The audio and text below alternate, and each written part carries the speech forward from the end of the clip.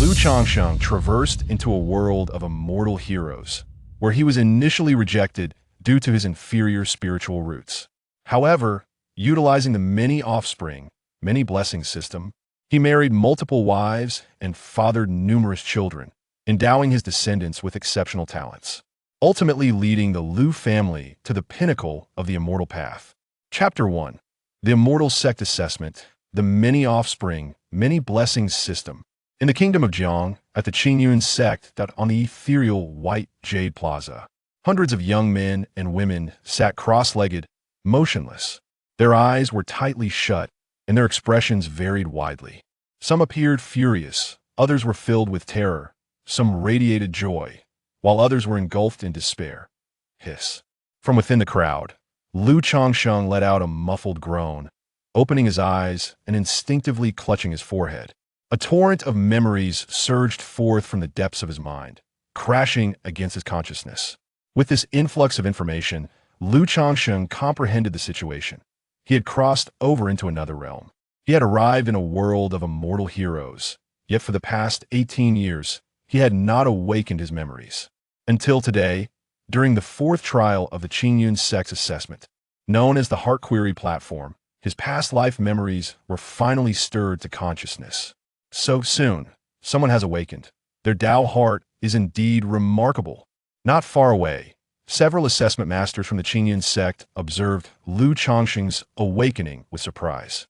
The Heart Query platform served as the fourth trial of the Qingyun sect, testing one's Tao heart, which encompasses mental state and willpower. Liu Changsheng, having awakened his past life's memories, was the first to emerge from the experience. Liu Changsheng, possessing 9th grade spiritual roots, aged 18. What a pity. His performance in the second trial displayed only mediocre perseverance, yet he possesses such a Tao heart. How curious indeed, such a Tao heart, even if possessing a 7th grade spiritual root at the age of 18, would still be considered a commendable seedling of immortality. With a 9th grade spiritual root at this age, the potential is limited. No matter how resolute the Tao heart, it is of little consequence. Upon reviewing Liu Changsheng's information, many expressed their regrets.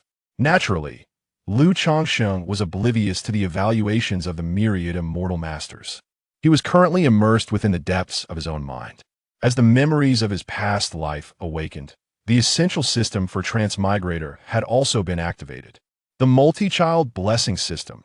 As the name suggests, the more offspring one has, the greater the fortune. This fortune is not an ethereal concept, but rather tangible and visible benefits. According to the system's information, there are currently 2 benefits. First, there are numerous achievement rewards concerning offspring. Upon triggering an achievement, the system will bestow a reward. Second, the talents and strength of his offspring will be conferred upon him as their father. Moreover, the talents and strength of his grandchildren, his descendants, will also provide him with enhancements. However, these enhancements are not as significant as those from his children, diminishing by 50% with each generation. The multi-child blessing system allows me to unlock achievements through my offspring to gain rewards, and the talents and strengths of my children and grandchildren will augment my own. Is it not akin to playing a child-rearing simulation game, where through procreation, nurturing children, and unlocking achievements, I receive rewards? However, with this system, does it not imply that my spiritual roots talents can also be improved?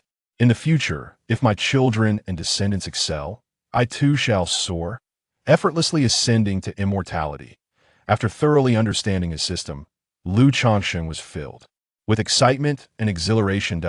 In this world, the first step towards cultivating immortality is to possess spiritual roots, which are categorized into 9 grades.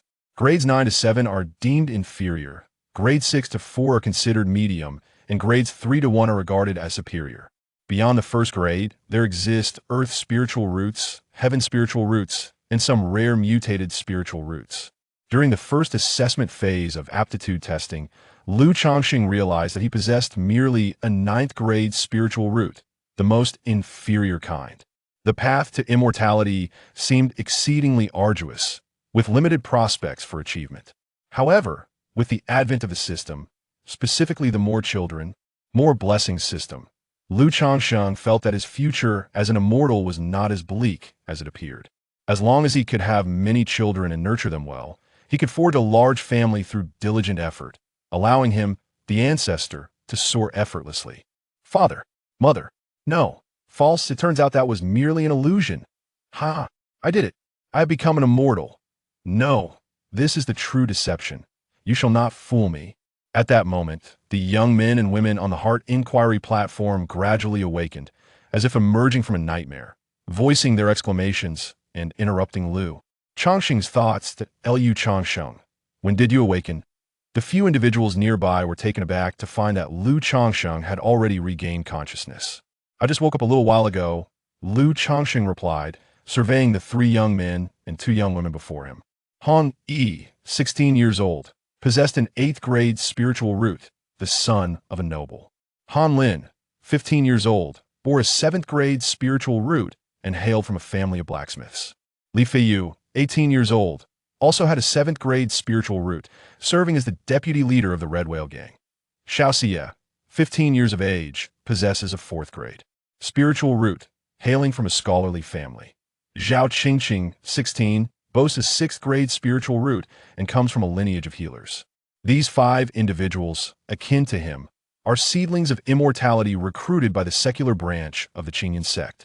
Throughout their journey, the group has grown somewhat familiar with one another. However, this familiarity is merely a means of seeking warmth in an unfamiliar environment.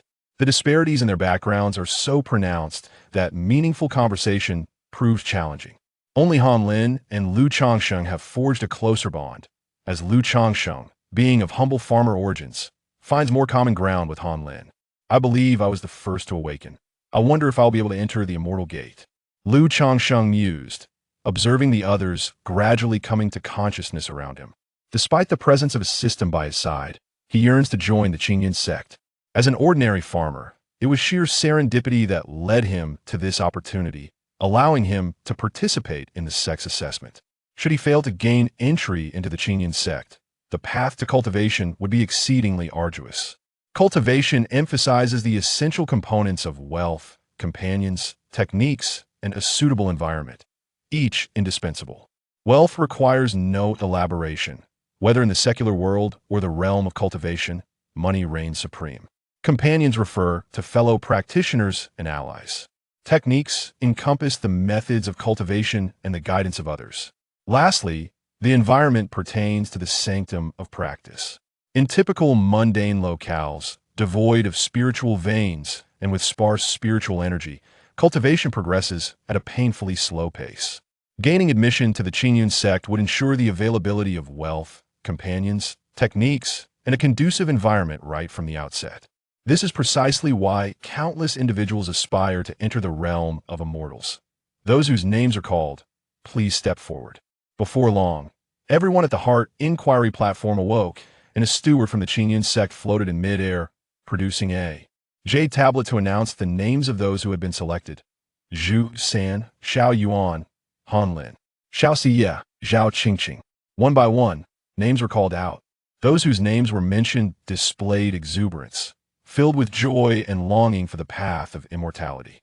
Conversely, those who were not named bore heavy hearts, engulfed in disappointment. Is that all? Li Feiyu observed the steward of the Qingyan sect stow the list away, a look of unwillingness etched on his face. Why is my name not on the list? Han Yi bit his lip, his complexion paling slightly, disbelief evident in his expression. Though he possessed an 8th grade spiritual root, his noble lineage had allowed him to secure connections and wealth in advance. Alas, Lu Changsheng, upon discovering his name was absent, let out a sigh, his heart weighed down by melancholy. Yet with the system by his side, his sorrow was somewhat alleviated. Nearby, some individuals succumbed to their emotions, bursting into tears. The rest of you, depart from the mountain gate at once. The Qingyan sect steward spoke indifferently. With a flick of his sleeve, a swirling cloud appeared beneath the feet of the chosen, and they soared away. The remaining hundreds departed with bitter expressions, their hearts heavy with reluctance. Stepping out of this gate, we shall henceforth be separated by destiny, mere mortals on divergent paths. As they exited the Qingyan sect's mountain gate, many lamented and cried out. failing to join the Immortal sect. Even if one embarked on the path of immortality, they would remain but a rogue cultivator. Their fates would be starkly different from those of the sect disciples. Hong Yi gazed longingly at the ethereal aura and radiant clouds of the Qingyun sect, sighing repeatedly, filled with regret that on his previous journey, he sought after Xiao Xie. However, now that she has been tested to possess a fourth-grade spiritual root and successfully gained admission to the Qingyun sect, he has been eliminated. She has instantly transformed into an unattainable figure in his eyes. His status as a son of nobility pales in comparison to the disciples of the Immortal sect. Even Han Lin, whom he once looked down upon, and Zhao Changsheng, who seemed indifferent, have now entered the Qingyun sect, becoming figures he must now revere. What should I do next? Lu Changsheng cast a glance at the gate of the Qingyun sect, inhaling deeply as he pondered the path ahead. Although he possessed a system, leveraging it was no simple task. An initial accumulation phase was required, necessitating a series of marriages and the upbringing of children, all of which demanded considerable time, wealth, and effort, resources that were not trivial by any means. For him, at this moment, it appeared exceedingly difficult. Despite having a spiritual root, he hailed from an ordinary farming background, utterly destitute. Without the opportunity to join the Immortal sect's forces, his spiritual root would hold little value. As the crowd descended the mountain, a refined man in his 30s or 40s, clad in a long green robe, approached. Observing the departing individuals, he spoke with an inviting tone. Young friends, the Lu family of Qingzhou Mountain is currently seeking to recruit 20 sons-in-law, offering spiritual veins, blessed lands, and cultivation manuals. Would any of you be interested? Chapter 2. 20 years to produce 50 offspring? I choose to become a son-in-law. Son-in-law, offering a spiritual vein and a bountiful land, alongside cultivation manuals? Upon hearing the words of the young man in the azure robe, a stir arose among the crowd of those who had been eliminated from the ranks. Lu Changsheng felt a flicker of interest at this proclamation. After careful contemplation and analysis of his situation, he concluded that joining a powerful faction would surely be the most favorable course of action. As for becoming a son-in-law, it was merely a matter of marrying into a family, nothing of great consequence. Cultivation, after all, is not something to be ashamed of. Yet, he refrained from voicing his thoughts, opting instead to observe for the moment. After all, one must be wary of opportunities that seem too good to be true.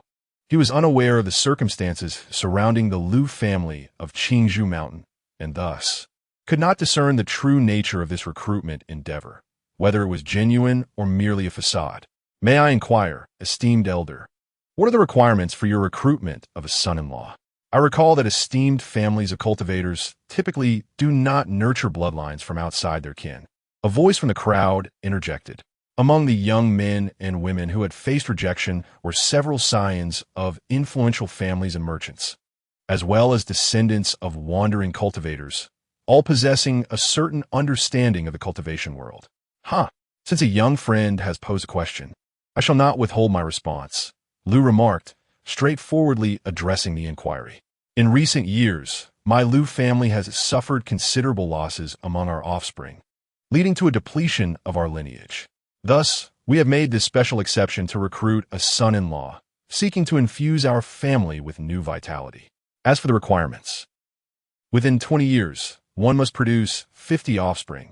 Should there be even one medium-grade spiritual root or 3 low-grade spiritual roots among them, the task shall be deemed fulfilled. During this period, the Lu family not only offers a cultivation venue and methods for immortality, but also provides a certain quota of cultivation resources each month. The young man in a blue robe gazed at the crowd, his expression gentle and scholarly, as he spoke slowly. However, upon hearing these words, many in the assembly expressed their concerns, questioning how this could be considered a recruitment of sons-in-law. It seemed more akin to seeking a breeding stallion, a means for procreation. It is well known that matters between men and women can severely deplete one's vital essence, particularly for cultivators. Those present, having been eliminated by the Qingyun sect, already possessed limited potential. If they were to engage daily in such endeavors, their chances of achieving success in cultivation would likely be extinguished. Lu Changsheng, upon hearing this remark, could not help but twitch the corner of his mouth. The notion of producing 50 offspring in 20 years indeed seemed excessive. Even if one were to bear a child each year, it would not amount to 50 after 2 decades. It appeared that the Liu family's approach to recruiting sons-in-law was not a one-to-one arrangement. Each prospective groom could potentially be paired with 3 or 4 wives. However, upon reflection, this notion did not seem entirely objectionable. Liu Changsheng contemplated this arrangement and found it rather appealing, as it not only provided a place for cultivation, but also offered partners and assistance in raising children. It perfectly addressed the challenges he faced in the early stages of his system. Moreover, upon hearing such stringent requirements, Liu Changsheng felt a sense of relief. If the criteria were not so demanding, how could he and the others, deemed unworthy, ever have the opportunity to enter an esteemed family of cultivators? Beside him, Hong Yi noticed the flicker of interest on Liu Changsheng's face and remarked, "Liu Changsheng, I have heard of the Liu family from Qingzhou Mountain. They are a reputable family of cultivators, with a foundational ancestor overseeing them. Indeed, as he stated several years ago, a fierce conflict erupted with the Chun family of Hongye Valley over the contention for a spirit stone mine, resulting in substantial losses among the young members of the family. If you find yourself at a crossroads, this may not be an unwise option," Hong Yi remarked. Previously, he had taken pride in his status and displayed little warmth towards Liu Changsheng, Han Lin, and Zhao Qingqing, even looking down upon them. However, the very individuals he had underestimated, Han Lin and Zhao Qingqing, had entered the Qin sect while he faced elimination, which diminished his arrogance considerably, leading him to confront reality. He realized that once one embarks on the path of immortality, the disparities between nobility and commoners are not as pronounced as one might think. Should Liu Changsheng join a cultivation family, even if his future achievements are modest, he would still gain additional allies and opportunities. Thank you for the reminder, Brother Hong. Upon hearing these words, Liu Changsheng set aside the remaining worries in his heart, concluding that becoming a son-in-law to the Liu family was indeed a commendable choice under the current circumstances. With a system at his disposal, as long as he navigated through the initial phase, wouldn't he ultimately soar high and free like a bird? With that thought, Liu Changsheng stepped forward to register. "Brother Liu, let us go together." At that moment, Li Feiyu, seemingly making a difficult decision, spoke up. "Brother Li, do you also wish to join the Liu family?" Hong Yi expressed surprise at Li Feiyu's choice to join the Liu family. While he could comprehend Liu Changsheng's background as a peasant, it was unexpected for Li Feiyu, the young master of the formidable Qijing gang, to opt for the role of a son-in-law, typically associated with less prestigious positions. Life is but a fleeting dream, lasting merely a century. Upon encountering the chance for immortality, one must not let it slip away. Li Feiyu spoke solemnly. Those who are familiar with their own circumstances understand that although the Red Whale Gang is commendable, it is not solely his father's dominion. It cannot furnish him with ample wealth for his cultivation. Should he return, he might merely inherit his father's position as the leader, living out a mundane existence. Yet, aware of his spiritual root and the potential for ascension, he is unwilling to return. He once witnessed his father bowing low before a cultivator, realizing that no matter how high one's worldly status or martial prowess, before a cultivator, one is naught but an ant. Thus, even in the face of adversity, he shall pursue every slender opportunity, ensuring he has no regrets in the future. May fortune bless you, Brother Li and Brother Liu, in your celestial pursuits. Should any matters arise in the future, feel free to correspond with the Rue Immortal, Hong Yi remarked, comprehending the underlying truth and offering no further persuasion, bowing respectfully. Hailing from nobility, he returned home with a certain wealth and resources, allowing him to continue his cultivation without the need to become a son-in-law. Soon after, Liu Changsheng and Li Feiyu approached the man in the blue robe, expressing their desire to join the Liu family. Upon learning that Liu Changsheng possessed only a 9th grade spiritual root, the blue-robed man displayed a hint of hesitation. The quality of one's spiritual root often correlates with the likelihood of future offspring possessing roots of their own, with higher grades signifying greater potential. Nevertheless, upon observing Liu Changsheng and Li Feiyu together, with Li Feiyu holding a 7th grade spiritual root, He nodded in agreement. Consider this carefully. Once you arrive at Changsheng Mountain, there will be no turning back, and a contract must be signed. If within 20 years you fail to fulfill the conditions, not only shall you compensate me with threefold resources, but you shall also serve the Lu family for a decade, the man in the blue robe declared solemnly. We have made our decision. Lu Changsheng and Li Feiyu exchanged glances and nodded in agreement. After approximately half an hour, all 20 groomed suitors were gathered, each of them hailing from humble origins without any significant background. Those of noble birth were reluctant to lower themselves, and the man in the blue robe had no interest in individuals of substantial stature. I am Lu Yuanding, the head of the Lu family. Henceforth, you may address me as master, Lu Yuanding announced to Lu Changsheng and the others. He then produced a bag adorned with golden silk patterns and opened its mouth. In an instant, beams of white light erupted from within, transforming into magnificent horses, their coats a brilliant yellow, manes resembling gold, and limbs robust and agile. Riding horses? Many were taken aback at the sight of these steeds. Previously, the steward of the Qingyun sect had merely waved his sleeve, and the chosen ones had ascended on clouds. Now, following Lu Yuanding, they were relegated to horseback riding. Lu Changsheng too felt that, even in the realm of cultivation, riding horses seemed somewhat pedestrian. These are not ordinary horses. They are spirit steeds nurtured by the Lu family, capable of covering 1,000 miles in a day. Even if you lack the skills to ride, it will not hinder your journey, Lu Yuanding clarified upon noticing the disappointment among the crowd. He felt helpless. The Lu family was merely a small clan.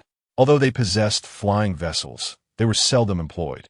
As for carrying people aloft, that was even less feasible.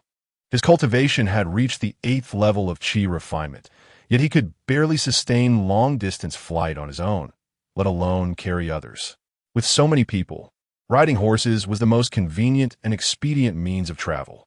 Thus, Lu Changsheng and his companions mounted their spiritual steeds and departed alongside Lu Yuanding. At the foot of Qingyun's sect, 5 additional cultivators from the Lu family awaited, ready to accompany them and preempt any unforeseen circumstances on their journey. Chapter 3. An Ambush on the Road, the Perilous World of Cultivation. As nightfall descended, Lu Yuanding and his companions took respite in the wilderness.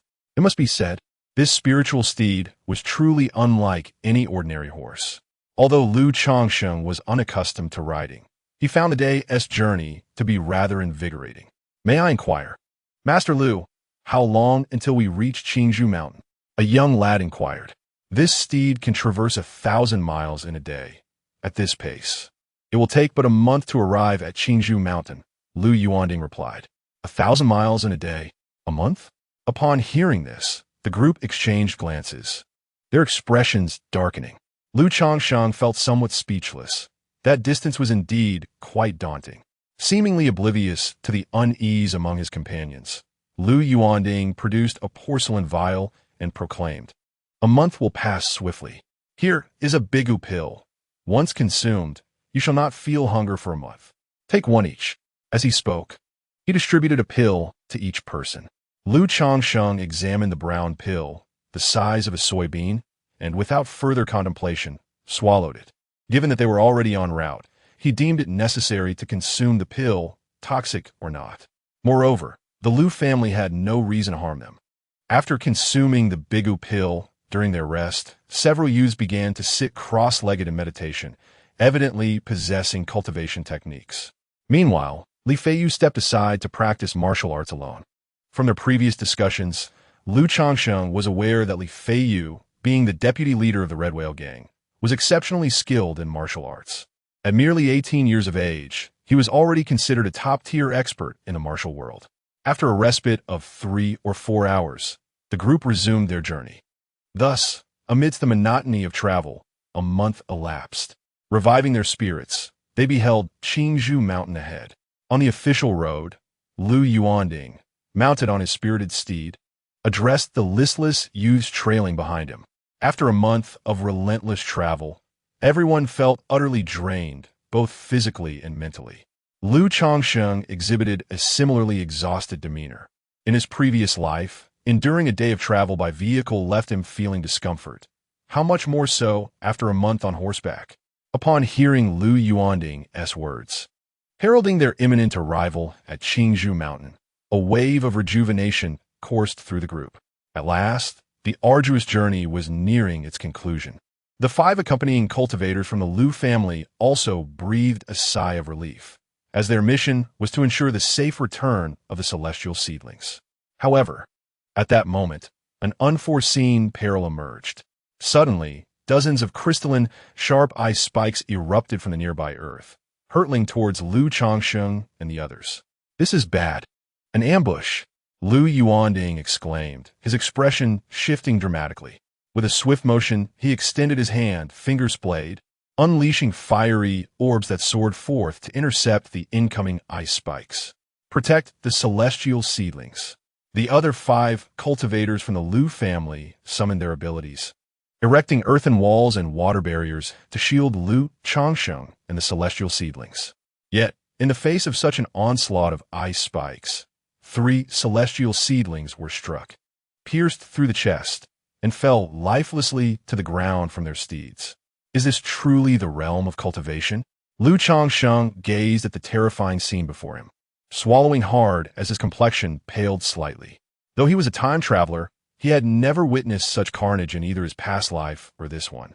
This was his first encounter with such brutality.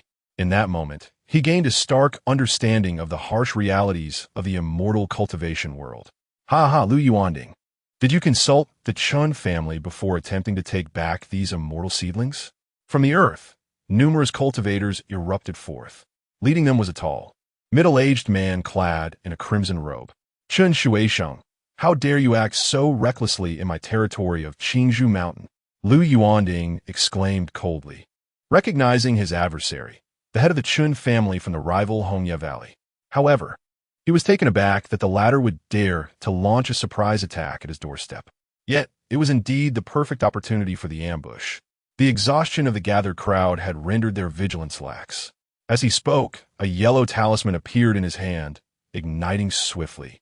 It was a communication talisman, a call for aid from his family. "Swift resolution, kill." Chun Shuisheng let out a cold laugh, his lips moving as he clapped his hands forward, exuding an aura of chilling energy that coalesced into sharp ice spikes, aimed directly at Lu Yuanding. Meanwhile, the 10 cultivators behind him also sprang into action, targeting Lu Changsheng and the group of immortal seedlings. Their objective was not to eliminate the Lu family members, but to seize the seedlings. Boom, boom, boom.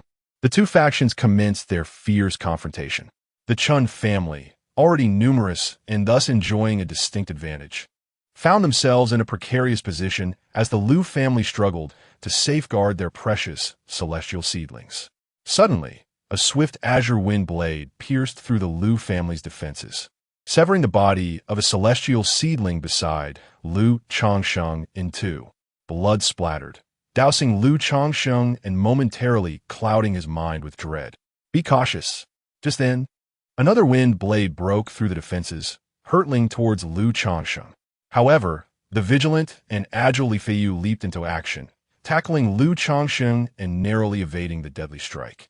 "Thank you, Brother Li," Lu Changsheng said, shaken and filled with trepidation. Had it not been for Li Feiyu's timely intervention, the wind blade would have undoubtedly claimed his life. As a time traveler equipped with a system, the thought of perishing in such a manner was profoundly disheartening. Witnessing the brutality of this world, Lu Changsheng felt fear well up within him, yet his resolve to pursue the path of immortality only strengthened. In this ruthless survival of the fittest realm, lacking power rendered one akin to an insignificant insect, with life as fragile as a blade of grass. Oh, how perilous the path of cultivation is. I long to return home. Please, spare me. This is not my doing. We must flee. Remaining here is merely courting death. Observing the Lu family's plight as they fell into despair, with several celestial seedlings being slaughtered, some wailed for mercy, while others opted for flight. Yet, as 2 managed to escape the protective perimeter of the Lu family, they were swiftly met with fireballs, wind blades, and ice spikes that extinguished their hope of escape, instilling fear in those who dared to flee. In that moment, Lu Changsheng and his companions resembled lambs awaiting slaughter, fervently praying for the resilience of the Lu family. Fortunately, it was not long before the sound of whistling through the air pierced the silence. Figures began to soar from the direction of Qingzhou Mountain. Let us go. Recognizing the arrival of reinforcements from the Lu family, Chen Shuisheng wasted no time and decisively led the group in retreat. Father, are you unharmed? At that moment, a woman clad in a flowing white dress descended gracefully before Lu Yuanding, her voice akin to a gentle stream, filled with concern. Dressed in immaculate white, her beauty was unparalleled. Her figure was slender and elegant, reminiscent of a celestial maiden descending to earth, leaving the recently revived cultivators momentarily entranced. Lu Changsheng found himself equally captivated. Having been exposed to the allure of numerous beauties in his past life through the internet, he believed he would remain unimpressed. Yet, upon laying eyes on this woman in white, he was indeed taken aback. Her lustrous, jet-black hair cascaded down her back like a silken waterfall. Her exquisite oval face, framed by delicate brows resembling distant mountains, featured long, fluttering eyelashes. With a perfectly sculpted nose, lips like rosy clouds, and skin as fair as jade, she epitomized the essence of bright eyes and white teeth, a figure of ethereal beauty. Most enchanting, however, was the aura she exuded, pure and transcendent, elegant like an immortal. Akin to a Tianshan snow lotus, standing apart from the mundane world. But for the concern etched upon her face, one could easily mistake her for being untouched by earthly affairs. The thought crossed Lu Changsheng's mind. Should he enter the Lu family, marrying such a woman, it would be no hardship at all to father 50 or even 100 children. However, upon reflection, it is evidently impossible. It is merely a fanciful thought. One might find solace in elevating their pillow at night, where such dreams may find fruition. Miao Gu, father is merely fatigued. It is but an excessive consumption of spiritual energy. Lu Yuanding gestured dismissively towards his daughter. Lu Miaoga, a name that resonated in the hearts of the youth present, a name that embodied ethereal beauty. Lu Changsheng also etched this name into his memory. The other members of the Lu family, upon arrival, regarded the scene with indifference, noting that Lu Yuanding and the others were unharmed, save for the loss of 8 celestial seedlings. Although the demise of these seedlings was regrettable, it did not invoke profound sorrow, for they had incurred little cost for them. Subsequently, the group made their way peacefully to Qingzhou Mountain. Chapter 4. 3 Wives. Qingzhou Mountain is not a mountain in the conventional sense, but rather a verdant valley adorned with crystalline green bamboo that stretches across the hills. Upon entering the valley, Lu Changsheng could distinctly sense the air becoming remarkably fresh and moist. The babbling brook flowed through the mountains, accompanied by the melodious calls of kingfishers. One could observe terraced fields cultivated on the slopes, where grains and vegetables were grown, resembling a hidden paradise. The Lu family has established a series of estates within this mountainous region. Lu Changsheng and the other celestial seedlings were assigned to reside in the outer Qingzhou Mountain Manor. Beneath this manor lies a first-tier spiritual vein, and from now on, you shall dwell here, devoted to your cultivation. Rest assured, as long as you fulfill the previously agreed-upon conditions, you are free to leave the Lu family or remain as you wish in the future. Please ensure their settlement. After a brief instruction, Lu Yuanding departed. I am the steward of Qingzhou Mountain Manor. You may also call me Uncle Fu. Now, please follow me. Uncle Fu was an elderly man with graying hair and a slightly stooped posture. After introducing himself, he led the group to complete the necessary formalities while providing insights about Qingzhou Mountain Manor. The manor was vast, housing not only them, but also the Lu family's own celestial seedlings. However, most of these were relatively mediocre talents from the collateral branches. Those with exceptional abilities typically resided in the core area of Qingzhou Mountain, where a second-tier spiritual vein provided a more abundant aura. Along the way, the group encountered several members of the Lu family, who regarded Lu Changsheng and his companions with curiosity akin to observing monkeys, their eyes reflecting a hint of disdain and arrogance. In response, Lu Changsheng remained remarkably composed. To put it positively, They were foreign scions who had come to marry into the family. To put it less charitably, they were merely here for procreation. Nevertheless, through careful observation, he discerned that the members of the Liu family, regardless of gender, were quite pleasing in appearance. This fact granted him a modicum of reassurance regarding the forthcoming procreation. After all, if they were to become sons-in-law and bear children, one would naturally hope for a certain level of attractiveness in their partners. Liu Changsheng candidly acknowledged his own penchant for beauty. An hour later, under the arrangements of Uncle Fu, Liu Changsheng and his companions finalized their agreements to join the family, procured their identity plaques, received cultivation techniques, and were assigned their living quarters. Their residence was a private courtyard, encompassing nearly 200 square meters, complete with pavilions and terraces, all well appointed. Seated upon the grand bed in his chamber, Liu Changsheng unveiled the cultivation manual. Upon opening the tome, titled Returning Essence Technique, an elderly figure clad in a gray robe materialized, striking a pose and commencing a detailed exposition on the art of cultivation. Truly, it was a remarkable method, possessing an imaging function. Unable to restrain his curiosity, Liu Changsheng scrutinized the manual, unable to discern the principles behind the projection of figures and sound, which he found utterly enchanting. Subsequently, guided by the image within the manual, he endeavored to cultivate. After considerable effort, Liu Changsheng finally found his bearings, his mind clear and serene as he became aware of the delicate strands of colorful spiritual energy surrounding him. Realizing he had completed the first step, sensing the spiritual energy, he then attempted to draw it into his body. Under his command, the spiritual energy gradually converged towards him, entering his being through the pores of his skin. The process is exceedingly slow, and once the spiritual energy is absorbed into the body, it must traverse an entire cycle before leaving a trace of essence in the Dantian's reservoir. During its circulation, the spiritual energy nourishes the flesh, meridians, and bones, gradually expelling impurities from the body, thereby cleansing the marrow and refining the bones. A night has passed. Is this truly the essence of a ninth-grade spiritual root? At this pace, I fear that achieving the first layer of qi refinement is a distant dream. Gazing at the faintly cool breath residing in his dantian, Liu Changsheng could not help but smile wryly. This is while cultivating in a place rich in spiritual veins, where he, in an area devoid of such resources, the progress would be even more languid. In that moment, Liu Changsheng gained a profound understanding of the arduousness of cultivating immortality. Sigh. It appears I must rely on the system. Liu Changsheng exhaled deeply, realizing that relying solely on his own efforts was utterly unrealistic. I wonder when the Liu family will arrange for a wife. He pondered. Ding, ding, ding.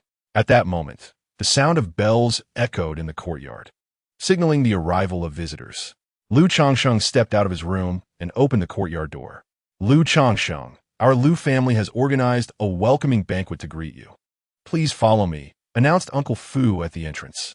Behind him, several other celestial seedlings awaited. A welcoming banquet? Upon hearing this, Liu Changsheng felt a flicker of anticipation in his heart and nodded in agreement. Subsequently, Uncle Fu called forth all 12 celestial seedlings and led them to a spacious and elegant hall within the Qingzhou mountain villa.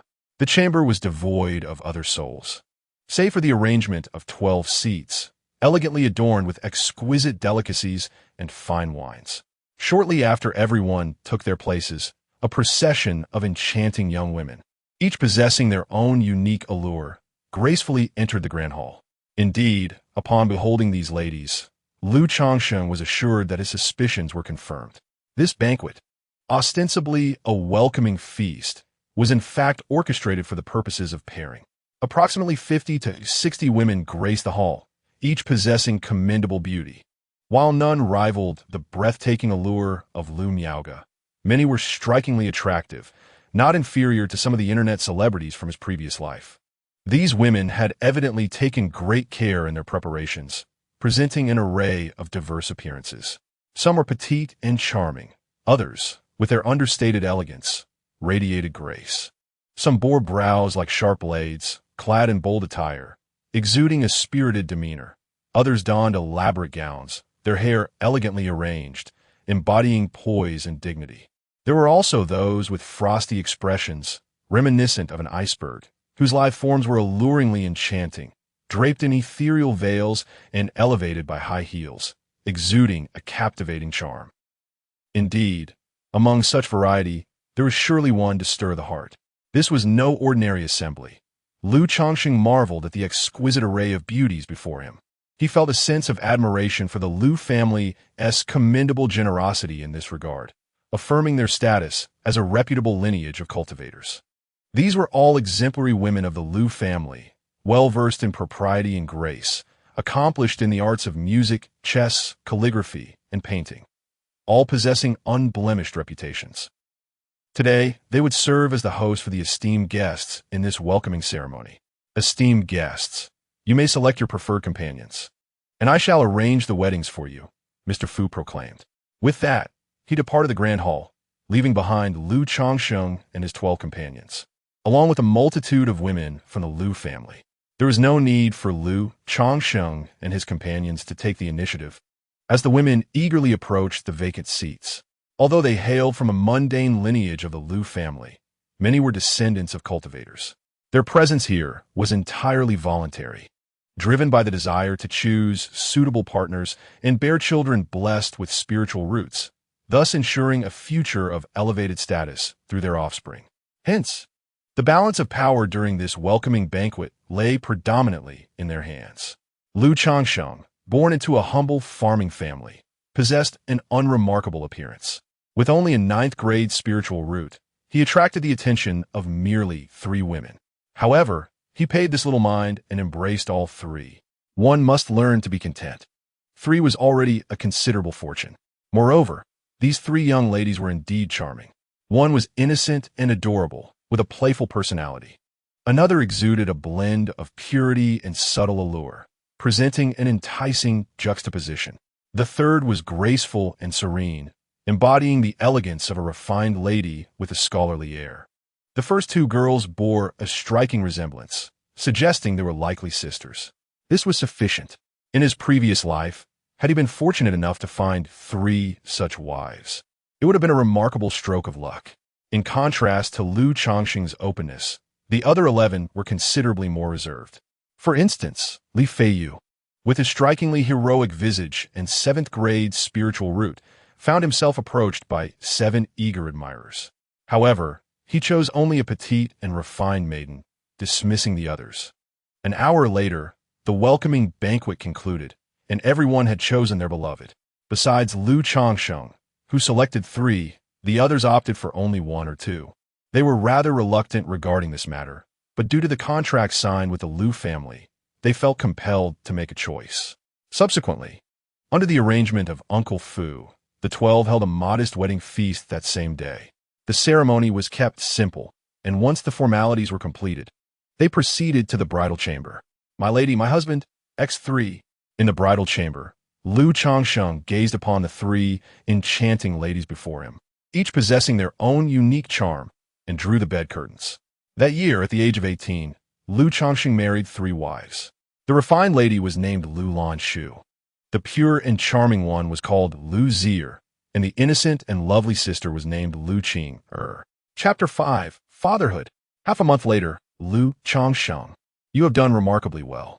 Not only have you taken 3 daughters of the Liu family as your wives, but in just a fortnight, you have also made Lan Shuch pregnant. The Liu family has always been clear in its rewards and punishments, and naturally, we shall not treat you unjustly. Here are your rewards: a low-grade flying sword, a piece of Qingzhu robe, a vial of Huanglong pills, and 100 pounds of spirit rice. In the grand hall of Qingzhu Villa, Liu Yuanding addressed Liu Changsheng. It has been half a month since Liu Changsheng's wedding day. Aware of the limited efficacy of his own cultivation, he had devoted this time entirely to procreation, neglecting his practice. His efforts bore fruit, as his wife, Liu Lanshu, was confirmed to be with child. Upon receiving this news, Liu Changsheng felt an overwhelming sense of joy and excitement within him. This marked the first time in either of his lives that he would become a father, even though the circumstances surrounding the child's conception were tinged with ulterior motives. The elation he felt was genuine. At the moment he learned of his impending fatherhood, he had even chosen names for the child. Pingyan, should it be a boy, and Shilu if a girl. He wished for his offspring to lead a life filled with peace and joy. Upon hearing this delightful news, the head of the Lu family, Lu Yuanding, personally visited Qingzhou Villa to express his commendation to Lu Changsheng and presented him with generous rewards, a low-grade magical artifact valued at 50 spirit stones, a robe worth 30 spirit stones, and 100 pounds of spirit rice valued at 10 spirit stones. A bottle of Huanglong Dan is valued at 10 spirit stones, which equates to a bounty of 100 spirit stones and resources for Lu Changsheng. Upon hearing of this reward, the eyes of the other celestial seedlings turned crimson with envy and jealousy as they cast glances of admiration and resentment towards Lu Changsheng. It is worth noting that during their cultivation in the Lu family, they were provided with a mere 2 spirit stones and 10 pounds of spirit rice each month. The reward bestowed upon Lu Changsheng was nearly equivalent to their resources accumulated over 3 years. All this for being the first to bear a child. How utterly infuriating it was for them. Thank you, head of the family. Lu Changsheng expressed his gratitude with a beaming countenance. He had not anticipated such a reward for being the first to give birth. Yet, he understood that Lu Yuanding was utilizing this to motivate others to follow suit in procreation. Haha, this is what you rightfully deserve. Our Lu family has never shortchanged anyone. Those who bear children shall also receive rewards from me. Should anyone be the first to give birth to a child with a spiritual root, the reward shall be even more substantial. Lu Yuanding proclaimed as he surveyed the crowd. Upon hearing these words, everyone felt a surge of motivation, contemplating hastening their own familial endeavors. Even Li Feiyu found himself somewhat tempted. However, after the subsequent births, the rewards were merely a bottle of Huanglong Dan and 10 pounds of spirit rice, which paled in comparison to Lu Changsheng's initial reward. Another month passed, and Lu Changsheng's wife, Lu Qing'er, became pregnant as well. For her second pregnancy, the family refrained from offering any additional rewards. If rewards were given for each birth, the Lu family would likely find themselves utterly depleted. After more than half a month, Lu Changsheng's third wife, Lu Zier, was also confirmed to be pregnant. Within just over 2 months of entering the Lu family, Lu Changsheng had managed to have all 3 of his wives conceive, leaving the other cultivators speechless, wondering if he was forsaking his own cultivation. Such relentless pursuit. This was not solely due to Lu Changsheng's unwavering efforts. He had meticulously calculated ovulation cycles and, coupled with the fertility tonic provided by the Lu family, maximized the chances of conception. In truth, Lu Changsheng could sincerely declare that he had exerted himself. With all 3 women expecting, he began to focus on his own cultivation. As a result of their pregnancies, Uncle Fu sent 2 maidservants to assist in the daily life of Lu Changsheng's household. These 2 maidservants possessed fair skin and exquisite figures, clearly indicating they were not merely there for mundane chores. It was evident that the Lu family, recognizing his remarkable fertility, had sent them to facilitate further procreation. For the time being, Lu Changsheng held no particular intentions regarding these maidservants. While he desired to father many children, he understood that such matters should not be rushed. A gradual approach was paramount. Continuous exertion could indeed take a toll on one's health. Before embarking on his path of cultivation, he had felt somewhat weak after frequent encounters.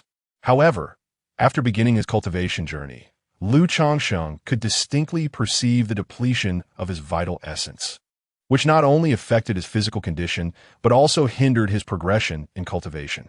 Time was needed for recovery. This was also the reason why other cultivators were hesitant to engage in rampant reproduction. They risked rendering themselves utterly depleted. Before long, half a year had passed.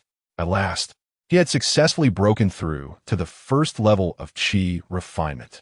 Within the practice chamber, Lu Changsheng, clad in a cerulean robe, opened his eyes and exhaled a deep breath, his countenance radiating joy.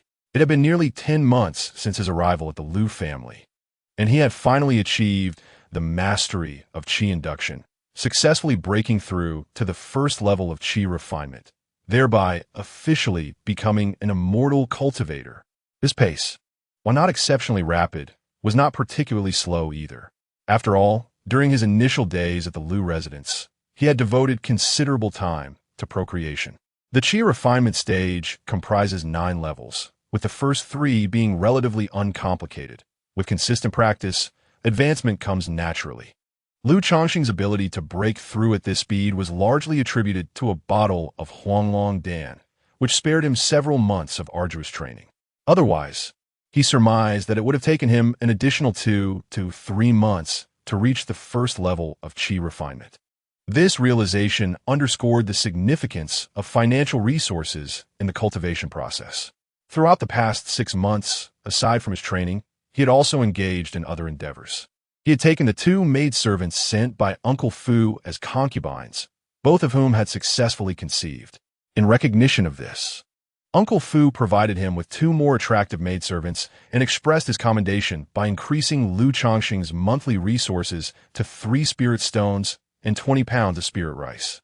Lan Shu was nearing her time to give birth. He mused. Rising to his feet, Lu Changsheng adjusted his cerulean bamboo robe slightly. Though not a magical artifact, this robe possessed extraordinary qualities. It could automatically adjust its size to remain perfectly fitted, was impervious to temperature extremes, repelled insects and miasma, and remained untainted by dust. After emerging from his seclusion, Lu Changsheng spent some time with his wives and concubines before visiting Li Feiyu's residence to reminisce.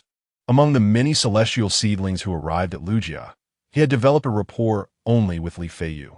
This was not solely due to their prior acquaintance, but also because Li Feiyu had saved his life on the journey to King's Hushan. Through their prolonged interactions, Lu Changsheng came to understand that although Li Feiyu was taciturn, he possessed a warm heart beneath his cool exterior, making him a worthy companion. Half a month later, do not be anxious. Your sister-in-law thrives in this King's Hushan estate, nourished by the spiritual energy, and her constitution is robust. There is no peril in childbirth, especially with cultivators present to assist, Li Feiyu reassured. Outside the room, Lu Changsheng listened to Lu Lanshu's anguished cries, his fists clenching and relaxing repeatedly, while Li Feiyu offered words of comfort beside him. I am not anxious. I am merely exhilarated, delighted. Lu Changsheng exhaled deeply, yet his gaze and thoughts were clearly wandering, betraying his bravado. Have you decided on a name for the child? Li Feiyu inquired. Although the child would bear the Lu family name, the father still had the privilege of naming. I have decided, if it is a boy, he shall be named Pinyin, and if a girl, she shall be named Shila. Lu Changsheng replied casually, his thoughts still adrift. Soon after, a clear, melodious cry of a newborn echoed from within the room, causing Lu Changsheng to startle abruptly. At that moment, a sudden system notification resounded in his mind. Congratulations, host, on the birth of your first offspring. You have received 1 lottery chance. Huh? A lottery? Upon hearing the system's prompt, Lu Changsheng was momentarily taken aback. However, he quickly realized that it signified the achievement reward for progeny within the system. This particular achievement was beyond his ability to peruse. He could only explore it through personal experience.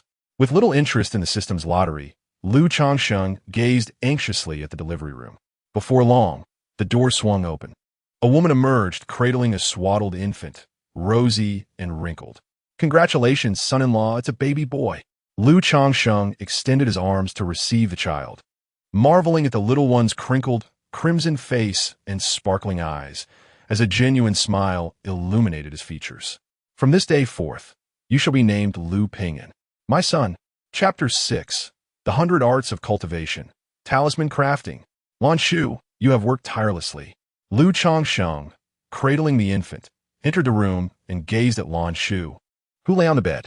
He sat beside her, gently taking her hand. Although their union was one of convenience, devoid of emotional foundation, it is often said that time nurtures affection. After spending so long together and with the birth of their child, a bond had naturally begun to form. Husband. Lan Shu's pale visage revealed a faint smile as she weakly called out. Do not move. Rest well, Lu Changsheng replied softly, holding the child and watching his wife. He felt a surge of happiness in that moment, thinking that perhaps this life could continue in such a manner. Yet, Memories of the ambush by the Chun family on their way to Qingzhou Mountain lingered in his mind, reminding him of the harsh reality of survival of the fittest in this world. Changsheng understood that happiness must be safeguarded by strength. Setting aside distant thoughts, he recognized that without power, should he leave the Liu family in the future, the child would not remain his. Moreover, having fortuitously traversed into such a world, seeking celestial destiny with a system at his side, he was unwilling to settle for a mundane existence.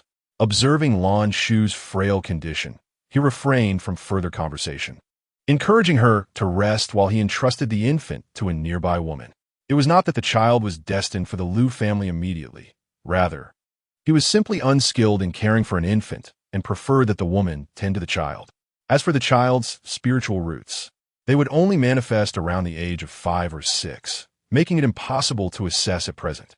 After exiting the delivery room, Changsheng returned to his quarters and silently uttered, "System, I wish to draw lots." Instantly, a faintly crimson virtual lottery wheel materialized before him.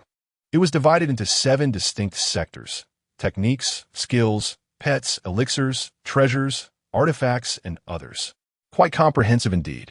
Changsheng gazed at the potential prizes with a gleam of delight in his eyes. The sole drawback was that this lottery wheel bore a striking resemblance to the grand wheel of a money-grabbing game from his past life, causing a flicker of doubt and anxiety within him. Could it truly yield something valuable? Moreover, in his previous life, luck in such lotteries was tied to spending money, while in this life, it seemed to hinge upon procreation. He found this notion somewhat peculiar. Nevertheless, he decided to regard this lottery as a mere bonus from the system. Banishing his idle thoughts, Changsheng silently intoned his intention to commence the draw. Immediately, a golden light began to whirl upon the pale crimson wheel. After 5 seconds, the wheel gradually slowed, and under Changsheng's eager gaze, the golden light came to a halt on the skills sector. Ding! Congratulations, host. You have acquired the 2nd-tier talisman crafting skill. The reward has been issued to the system space. The host may view it at any time. A luminous orb resembling a talisman emerged from the grand wheel, accompanied by the system's voice.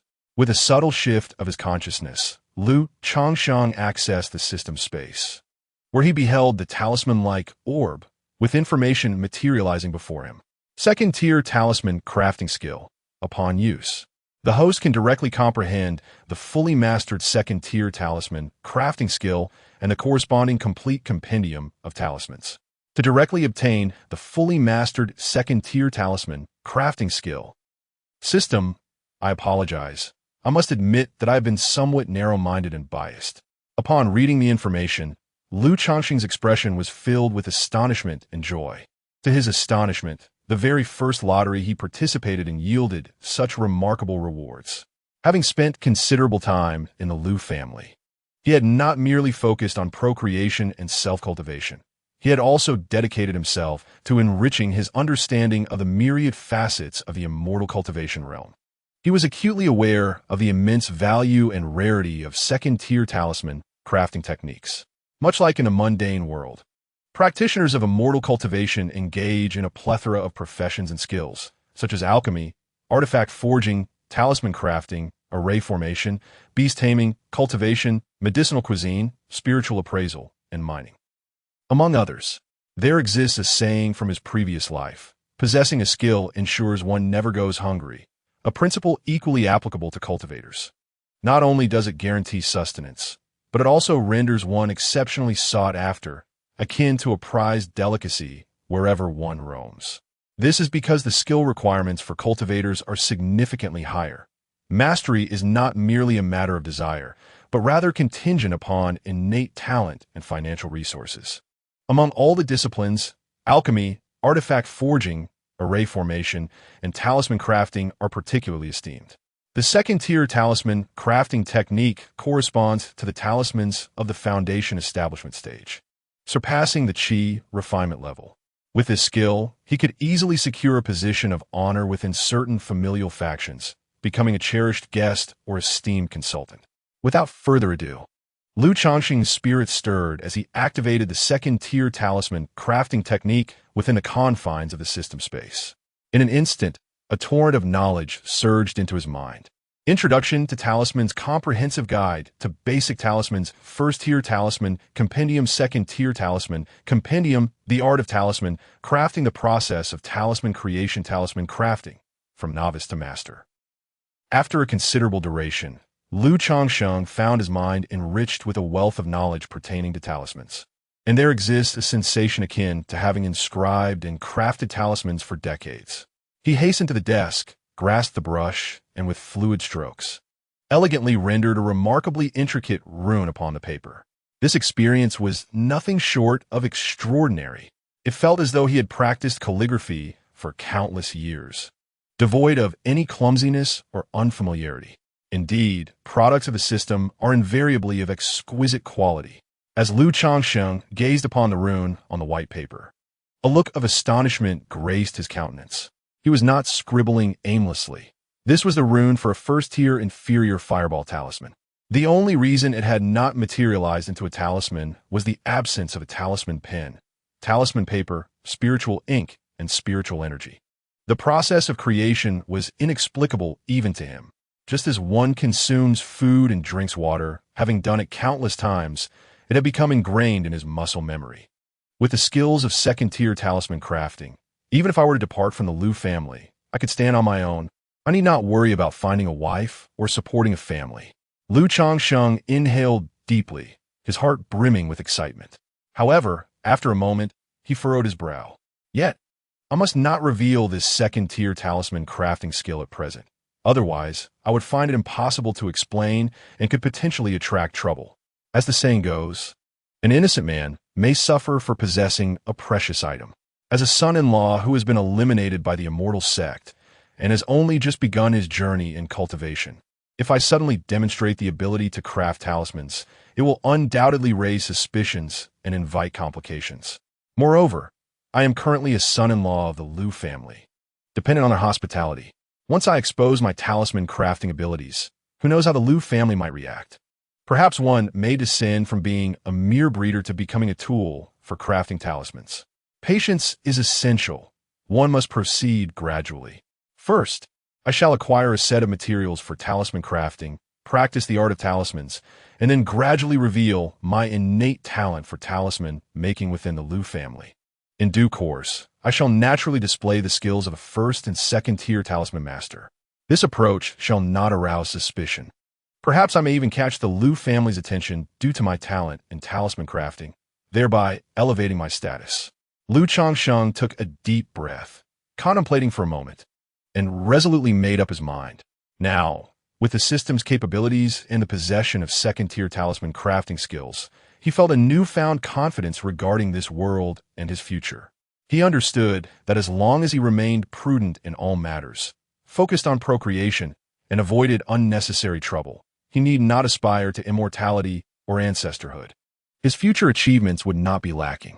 The following morning, Changsheng set out, retrieving the flying sword that Liu Yuanding had once bestowed upon him, and made his way to the Baibao Pavilion at Qingzhou Mountain Manor. The Baibao Pavilion resembled a department store, offering a variety of items, including magical tools, elixirs, talismans, spiritual rice, spiritual vegetables, beast meat, and daily necessities. Each month, the spiritual stones he received were spent on purchasing beast meat and spiritual vegetables.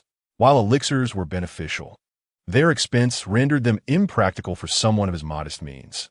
Thus, consuming spiritual vegetables and beast meat proved to be a more cost-effective choice. Today, he visited the Baibao Pavilion with the intention of acquiring a set of tools and materials for talisman crafting. As for the flying sword, he carried it with him not out of pride, but as he lacked funds and intended to sell it for money. Approaching the proprietor reclining in a chair, Changsheng inquired, "Do you have talisman brushes, talisman paper, and spiritual ink for sale here? What purpose do you have for this?" The shopkeeper, an elderly man with gray hair and a practitioner of immortality, inquired, "I wish to learn the art of talisman crafting, hence I intend to purchase some materials to practice." Changsheng replied, "Learn talisman crafting?" The old man chuckled, as if he had heard a jest. Looking at Changsheng, he remarked, "Are you aware of the challenges involved in mastering this craft? The Changsheng mountain residence housed only a modest number of cultivators, around 70 or 80, most of whom he was familiar with. Lu Changsheng, being a son-in-law who fervently fathered children, 5 in a single year, had garnered a degree of notoriety within Changsheng mountain, leaving a lasting impression on the shopkeeper. I do not know, but my talent is lacking. Continuing to cultivate in this manner would lead me to a dead end. Thus, I prefer to attempt learning a skill, Lu Changsheng replied, shaking his head with a wry smile. He had pondered these words the previous night. It is commendable to have such aspirations, but I advise you not to squander your money. A novice aiming to learn talisman crafting will likely face hundreds of failures at the outset. If one possesses poor aptitude, experiencing failures in the hundreds is not unheard of. This pertains to a single type of talisman. Should you attempt to draw a different one, though it may be slightly easier, the failure rate remains astonishingly high. For a novice to become an apprentice talisman master, one must engage in thousands of practice sessions. Consider the costs involved, the shopkeeper cautioned. Recognizing Lu Changsheng's diligence within the Lu family, as evidenced by his ability to have 5 women conceive in just 1 year. Chapter 7. The Art of Talisman Crafting. Lu Changsheng was somewhat taken aback upon hearing this. Although he had acquired the second-tier talisman crafting skills through the system, he was still oblivious to the specific challenges involved in the craft. It became evident that crafting talismans was far more arduous than he had initially anticipated. A novice must practice thousands of times before even beginning to grasp the basics, achieving the rank of an entry-level talisman master. This entry-level master refers to a first-tier novice talisman craftsman. First-tier talisman masters are classified into 4 categories based on the talismans they can inscribe.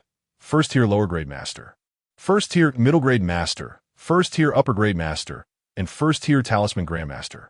The second-tier talisman masters are similarly categorized. Lu Changsheng, having attained the pinnacle of second-tier crafting skills, was equivalent to a second-tier talisman grandmaster. For a newcomer aspiring to elevate their crafting skills to the second tier, the time, energy, and financial resources required are immeasurable. It could even consume a lifetime of effort with no guarantee of success. In that moment, Lu Changsheng realized that the second-tier crafting skills were far more precious than he had ever imagined. Shopkeeper, I still wish to give it a try, Lu Changsheng declared with unwavering determination. No matter how difficult it may be, it bore no consequence to him. The greater the challenge in becoming a talisman master, the more sought after his skills would be. Very well. Since you are insistent on purchasing, I suppose I must oblige, the shopkeeper replied, not wishing to dissuade him further. A few words of caution were already a gesture of goodwill on his part. After all, youth seldom turns back until they face a wall. A standard wolf hair talisman brush costs 20 spirit stones and can be used approximately 200 times. A bundle of first-tier ordinary talisman paper costs 1 spirit stone and contains 10 sheets.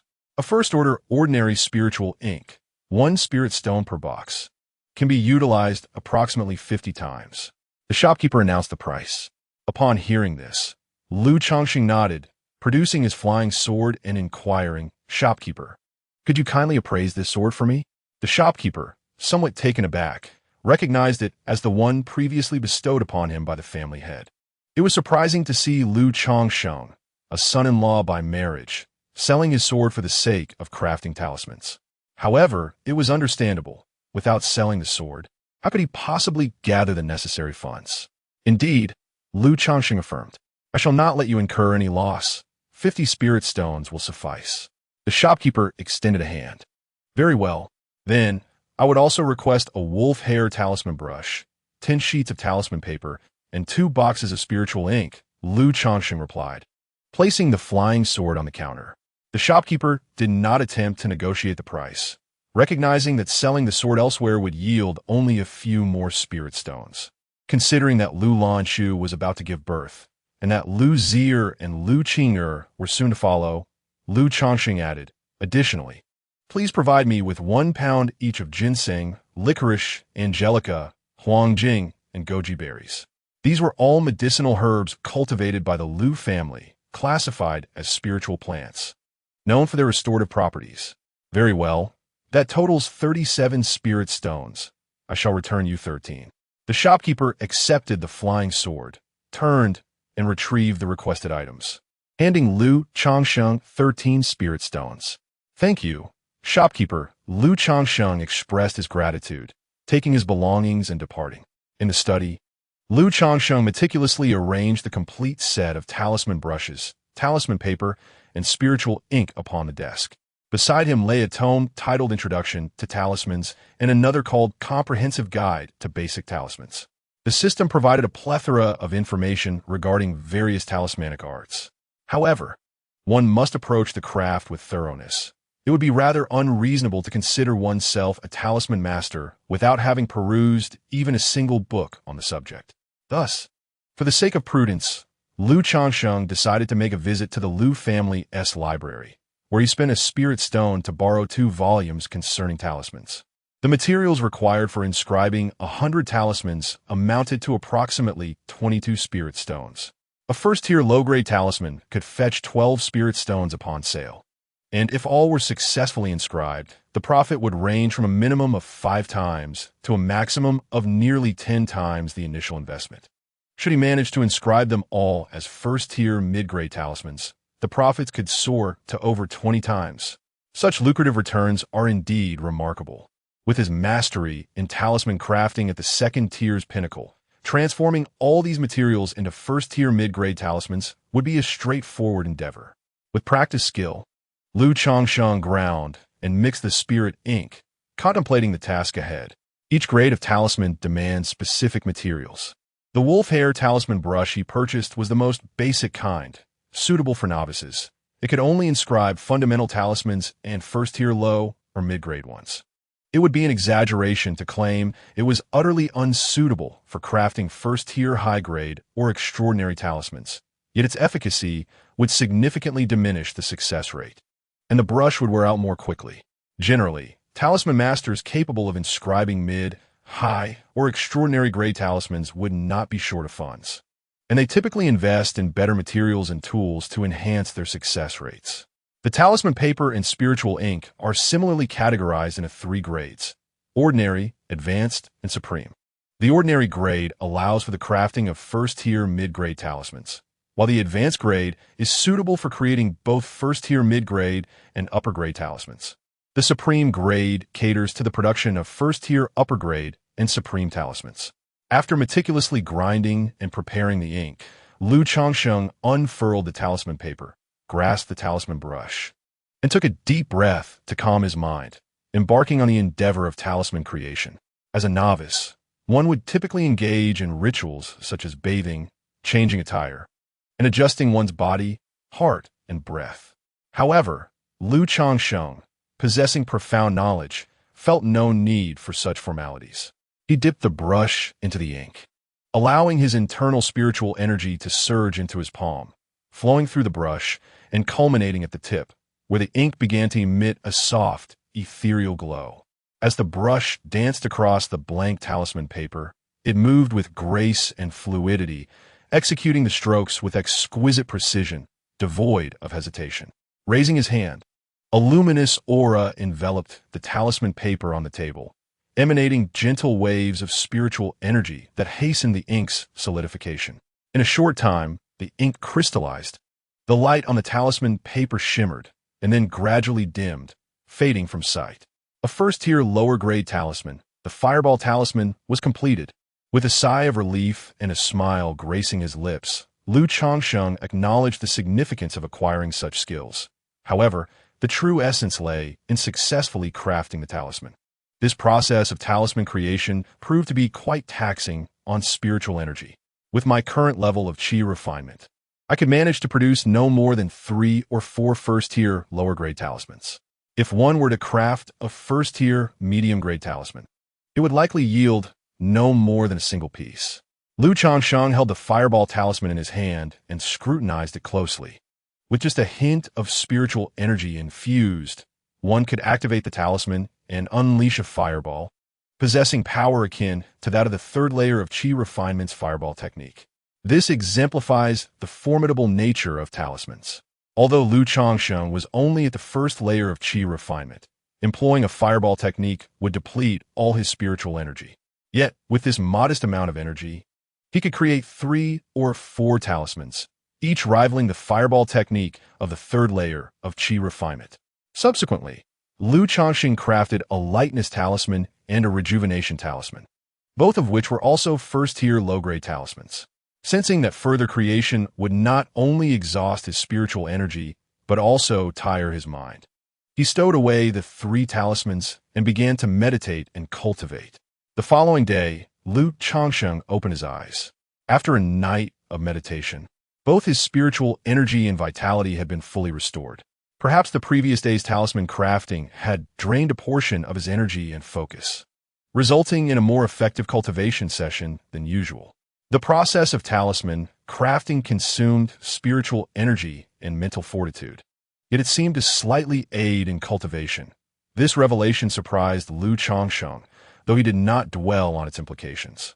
He approached his writing desk, took up the wolf hair talisman brush, and prepared to attempt the creation of a first-tier medium-grade talisman. Dipping the brush tip into the ink, he hesitated not and began to write. The strokes shimmered with a faint brilliance as they danced across the talisman paper, flowing seamlessly like clouds and water, with no hint of mishap. However, at the moment he completed the drawing, Lu Changsheng exhaled deeply, feeling as though he had been utterly drained, collapsing back into his chair with a look of utter exhaustion. After a considerable period, Lu Changsheng finally sat up and grasped the talisman on the table. It was a mid-tier, first-grade talisman, the Golden Light Talisman. Once activated, it emanated a layer of golden light to shield the user, capable of withstanding a strike from a 6-layer Qi refinement practitioner. At present, even a mid-tier, first-grade talisman posed a slight challenge for him. Lu Changsheng contemplated, carefully stowing the talisman away. In the days that followed, in addition to his cultivation, he also devoted time to talisman crafting. He sketched 2 or 3 low-tier, first-grade talismans daily, or perhaps 1 mid-tier first-grade talisman. All these talismans were meticulously concealed within the cabinet of his study, reserved for future opportunities to be utilized. Chapter 8. A Complete Family, Talents Unveiled. Time flies, and in the blink of an eye, a month has passed. Lu Changsheng's wife, Lu Qinger, has given birth to a son. This time, the system did not appear to bestow any rewards, leaving Lu Changsheng, who had tasted the sweetness of the system, somewhat disappointed. However, upon reflection, it is quite reasonable. If merely birthing a child could trigger an achievement and yield rewards, there would be no need to nurture them. One could simply engage in incessant procreation and sort of success.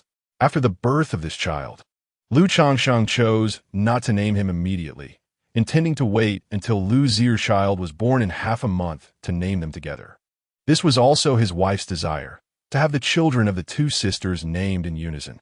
Naturally, Lu Changsheng acquiesced to such a modest request. 20 days later, Lu Zier's child arrived, a daughter. The system remained unresponsive, likely requiring a certain number of births to trigger achievement rewards. Nevertheless, Lu Changsheng was immensely joyful, not out of any preference for sons over daughters, but rather for having both a son and a daughter. After some deliberation, Lu Changsheng and his wife decided to name their son Lu Wuyo and their daughter Lu Wuyo, embodying the same hopes for peace and joy as previously envisioned.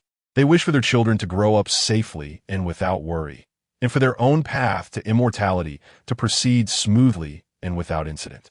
A month later, Lu Changsheng visited the Baibauge, presenting 5 unranked basic talismans, inquiring of the shopkeeper, "Do you accept this cleansing talisman, and what is its value?" To reveal one's talent in talisman crafting, a gradual and methodical approach is essential.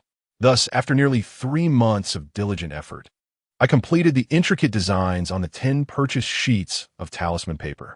I left 5 sheets blank, transforming them into the most fundamental of talismans, the cleansing talisman.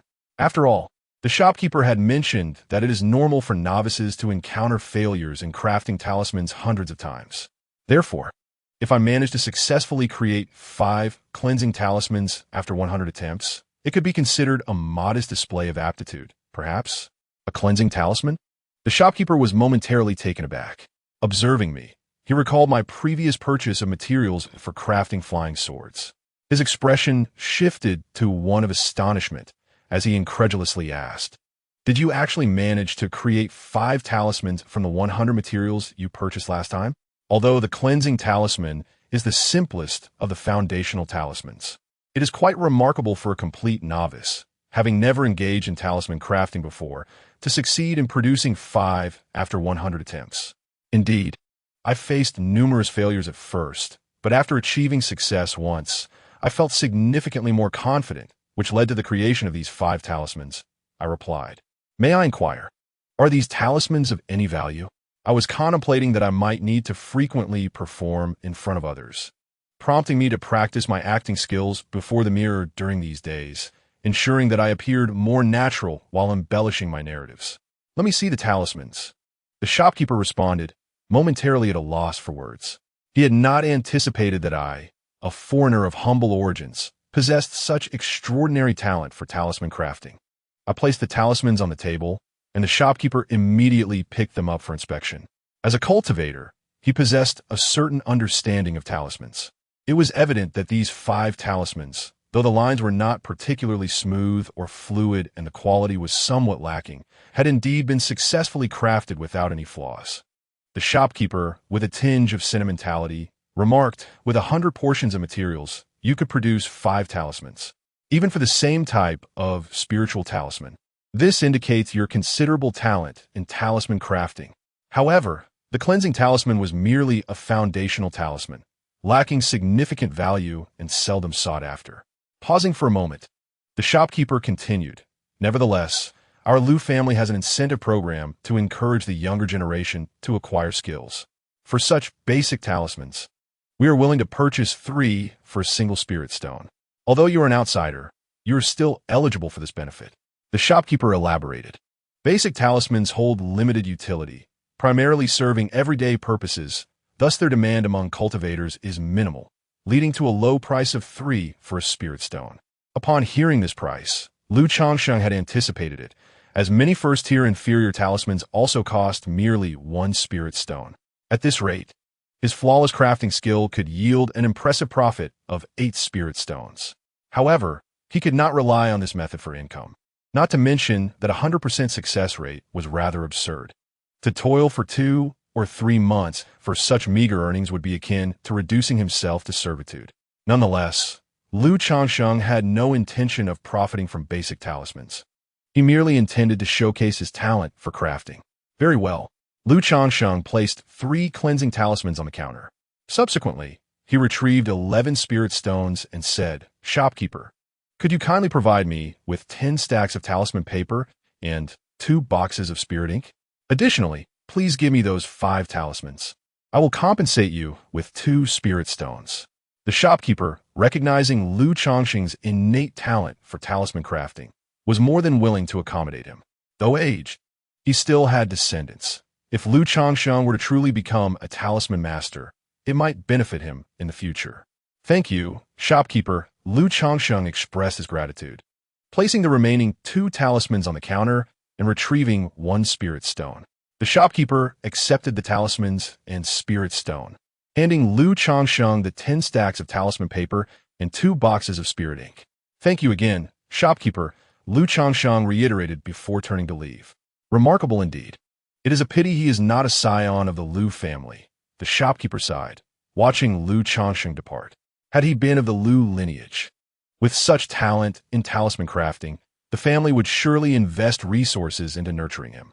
Yet, Liu Changsheng was merely an outsider, son-in-law, not truly part of the Liu family.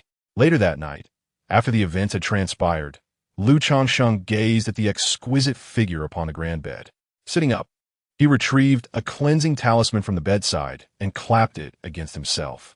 Immediately, a gentle breeze swept through, banishing the sticky residue that clung to him, leaving him feeling refreshed. This cleansing talisman proved to be quite effective, and Liu Changsheng was thoroughly satisfied with its results. On the bed, with her face flushed and her enchanting eyes captivated, Lu Lanshu observed Liu Changsheng cleansing himself with talismans. She tenderly remarked, "Husband, this is quite extravagant. I could attend to you myself." "Not at all.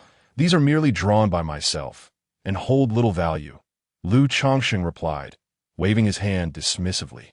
"The talismans were crafted by you, my husband?" Lu Lanshu exclaimed, her red lips slightly parted, her gentle visage revealing a look of astonishment. Over the past few months, she had been aware of Lu Changsheng's frequent endeavors in the study to draw talismans as one of his wives. Although she had not pursued cultivation herself, living in such an environment had allowed her to absorb some knowledge. She understood that crafting talismans was a challenging endeavor, and possessing the ability to create them was indeed impressive. Originally, the group of women chose to marry these talented individuals, not only for the rewards from the Lu family, but also with the hope of elevating their status through their offspring. They held no grand aspirations regarding their husbands, as the Lu family had clearly stated from the beginning that these talented individuals were unlikely to achieve great success. However, it was one thing to understand this. If her husband were to possess skill, it would be all the more delightful. Should her husband prove capable, it would certainly enhance their lives, bolster conversations with her sisters, and provide them with dignity in the mundane world. After all, aside from elevation through offspring, there's also the elevation through husbands. Indeed, my dear, I seem to possess a certain aptitude for talisman crafting. In time, I shall become a talisman master, ensuring that you all live comfortably. Lu Changsheng replied with a gentle smile. There was no intent to conceal his endeavors in talismans. It was inevitable that the truth would be revealed sooner or later. Perhaps the Lu family may investigate and inquire about the matters concerning the talismans from those close to them. Therefore, there is no need for concealment. Sharing this information with my wife and concubines could foster a more harmonious atmosphere in the inner court. I trust my husband, Lu Lanshu softly remarked, gazing into Lu Changsheng's beautiful eyes filled with tenderness. Chapter 9. Martial Arts and Immortal Cultivation. As the seasons shifted from spring to autumn and then to winter and summer, unbeknownst to him, Lu Changsheng had resided at Qingzhou Mountain for over a year. During this time, he had not ventured beyond the confines of the Qingzhou Mountain Manor, leading a life that could be described as exceedingly mundane. Nevertheless, his days were filled with practice, talisman crafting, and the company of his wives and concubines, rendering his existence relatively fulfilling. Regarding progeny, there had been a lull. Lu Lanshu, Lu Zier, and Lu Qing'er had recently given birth and required time to recuperate. The two maidservants elevated to concubines were also pregnant, with only a few months remaining until their deliveries. As for the two maidservants sent by old Fu, Lu Changsheng, preoccupied with talisman crafting over the past few months, had yet to conceive with them. After all, he was merely a fledgling at the first layer of qi refinement, with limited physical strength and energy. Moreover, Lu Changsheng did not view his wives and concubines merely as vessels for reproduction. He dedicated time to nurturing their relationships and fostering emotional ties. While the Lu family regarded him as a mere progenitor, he refused to perceive himself solely as a tool for sowing seeds. His wives and concubines possessed admirable qualities. Indeed, as old Fu had initially suggested, they were refined ladies from a respectable lineage, knowledgeable, dignified, and virtuous, entirely devoid of pretense. To Lu Changsheng, a time traveler, their simplicity made them easy to please. Additionally, since all three wives were from the Lu family, their interactions were harmonious, resulting in an exceptionally tranquil household. After completing his training and crafting 2 talismans in his study, Lu Changsheng noticed the delightful weather outside and decided to take his 2-month-old daughter into the courtyard to bask in the sun. In a place like Kingshushan, the climate naturally changes with the seasons, embracing the essence of spring, summer, autumn, and winter. At present, it is spring, and the sunlight is particularly gentle and pleasant, making it an ideal time to bask in its warmth. After soaking up the sun for half an hour, Lu Changsheng heard some commotion from the neighboring yard and decided to visit Li Feiyu, carrying his daughter along. Li Feiyu was practicing martial arts in his courtyard, exhibiting an impressive prowess. It would not be an exaggeration to say that he could defeat someone like Lu Changsheng with just a single punch. Although he had devoted himself to cultivation, he had not neglected the martial path.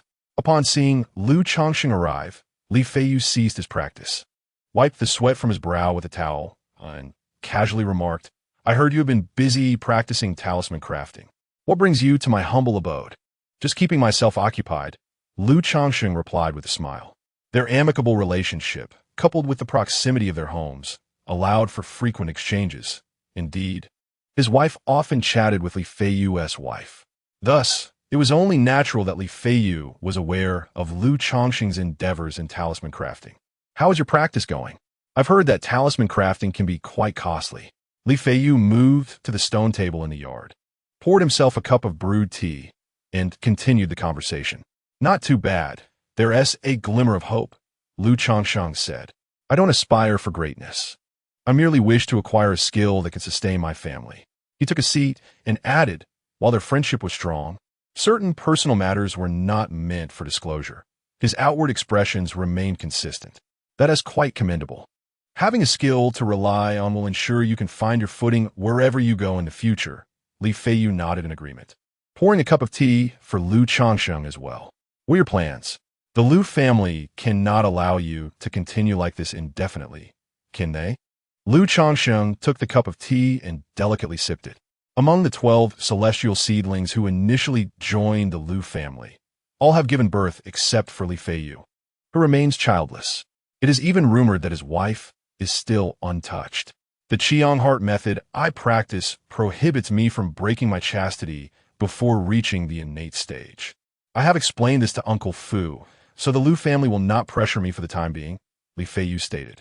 Being a practitioner with a 7th grade spiritual root, the Lu family treats him with relative leniency, and at this stage, they are not inclined to impose demands. And after breaking through to the innate stage, Lu Changsheng inquired. Li Feiyu paused for a moment before replying.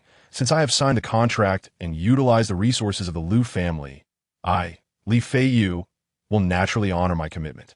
In no more than a year, I will achieve innate status, at which point I will also be able to contain my essence, ensuring that my yuan yang does not leak out and is solely used for procreation. Li Feiyu remarca. Impressive. Upon hearing this, Lu Changsheng could not help but express his admiration. He had not expected martial arts to possess such capabilities. Should he not also practice? After all, he has taken on multiple wives and is burdened with considerable responsibilities. As for cultivating immortality and refining qi, the current benefits to his physical condition are not substantial. He glanced at Li Feiyu and, with curiosity, asked, Feiyu, after you break through to the innate stage, how does your strength compare to that of an immortal cultivator? Previously, on the way to Qingzhou Mountain, you were able to swiftly subdue a cultivator from the Chun family with a wind blade.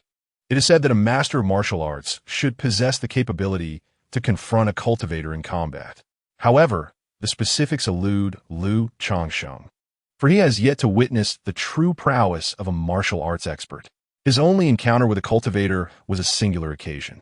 Upon breaking through to the innate stage, one harnesses innate true energy, which should be comparable to the spiritual energy of a third-layer qi practitioner. Thus, the outcome of a confrontation hinges upon the ability to close the distance. Yet for a third-layer qi practitioner, the capacity to manipulate objects and wield artifacts makes it exceedingly challenging for a martial artist to approach. Li Feiyu spoke, a bittersweet smile gracing his face. An innate martial artist is already considered a top-tier expert within the realm of martial arts. He began his training at a tender age, enduring the sweltering heat of summer and the biting cold of winter, dedicating over a decade to relentless practice, and still only achieving the status of a first-rate expert.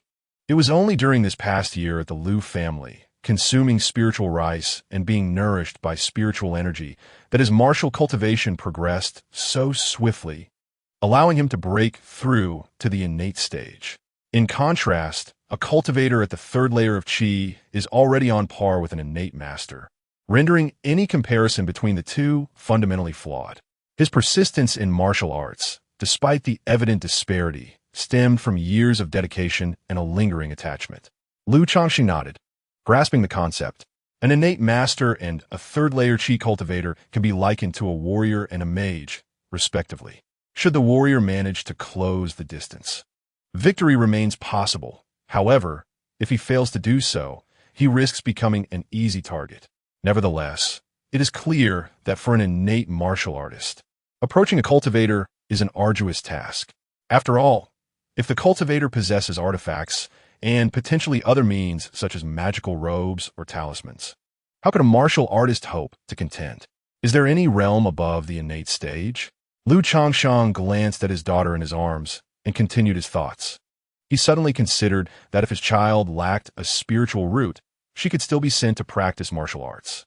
After all, the likelihood of offspring possessing a spiritual root is minimal when only one parent has it, merely 1 to 2%. This is precisely why the Liu family aims to have 50 children. In a world so perilous, it is improbable that one's children could remain sheltered on Qingzhou Mountain for their entire lives. By training in martial arts from a young age, not only would they strengthen their bodies, but they would also acquire a degree of self-defense for the future. Moreover, due to the system's second function, Changsheng harbored a lingering feeling that none of his 3 children possessed a spiritual root. The system of abundant offspring would enhance all their talents and abilities, augmenting his own. A child's spiritual root typically manifests around the ages of 5 or 6, allowing for detection. However, this does not imply the absence of a spiritual root prior to that age. Yet, upon the birth of his 3 children, Changsheng felt no stirrings of a spiritual root within himself, leading him to harbor such suspicions. Of course, the precise situation would only be revealed when the children reached the appropriate age for testing. Changsheng's musings remained speculative and uncertain. There exist innate masters and great innate masters, yet even the latter can only rival practitioners at the 5th or 6th level of qi refinement. To my knowledge, there are scarcely any great innate masters within the entire realm, rendering the 2 categories incomparable. Li Feiyu shook his head in response. Changsheng nodded, having gained a fundamental understanding of martial arts. Even at the pinnacle of cultivation, one could merely be likened to those in the mid-stages of qi refinement. Contemplating the inherent talents of his offspring and the potential enhancement they could bestow upon him, Changsheng could not help but muse on the prospect that if he were to cultivate dozens or even hundreds of children to the level of innate grandmasters, he might, under such augmentation, rival the prowess of those in the late stages of qi refinement or even the foundation establishment realm. This notion filled him with hope, envisioning a future where his children could pursue spiritual cultivation if they possessed spiritual roots, while those without could excel in martial arts. As for his own martial pursuits, Changsheng merely entertained the thought, lacking any intention to act upon it. Presently, his focus on cultivation and talisman crafting consumed the majority of his energy, leaving little room for devotion to the martial way. Time swiftly passed, and over a month had elapsed. Changsheng welcomed the birth of his 4th child, a daughter born to his 4th concubine, whom he named Shila. This name had been predetermined in his mind from the very beginning. At that moment, Changsheng also recognized a dilemma. If he continued to have children at this pace, naming them would soon become a perplexing challenge. He contemplated establishing a generational naming convention within the family, which would simplify the process significantly in the future. Furthermore, another concubine of his was due to give birth in 2 months, and it is noteworthy that upon testing, it was revealed that she was expecting a pair of twins. Chapter 10. The Second Revelation of Talent. In the study, Changsheng meticulously crafted the final piece of talisman paper into a first-tier intermediate talisman. Even now, the creation of a first-tier intermediate talisman posed a certain challenge for him. This was not due to a lack of skill. Rather, the process of talisman making demanded a significant expenditure of spiritual energy and mental focus. Had it not been for his second-tier talisman master proficiency, it would have been nearly impossible for him to produce a first-tier intermediate talisman with his cultivation level at the first stage of qi refining. After a brief respite, he picked up the talisman and unlocked a nearby cabinet. Inside, he discovered an orderly stack of thick talismans, numbering over 100. Since acquiring his talisman-making skills through a lottery 6 months ago, these talismans represented the fruits of his labor. Alas, despite the abundance of talismans, he found himself unable to sell them for money. Changsheng gazed at the collection, shaking his head in a mixture of frustration and resignation. Of the 20 bundles of talisman paper he had purchased, his impulsive attempts to craft several more complex first-tier intermediate talismans had resulted in failures due to insufficient spiritual energy, leaving him with a complete success rate for all other talismans produced. However, he dared not sell a single first-tier talisman.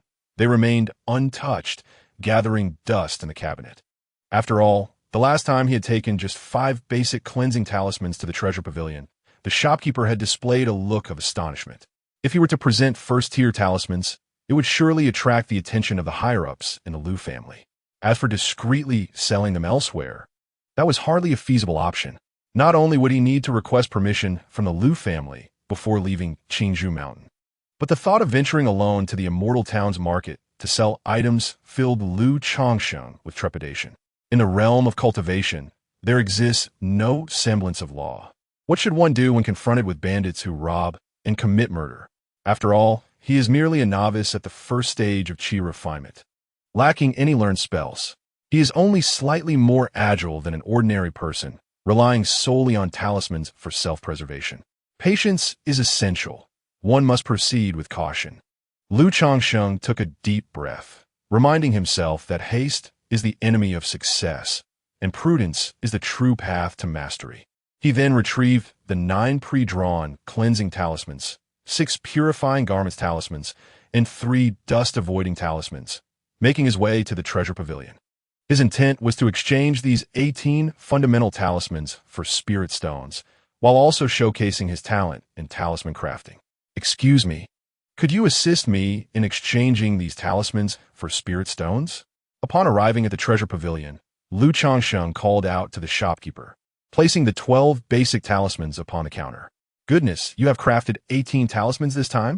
Not only the cleansing talismans, but also the purifying garments and dust-avoiding talismans." The shopkeeper, upon examining the talismans, recognized the other 2 types immediately, his expression a mixture of astonishment and admiration. "I now have a solid grasp on the cleansing and purifying garments talismans, yet I still struggle with the dust-avoiding talisman," he admitted. "You were correct. Crafting talismans is exceedingly difficult and incurs significant costs. At this rate, I can't fathom how long it will take for me to create first-tier talismans and become a talisman master." Liu Changsheng displayed a hint of frustration, sighing deeply. Although all 3 types of talismans are considered basic, their levels of difficulty vary, increasing incrementally. You have already made significant progress. Your talent in talisman crafting is indeed remarkable. If you persist, you will undoubtedly become a talisman master. The shopkeeper expressed his heartfelt admiration, finding it quite astonishing. Liu Changsheng is now capable of drawing 3 basic talismans, qualifying him as an apprentice in the art of talisman crafting. With continued effort, he is certain to become a talisman master. He put away the talismans and presented Liu Changsheng with 6 spirit stones, encouraging him, "Keep up the good work." "Thank you, shopkeeper," Liu Changsheng replied, taking the spirit stones and leaving without purchasing anything else. "Aren't you buying any talisman paper this time?" The shopkeeper was somewhat surprised to see Liu Changsheng take the spirit stones and depart.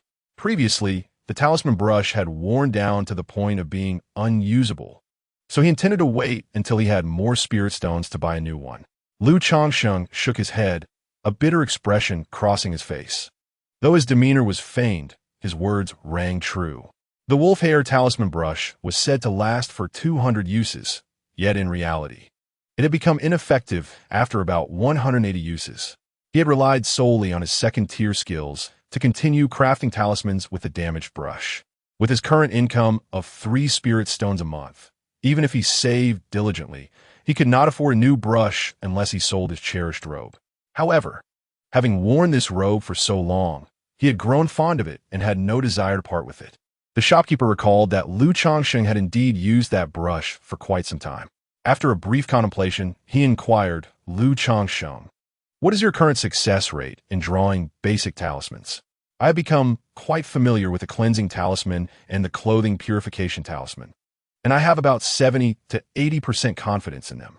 The dust-repelling talisman offers approximately a 30% success rate, while the peace talisman, despite several attempts, has proven elusive."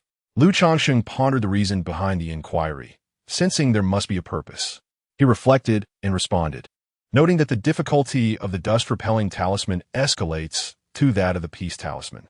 Should one possess a 70 to 80% confidence in crafting the peace talisman, they may then dare to challenge the creation of a low-grade talisman of the next tier. Understood, the shopkeeper nodded in acknowledgement, choosing not to elaborate further. Changsheng performed a respectful gesture before turning to depart. At that moment, a fair-skinned, lovely maiden clad in a flowing green dress approached the Baibao pavilion with a radiant expression, brushing past Changsheng. She cast a fleeting glance at him, her eyes betraying a hint of disdain, before entering the pavilion and exclaiming joyfully to the shopkeeper, "Grandfather, I have broken through to the 3rd level of Qi refinement." Upon hearing this, the shopkeeper's wrinkled face brightened with delight. "You have attained the 3rd level of Qi refinement. Splendid. What reward would you like, my dear?" "I wish for a flying sword," the maiden promptly declared. "Not a problem. With your achievement at the 3rd level of Qi refinement, you are now capable of wielding magical artifacts. I have already prepared one for you," the shopkeeper replied with a cheerful demeanor, leading the maiden to retrieve her flying sword. "Thank you, grandfather," she said, her face alight with joy. She then casually inquired, "Grandfather, what was that fellow doing here just now? I noticed he didn't seem to be purchasing anything and was conversing with you for quite some time." "Ah, he was practicing talisman crafting, bringing some basic talismans here for sale," the shopkeeper explained. "Talisman crafting?" He, a son-in-law who had entered the household through the back door, was deemed unworthy of practicing talisman crafting. Upon hearing this, the young lady couldn't help but scoff. The majority of the Liu family members residing in Qingzhou Mountain Villa held disdain for Changsheng and his cohort of foreign cultivators, and she was no exception.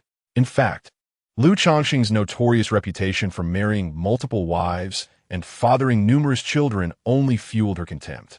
Thus, upon learning that he was actually engaged in talisman crafting, she felt nothing but scorn. What has your grandfather taught you?" the shopkeeper remarked, his smile fading as he turned to his granddaughter. Although Changsheng is indeed an outsider and a son-in-law, he has demonstrated diligence and practicality over the past year, proving himself worthy of our Liu family. Should your words reach others, it would reflect poorly on us, showing our inability to accept others. Furthermore, Changsheng possesses exceptional talent in talisman crafting. He is already an apprentice. If he perseveres, he will undoubtedly become a master talisman crafter in the future. Therefore, refrain from speaking such words in the future, and strive to befriend him. Should he succeed as a talisman master, it will benefit you as well. The shopkeeper spoke with conviction. Is it true? That backdoor son-in-law, Changsheng, is an apprentice talisman crafter, capable of becoming a master? The young lady was taken aback by her grandfather's words. Her expression one of disbelief as she exclaimed. It was well known that there were only 2 first-tier talisman masters within the Liu family. One was the 4th elder, and the other was the young lady herself. Yet now, her grandfather claimed that a mere son-in-law was an apprentice and could potentially rise to become a master. This revelation left her utterly incredulous. Is nature truly so? Why would Grandpa deceive you? The shopkeeper gently tousled his granddaughter's hair, her bun neatly tied. By what right? Moreover, as a man who has married into the family, where would he acquire the funds to practice talisman crafting? The girl remained skeptical, muttering defiantly under her breath. Previously, she had attempted talisman crafting herself, yet found no talent in that realm. Hearing her grandfather's words, she felt a pang of disappointment. How could an often looked-down-upon man possess such abilities? It left her feeling diminished and displeased. After all, spiritual roots do not dictate everything. Some individuals simply possess innate gifts in certain areas, a truth that remains elusive to many. Well then, when you encounter him in the future, do not concern yourself with appeasing him. A touch of courtesy will suffice, the shopkeeper gently advised his granddaughter. As he spoke, he retrieved a low-grade, magical flying sword from the cabinet and handed it to the girl. Chapter 11. Lu Miaoga in the courtyard of the Qingzhou Mountain Villa. Old friend, what brings you to take an interest in Changsheng? Fu Bo initially presumed that his companion had come for a casual drink and conversation, only to be taken aback by the seriousness of the matter at hand. The mention of Lu Changsheng's remarkable talent in talisman crafting left him somewhat astonished. Both men were elderly members of the Lu family, now in a semi-retired state, attending to only the simpler affairs at the Qingzhou mountain villa. Since this child possesses such extraordinary gifts within our Lu family, it would be a grave mistake to let them go to waste. You are well aware of our current predicament, are you not? The condition of our ancestor is deteriorating, and the Chen family continues to stir uneasily. If things progress in this manner, the child's prodigious talent in talisman crafting, if nurtured properly, could bless our Lu family with a skilled talisman master, which would indeed be a boon, sighed the manager of the Baibao Pavilion. Upon hearing these words, a weighty expression appeared on Fu Bo's face. Several years prior, the conflict between the Lu and Chen families had resulted in significant casualties among the younger generation of the Lu family, and their ancestor had sustained grievous injuries in that battle. Given his advanced age, coupled with the severity of his wounds, it was likely that his remaining years were few. Currently, the Lu family was left with only their ancestor as the sole foundation-building cultivator. Should the ancestor pass away, the Lu family would be unable to maintain their current holdings and safeguard the Qingzhou mountain, a place of great fortune. He nodded thoughtfully. Indeed, should this child truly become a talisman master, it would certainly enhance our family's foundation. Let us go. I shall accompany you to meet the family head, so that the matter may be decided. Soon after, the two men made their way towards the Qingzhou Valley, the heart of the Lu family's territory. Below lay a second-tier spiritual vein, suitable for the cultivation of foundation-building practitioners. Individuals like Lu Changsheng, a son-in-law, and ordinary members of the Lu family were generally not entitled to enter. However, as esteemed elders of the Lu family, they naturally possessed the privilege to do so. They arrived at a mountain estate.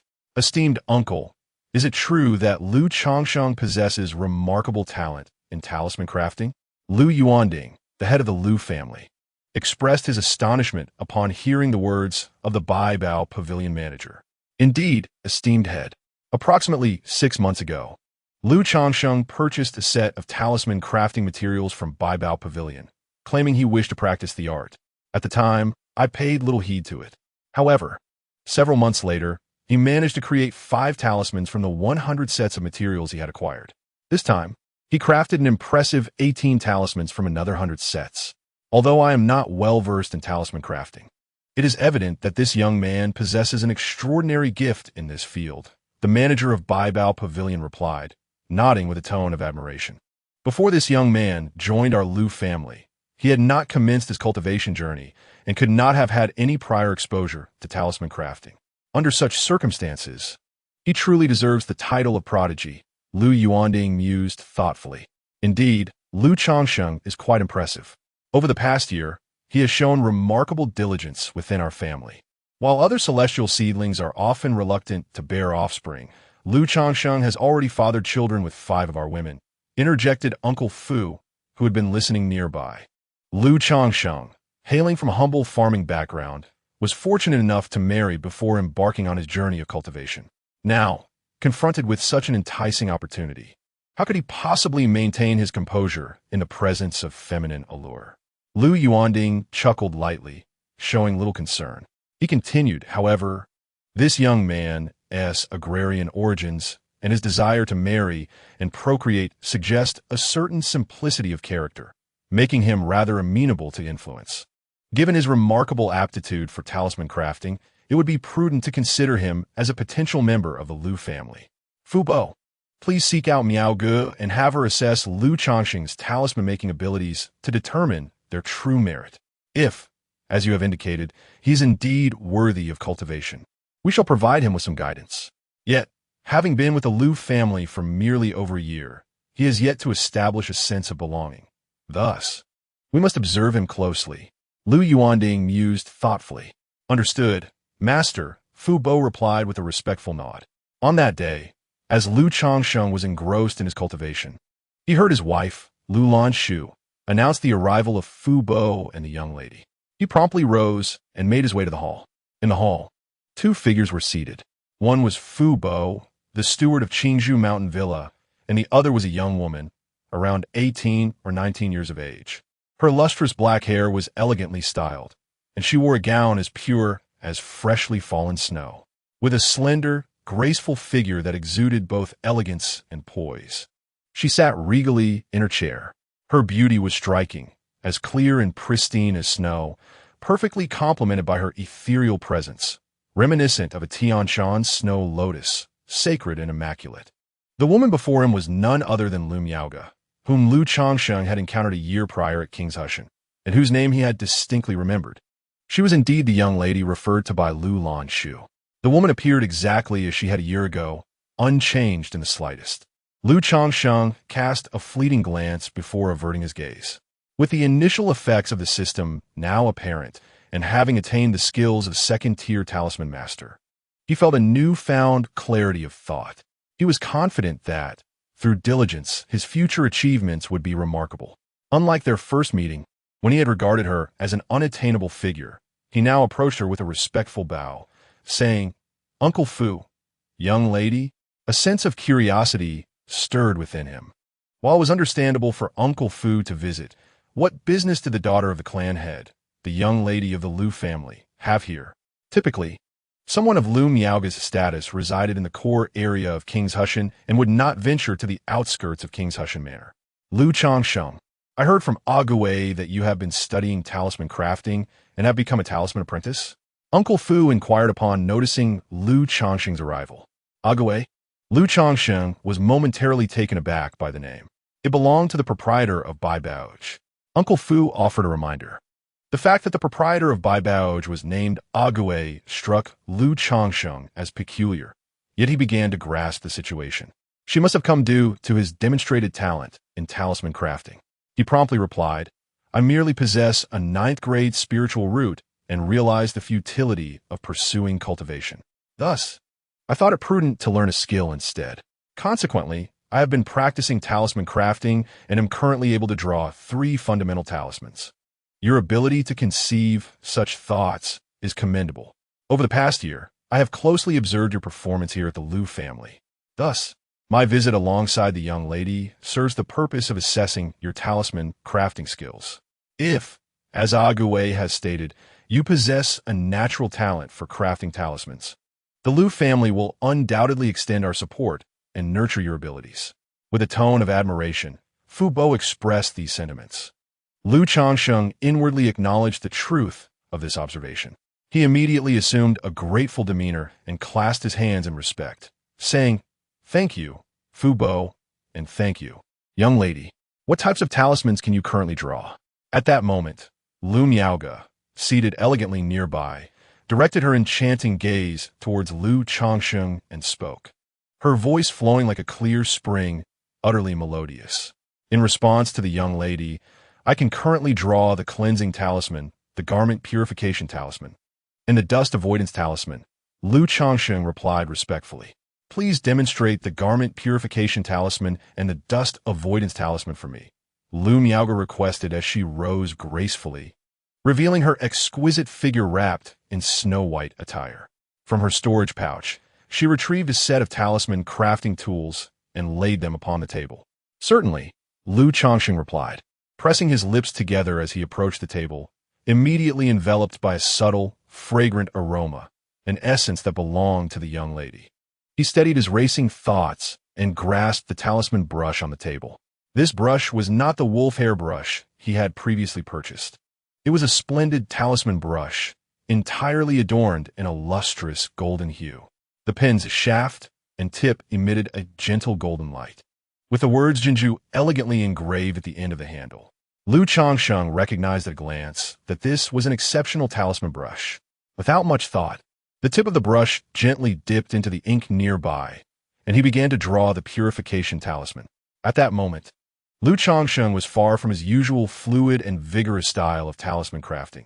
Instead, he appeared quite tense, his movements stiff and slow. After a brief interval, the purification talisman was completed. Lu Changsheng glanced at the elegant Lu Miaoge before proceeding to draw the dust avoidance talisman. Just as he was nearing completion, the tip of his brush faltered at the final stroke, causing a momentary disruption in his concentration, and a wisp of blue smoke wafted from the talisman paper. I apologize. Miss, I was a bit anxious just now, Lu Changsheng quickly remarked. This was of course an act. Previously, he had mentioned to the shopkeeper of Baibauge that he only had about a 30% chance of success with the dust avoidance talisman. Given the current circumstances, nearing success, yet overwhelmed by anxiety, leading to failure, was quite a reasonable outcome, was it not? Chapter 12. The Second Lottery. It is evident that you have mastered the art of drawing the dust-repelling talisman. During the intricate process of delineating the talisman's lines, one must apply a gentle touch, embodying a sense of smoothness. And as you conclude, this transitional stroke must convey an essence of gathering, which will enhance your success rate in talisman crafting. Lu Miaoga spoke soothingly, her voice as gentle as flowing water, instilling a sense of tranquility within. Is the young lady a talisman master? Upon hearing Lu Miaoga's expert remarks, Lu Changsheng felt a sudden clarity. No wonder Uncle Fu and this young lady had come to evaluate him. It turns out she is also a talisman master. Indeed, it would be peculiar for one not skilled in talismans to carry a top-tier talisman brush at all times. Just moments ago, he had wondered why Lu Miaoga always had such a remarkable brush at her disposal. Given her expertise, I shall seize the opportunity to inquire further. Might I ask, dear lady, what does gathering signify? Lu Changsheng presented himself with a demeanor of earnest inquiry. Are you unfamiliar with the fundamental strokes of talisman creation? The points, placements, touches, gathers, bounces, slides, and flashes? Lu Miaoga's delicate brow furrowed slightly as she posed the question softly. I have merely perused a basic introduction to talismans and a comprehensive guide, learning through my own exploration of the texts, without ever being taught the techniques you refer to. Dear lady, Lu Changsheng responded with an embarrassed expression. At his words, Lu Miaoga pressed her lips together, momentarily at a loss for words. To have achieved such proficiency in talisman crafting without guidance or formal training, relying solely on two foundational texts, this level of talent, even she felt a twinge of inadequacy in comparison. I possess a tome titled Essence of Talismans, which encompasses the art of talismanic inscription, the application of spiritual energy, as well as my personal annotations and insights. You may take it and peruse it at your leisure. Should you encounter any uncertainties, do not hesitate to inquire. Lu Miaoga retrieved a book from her storage pouch and presented it to Lu Changsheng. Thank you, miss. Lu Changsheng gratefully accepted her kindness, expressing his excitement. He then cautiously inquired, Miss, should I draw another one? That is unnecessary. You have successfully passed the examination. Lu Miaoga replied with a grace akin to flowing water as she returned the talisman brush and spiritual ink to her storage pouch. She then called out to Uncle Fu. Very well, Lu Changsheng, given your talent for talisman crafting, starting this month, your resources will be increased to 5 spiritual stones and 30 pounds of spiritual rice. Uncle Fu promptly announced. He then produced a set of talisman crafting tools from his storage pouch, stating, additionally, this set of tools is a gift for you. Do your utmost. As long as you become a first-tier talisman master, our Lu family will certainly not treat you poorly. With those words, Uncle Fu affectionately patted Lu Changsheng on the shoulder. Yes, thank you, Uncle Fu. Thank you, miss. Lu Changsheng expressed his gratitude. Subsequently, Uncle Fu and Lu Miaoga took their leave. Lu Changsheng promptly escorted them to the entrance. As he watched Lu Miaoga depart, her figure clad in white like snow, he gently shook his head. If it were not necessary, it would be best to minimize contact with this graceful young lady. As a man and a mere admirer, it would be disingenuous to claim he harbored no feelings for such an ethereal presence. However, it is often said that a beautiful woman brings calamity. Such an enchanting figure, adored and secretly admired by many within the Lu family, undoubtedly attracts considerable attention. If I were to approach this young lady under the pretense of seeking guidance on talismans, who is to say that one of her suitors might not confront me, leading to unforeseen complications? Thus, in the interest of prudence and caution, it is wise to refrain from any engagement for now. Should I truly wish to connect with her, it would be more prudent to wait until I have attained a certain level of strength. At that time, discussing the art of talisman crafting would surely be a delightful endeavor. Enduring the trials of patience is the path to becoming a transcendent being, I remind myself. Meanwhile, upon witnessing the departure of Uncle Fu and Miss Lu Miaoga, the ladies, Lu Lanshu, Lu Zier, and Lu Qing, hasten forward to inquire about the nature of their visit. Uncle Fu holds a significant position as the steward of the Qingzhou villa, and his presence alongside Miss Lu Miaoga indicates that the matter at hand is of great importance. Lu Changsheng did not conceal the truth from his wives, recounting the events as they unfolded. Upon hearing that their husband had garnered the attention of the Lu family due to his talent in talisman crafting, the ladies were overjoyed. After all, with Lu Changsheng's elevated status within the family, their own standing would likewise experience a notable rise. Simultaneously, as Uncle Fu departed from Qingzhou Villa, he turned to Miss Lu Miaoga and inquired, "Miss, what is your assessment of Lu Changsheng's talent in talisman crafting? How long do you believe it will take for him to become a talisman master? Although he is a cultivator, his knowledge of talisman crafting is quite limited. His talent in this domain is remarkably high, surpassing even my own." Lu Miaoga replied softly, her lips pursed in contemplation. "What?" Upon hearing this, Uncle Fu exhibited a look of astonishment. His young lady, now 24 years old, had already attained the status of a first-tier mid-grade talisman master. Within the span of 20 years, she was expected to aspire towards the second tier. Yet, at this moment, it was stated that Lu Changsheng's talent for talisman making surpassed hers. This implied that Lu Changsheng's future achievements in the realm of talismans could also potentially reach the level of a second-tier talisman master. The revelation was nothing short of astounding. Were they to discover that Lu Changsheng was already a second-tier talisman master, and indeed a second-tier talisman grandmaster, one could only wonder what their reactions would be. The following day, news of Lu Changsheng's apprenticeship in talisman making spread like wildfire throughout the Qingzhou mountain manor. Many members of the Lu family and a host of aspiring cultivators were left in shock, feeling a mixture of envy and resentment towards Lu Changsheng. No one had anticipated that such a mere son-in-law possessed such remarkable talent in talisman making.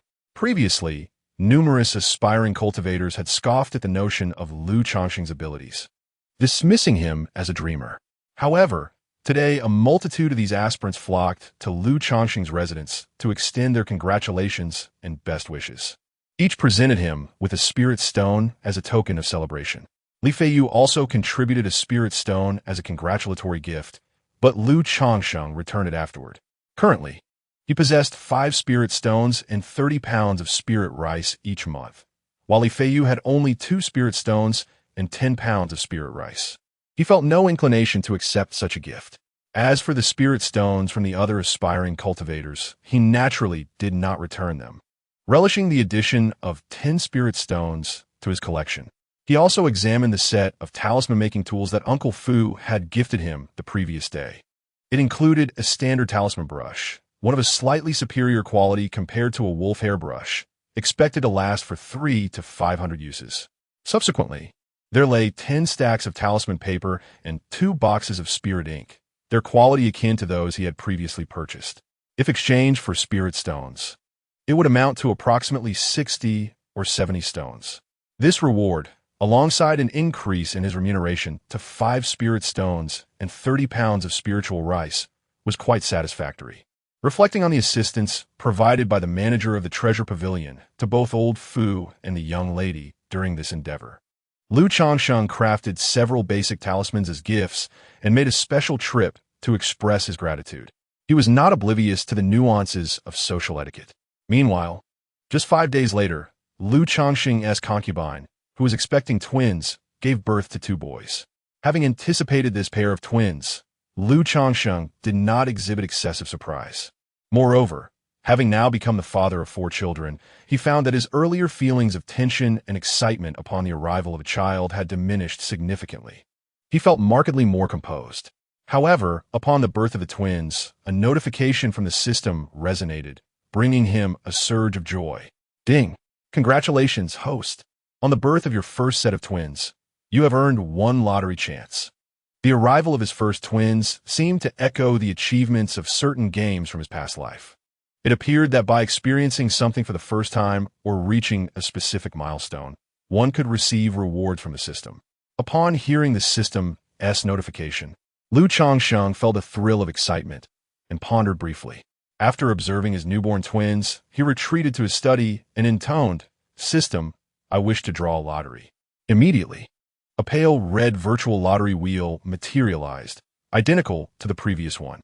It was divided into 7 distinct sections: techniques, skills, pets, elixirs, magical artifacts, treasures, and others. Uncertain of what fortune awaited him this time, Lu Changsheng inhaled deeply, his heart brimming with anticipation. After all, the second-tier talisman crafting technique he had previously acquired had brought him immense joy and satisfaction. As he initiated the lottery, his words hung in the air. A beam of golden light began to swirl upon the pale red wheel. Under Lu Changsheng's eager gaze, the golden light gradually slowed, ultimately coming to a halt upon the technique section. Chapter 13. The Celestial Grace Technique. Beep. Congratulations, host, on acquiring the technique Celestial Grace Technique. The reward has been issued to the system space. The host may review it at any time. A translucent jade tome materialized, accompanied by the system's notification. The Celestial Grace Technique? Lu Changsheng furrowed his brow upon seeing this reward. Why does this name sound rather peculiar? His mind stirred as he examined the Celestial Grace Technique in the system space. Instantly, a surge of information unfolded before him. In all things, there exists beauty and ugliness. The appearance of individuals may vary, yet every person possesses the right to pursue beauty. This technique, known as Celestial Grace Technique, is designed to empower all to aspire towards unparalleled beauty. Technique, Celestial Grace Technique. Grade, minor path. Description: in ancient times, there existed a prodigious figure known as the Old Man of Heavenly Tears, despite his natural repulsiveness. He endured countless hardships and scorn during his cultivation journey. Thus, through immense wisdom and perseverance, he devised the Celestial Grace Technique. Mastery of this technique can enhance one's appearance, improve one's voice, elevate one's charm, and ensure eternal youth. Upon perusing the introduction of this technique, Lu Changsheng found himself at a loss for words. He never imagined that his second lottery draw would yield such a trifling technique. The Celestial Grace Technique, upon cultivation, offered no more than the ability to enhance one's appearance, refine one's voice, elevate one's charm, and attain eternal youth. Nothing more. Lu Changsheng truly did not know what to say. Surely, any random technique would be more beneficial than this one. What kind of dull individual would create such a superfluous technique? It truly is a lamentable waste of a rather obscure cultivation method. Lu Changsheng shook his head and sighed with profound regret. According to his understanding, in the realm of immortality, techniques are classified into several tiers: beginner, advanced, exquisite, obscure, and orthodox. The technique he practiced, the returning essence art, was merely a beginner-level cultivation method. It was rumored that the core technique of the Lu family was an advanced method. Now, having acquired an obscure technique, which surpasses the Lu family's core technique by 2 levels, he found himself in possession of a method that proved utterly useless for cultivation and combat. This left Lu Changsheng feeling quite distressed, almost nauseated. Alas, despite its apparent inadequacy, one cannot entirely dismiss its utility. After all, it promises the effect of eternal youth. And being handsome and charming certainly facilitates winning the affections of others, presenting numerous advantages. He recalled a particular cultivation game from his previous life that featured a playstyle known as living off the rich, whereby one leveraged their good looks to associate with wealthy patrons. If he could find a celestial being several thousand years his senior in the future, the path of immortality might very well be a smooth one. Lu Changsheng took a deep breath, seeking solace within himself. Then, with a slight movement of his mind, he began to utilize the technique, embracing its transmission. Instantly, a wealth of detailed information regarding the Celestial Grace Technique and its cultivation methods surged into Lu Changsheng's consciousness. So it is indeed quite challenging to be unattractive. No wonder this elderly figure weeps for the creation of such a technique. After thoroughly comprehending the method, Lu Changsheng could not help but exclaim in wonder. According to the records within this cultivation technique, Human appearances are categorized into 7 distinct tiers: repulsive, ugly, bizarre, ordinary, remarkable, extraordinary, and ethereal grace.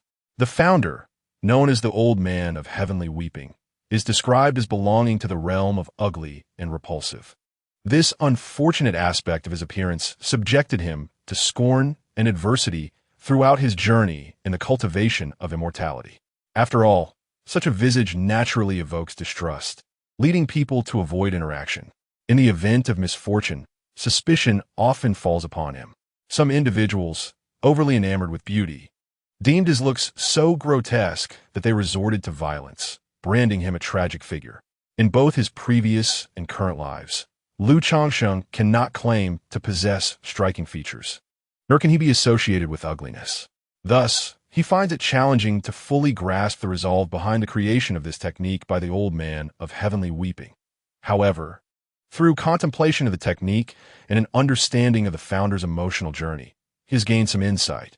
Fortunately, the practice of this technique requires minimal effort and does not hinder his cultivation progress.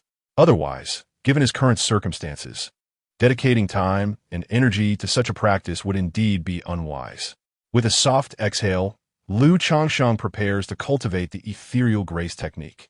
Although he holds no particular fixation on his appearance, enhancing his attractiveness and preserving his youth certainly appeals to him. Who knows? Perhaps a fairy might even show interest in him in the future. Moreover, there is an old saying from his past life: since he has already drawn this technique, it would be a shame not to practice it. The technique itself is remarkably straightforward, offering 2 methods of cultivation. One method involves harnessing spiritual energy through meditation, allowing this energy to circulate within the body, gradually refining and enhancing one's physical imperfections. The alternative cultivation technique consists of establishing a foundation using the quintessence of the 5 elemental materials: spiritual gold, spiritual wood, spiritual water, spiritual fire, and spiritual earth. With this approach, personal cultivation becomes unnecessary, as the quintessence of the 5 elements within the body will automatically activate the techniques, purifying the physical form and ameliorating one's condition. In essence, as time progresses, a person will inevitably become more handsome. Furthermore, there are no stringent requirements for the materials. Even ordinary first and second tier spiritual materials suffice, without the need for rare treasures or exquisite spiritual items. The higher the quality of the materials, the more pronounced the effects. However, Changsheng can currently only employ the first method, as he cannot afford first-tier spiritual materials. Consequently, Changsheng began to practice the celestial elegance technique. After a night's practice, the following day, he gazed into the mirror. Although his appearance remained unchanged, he felt a distinct sense of having become noticeably more handsome.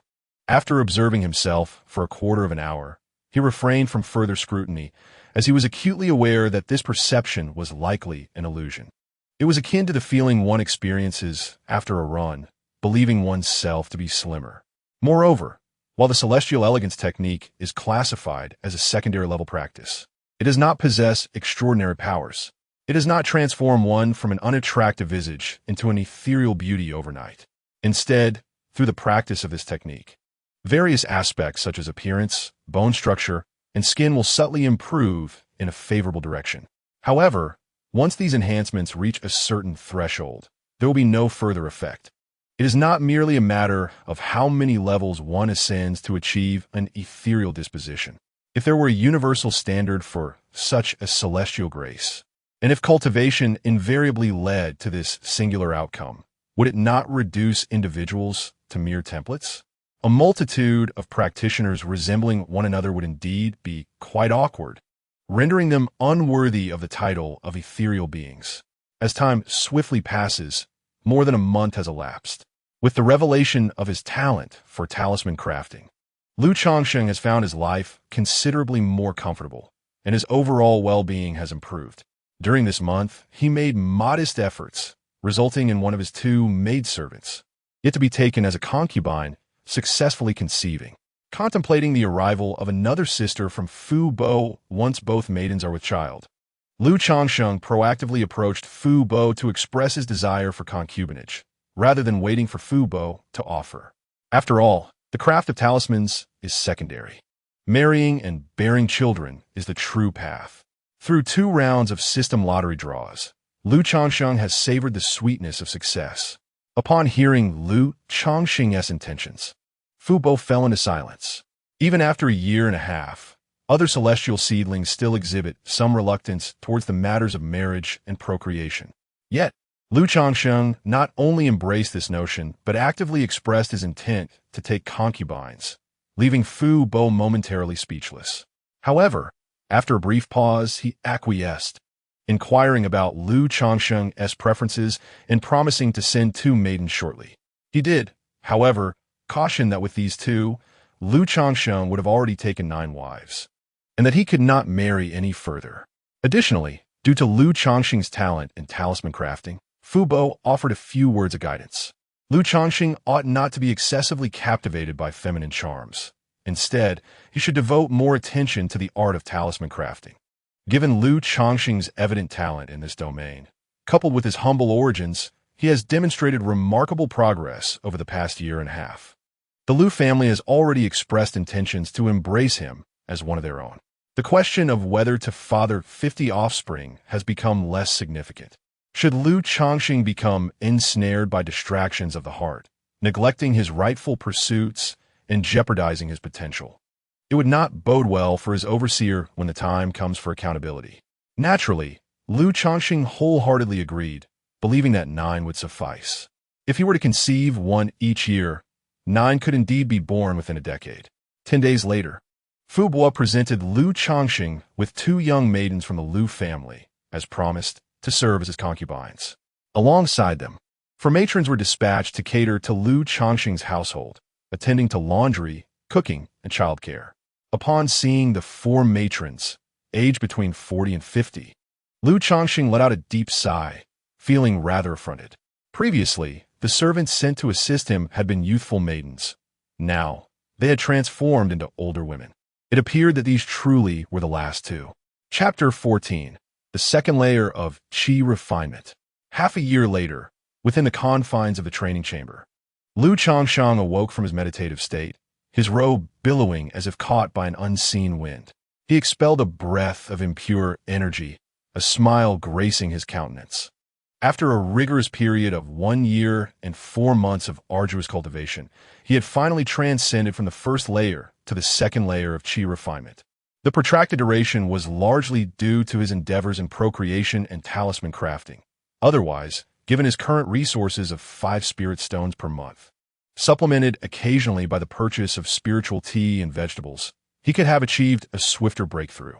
Nevertheless, Lu Changsheng deemed the time spent worthwhile. During these 6 months, he had taken the 7th concubine and 2 women from the Lu family sent by Fu Bo, all of whom successfully conceived. Additionally, Lu Lanshu, Lu Zier, and Lu Qing'er were also expecting their 2nd child. In this brief span, Lu Changsheng anticipated the arrival of 6 more offspring. This prompted Fu Bo, who had been monitoring Lu Changsheng's situation, to advise him to exercise moderation in his romantic pursuits and to not rush the matter of childbirth. As for talisman crafting, he had produced over 200 talismans during this half year. Among them, 50 were completed as basic talismans and subsequently exchanged at the Treasure Pavilion for household support. He conveyed to Fu Bo that he had gained a significant confidence, approximately 50 to 60%, in successfully crafting a safety talisman. In a few months, he anticipated attempting the creation of a first-tier talisman. If he could successfully inscribe a low-grade first-tier talisman, he would be recognized as an entry-level talisman master. At the second layer of Qi refinement, his spiritual energy had nearly doubled compared to the first layer. Now, creating a first-tier, medium-grade talisman poses no difficulty for me. Unlike before, when drawing such a talisman nearly left me drained, the more complex talismans would often result in outright failure. Should I have the necessary materials, I might even dare to attempt crafting some first-tier, superior-grade talismans for self-defense. Lu Changsheng rose to his feet, attuning himself to the spiritual energy residing within his dantian. The hindrance to his talisman creation was not his skill, but rather his own cultivation level. Once he reached the threshold for talisman crafting, success would be within his grasp.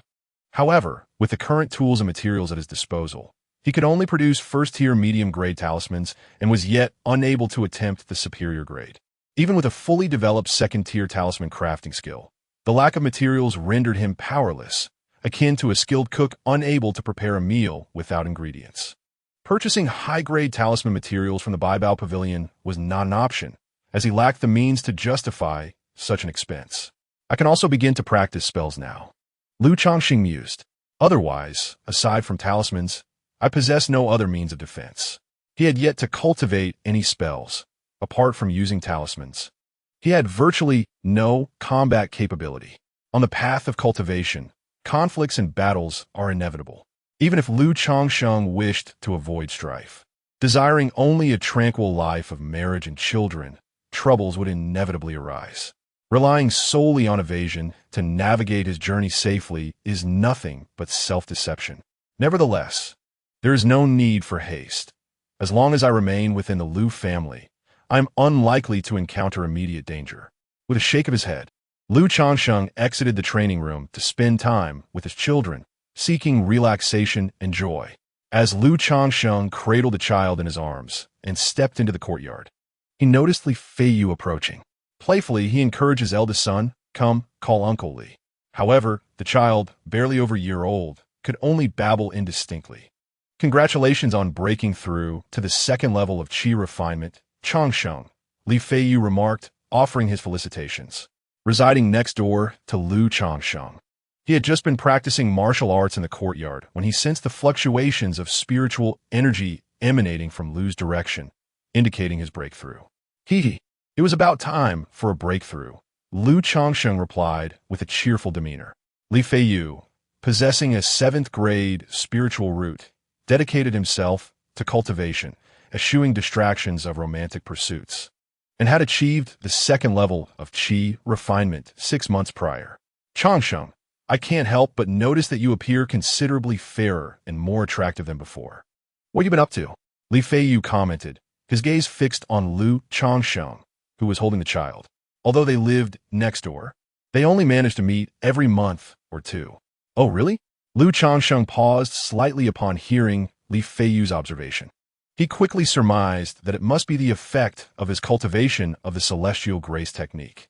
Although he had not devoted himself entirely to this practice, he would still engage in it whenever he remembered.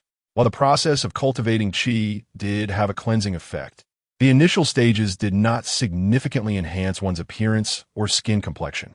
Casually, Changsheng replied, "Perhaps it's because I used to labor in the fields, and now I've been enjoying a life of comfort while still being in my growing years. Naturally, I appear healthier. We were originally like a vibrant flower, complemented by verdant leaves. If you continue on this path, how will you ever accentuate my presence?" Li Feiyu jested. "Get lost. Give me a few more years, and you'll be the green leaves that highlight my brilliance," Changsheng retorted with a laugh. The next day, Changsheng arrived at the Liu family's library, spending a spirit stone to rent a copy of Introduction to Basic Spells, and commenced his magical training. Ziz! In the training room, Changsheng extended a finger, with sparks continually erupting just half an inch above its tip. Yet, each time a spark transformed into a fireball, it would extinguish almost immediately. The spell he was practicing was one of the basic incantations, the fireball technique, which could conjure a small fireball to be launched forth. However, mastering this spell proved to be quite challenging. It required not only a harmonious flow of spiritual energy, but also the recitation of an ancient and obscure incantation. Coordinating the incantation with his spiritual energy felt rather awkward, which is why, despite his efforts, Changsheng had yet to grasp it after such a lengthy practice. After an hour of training, Changsheng found himself nearly depleted of spiritual energy and began to meditate for rest. Thus, his daily life incorporated yet another pursuit, the cultivation of spells. A month later, a red fireball, about the size of a thumb, materialized at his fingertip. Though small, it radiated an intense heat, causing the temperature in the training room to rise noticeably. Gazing at the small fireball dancing upon his fingertips, Changsheng continued to channel his spiritual energy into it, allowing the flames to swell in size. Once the fireball reached the dimensions of an egg, he felt his fingertip tremble slightly under its weight. With a sudden motion, he directed his finger towards the target ahead and released the fiery projectile. With a resounding thud, the fireball struck the target, instantly melting the iron-crafted surface into molten metal.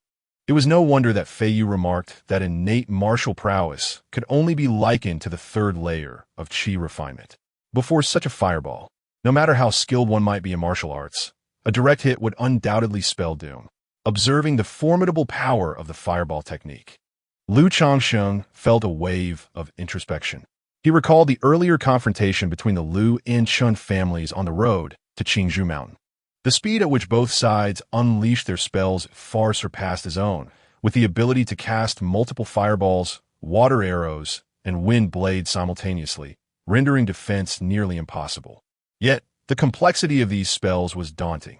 After a month of diligent practice, he had only managed to master a single fireball technique. The array of foundational spells, wind manipulation, object control, heavenly eye, sound transmission, and breath concealment seemed an insurmountable mountain to climb. Taking a deep breath, Lu Changsheng shook his head in resignation. If such a rudimentary spell demanded so much time, how daunting would the mastery of more advanced techniques be? The path of cultivation indeed consumed an extraordinary amount of time, energy, and resources. This reflection led him to a newfound appreciation for the art of talisman crafting.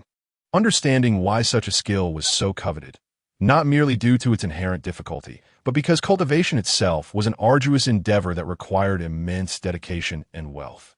Each additional pursuit demands a further investment of time, effort, and resources. Most cultivators simply lack the time, energy, and finances to engage in multiple disciplines. Consequently, they can only devote themselves to a singular path of cultivation. Chapter 15. The Symbolic Treasure, the Golden Brick. 3 months later, Lu Changsheng welcomed the birth of his seventh child. Standing outside the delivery room, he was invigorated by the sound of a baby's cry, his face illuminating with surprise. Yet, in the next moment, a hint of complexity clouded his expression. At the very instant of this child's arrival, Lu Changsheng was enveloped by an enigmatic sensation. His spiritual root was stirring. Simultaneously, a notification from the system confirmed that his experience was no mere figment of imagination. Congratulations, host! You have given birth to a child with a spiritual root for the first time, granting you one opportunity for a lottery draw. My previous conjectures were indeed correct. A child possessing a spiritual root is born with it, though it remains in an undeveloped state, only becoming apparent around the ages of 5 or 6 when it can be detected. Since I possess a system, the child's spiritual root enhances my own, allowing me to sense it upon birth. This revelation also indicated that my previous 6 children lacked spiritual roots. Naturally, upon realizing that this child bore a spiritual root, Lu Changsheng felt an overwhelming surge of joy. After all, it is the possession of a spiritual root that enables one to pursue the path of immortality, thereby augmenting my own cultivation speed through the child's innate gifts. Yet, alongside this affirmation came the weighty realization that his prior 6 children did not possess such roots, leaving Lu Changsheng with a tumultuous blend of emotions, tinged with discomfort. Although he had mentally prepared for this possibility, the stark reality was still somewhat disheartening. Due to the absence of a spiritual root, it signifies that the child will inevitably lead a mundane existence, witnessing the inevitable cycle of birth, aging, illness, and death among his offspring. This is one of the harsh realities of the realm of immortality. My dear husband, what troubles you? Lu Lanshu inquired with concern, observing Lu Changsheng lost in thought, his demeanor betraying his distraction. I am well. I merely found myself pondering certain matters, Lu Changsheng replied, shaking his head to dispel the swirling thoughts. The cycle of life and death is, after all, a natural aspect of human existence. It is not solely the absence of spiritual roots in his children that weighs upon him. Even his wives and concubines are devoid of such roots. They too shall face the same inevitable fate before him, although he possesses a system that enables him to pursue immortality. It does not guarantee that he will attain eternal life or ascend to the celestial realms. Thus, there is little merit in dwelling on such thoughts. With the system in place, it would be ideal if he could guide his children along the path of immortality in the future. If that proves unattainable, as their father, he will strive to ensure that they endure minimal suffering, providing them with a nurturing environment in which to flourish and enjoy a life filled with happiness. Congratulations, son-in-law. It is a baby boy. At that moment, the midwife emerged, cradling an infant swaddled in blankets. A son? How wonderful! As my first child with a spiritual root, he may face some trials on the path of immortality, Changsheng exclaimed, accepting the child and gazing down at the rosy, wrinkled face of the baby. A smile graced his lips. Let us name him Xianji, Changsheng declared, lifting the child high and speaking softly. This is his first offspring blessed with a spiritual root. He hopes that this child will walk alongside him on the path of cultivation, ultimately achieving immortality. The name Xianji surprised several women, including Lu Lanshu and Lu Zier. Previously, when Lu Changsheng named his children, he chose names that conveyed peace, joy, and tranquility. Why then did he suddenly deviate for this child? Noticing the expressions of the women, Lu Changsheng paused for a moment and smiled, saying, I initially planned to inform you all later, but today I successfully inscribed a first-tier talisman and have become a novice talisman master. This marks my first step on the path of cultivation. And since this child was born today, naming him Xianji is also a hope that he too may embark on this journey. He offered this rationale not only to clarify for the women, but also for the Lu family. In case this child were to be the only one among them to reveal spiritual roots, which could lead to suspicion and misinterpretation. Congratulations, my husband. Congratulations, my husband. Today truly brings double joy. You have just become a talisman master, and this child has been born. What a delightful omen.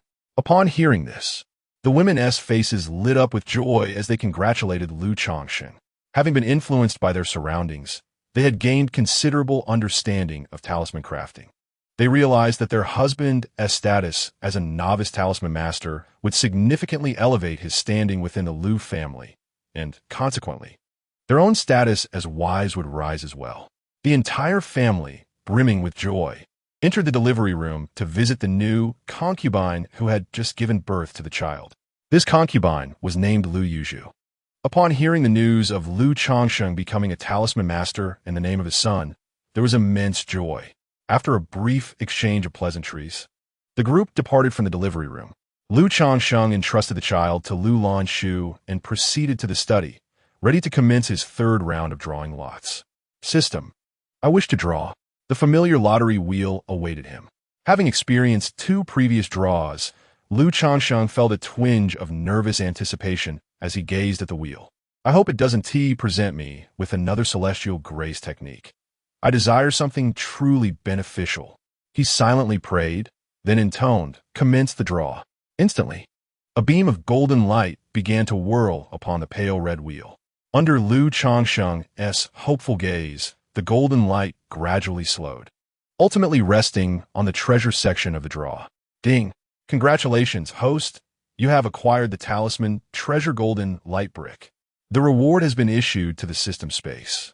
The host may view it at any time. A talisman adorned with a shimmering golden brick design materialized alongside the system's notification. Talisman treasure. Hearing this announcement, Lu Changsheng's expression transformed into one of unbridled delight. He had encountered information regarding talisman treasures within a tome from the Lu family. These artifacts lay between talismans and magical treasures, encapsulating a portion of the magical treasure's power within a specially crafted talisman. This enables lower-tier cultivators to temporarily harness the might of magical treasures, albeit at only 20 to 30% of the original's potency. However, that fraction is still substantial. After all, this is a magical treasure, one that can only be wielded by those who have attained the golden core stage. For an ordinary foundational cultivator, possessing such overwhelming destructive power is truly remarkable. The talisman treasure is cherished beyond measure, invaluable and rare. Lu Changsheng had only encountered it in books, never expecting to draw one himself. He promptly examined the talisman treasure within his system space. Talisman treasure, golden light brick. Description: this talisman is crafted from the high-grade magical artifact golden light brick by the Golden Light Master. When utilized, it manifests a golden light brick that strikes the enemy, possessing 30% of the original power of the golden light brick. Note: the full explosive power can be unleashed 3 times, requiring foundational level mana to fully activate. Chi refining stage spiritual energy can only exert a fraction of its might. The fact that it is forged from a high-grade magical artifact indicates that this talisman treasure is more potent than the average talisman. Changsheng gazed at the information with delight. Talisman treasures are fashioned by core formation masters using their own magical artifacts, and naturally, their potency varies according to the quality of the original artifact. The golden light brick talisman, being crafted from a high-grade magical artifact, signifies that its power is indeed superior among talismans. Once the full explosive power is expended after 3 uses, the talisman will become ineffective. With my Chi refining cultivation level, I can only harness about 10 to 12% of its power. It should last for around 10 uses, Changsheng mused. Each use of the talisman consumes the magical power contained within. Once this power is depleted, the talisman will naturally become void. Unless one can locate the original magical artifact for nurturing and replenish its power, restoration is impossible. The talisman obtained through the lottery system, naturally, cannot be repaired by anyone. Moreover, there are not many golden core cultivators willing to expend the power of their magical treasures to forge talismans. Most often, it is the golden core practitioners nearing the end of their lifespan, preparing to transcend, who do so in order to bequeath protective artifacts to their descendants. Chapter 16. The spiritual root of the child with a mere thought. Changsheng summoned the golden brick talisman from the depths of the system space. Instantly, a talisman adorned with a golden brick pattern materialized in his hand. This talisman felt significantly more rounded and substantial than those he typically crafted. The golden brick design upon it radiated a shimmering brilliance, appearing almost lifelike, possessing the skills and knowledge of a second-tier talisman master. Changsheng immediately recognized that the material of this talisman was derived from the hide of a high-tier beast. In contrast, the ordinary talisman paper he usually employed was primarily crafted from some low-grade spiritual materials. The verdant spirit bamboo that flourished across Changsheng Mountain, for instance, is a type of low-grade spiritual material. When it comes to higher-grade, top-tier talisman paper, one must utilize intermediate spiritual materials or the hides of magical beasts. The same principle applies to the materials required for crafting second-tier talismans, which necessitate first- and second-tier spiritual materials to produce talisman paper and spiritual ink. This is one of the reasons why the path of a talisman master becomes increasingly arduous. Not only does the skill enhancement become more challenging, but the cost of materials also escalates.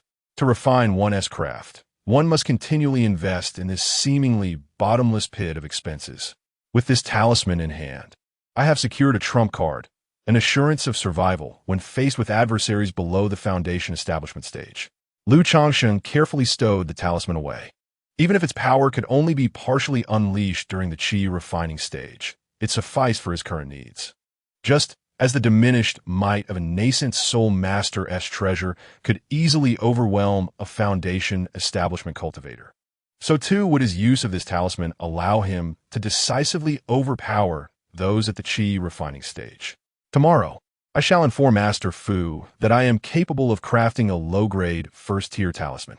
Changsheng glanced out at the encroaching darkness of the night. It has been a year and a half since he first procured talisman-making materials from the Baibao Pavilion. During this time, he has acquired 560 sheets of talisman paper and created numerous talismans. His skills have matured substantially. He had initially intended to reveal his aspirations of becoming a talisman master around this time.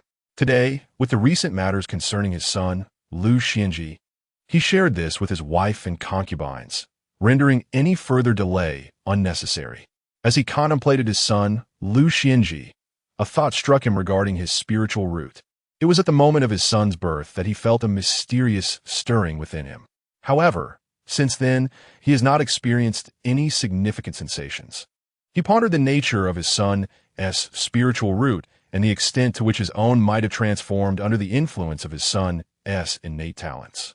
Changsheng mused that a spiritual root is an abstract representation of one's aptitude for cultivation, not a tangible organ within the body. According to his readings, cultivators with spiritual roots possess different configurations of the Tianmen acupoint and Dantian compared to ordinary individuals. Thus, even as a cultivator, Changsheng was unable to discern any tangible changes in his spiritual root. To ascertain such changes, one would typically require specialized artifacts or techniques, such as the celestial eye. However, he currently lacked access to these means. Consequently, he resolved to adopt the most straightforward approach, to observe the speed at which he absorbs the spiritual energy of heaven and earth and compare it to his previous capabilities. Ultimately, the enhancement of one's spiritual root is most palpably manifested in the sensitivity and absorption of spiritual energy. The superior the spiritual root, the greater the degree of integration with spiritual energy, leading to accelerated cultivation and fewer obstacles. Several hours elapsed, and Changsheng could ascertain that his cultivation speed had indeed improved, albeit marginally, by less than 10%. This modest enhancement led him to deduce a conclusion. His son's spiritual root was rather unremarkable. Even though he had just been born and his spiritual root had yet to take shape, it was likely that by the age of 5 or 6, it would not be significantly better. Predictably, it would be of the lower tier, likely an 8th or 9th grade spiritual root. It was fortunate enough that the 7th child had a spiritual root at all. It was improbable that it would be of exceptional quality. With a slight sigh, Changsheng acknowledged the normalcy of the situation. Both his wife and concubines were ordinary individuals, and with his own spiritual root being of the 9th grade. The probability of his children possessing spiritual roots was roughly 1 to 2%. The fact that the 7th child possessed a spiritual root was already a considerable stroke of luck. As for the quality of the spiritual root, whether it be of medium or high grade, such aspirations seemed rather far-fetched. Except in rare instances, most children's spiritual roots resemble those of their parents, rarely exceeding a certain threshold. Moreover, the vast majority of individuals with spiritual roots possess low-grade ones. The group of celestial seedlings arriving at the Liu household were all of low-grade spiritual roots. None bore a medium-grade root. To increase the likelihood of bearing children with spiritual roots, one must seek a partner who possesses a spiritual root themselves. If both parents possess spiritual roots and are cultivators, the probability of their offspring inheriting such roots reaches as high as 20%, thought Changsheng to himself. He contemplated that if he were to continue procreating in this manner with an ordinary woman, it would result in a staggering 99% of his children being mundane. His thoughts on marriage and childbirth were indeed tinged with a considerable degree of utilitarianism. Yet, he was reluctant to engage in such reckless reproduction. In the future, he would have to witness the inevitable aging and demise of those children lacking spiritual roots. As for nurturing their happiness and ensuring a fulfilling life, the current scarcity of children posed no issue. He was able to treat them all equitably. However, what would happen when the number of children increased beyond a certain threshold? Changsheng understood that at that point, it would be impossible for him to maintain fairness, to treat them all equally. History has shown, as seen in the past when emperors executed their own sons, should he father too many children, he would likely become similarly indifferent towards those without spiritual roots. Furthermore, taking a wife and concubines and raising children would require a significant investment of his time and energy. Such thoughts felt somewhat distant. Procreation was inevitable. It was essential to strive for optimal offspring. Taking a deep breath, Changsheng shook his head, choosing not to dwell further on this matter. He sensed that he was overthinking, exhibiting indecision, and allowing emotions to cloud his judgment. Cultivating immortality was inherently a defiance of fate. Excessive entanglement in matters of the heart could hinder his progress, even leading to the emergence of inner demons. He wondered if, upon becoming a talisman master, he would have the opportunity to marry a woman from the Liu family who possessed spiritual roots. As dawn broke, Changsheng rose and ventured outside. intending to inform Uncle Fu of his newfound ability to craft low-grade talismans. A sudden thought struck him, now that he had become a first-tier talisman master. Might he be able to wed a woman of spiritual roots from a Lu family? In the past, such an aspiration would have been utterly preposterous, a mere wishful thinking. How could a mere son-in-law ever dare to dream of such lofty ambitions? Yet now, given his talent in talisman crafting, it seemed entirely feasible for him to attain the status of a first-tier master, as long as he did not seek to marry the esteemed Miss Lu Miaoga. A central figure in the Lu family, there appeared to be a glimmer of hope. Ideally, securing several wives endowed with spiritual roots would be most advantageous, for their offspring would likely inherit such gifts, benefiting both himself and their future progeny. However, he reminded himself that there was no rush. Patience was paramount. While the prospect of marrying a woman with spiritual roots was indeed appealing, he was currently only at the second level of qi refinement, relying solely on his rudimentary talisman-making skills. Even if he were to marry a wife of spiritual roots, he feared that it might disrupt the harmony of his household, making it difficult to maintain the current tranquility. Moreover, broaching such a request with the Lu family would undoubtedly be more complex than merely taking a concubine from among their secular women, as it would require substantial concessions. Thus, Lu Changsheng concluded that this matter need not be hurried. He would contemplate it further when his circumstances improved. After all, with his burgeoning skills in talisman crafting, the prospect of marrying several ethereal beings with spiritual roots in the future did not seem insurmountable. Chapter 17. The New Contract Terms. Lu Changsheng, you claim that you can now inscribe a first-tier talisman? In the living room, Uncle Fu's expression was a delightful blend of astonishment and joy upon hearing Lu Changsheng's words. Indeed, Uncle Fu, although I am still not sufficiently proficient. Lu Changsheng nodded slightly, then produced a talisman, stating, "This is a first-tier low-grade fireball talisman that I have inscribed."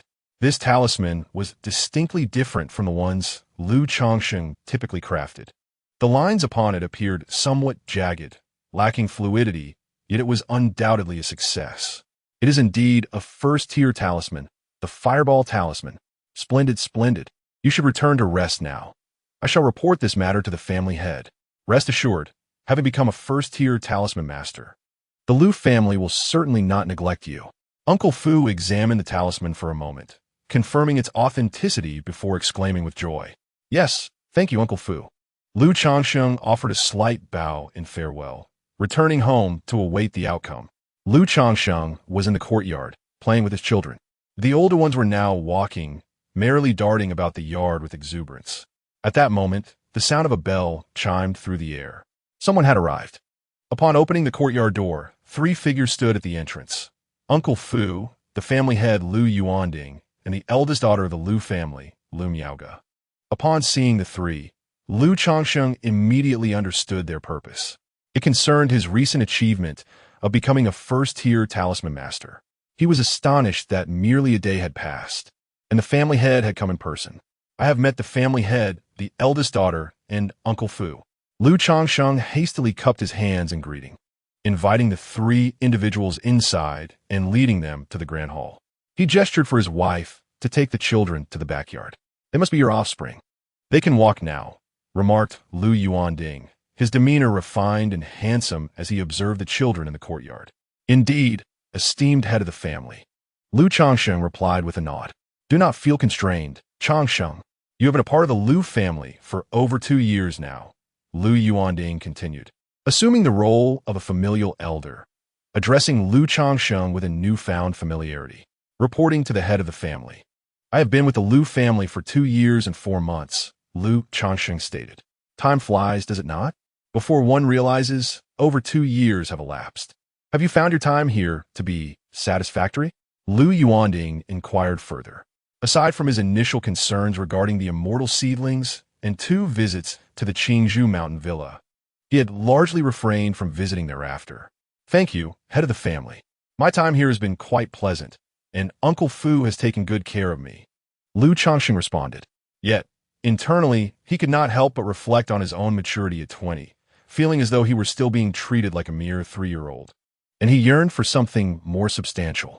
At that moment, Lu Changsheng's wife entered the hall, carrying spiritual tea, which she set down before promptly exiting.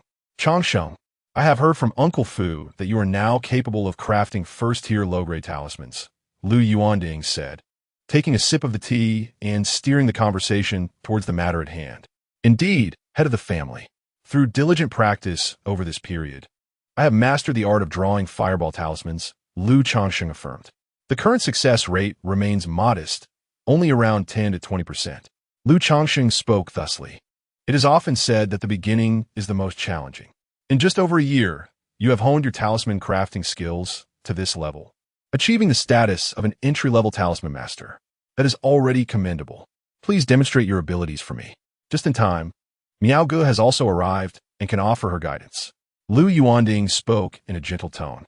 Through the fireball talisman that Lu Changsheng had presented to Fu Bo, he was well aware that Lu Changsheng was capable of inscribing first-tier talismans. Nevertheless, it was essential to witness it firsthand for confirmation. Yes, head of the family. I will retrieve the talisman crafting tools, Lu Changsheng replied as he rose. No need.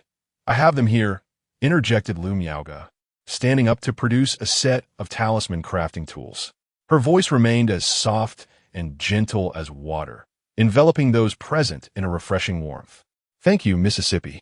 Lu Changsheng accepted the tools from Lu Miaoge's hands. The talisman brush was still the same Jinzhu brush as before. Approaching the table, he laid the talisman paper flat and appeared somewhat anxious as he took a deep breath, dipped the brush in ink, and began to draw the fireball talisman. However, midway through the first talisman, an error caused the paper to emit wisps of green smoke, resulting in failure. Yet, Lu Yuanding and the others remained silent, encouraging Lu Changsheng to continue. During the second attempt, although Lu Changsheng displayed some hesitance, he ultimately succeeded. You still seem a bit anxious, but your progress since last time is significant. Just remember to refine your control over the spiritual energy for a more precise application. Upon witnessing the scene, Lu Miaoge delicately pressed her moist lips together and offered her commentary. With Lu Changsheng's mastery of talisman crafting at the second tier's pinnacle, it would be effortlessly simple for him to keep such matters concealed from her. I am profoundly grateful for your guidance, Mississippi. My progress owes much to the essence of talismans you graciously bestowed upon me, Lu Changsheng proclaimed, his tone tinged with excitement. Splendid. I had not anticipated that you would successfully inscribe the fireball talisman on your second attempt. It appears your earlier assertion of possessing only a 1 or 2% confidence was indeed an exercise in modesty, chuckled Lu Yuanding from the side.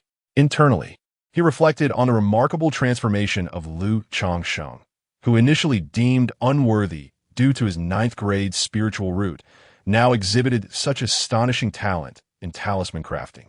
In just a year and a half, he had evolved from a novice into an adept talisman master.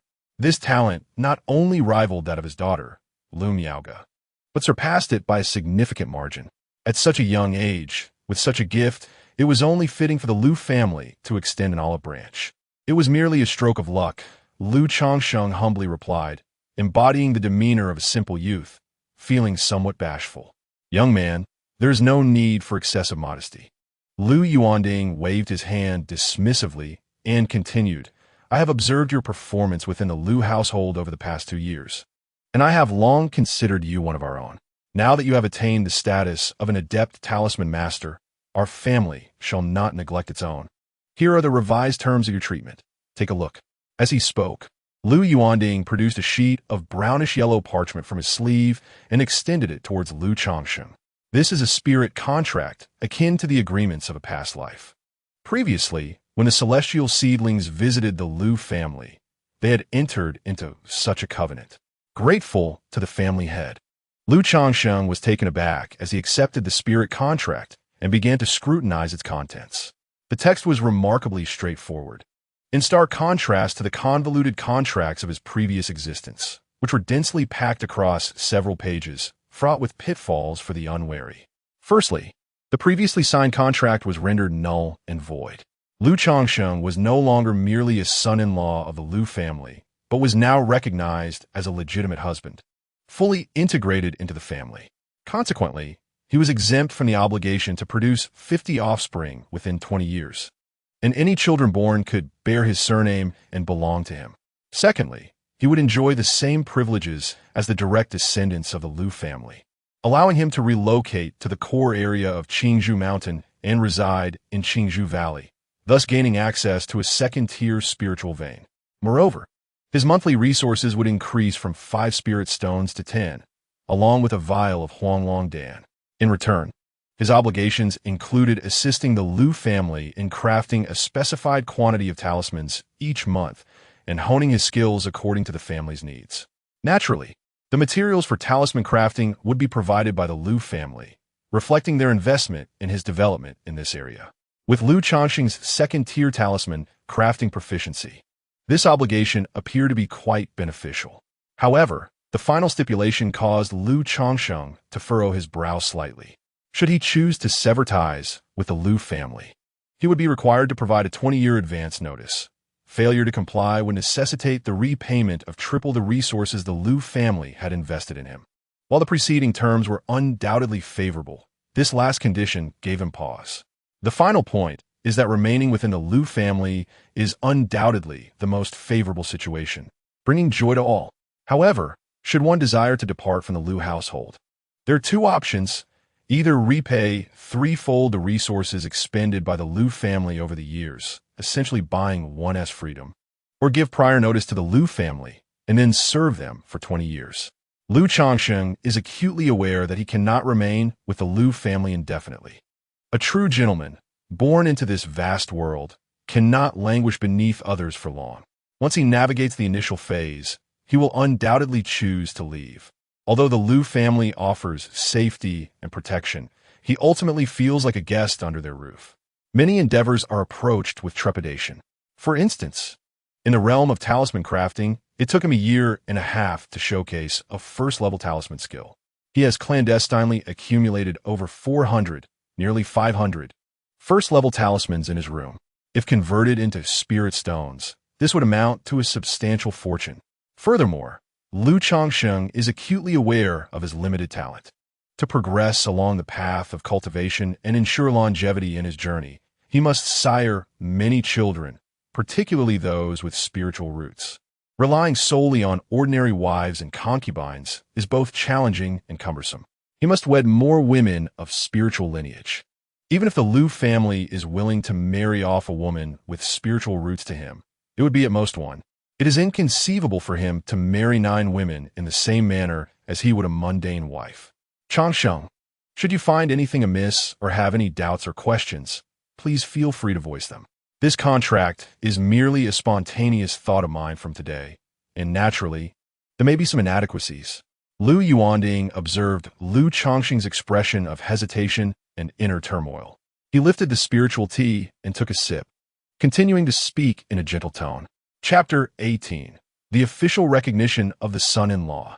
Within the Grand Hall, both Liu Yuanding and Uncle Fu regarded Liu Changsheng, awaiting his decision. Master, the conditions outlined herein are undoubtedly favorable, and I find myself quite content with them, harboring no objections. However, I am compelled to pose 2 inquiries. Will my current child be recognized as mine or belong to the Liu family? Furthermore, as I reside within the Liu household, may I still take a wife or concubines? Liu Changsheng articulated, his words deliberate and measured. He was not naive. It was implausible to presume that Liu Yuanding's assertions were merely spontaneous thoughts open for discussion. Although he had recently ascended to the rank of a novice talisman craftsman, he was acutely aware that he lacked the standing to negotiate terms on equal footing with the Liu family. Discussing matters of departure at this juncture would undoubtedly color the family's perception of him, potentially influencing their arrangements. While he acknowledged his current status as a guest under their roof, he contemplated a future departure once he had weathered the initial phase. Yet for the time being, he recognized the necessity of the Liu family's protection for his growth, necessitating an extended stay. Thus, broaching negotiations at this moment would be imprudent. He deemed the terms acceptable, even if somewhat stringent. Moreover, it was not entirely unreasonable for the Liu family to establish conditions that were demanding, as Liu Changsheng found them within the realm of his acceptance. After all, the Liu family had invested in his development, ensuring his safe navigation through this preliminary stage. It was only fair that he reciprocate in some capacity. Lu Changsheng held a measure of confidence in himself, believing that if he could endure this initial phase under the auspices of the Lu family, he would be able to repay them thrice the resources they had extended, leveraging his skills as a second-tier talisman craftsman. Furthermore, considering that the Lu family would provide materials for him to craft talismans, his flawless success rate in crafting would undoubtedly yield substantial returns. It is well known that the profits from magical artifacts, elixirs, and talismans are exceedingly high, bordering on exorbitant. Lu Yuanding was momentarily taken aback by Lu Changsheng's inquiries, rendered speechless for a time. He had thought that Lu Changsheng's earlier hesitation pertained to conditions of treatment or compensation. Little did he expect such questions to arise. Whose child would it be? Would he be able to marry and take concubines in the future? It was simply astonishing. However, upon reflecting that Lu Changsheng hailed from a humble farming background, he found a semblance of understanding.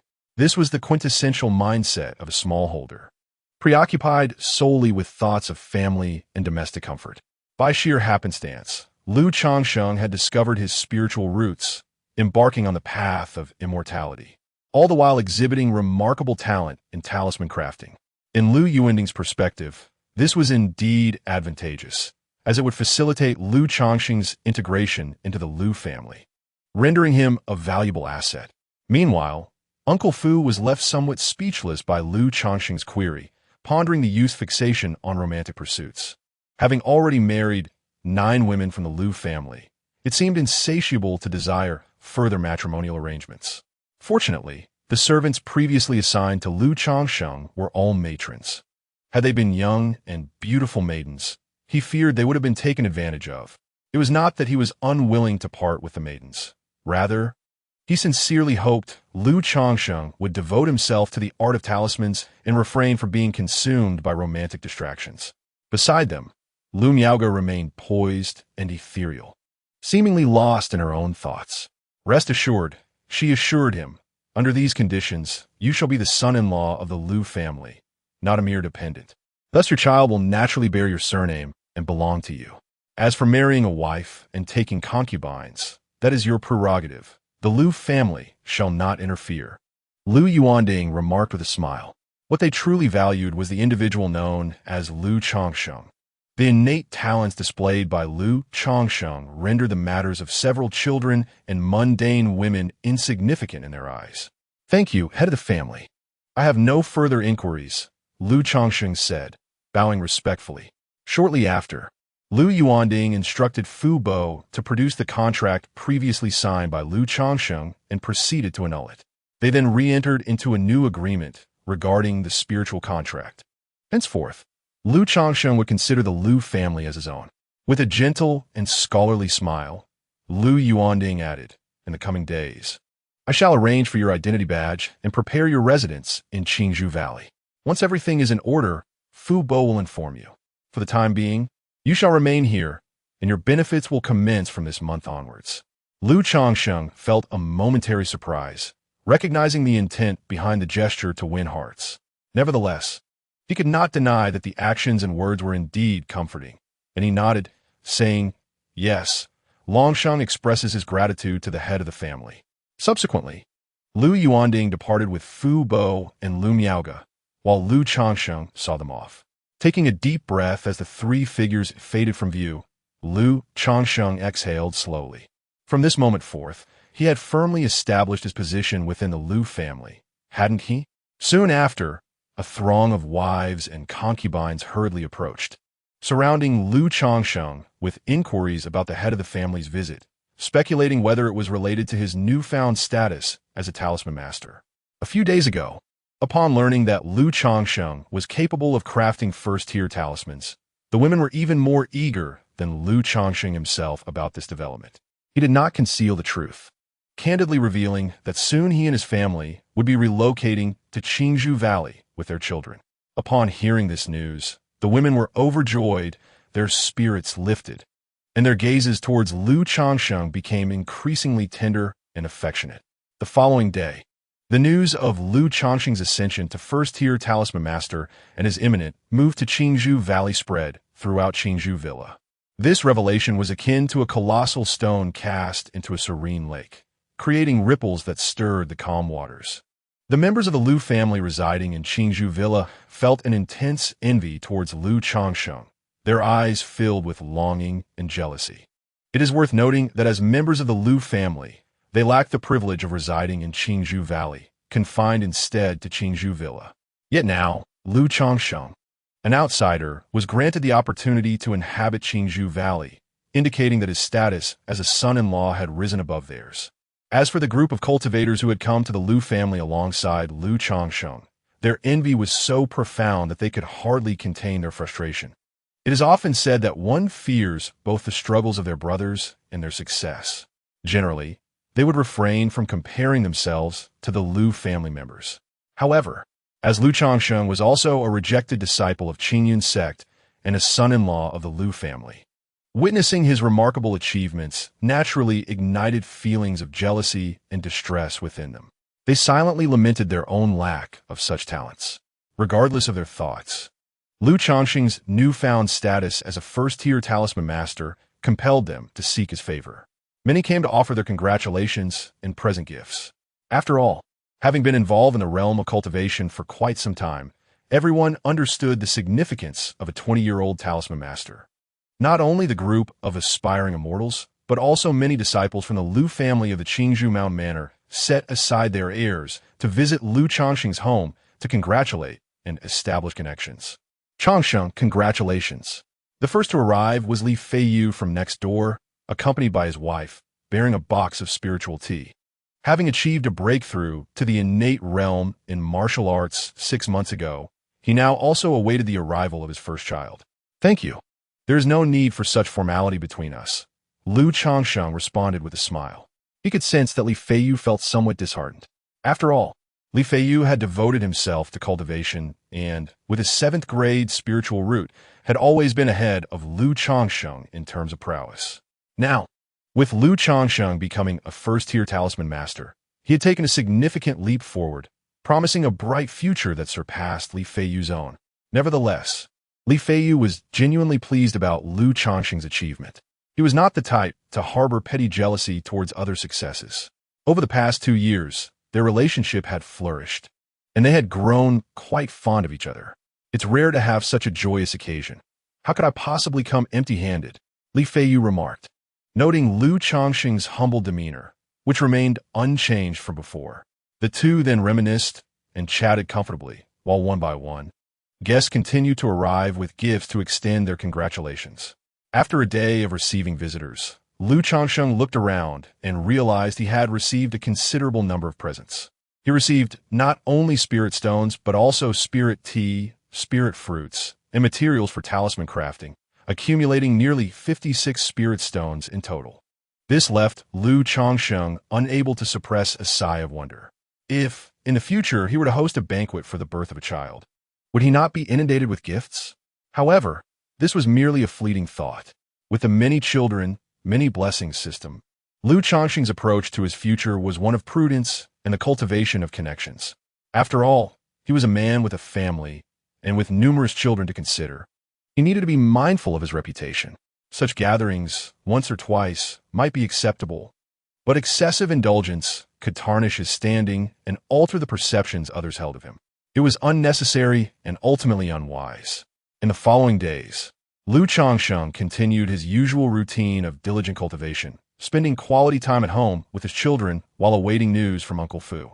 Meanwhile, his wives and concubines were in high spirits, visiting friends and sharing stories with their close companions. In essence, they were reveling in Liu Changsheng's newfound status as a talisman master, eliciting envy and resentment from those who had married other celestial seedlings. They lamented their choices, pondering why they had not wed Liu Changsheng instead.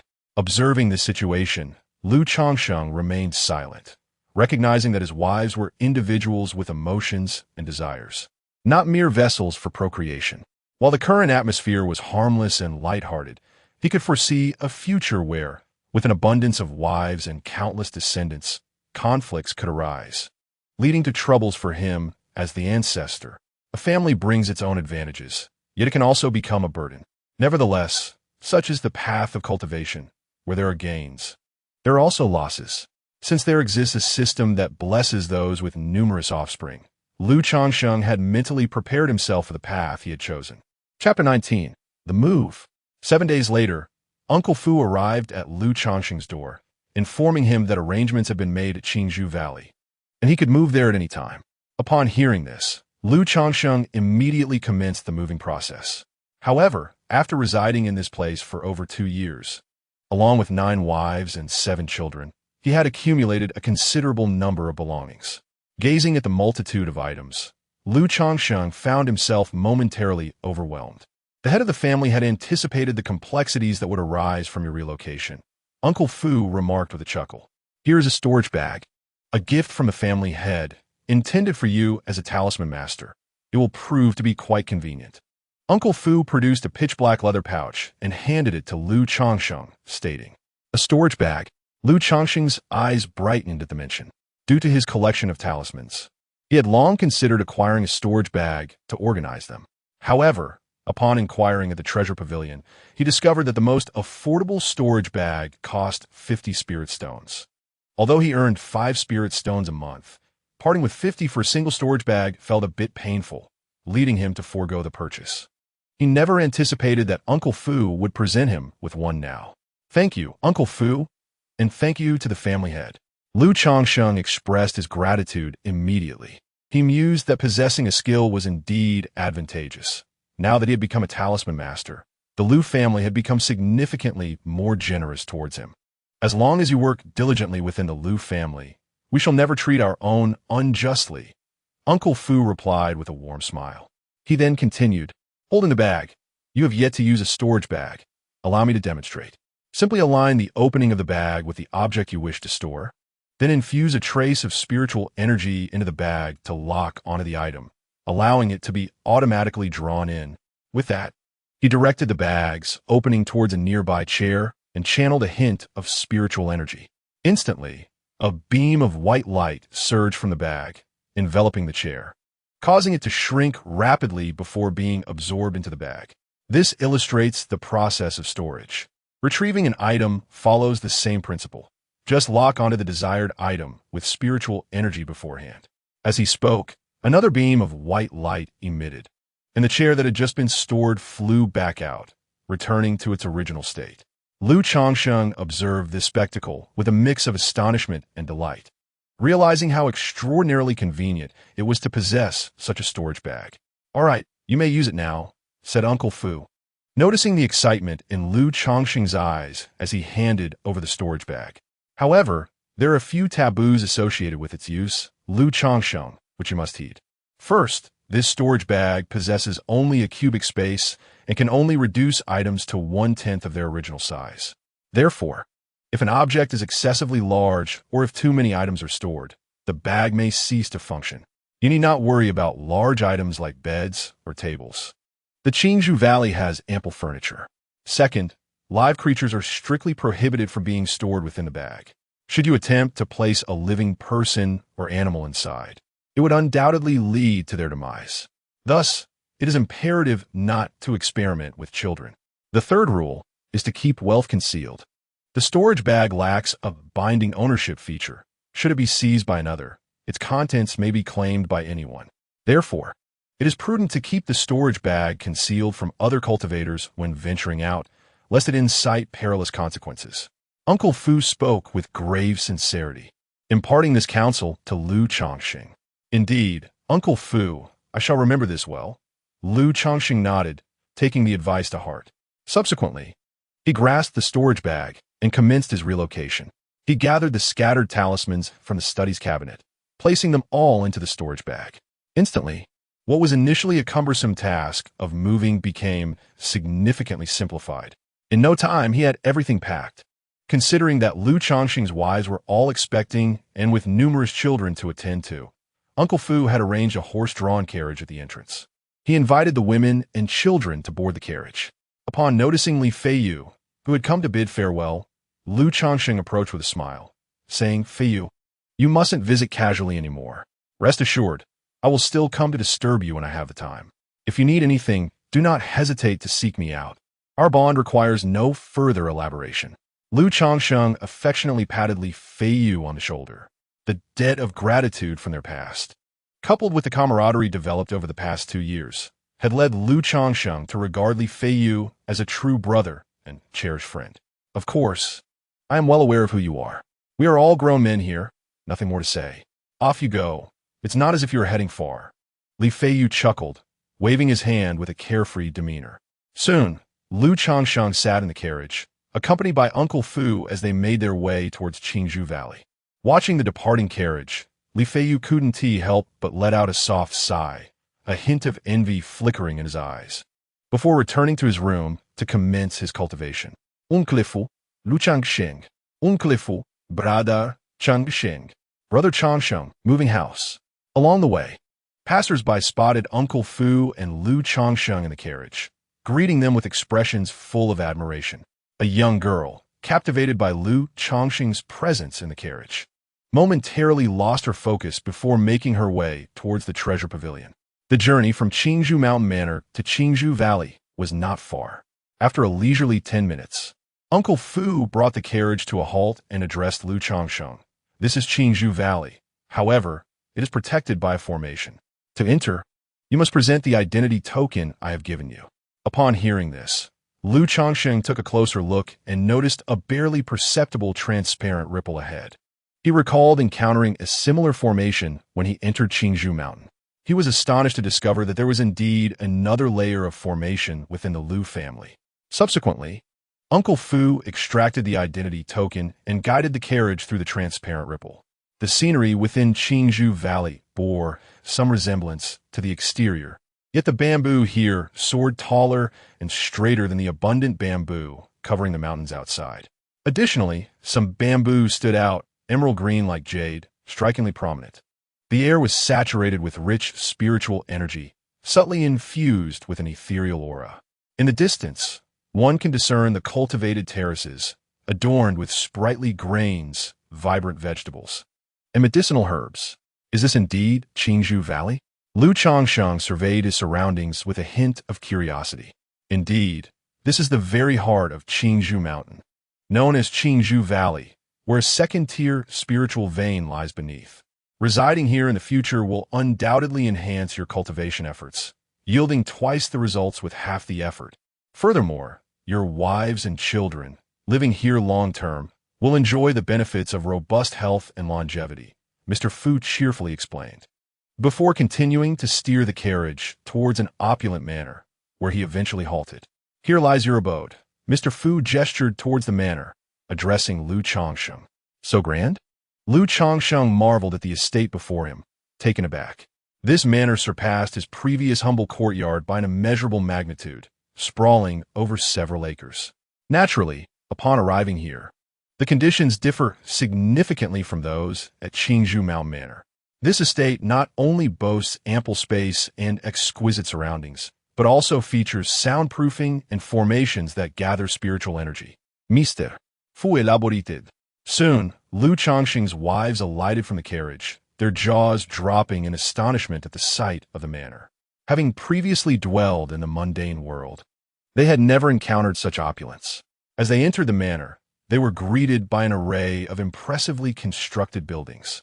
Pavilions and towers, winding paths and corridors, artificial hills and ponds, transported Lu Changsheng to the grand palaces of a bygone era, exuding luxury and magnificence.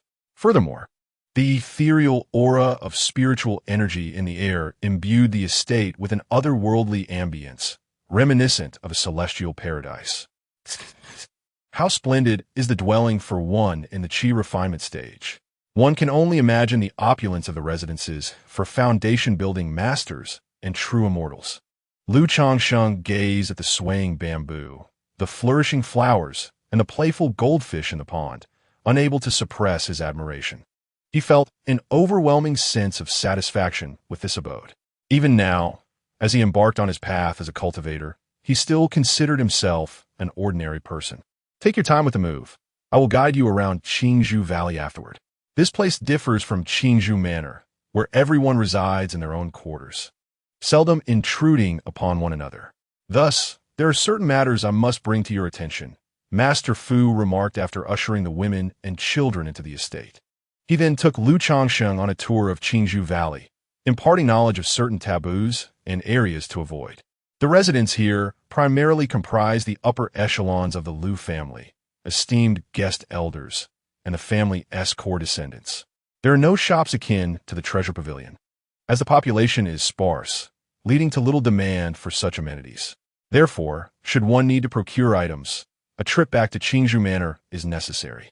However, on the first day of each month, a small trading fair is held in Qingzhou Valley, where clan members and even guest elders may display and trade their idle possessions.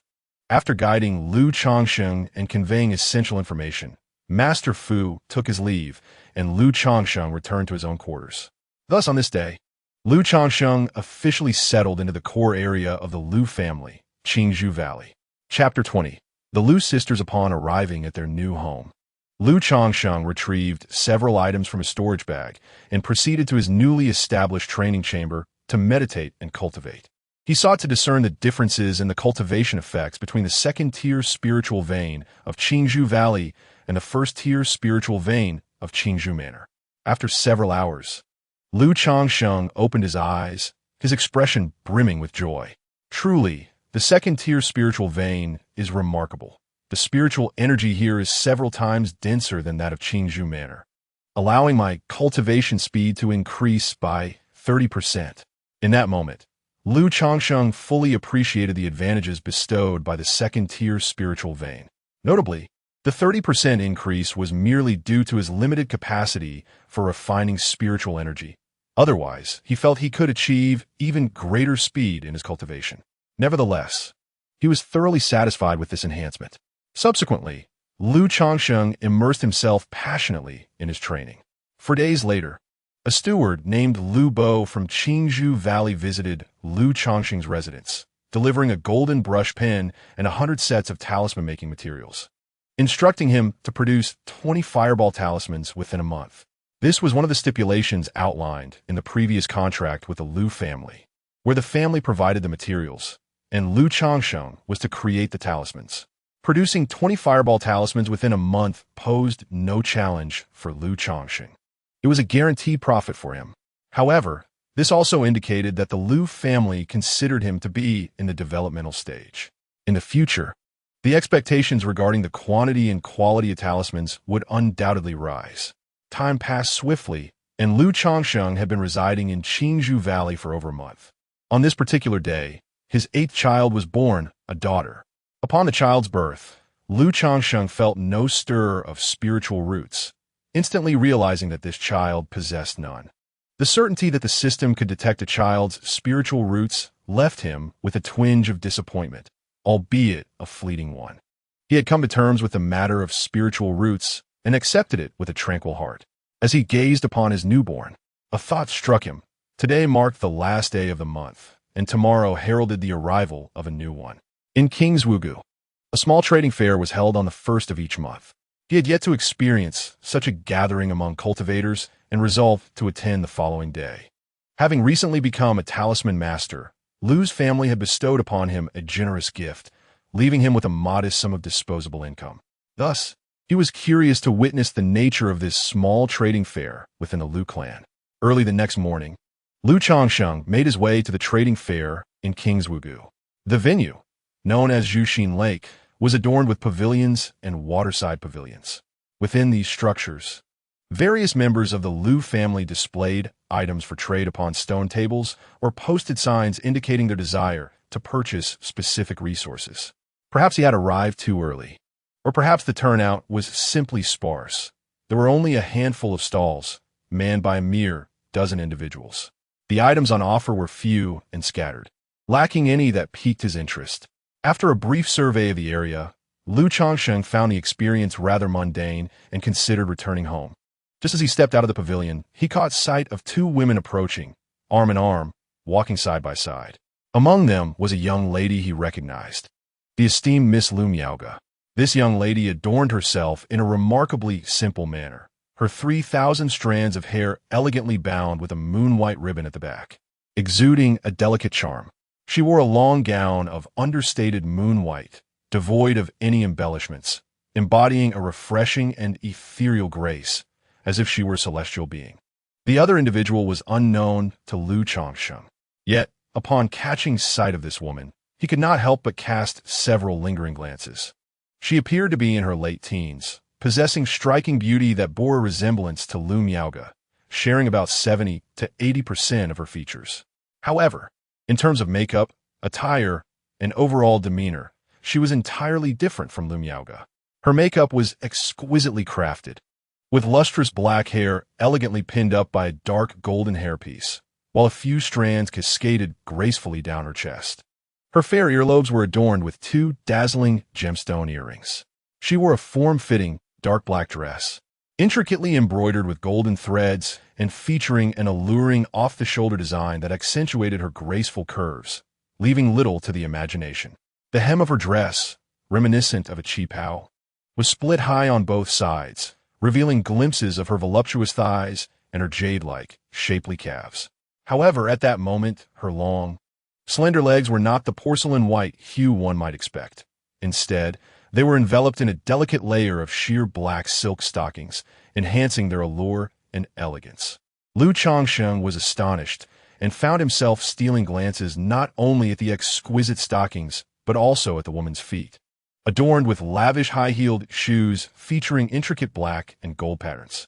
The stiletto heels, estimated to be 3 to 4 inches high, accentuated the contours of her legs, rendering them breathtakingly exquisite and alluring, akin to a visual masterpiece. The entire figure exuded an air of cold elegance and alluring sensuality. Towering over the stature of the young lady, Lu Miaoge, by a considerable margin. What are you staring at? If you continue to gaze with that thieving gleam, I shall have your eyes. The woman in the black dress and high heels remarked, her voice as frigid as a crystal-clear spring. Lu Miaoge, noticing the tension, gently tugged at her sister.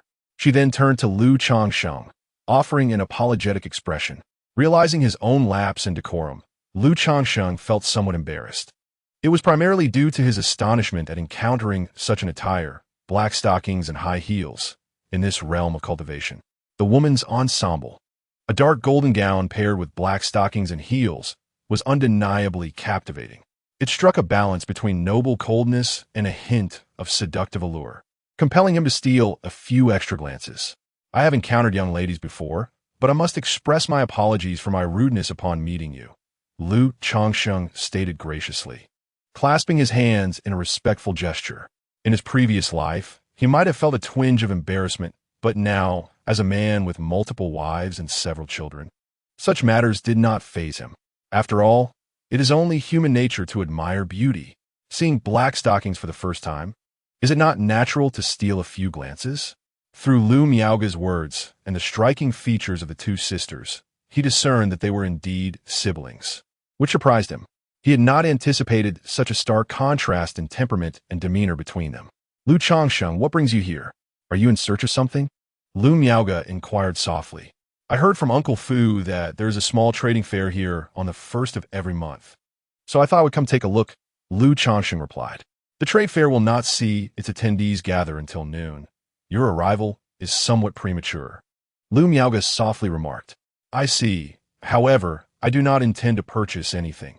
Merely here to expand my horizons, and after I have satisfied my curiosity, I shall take my leave, Lu Changsheng replied, engaging in little further conversation. It is entirely natural for a man to be drawn to beauty. Yet a woman like Lu Miaoge is not someone one should easily approach. It is wise to maintain a respectful distance. In such a public setting, who knows if conversing with Lu Miaoge might draw the attention of her admirers. With that thought, Lu Changsheng respectfully inclined his head and took his leave. Observing Lu Changsheng's retreating figure, the woman in the black dress beside Lu Miaoge displayed a hint of disdain, exclaiming, "Is this truly Lu Changsheng? He is indeed as notorious for his lechery as the rumors suggest, having taken 9 wives and concubines, and still so unabashedly lascivious. Huan, you ought to be mindful of your attire. It is somewhat." Lu Miaoge's tone was gentle. Somewhat frivolous, is it? Sister, a woman adorns herself for the one she cherishes. I dress for my own pleasure, Not for others, Lu Miaohuan retorted, unconcerned. It seems my understanding of this world remains rather limited. Indeed, having spent the first 18 years of my life in a village, save for my journey to Qingyan sect, the farthest I have ventured is the county town. Now residing in the Lu family, I have not strayed beyond its confines. All my knowledge has been gleaned from books, making it impossible to have a profound understanding. This is indeed a world imbued with the essence of cultivation. How can one view it through a lens of limitation? In the previous life, a plethora of immortal and fantastical animations showcased individuals with strikingly tall figures and elegant high heels. Thus, the existence of stockings and high-heeled shoes is entirely reasonable. Upon returning to his abode, Lu Changsheng reflected with a hint of nostalgia. He did not dwell too much on the events of the day. They were merely a trivial episode in the tapestry of life. Rather, he contemplated the possibility of discovering where such footwear might be procured, harboring no ulterior motives, but simply wishing to bestow gifts upon his wives and concubines. Chapter 21. The 3-Year Agreement. In the mundane and monotonous life of cultivation, talisman crafting, and spell practice, another month has slipped by. Lu Changsheng's concubine has conceived for the second time, and simultaneously, his 9th child has been born. Yet again, there are no signs of spiritual roots, indicating their absence. On the second day following the birth of the 9th child, Lu Changsheng received a letter. Upon reading it, he was somewhat taken aback. It was from Hong Yi, who had participated in the Immortal sect assessment alongside him. The letter began with a simple greeting, followed by an inquiry whether Lu Changsheng still remembered the 3-year agreement made back then. It has been over 2 years since their parting at Qingyan sect, and Hong Yi expressed a desire for Lu Changsheng and Li Feiyu to join in a gathering. He also mentioned that Xiao Xie, Zhao Qingqing, and Han Lin had all agreed to attend. The 3-year agreement was a jest proposed by Hong Yi when the 6 of them were received at Qingyan sect. They had promised that regardless of whether they entered the Immortal sect, they would convene at the grandest tavern in Rui County, Rui Tower, 3 years hence. Had it not been for Hong Yi's letter, Lu Changsheng would have completely forgotten about this matter, dismissing it as mere banter. To his surprise, Hong Yi had brought it up again, stating that Xiao Xie, Zhao Qingqing, and Han Lin would all be present. With roughly half a year remaining, Lu Changsheng pondered whether or not to attend. The ambush by the Chun family on his way to Qingzhou Mountain had left him with lingering shadows of fear. He felt that the world of cultivation was perilous and was reluctant to leave the Lu family lightly. However, upon learning that Xiao Xie, Zhao Qingqing, and Han Lin would also be attending the gathering, a notion of acceptance began to take root within him. It is often said that the more friends one has, the more paths one can traverse. All 3 are disciples of the Qingyan sect. Maintaining this camaraderie could potentially yield benefits for him in the future. Although he was not well acquainted with Xiao Xie and Zhao Qingqing, he had previously shared a cordial relationship with Han Lin.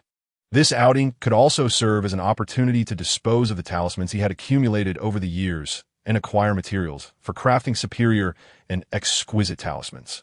With talismans of protection in his possession, he should not face significant difficulties unless he encountered a formidable cultivator at the foundation establishment stage. Furthermore, having been away from home for 3 years in pursuit of enlightenment, it was high time he returned. After contemplating for a moment, Lu Changsheng resolved to embark on this journey. Besides attending the gathering, there were other matters to attend to. He needed to bring closure to certain affairs back in the mundane world. Since he had received the letter, Feiyu ought to have received it as well, Lu Changsheng mused. He then set out towards the Qingzhou Mountain Villa to ascertain Feiyu's intentions. Ideally, they would travel together for added security, rather than heading directly to Li Feiyu's residence.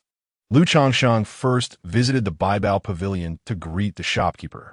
Had it not been for the shopkeeper's intervention, his talent for talisman crafting might not have been so readily acknowledged by the senior members of the Lu family. Therefore, he wished to express his gratitude.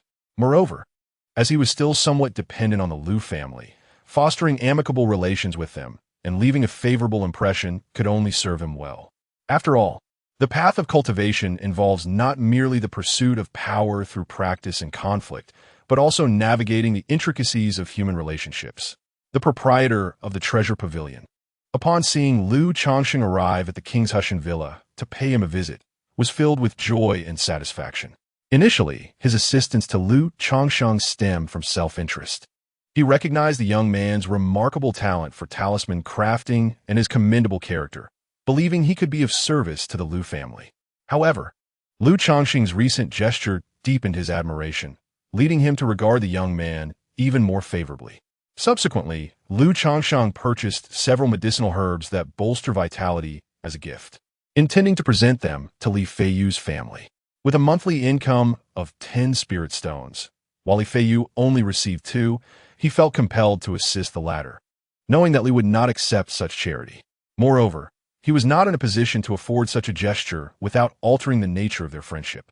Thus, his visit, accompanied by a thoughtful gift, was perfectly timed. Arriving at Li Feiyu's home with the offerings, Lu Changsheng found the situation rather casual.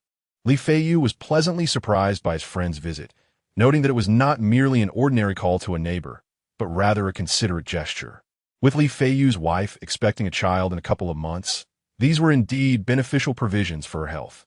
Lu Changsheng casually referred to Li Feiyu's wife as sister-in-law, as he was of the same age as Li, albeit a few months younger. Very well, I shall not be polite then, Li Feiyu replied, accepting the gifts without hesitation. As they settled into the hall, Li Feiyu brewed a pot of tea and, having surmised the purpose of Lu Changsheng's visit, spoke up. You must have received a letter from Hong Yi, correct? Having received the message, I pondered that since Han Lin and the others would be attending, it would be worthwhile to join them for a gathering. Moreover, having been away from home for such an extended period, it is essential to return and bring closure.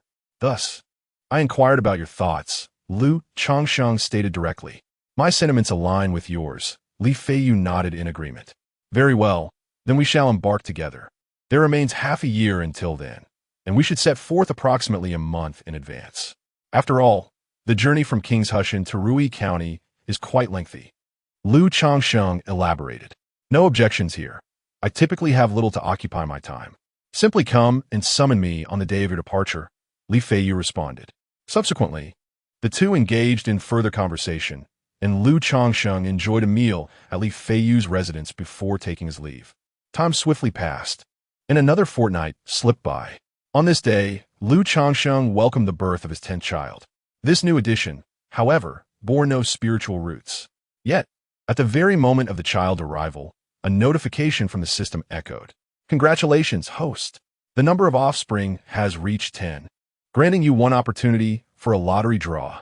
Indeed, upon hearing the system's notification, Lu Changsheng felt a surge of joy within, realizing his earlier suspicions were confirmed. He had surmised that upon reaching a certain threshold of triggered achievements, a reward would be activated. The first numeral was 1, and the second was likely 10. He wondered what the next milestones might be, 20, 50, or perhaps even 100. With these thoughts, Lu Changsheng refrained from dwelling too long and went to visit his newborn child. There was a girl, exceedingly charming. After visiting his wives and children, Lu Changsheng returned to his study to commence his 4th lottery draw. System, I wish to draw, he silently intoned. Instantly, a faintly rosy virtual lottery wheel materialized before him. Gazing at the familiar wheel, Lu Changsheng inhaled deeply, his heart filled with fervent hope. He yearned for a cultivation technique.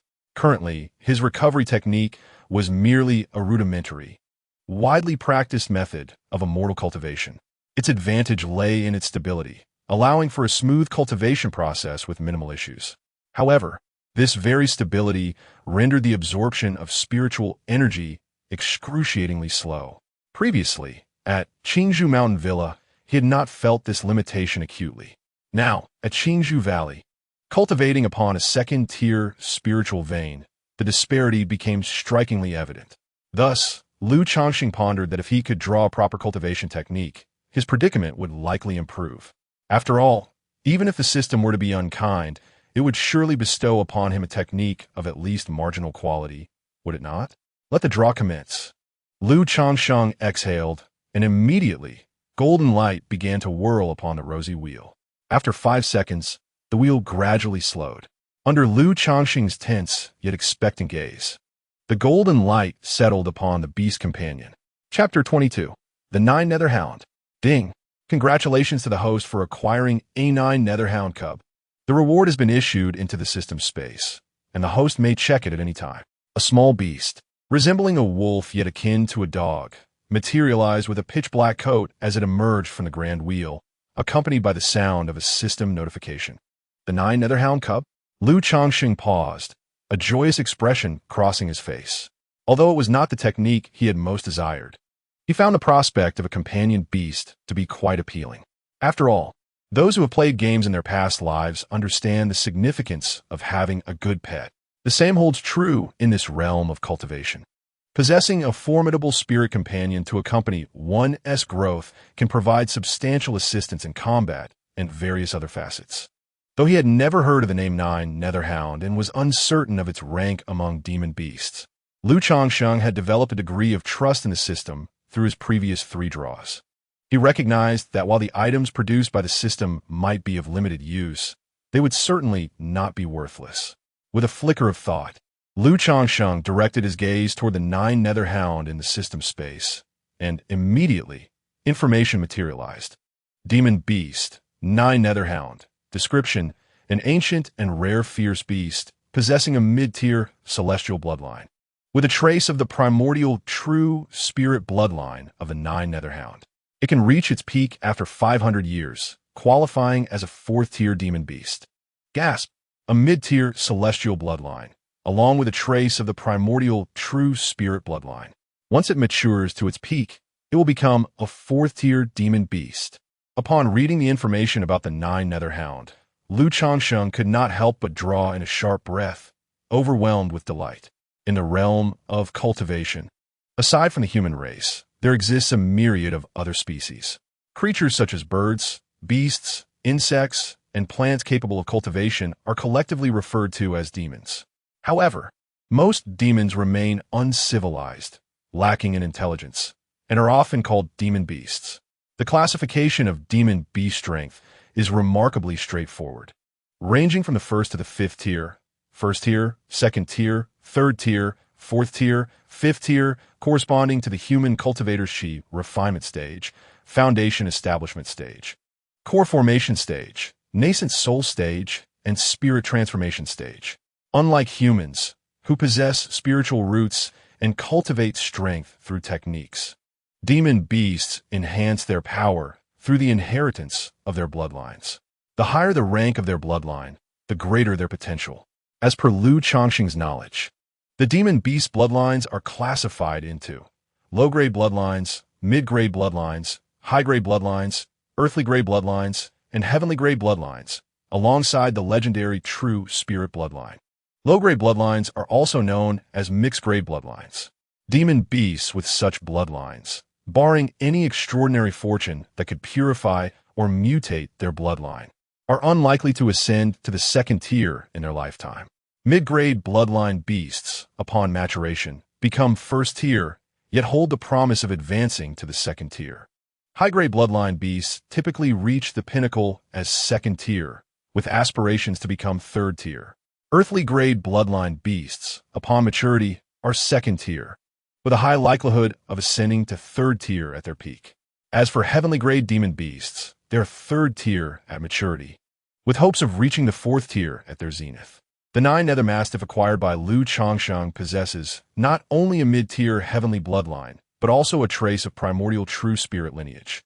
Thus, in a span of 500 years, it can seamlessly ascend to its peak, becoming a 4th-tier beast, equivalent to a Yuan-Ing stage cultivator among the human race.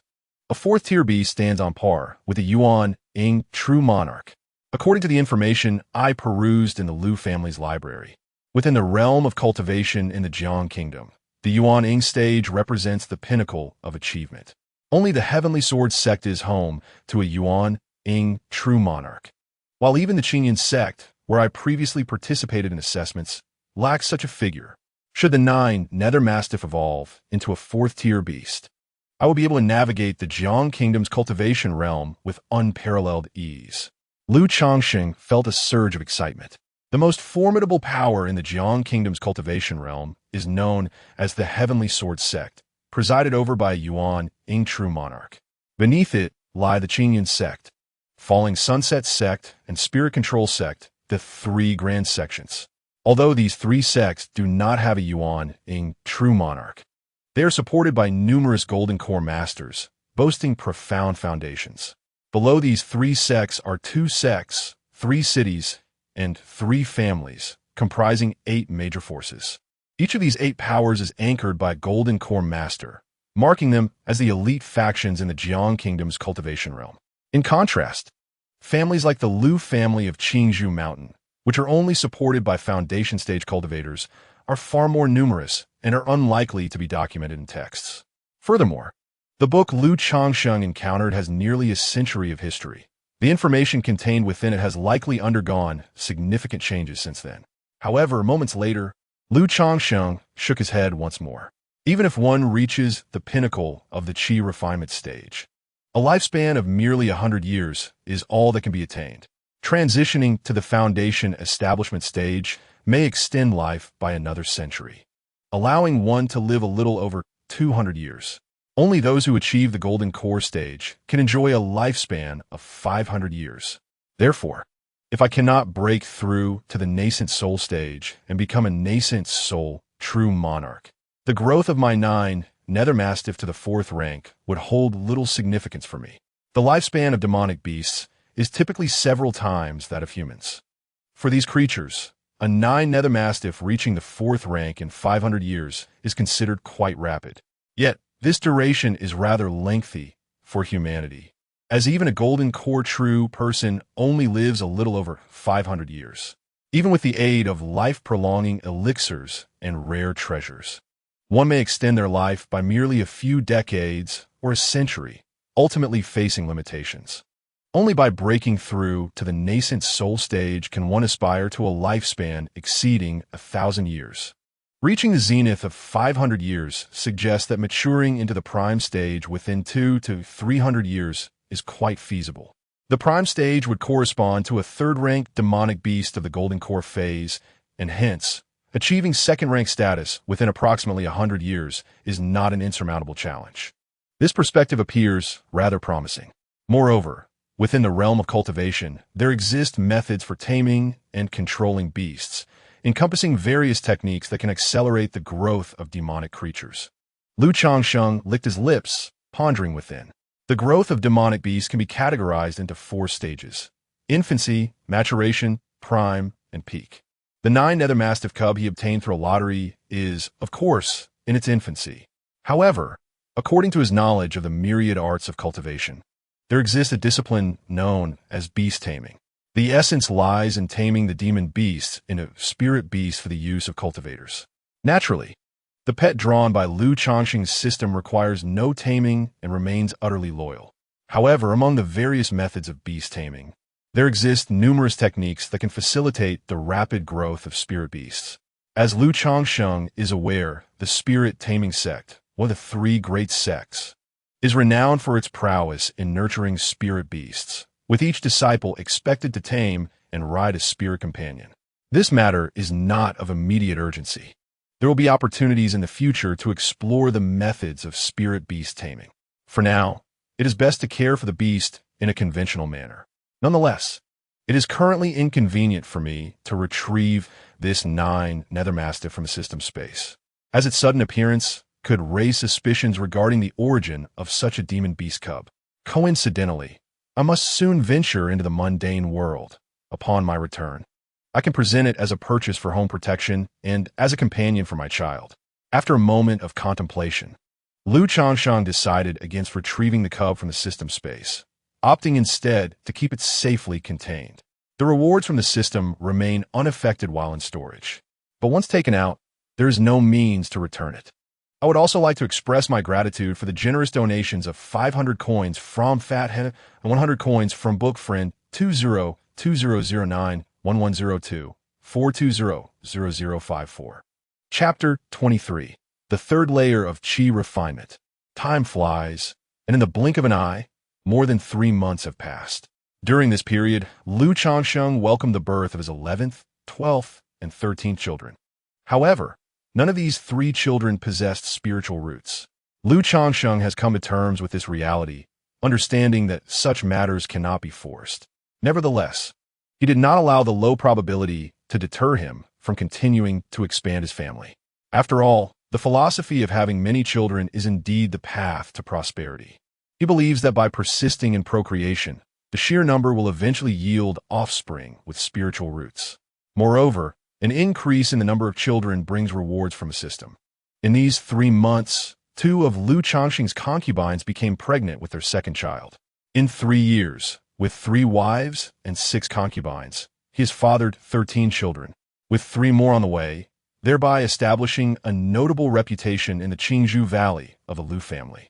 It is widely known that Lu family has taken in a son-in-law who is exceptionally gifted in talisman crafting, yet is also fond of women and procreation. During this time, Lu Yuanding paid a visit to Lu Changsheng for a casual conversation. His words served as a counsel, urging Lu Changsheng not to become overly engrossed in his indulgences, but rather to dedicate more time to cultivation and the study of talismans, lest he squander his life. In response to such advice, Lu Changsheng naturally nodded in agreement. Yet he expressed that his spiritual roots were lacking, and he held no lofty ambitions in this life. He is content with his current existence, simply desiring a future filled with grandchildren. If he could have a few children endowed with spiritual roots, he would wholeheartedly devote himself to their cultivation. Upon hearing this, Lu Yuanding found himself momentarily at a loss for words and proceeded to share something with Lu Changsheng. The Lu family adheres to a strict set of rules. All children who have not manifested spiritual roots by the age of 6 must be sent into the mundane world. Even if an extension is granted by the age of 10 or so, they must inevitably be dispatched to the secular realm. They cannot remain in the verdant embrace of Qingzhou Mountain. These children, lacking spiritual roots, cannot cultivate immortality and would only serve menial roles if left behind. Every fledgling must one day soar into the skies, facing the tempests of life. Retaining children without spiritual roots nearby merely hinders their potential. The Lu family, however, possesses a lineage and enterprises in the secular world, ensuring these children a life of affluence and security. Should Lu Changsheng desire, his children may also find a place within the secular Lu family in the future. Upon hearing Lu Yuanding's words, Lu Changsheng felt a heavy weight upon his heart. 3 years had passed, yet he had not fully acclimated to the laws of this world. The notion of sending children into the mundane realm at the tender age of 6 was particularly difficult to accept. He found himself with a total of 13 children, of whom only 1 possessed spiritual roots. Nevertheless, he recognized the truth in Lu Yuanding's assertion. Retaining children without spiritual roots in close proximity serves no beneficial purpose for them. As a parent, one must ultimately release them to pursue their growth. Thus, Lu Changsheng resolved to delay sending his children to the secular world for as long as possible, allowing them to venture forth and explore this vast world. Prior to that, as he had once contemplated, he intended to seek out Li Feiyu to instruct his children in martial arts. This would not only fortify their bodies, but also equip them with a measure of self-defense against potential dangers they might encounter in the mundane realm. Indeed, this world is fraught with dangers not only within the realm of cultivation, but also amidst the myriad conflicts of the secular world. It is impossible for him to watch over these children at all times. Admittedly, he cannot deny the presence of his own selfish desires in this matter. He hopes that his offspring will cultivate martial skills, which would enhance his own strength. Furthermore, once his children establish themselves in the secular sphere, they could branch out and create a lineage of their own, a family that embodies the legacy of the Lu clan, a martial family. Should any descendants with spiritual roots emerge within the family, they could be sent to him for guidance. This is a model adopted by many contemporary cultivation families, flourishing in both the secular and cultivation realms. On this particular day, Lu Changsheng, seated in the training chamber, felt a surge of energy enveloping him, causing his robes to flutter as if stirred by an unseen wind. He had finally broken through to the 3rd level of qi refinement, just in time before his appointment. Moments later, as his breath steadied, Lu Changsheng opened his eyes, a radiant expression of joy illuminating his face. It took him 1 year and 4 months to ascend from the first to the second level of Qi refinement, whereas the leap from the second to the third level was accomplished in a mere 10 months. This remarkable advancement can be attributed not only to the second-tier spiritual vein of Qingzhou Valley, but also to the innate spiritual root talent of his seventh son, Lu Xianji, along with the enhanced training resources available to him. Currently, he receives 10 spirit stones, 30 pounds of spirit rice, and a vial of Huanglong Dan each month.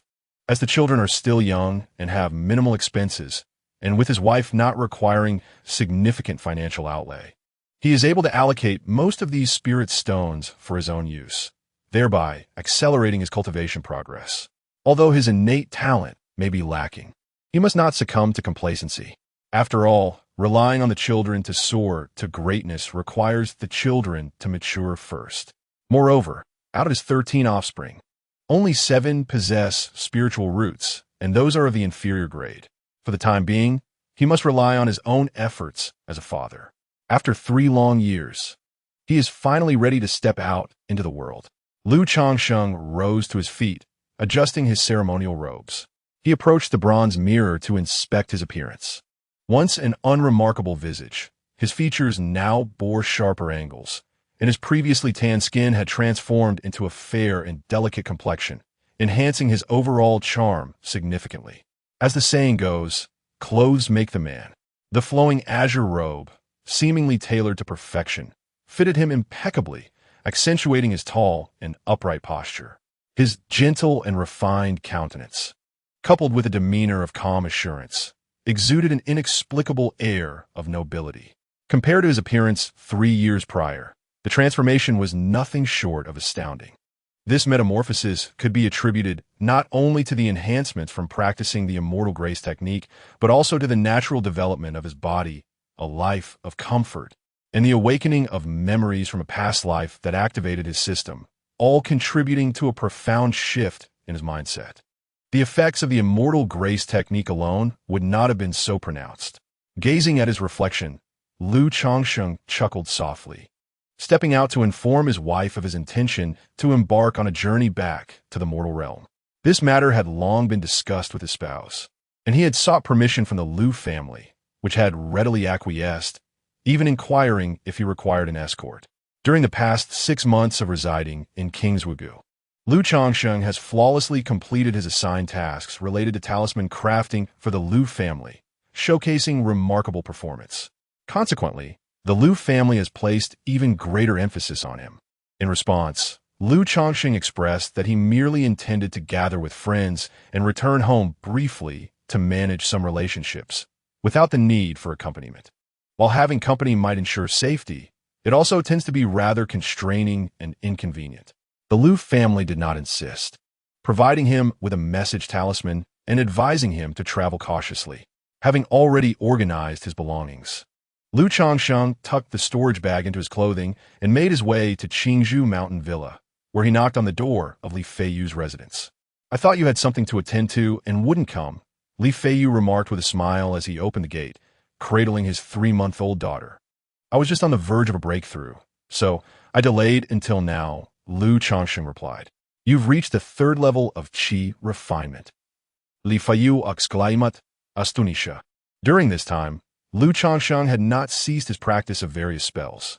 He had mastered elementary techniques such as fireball, wind control, object manipulation, Qi concealment, heavenly eye, and sound transmission. The art of spellcasting, much like talisman crafting, becomes significantly simpler once one has grasped the fundamentals.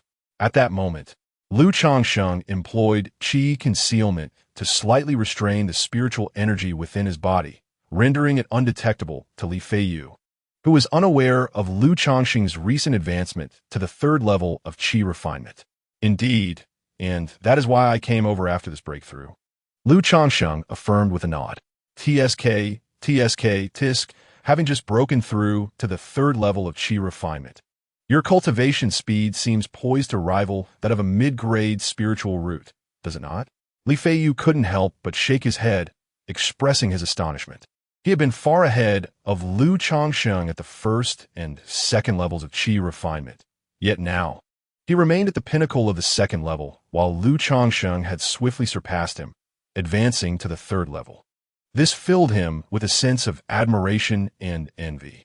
It is all reliant on external aids. The breakthrough from the third to the fourth level of qi refinement will prove to be challenging. Lu Changsheng waved his hand dismissively. One is well aware of their own circumstances.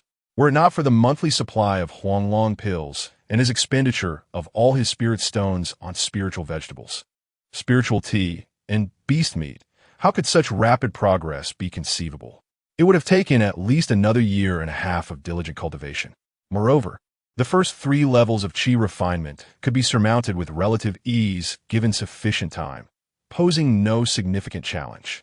However, the transition from the third to the fourth level becomes arduous, marking the threshold from the early to the mid-stages of qi refinement, where bottlenecks exist. The poorer the spiritual root, the more formidable the challenge to surpass these barriers. I trust this will not pose a difficulty for you. Shall we set off now? Li Feiyu refrained from prolonging the discussion on this topic and inquired directly.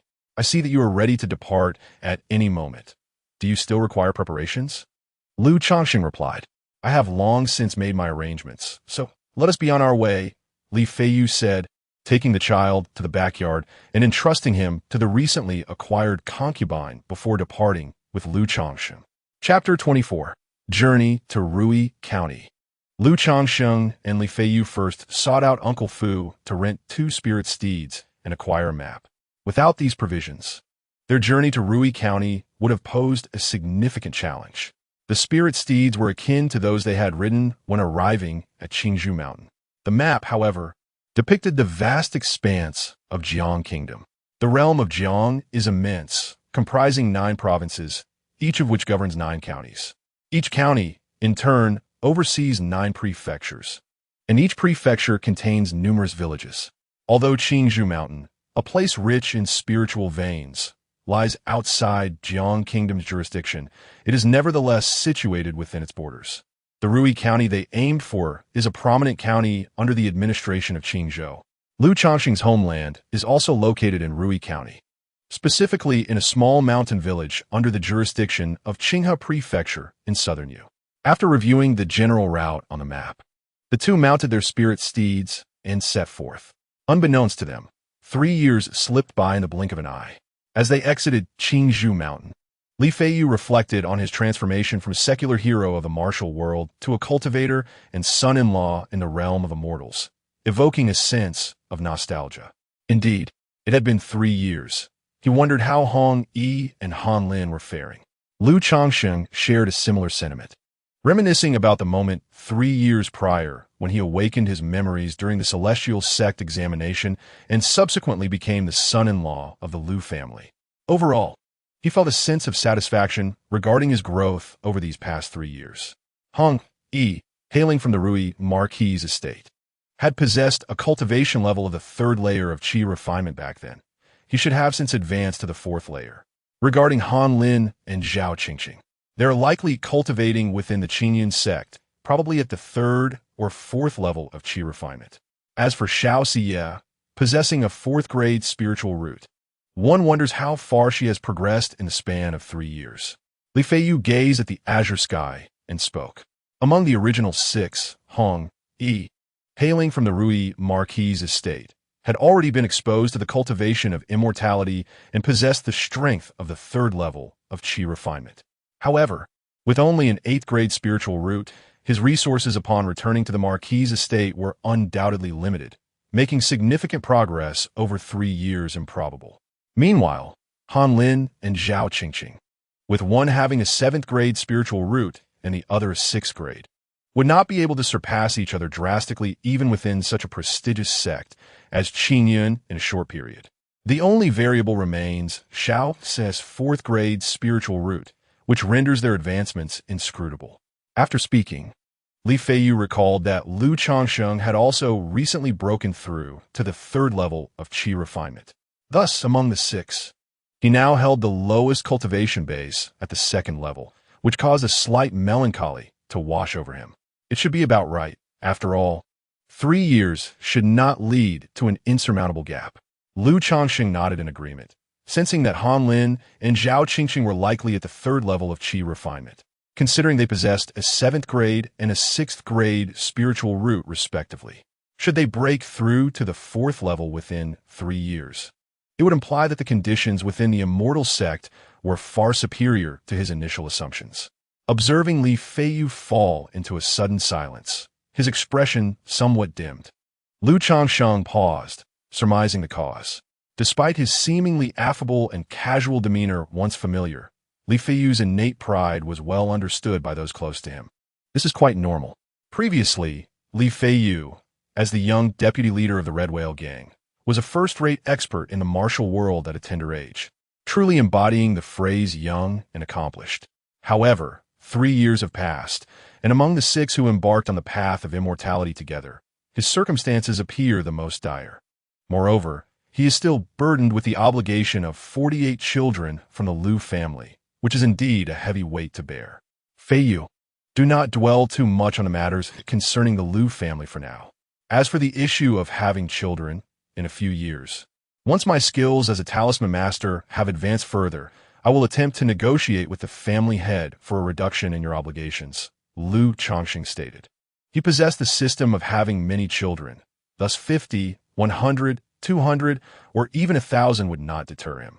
However, for Li Feiyu, lacking such a system, the prospect of fathering 50 children is indeed overwhelming.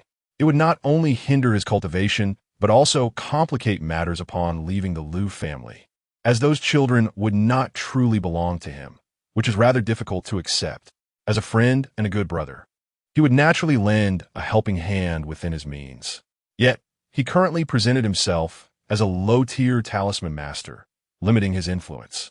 He planned to wait for another year or so to reveal himself as a mid-tier talisman master, thereby enhancing his standing and attempting to assist Li Feiyu in resolving this predicament. It's quite unnecessary to trouble you with such matters, especially since Li Feiyu paused for a moment before shaking his head. During this time, Lu Changsheng had already supported him significantly. Each visit brought gifts, and he felt it would be inappropriate to keep burdening Lu Changsheng. Furthermore, he believed that such matters would also be quite troublesome for Lu Changsheng. Before he could finish speaking, Lu Changsheng waved his hand and said, "Given our relationship, this seems rather distant. Moreover, I have a favor to ask of you." "What is it?" Li Feiyu inquired, a touch of gratitude evident in his nod. "I am returning home to visit my family, and it is not feasible to bring them here. Therefore, I would like to request your assistance in having the Qi Jing gang look after my family." Lu Changxing explained. He was aware that he would eventually depart from the Liu family and could not remain a guest indefinitely. Thus, bringing his family to King's Hushan was neither practical nor desirable. As for caring for his family, he was unable to do so himself, yet he could not simply abandon them. Therefore, he thought of the Qi Jing gang, which held considerable influence in the secular world, and hoped to enlist their help in looking after his family. He sought nothing extravagant, merely a life for his family free from financial worries and filled with prosperity.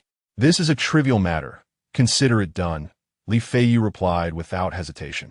After all, he was the deputy leader of the Qi Jing gang.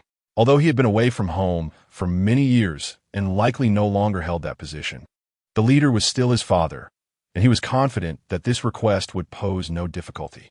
"Furthermore, I have many children, yet not all of them possess spiritual roots. Thus, I would appreciate it if you could teach those who cannot cultivate the art of martial arts," Lu Changsheng continued. Though it would be quite some time before the children grew old enough to practice martial arts, he decided to bring it up while the topic was at hand and to inquire if there were any considerations he should be aware of in this regard. After all, Li Feiyu had been trained in martial arts since childhood and was quite familiar with the intricacies involved. Practicing martial arts? Naturally, that posed no issue. However, it demanded immense effort and perseverance one must be willing to endure. Upon hearing this, Li Feiyu seemed to recall something and shook his head. He could discern that Lu Changsheng was quite indulgent toward his children, not the type to allow them to suffer hardships. Such matters will be dictated by their own choices when the time comes. Besides, what is a little hardship? Lu Changsheng replied with a smile. He held no reservations regarding such issues. While he would not compel his children to do anything against their will, he also would not coddle them to the point of allowing them to live in comfort without facing any challenges. Furthermore, the first batch of children represented the foundation upon which he would build his future family. Thus, he would be particularly attentive to their upbringing, ensuring they did not stray off course and had every opportunity to flourish. In this manner, the two engaged in casual conversation while journeying and at night. They took turns keeping watch to avoid any unforeseen circumstances. Chapter 25. Reunion of Friends. Due to Lu Changsheng's breakthrough to the third level of qi refinement, their departure was somewhat delayed. Concerned about missing their 3-year appointment, the two journeyed day and night. In merely 19 days, they traveled from Qingzhou Mountain to the city of Rui County. Their journey was remarkably smooth, encountering only a few ferocious beasts, with no significant dangers along the way. By the time they arrived in Rui County, twilight had already descended. So this is Rui County. Lu Changsheng was somewhat astonished by the sight before him. The city was far more prosperous and grand than he had imagined. The entire city loomed magnificently, resembling a colossal beast lying in wait. The streets were illuminated as if it were still daylight, with densely clustered residences, buildings, and shops bustling with life. The thoroughfares were alive with the ebb and flow of people, creating a lively tapestry of activity, and in the distance, several towering edifices reached towards the heavens. It seemed that the secular world was even more vibrant than I had anticipated, Lu Changsheng mused as he gazed upon the bustling metropolis. Before awakening his memories, he was merely the son of an ordinary farmer, having ventured no farther than Qinga County. He had never even set foot in Nanyu Prefecture, let alone Rui County.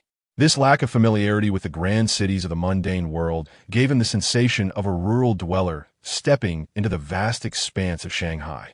Upon entering the city, they inquired for directions and soon arrived at Rui Building. True to its reputation as the largest tavern in Rui County, it stood an impressive 10 zhang high. In front of the building, a jade Rui is elegantly suspended, adorned with the grand inscription Rui Building in exquisite characters. Four corners of the eaves are embellished with strings of vibrant red lanterns, while the walls are embellished with luminous murals depicting enchanting landscapes and beautiful women. Li Feiyu stepped forward, indicating his intention to seek out Hong Yi. The gatekeeper, already briefed, promptly entered to relay the message.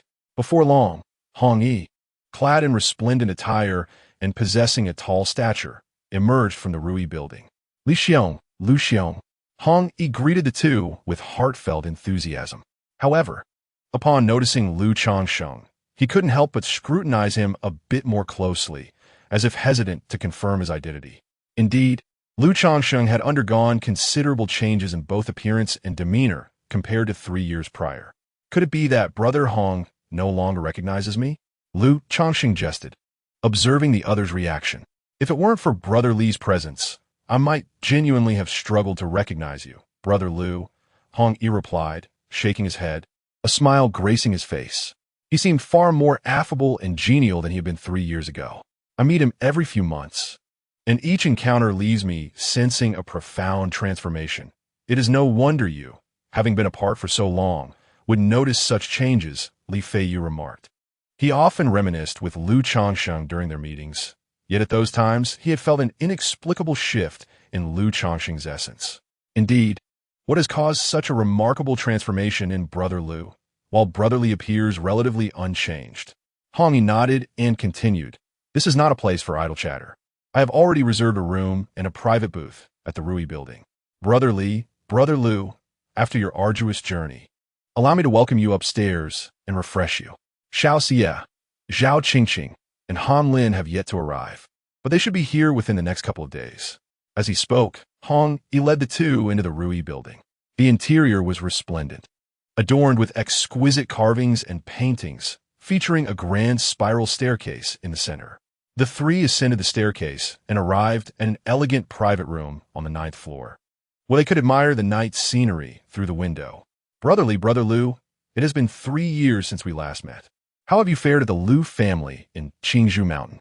After they were seated, Hong enthusiastically poured tea for the two, speaking warmly. Not too bad, replied Li Feiyu succinctly, feeling that there was little to elaborate on regarding his circumstances. I'm managing as well, Lu Changsheng replied in kind. If Brother Li says that, I naturally believe him. However, Brother Lu, I find it hard to accept your words.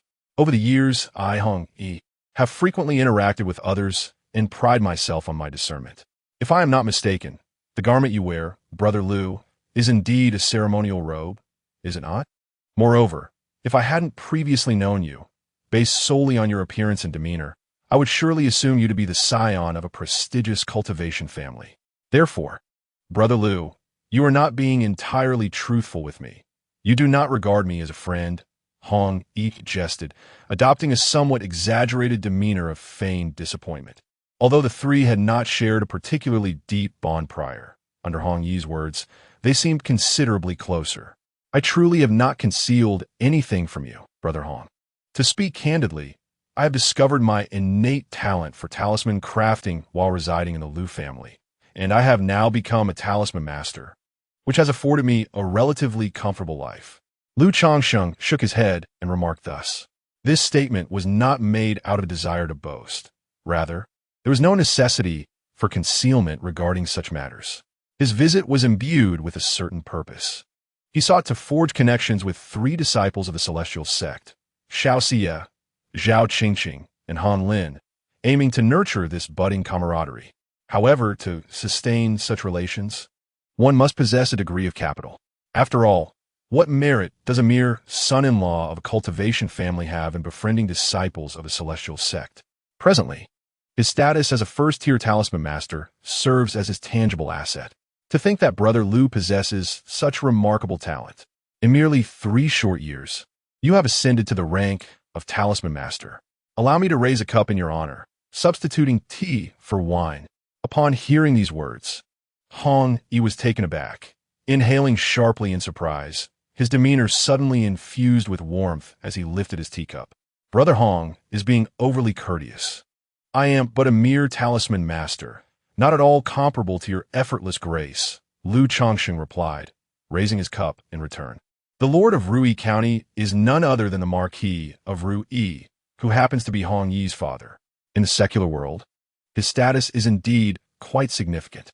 Yet, observing the latter's current affability and courtesy, one cannot help but reflect on the tumultuous changes he must have endured over the past 3 years. I am merely a bastard son, a status of little worth, truly not comparable to Brother Lu. Moreover, Brother Lu's swift ascension to the rank of a talismanic master within such a short span of time speaks volumes of his extraordinary talent. He is indeed a rare gem among men, with a promising future as a second-tier talisman master. Brother Hong shook his head in admiration and then sincerely remarked, You flatter me, Brother Hong. These words from Hong Yi undeniably brought a sense of comfort to Lu Changsheng. Recalling 3 years prior, he remembered Hong Yi exuding an air of arrogance. While he never resorted to mockery or disdain towards Lu and Han Lin, his demeanor conveyed a sense of superiority, an unspoken belittlement. Thus, the stark contrast in attitude between then and now evoked a certain satisfaction within Lu Changsheng. Nevertheless, he was not one to elevate himself based solely on another's demeanor. He engaged in polite conversation with Hong Yi without pretense. Under Hong Yi's warm hospitality, the three gradually became acquainted, as if they were long-lost friends reunited after many years. In this manner, under Hong Yi's generous welcome, Lu Changsheng and Li Feiyu resided at the Rui building for 3 days. After this period, Xiao Xie, Zhao Qingqing, and Han Lin arrived at Rui. Upon receiving the news, Lu Changsheng and Li Feiyu descended the stairs to greet them. As they reached the bottom, they immediately spotted Xiao Xie and the others. Elder Brother Li, young master, are you Lu Changsheng? Xiao Xie, adorned in a gown of pristine white, her radiant oval face beaming with beauty, approached them with a warm smile. Her demeanor was genuine and unpretentious, her smile as bright as a spring breeze, uplifting everyone around her. Beside her, Zhao Qingqing merely nodded in acknowledgement. She elegantly styled her hair and donned a long dress of emerald green, her features not quite breathtaking but rather possessing a refined beauty. Especially when standing beside the stunning Xiao Xie, she appeared somewhat overshadowed, akin to a supportive leaf. However, her fair complexion and tall, statuesque figure, with strikingly long legs and a slender waist, were undeniably remarkable. Brother Changsheng, Brother Li, young Master Ho, Han Lin greeted the crowd. In contrast to the two women, he seemed rather unremarkable, lacking a significant presence. Clad in a grayish-brown long robe, with slightly tanned skin, his appearance was ordinary, neither tall nor short, neither plump nor thin. Chapter 26. A Reunion After 10 Years. In the illustrious halls of Rui Tower and the gathering of Immortal's Pavilion, 6 individuals, Lu Changsheng, Li Feiyu, Hong Yi, Han Lin, Xiao Siye, and Zhao Qingqing, came together once more after a span of 3 years. During this time, they had transitioned from the mundane world to the path of cultivation, each undergoing significant transformations. Miss Xiao, in the realm of cultivation, strength reigns supreme. This esteemed position is rightfully yours to occupy, Hong Yi remarked warmly to Xiao Siye. However, this warmth was devoid of the fervor that characterized his feelings 3 years prior, which had hinted at romantic aspirations. Instead, it now resonated with the camaraderie of friends. For Hong Yi understood all too well that he no longer deemed himself worthy of Xiao Siye's affections. Having failed to win her heart 3 years ago, any attempts to curry favor now would only lead to humiliation, jeopardizing their friendship. Since the young lord is so gracious, I shall not stand on ceremony, Xiao Siye replied, modestly declining his initial offer before ultimately accepting. 3 years had not tempered her spirited and vivacious nature. Indeed, she had blossomed into an even more radiant and generous presence. Changsheng, your transformation is astounding. I hardly recognized you, Han Lin exclaimed, addressing Lu Changsheng with a hearty exuberance. I hear from the young lord that you and Li Gu have become sons-in-law to a cultivation family. It seems life is treating you well. In their earlier days, Xiao Siye had been the distinguished lady among the 6. Yet her keen interest in the martial world often led her to seek out Li Feiyu for discussions about the intricacies of that domain, nurturing a relatively close bond. Meanwhile, Han Lin and Lu Changsheng, sharing similar backgrounds and temperaments, had forged a strong friendship. Isn't this the essence of cultivation? A bit of change is only natural, Han Lin added. Lu Changsheng smiled, exuding an air of generosity. While his remarkable transformation was significantly attributed to the immortal grace technique, it ultimately stemmed from his own solid foundation, leaving him with no sense of embarrassment. This was not merely a slight change. The transformation was more substantial than even his own. They say that a girl undergoes 18 transformations, but could there also be a notion of a boy experiencing 20? Xiao Siye teased. Having blossomed into a stunning beauty 3 years ago, she had now fully matured, her presence radiant as a flower in bloom, her countenance more exquisite than the spring's blush, captivating all with her every glance and smile. Even Lu Changsheng, with 9 wives and concubines, could not help but steal a few extra glances. After all, not only was Xiao Siye strikingly beautiful, but she also possessed a 4th-grade spiritual root. If she were to bear him children, there was a high probability they would inherit spiritual roots, with a chance of producing offspring of mid-grade roots. However, the idea of a disciple from celestial sect with a 4th-grade spiritual root bearing his children seemed unrealistic. It was likely that such dreams would remain just that for a long time. Just as there are transformations in women, there are also transformations in men, and I am living proof of that, Lu Changsheng replied with a smile, his gaze clear and composed. With the confidence bestowed upon him by the system, Lu Changsheng could now maintain a calm and equal demeanor in the presence of anyone. You possess talent? I have a system. You have connections? I have a system. You have strength? I have a system. Thus, we are all quite similar. You may have talent and a promising future, but with my system by my side, as long as I strive, there is no doubt that I too will achieve greatness in due time. Soon, in this familiar atmosphere, everyone quickly engaged in casual conversation. However, the primary dialogue was between Hong Yi and Xiao Siye, as they sought topics to discuss. Lu Changsheng and Han Lin contributed answers when prompted, interjecting only when the subject piqued their interest. Li Feiyu and Zhao Qingqing remained relatively reticent, speaking only when addressed directly. Throughout this exchange, everyone shared updates about their current circumstances, granting Lu Changsheng a deeper understanding of each individual situation. Although Hong Yi, as the illegitimate son of the Marquis of Rui, had achieved the third level of qi refinement 3 years prior, he had lacked access to cultivation resources over the years and had to rely on his own efforts to earn them. Consequently, he remained at the pinnacle of the third level, unable to break through. This realization led Lu Changsheng to understand that the bottleneck from the third to the fourth level of qi refinement was far more challenging than he had initially anticipated. Xiao Xie, possessing a fourth-grade spiritual root, had caught the attention of the elders upon entering the Qingyun sect and had thus become an inner disciple, now having reached the fourth level of qi refinement. In contrast, although Han Lin and Zhao Qingqing were also disciples of the Qingyun sect, their spiritual roots were mediocre, relegating them to the status of outer disciples, a stark difference from Xiao Xie's achievements. Inner disciples could focus solely on their cultivation, while outer disciples were required to spend time learning a specific skill in addition to their training.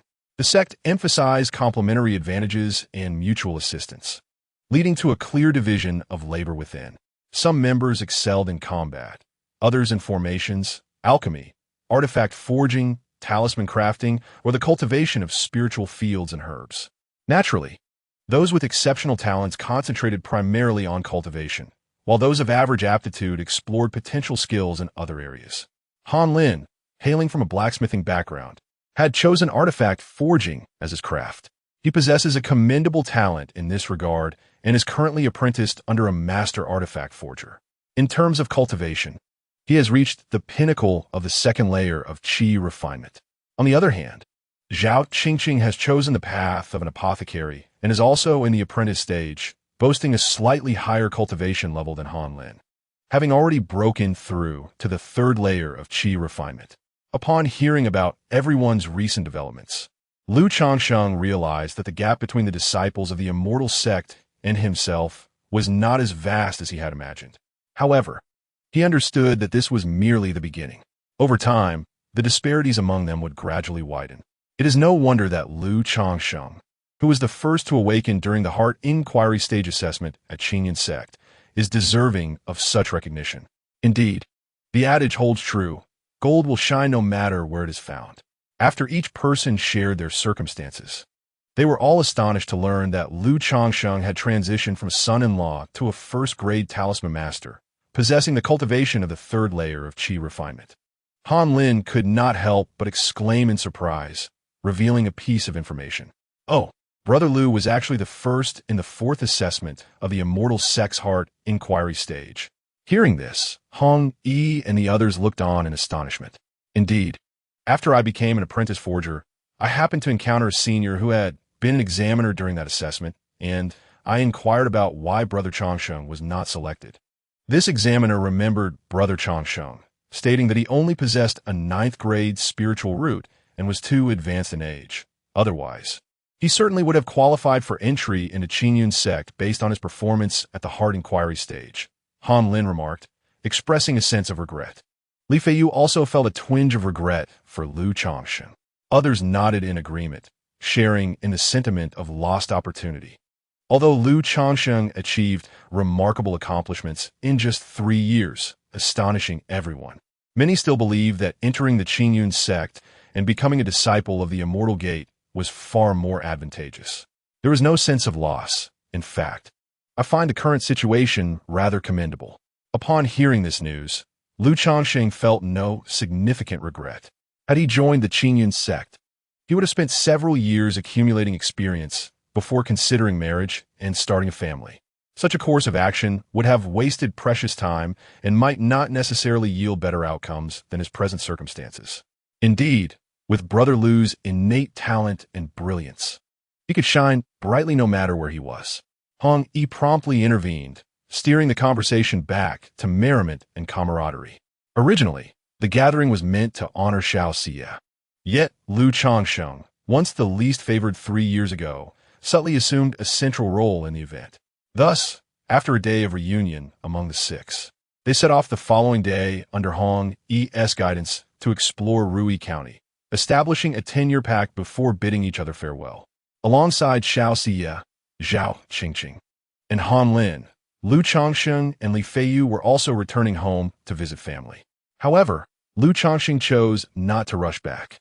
He allowed Li Feiyu to depart first, planning to visit him later at the Changsheng. During this journey, he contemplated finding a place to sell his talismans and procure materials for superior and exceptional talismans. He had previously inquired with Hong Yi about the nearest marketplace for cultivators, but Hong Yi informed him that there were essentially no such markets in the secular world, only scattered congregations of independent cultivators. These gathering places for loose cultivators often host trading assemblies, which could assist him in gathering information. He will receive a reply in a few days. Chapter 27, Bullhead Mountain. A few days later, in the Rui Tower. Brother Lu, I have gathered some intelligence. There exists a gathering of solitary cultivators at Bullhead Mountain, located 300 miles from Rui County, where trading assembly is currently underway. It is expected to last for another 5 or 6 days. Should you wish to partake, take this communication talisman and use it upon your arrival at Bullhead Mountain. Someone will activate the formation to guide you in. Hong Yi stated as he knocked on the door and addressed Lu Changsheng, producing a brownish-yellow talisman. Thank you, Brother Hong. I am aware that you have incurred some expenses on my behalf. Here are 3 low-grade first-tier talismans that I have crafted myself, which I offer as a token of my gratitude, Lu Changsheng replied, handing over the talismans. This communication talisman is of basic value and not particularly precious. However, the effort you expended to acquire this information deserves recognition. It is only fitting that I reciprocate your kindness. Moreover, Brother Hong holds considerable standing in the secular world, and I am eager to maintain this connection. Who knows? I may require your assistance in the future should my child choose to settle in the mundane realm. Lu Changsheng continued. Hong Yi's eyes gleamed with interest upon seeing the 3 talismans, yet he waved his hand dismissively.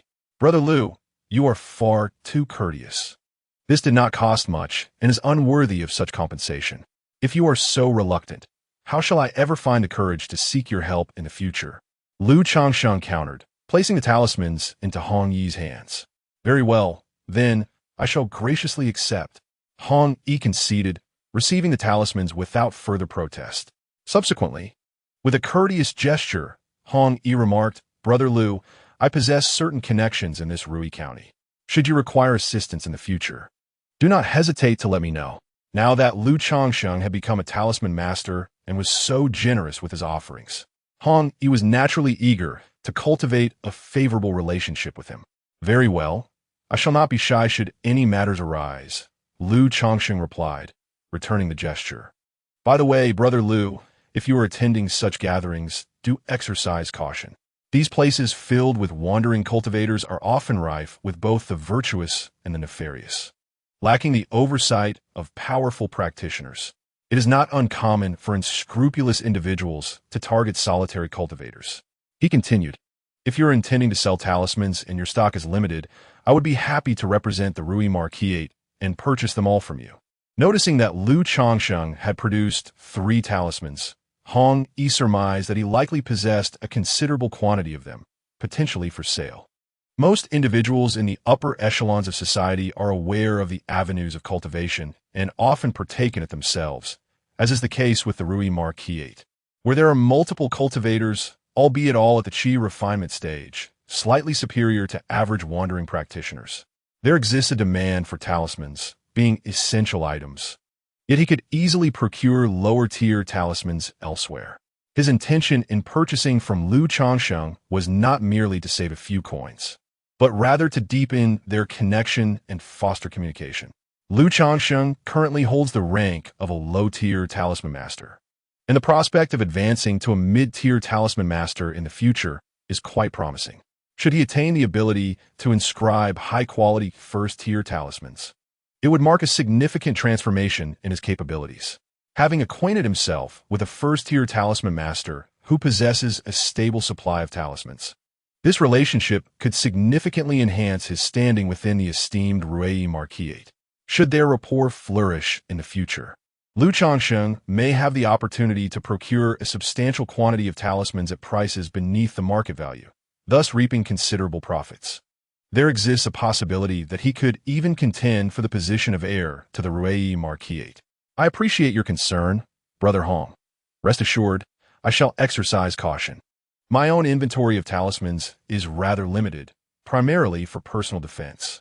However, should you find yourself in need, I would be willing to offer you a few at a favorable price.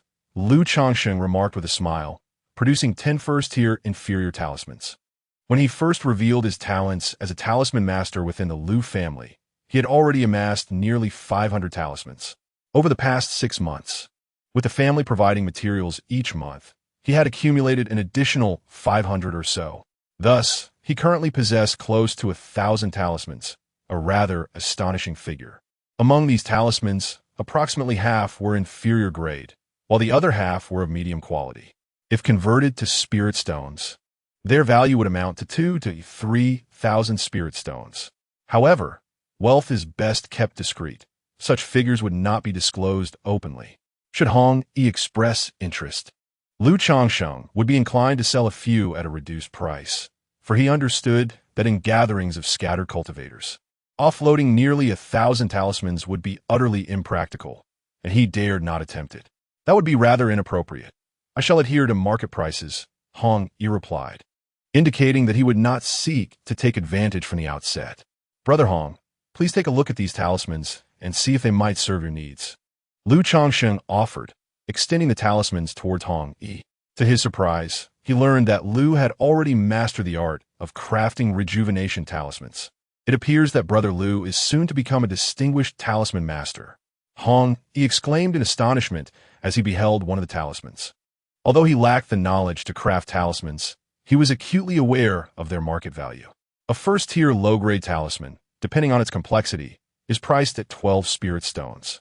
The rejuvenation talisman, being a low-grade talisman, is valued at only 2 spirit stones, yet its crafting difficulty is significantly greater. I have managed to produce only a few of them, Changsheng remarked while waving his hand, considering the profit potential. Most of the first-tier low-grade talismans in his possession were of a higher degree of difficulty. I shall acquire all these talismans, but presently I lack the requisite spirit stones. I must return home to procure some for my father before I can engage in a transaction with Brother Lu, Hong Yi said, slightly embarrassed. Despite being the son of the Duke of Rui, his holdings of spirit stones were meager, coupled with the demands of his training. He found it difficult to amass any wealth. There is no rush. Please take these talismans for now, Brother Hong. I intend to ride to Nyoto Mountain to attend a trading fair and pay a visit home. I will temporarily leave my spirit steed in your care, and I shall return for it later, Changsheng said generously. He harbored no fear that Hong Yi would harbor ill will over these talismans. If the other party were to act in such a manner, it would serve as a testament to one's true character. Thank you very much, Brother Lu. Rest assured, I will ensure the spirit steed is well taken care of, Hong Yi replied respectfully. Without incurring expenses, he could take these talismans home, making it easier for his father to believe in the depth of his friendship with Changsheng, the esteemed talisman master. I appreciate your assistance, Brother Hong. Changsheng slightly clasped his hands in greeting, then procured a horse to ride towards Nyoto Mountain in Nanyu Prefecture. Lacking a spirit beast pouch, he was uncertain whether he could ride his spirit steed into the mountain. To avoid such complications, he chose to ride a regular horse instead, feeling no regret should it be lost. After an extensive period riding a spirit steed and having become a cultivator, riding a horse posed no challenge for him. On the following day, with the dawn air pleasantly cool, Changsheng set out on horseback from Rui County and arrived at Nyoto Mountain. He first sought out a farmhouse at the foot of the mountain to stable his horse. Subsequently, he ascended the mountain alone, reaching a secluded area where he retrieved a human skin mask he had previously purchased from his storage pouch. Instantly, his handsome visage transformed into that of a pallid, somewhat dull-looking youth. Next, he donned a voluminous black cloak, enveloping himself entirely in its fabric. With the hood drawn, his entire form, along with his face and hair, became obscured, rendering his appearance indiscernible. Once these preparations were complete, Changsheng continued his ascent, arriving at a slope on the northern side of Nyoto Mountain. According to the villagers, this slope was perpetually shrouded in white mist. However, utilizing his heavenly eye technique, Lu discerned subtle fluctuations of spiritual energy. instantly recognizing it as a formation. This must be the place. Gazing into the veil of mist before him, he understood that he had reached his destination. He produced the communication talisman given to him by Hong Yi and activated it with his spiritual energy. In an instant, the talisman flew from his hand, darting into the mist of the slope, vanishing from sight. Lu Changsheng patiently awaited the arrival of tea time, when suddenly he beheld a swirling mist before him, parting to reveal a narrow, seemingly endless path through the forest. After contemplating the winding trail for a moment, Lu Changsheng stepped forward into its embrace. Chapter 28. The gathering of Lu's practitioners. Lu Changsheng ventured into a narrow path, where the horizon stretched infinitely before him, seemingly devoid of an endpoint. However, after traversing approximately 100 meters, it felt as though he had crossed a shimmering lake, and the scenery before him transformed dramatically. He found himself in a verdant valley, encircled by mountains, adorned with a plethora of colorful flowers and grasses. The only trace of the path he had just entered was a narrow trail shrouded in mist behind him.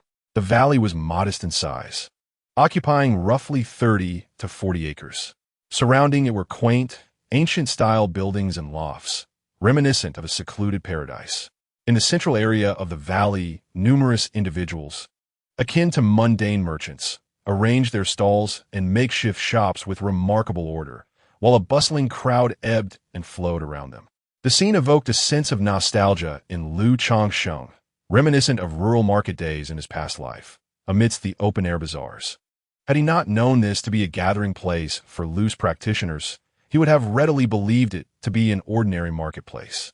Beneath this valley, there must exist a spiritual vein, albeit one of lesser quality, as the spiritual energy here was significantly inferior to that of the Qingzhou mountain manor. With determination, Lu Changsheng made his way toward the bustling central area. The practitioners around him were a diverse assembly, including scholars, monks, Taoists, and chivalrous figures. Some bore long swords and large blades, while others carried oversized gourds or accompanied spirit beasts. Notably, there were also many like Lu Changsheng, cloaked in flowing robes that enveloped their figures. High-grade healing elixirs and martial arts potions at remarkably low prices. A century-old ginseng or a century-old Hishowu, each available for merely a single spiritual stone, a single strand of dragon muscle. The highest bidder shall claim it. The legacy technique left behind by the true god of transformation, the 9 turns golden body technique, is available for merely 10 spirit stones. A remarkable stone unearthed in the ancient secret realm, harboring rare treasures. Do not miss this opportunity. The marketplace buzzed with a throng of people, many vocally promoting their wares, creating a lively cacophony. Lu Changsheng observed various stalls displaying an assortment of pots, bowls, utensils, meat, fish, fruits, and vegetables, and could not help but shake his head. It appeared that this gathering of loose cultivators was even less impressive than he had anticipated. Perhaps this truly represented the reality of life at the bottom tier of the cultivation world, akin to the struggles of ordinary individuals in the secular realm. The only distinction lay in the realm they inhabited, one the mundane world, the other in the realm of cultivation. Even the humble Qingzhou Lu family, despite their shortcomings, had an ancestral figure anchoring their foundation, along with their own spiritual veins and blessed lands. After wandering for a while, Lu Changsheng gained a clearer understanding of this trading event. The items for sale were diverse, yet predominantly comprised inexpensive or counterfeit goods, with only a handful suitable for cultivators. Surrounding the marketplace, several shops within the buildings offered more refined and high-quality merchandise. Given the scale of this loose cultivator stronghold, it would be utterly impossible for him to sell nearly 1,000 talismans in one go. Attempting such a feat would likely prevent him from ever leaving Yodo Mountain. However, selling a portion posed no significant issue. Consequently, Lu Changsheng followed suit, finding an empty spot and retrieved a thick stack of talismans from his storage bag.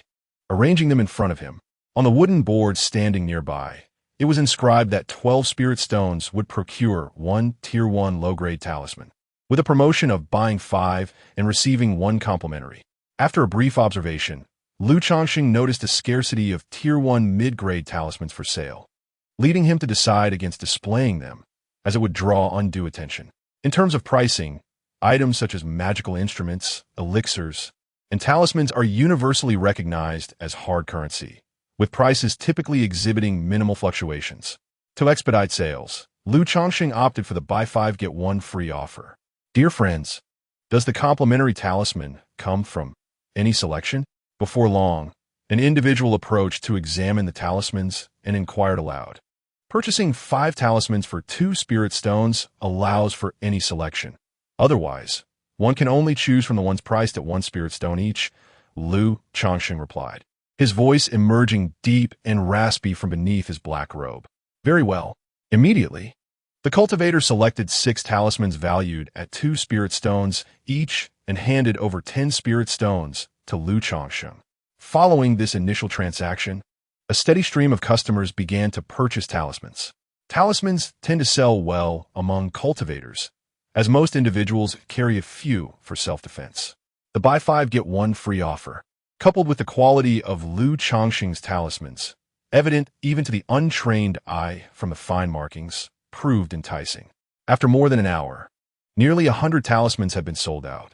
In total, he garnered 133 spirit stones. Indeed, possessing a skill can be quite lucrative. Lu Changsheng felt immense satisfaction and delight at this first windfall. The cost of producing 100 talismans was approximately 22 spirit stones, yet he had sold them at 6 times that price. If one were to sell first-tier, medium-grade talismans at the price of 35 spirit stones per piece, the profit could indeed double. After all, with ordinary materials for talisman crafting, Lu Changsheng's success rate in producing first-tier medium-grade talismans is a perfect 100%. This confidence is what enables Lu Changsheng to leave the Lu family and establish himself in the world. After selling these talismans, Lu Changsheng refrained from offering more for sale. Most others sell only a handful, at most a few dozen. His sale of nearly 100 was already quite remarkable. Selling any further would likely draw unwanted attention, so he chose to exercise caution. Soon after, clutching the freshly acquired spirit stones, he began to indulge in some shopping. In a particular store, he discovered high-grade talisman paper and premium spirit ink for sale. However, the quality was rather mediocre, and in some instances even subpar. Talisman crafting materials are categorized into ordinary, high-grade, and top-tier, but variations in quality exist based on the raw materials and manufacturing processes. This shop's offerings were not particularly impressive. Nevertheless, options were limited, so Lu Changsheng inquired about the prices. The talisman paper was priced at 5 spirit stones for a stack of 10 sheets, while the spirit ink cost 5 spirit stones per box, 5 times the cost of ordinary materials, which is quite a standard rate. If you were to purchase these high-grade materials for crafting first-tier, medium-grade talismans, the profit margin would be negligible.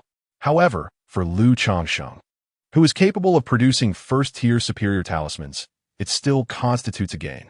Consequently, after some negotiation, Lu Changsheng spent 66 spirit stones to acquire the shop's entire stock of 12 stacks of high-grade talisman paper and 3 boxes of spirit ink. He continued to browse, but found no exquisite talisman paper or extraordinary spirit ink for sale. This was understandable, as the materials required for crafting premium talismans were rather sophisticated for such a gathering of casual cultivators. During his leisurely exploration, Lu Changsheng stumbled upon a stall selling books related to cultivation. The various tales of cultivation, travelogues, and personal notes intrigued him greatly, prompting him to spend a spirit stone to acquire 10 volumes. Subsequently, he noticed a selection of 5 elemental spiritual materials for sale. After visiting several stalls, Lu Changsheng successfully gathered all the necessary materials for the 5 elements, intending to use them to practice the celestial elegance technique. These materials were all of the first tier, medium-grade variety, reasonably priced, totaling 59 spirit stones. Having nearly spent all the spirit stones he had just earned, Lu Changsheng chose not to leave just yet. He continued to wander, hoping to find a better talisman brush. Currently, he was using a golden hair talisman brush provided by the Lu family, which was among the finest of ordinary brushes but still fell short of being classified as a high-grade brush. although it could be used to draw first-tier superior talismans. It lacked a certain finesse. After a thorough search, he could not find a brush that met his standards, and thus he resigned himself to the situation. Recalling that he needed to visit the Red Whale Gang to seek assistance from Li Feiyu in caring for his family, he felt compelled to bring a token of gratitude. Changsheng then purchased a few bottles of mundane elixirs from another stall. These elixirs were quite affordable, crafted by apprentice alchemists and not of any significant grade. Priced similarly to basic talismans, they were 2 bottles for a spirit stone. Changsheng spent 2 spirit stones to acquire 5 bottles. Feeling satisfied with his purchases and deciding against further wandering. As he arrived at the narrow path leading out of the valley, Changsheng departed swiftly. Once he exited the valley and ensured no one was in sight, he discreetly stowed away the items he had been carrying in his storage bag. Driven by a cautious disposition, he retrieved a lightweight talisman from a bag and activated it upon himself. With a gentle push of his toes, he became as light as a swallow, descending the mountain with remarkable speed. However, mere moments after Changsheng's departure, 3 figures emerged from the valley. The talismans this young man possessed were of exceptional quality, clearly crafted by a skilled talisman master. Yet, despite his cultivation being merely at the 3rd layer of chi refinement, his cautious demeanor in such a place suggested he had stumbled upon a stroke of fortune, undoubtedly possessing valuable items. The 3 individuals, their expressions tinged with greed and malice, cast their gazes toward the direction in which Changsheng had vanished, employing the wind manipulation technique to pursue him swiftly. Chapter 29. The First Battle. The Might of the Talisman. With the enhancement of the lightweight talisman, Changsheng moved with the grace of swallow, his steps swift and agile. As he reached the mid-slope of the mountain, he was suddenly alerted by sounds approaching from behind. Turning to look, he immediately beheld 3 figures clad in conical hats, their forms darting down the mountain with remarkable speed. In that instant, Changsheng's heart raced, and his countenance darkened. Had he become a target? This was his initial thought. What a coincidence! He had encountered no one on his ascent, yet upon descending, 3 individuals hastened down simultaneously and with such urgency. Though their faces were obscured by their hats, Changsheng discerned that one figure, dressed in a yellow robe and possessing a robust physique, bore a faint resemblance to someone who had previously purchased talismans from him. At this moment, Changsheng felt a certainty, at least 70%, that these 3 were indeed after him. Damn it, he had exercised considerable caution, merely selling a handful of talismans, yet he had attracted unwanted attention. A shadow of worry crossed Changsheng's face. Without further hesitation, he retrieved a mid-grade wind talisman, channeling his spiritual energy to activate it. Instantly, a swirling gust of azure wind enveloped him, propelling him forward with astonishing speed. He surged forth like a bolt of lightning, the wind billowing his cloak and dislodging his hood, leaving his skin stinging from the force. A wind talisman? This young man possesses mid-grade talismans. The sheer volume of talismans he has for sale marks him as a prime target. As the 3 individuals racing towards Changsheng noticed his presence, their eyes gleamed with excitement, and they hastened their pace. To them, Changsheng appeared to be a plump lamb awaiting slaughter. With a swift dash, Changsheng quickly realized that his pursuers were not lagging behind. Instead, they were closing in on him, causing his expression to darken. At that moment, it was evident without a doubt that these 3 were intent on his demise and looting his belongings. Despite employing a lightweight talisman and a wind-walking talisman to enhance his speed, he found himself unable to shake off his assailants. Indicating that their cultivation level surpassed his own significantly, likely at least the 6th or even 7th level of chi refinement. Recognizing that escape was futile, he resolved to confront them. Changsheng understood that continuing to flee would merely deplete his stamina, and a flicker of ferocity shone in his eyes. He swiftly concealed his arm beneath the black cloak and retrieved a handful of talismans from his storage pouch, numbering around 10 to 20.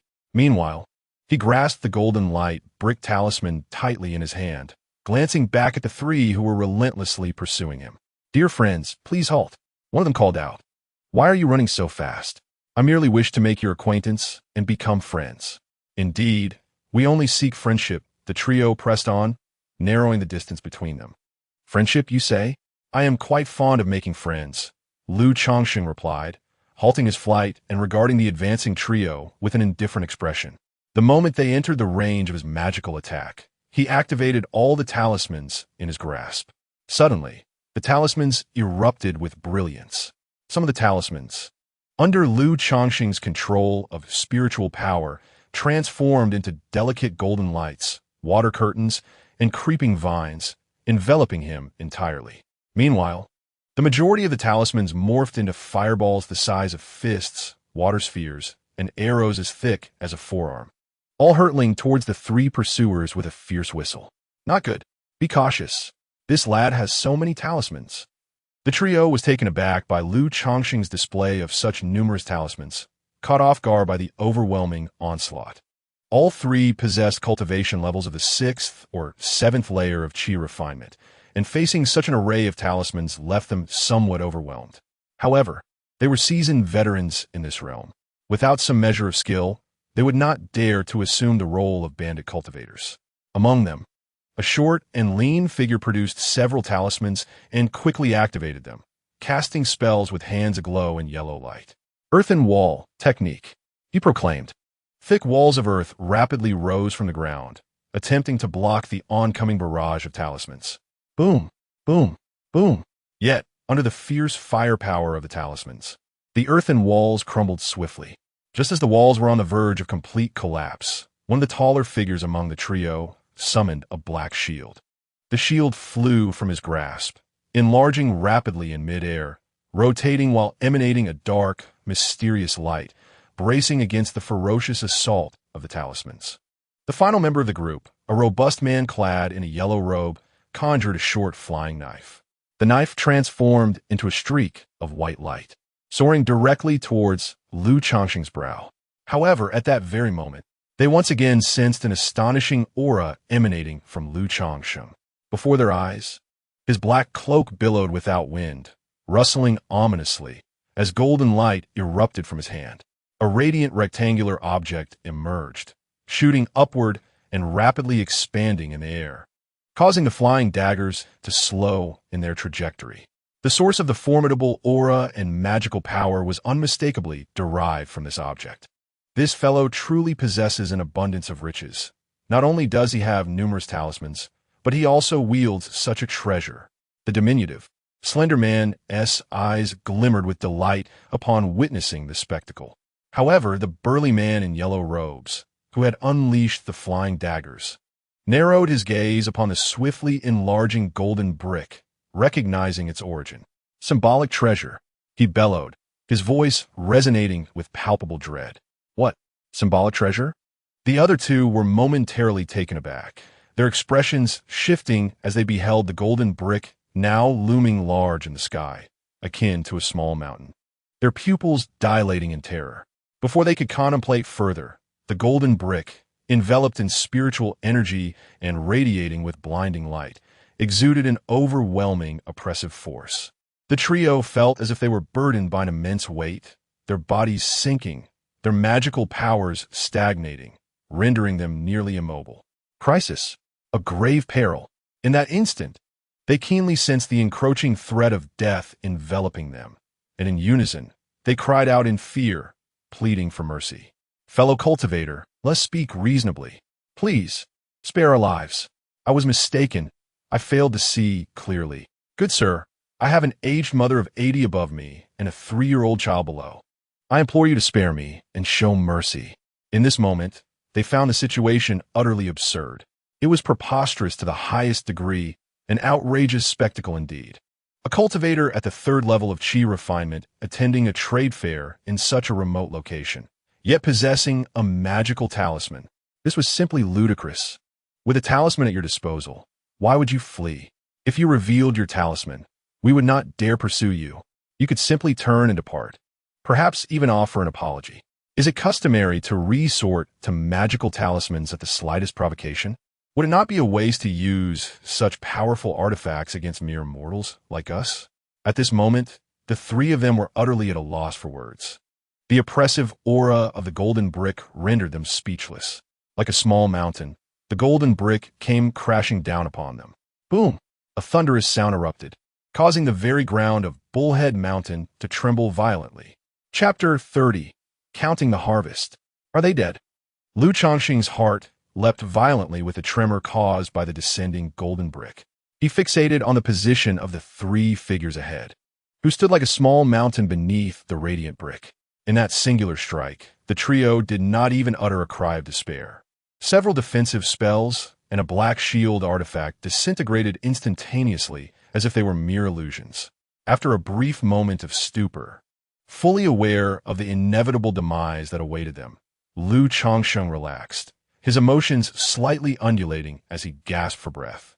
Although the talismans consumed little spiritual energy, they exacted a toll on his mental fortitude. Utilizing nearly 20 of them had indeed drained him considerably. The primary drain stemmed from activating the talisman treasure, the golden brick, which siphoned away a substantial portion of his spiritual power. With a thought, Lu Changsheng retracted the talisman treasure. The enormous golden brick instantly dimmed, reverting to its original form and transforming into a talisman that flew back into his hand. Where the golden brick had struck, it left behind a gaping pit several yards wide and deep. The three thieves had been reduced to indistinguishable masses of flesh and blood. As for the black shield artifact, it had been utterly shattered and deformed, now resembling a mere lump of iron under the force of the golden brick's assault. Is this the true power of talisman treasures? It is utterly terrifying. I am merely at the third level of chi refinement, only able to harness a fraction of its might. How astonishing would it be if I were at the late stage of chi refinement or in the foundation establishment stage, unleashing the full potential of the talisman. Lu Changsheng gazed into the pit where the three had been transformed into a gruesome mass, licking his parched lips, filled with an overwhelming sense of dread. This was his inaugural encounter with the talismanic treasures, and he was awestruck by their formidable power. He initially unleashed a barrage of over 10 talismans, all of which were effortlessly countered by the trio. However, once the talismanic treasure was deployed, it swept through them like a tempest, leaving the three utterly defenseless. This not only exposed Lu Changsheng to the might of the talisman, but also provided him with a faint glimpse into the prowess of an advanced foundation-building cultivator. Given the potency of the talisman activated by his third level of chi refinement, he surmised it was akin to a strike from a formidable foundation cultivator. Not daring to dwell on this thought, fearing that the commotion might attract unwanted attention, Lu Changsheng suppressed his nausea and leapt into the deep pit, retrieving the storage bags from the mangled remains of the three individuals. Utilizing a cleansing spell, he rid the bags of blood and flesh, then incinerated any traces of gore with a flame talisman. He gathered a nearby battered and deformed iron shield and a flying dagger artifact, and cast a wind talisman upon himself, soaring out of the pit and hastily vacating the area.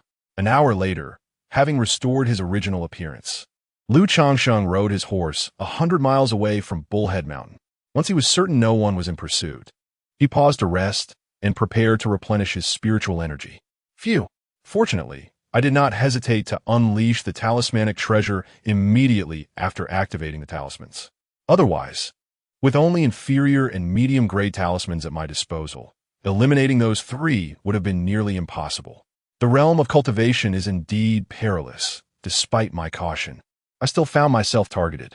It seems I must exercise even greater vigilance in the future.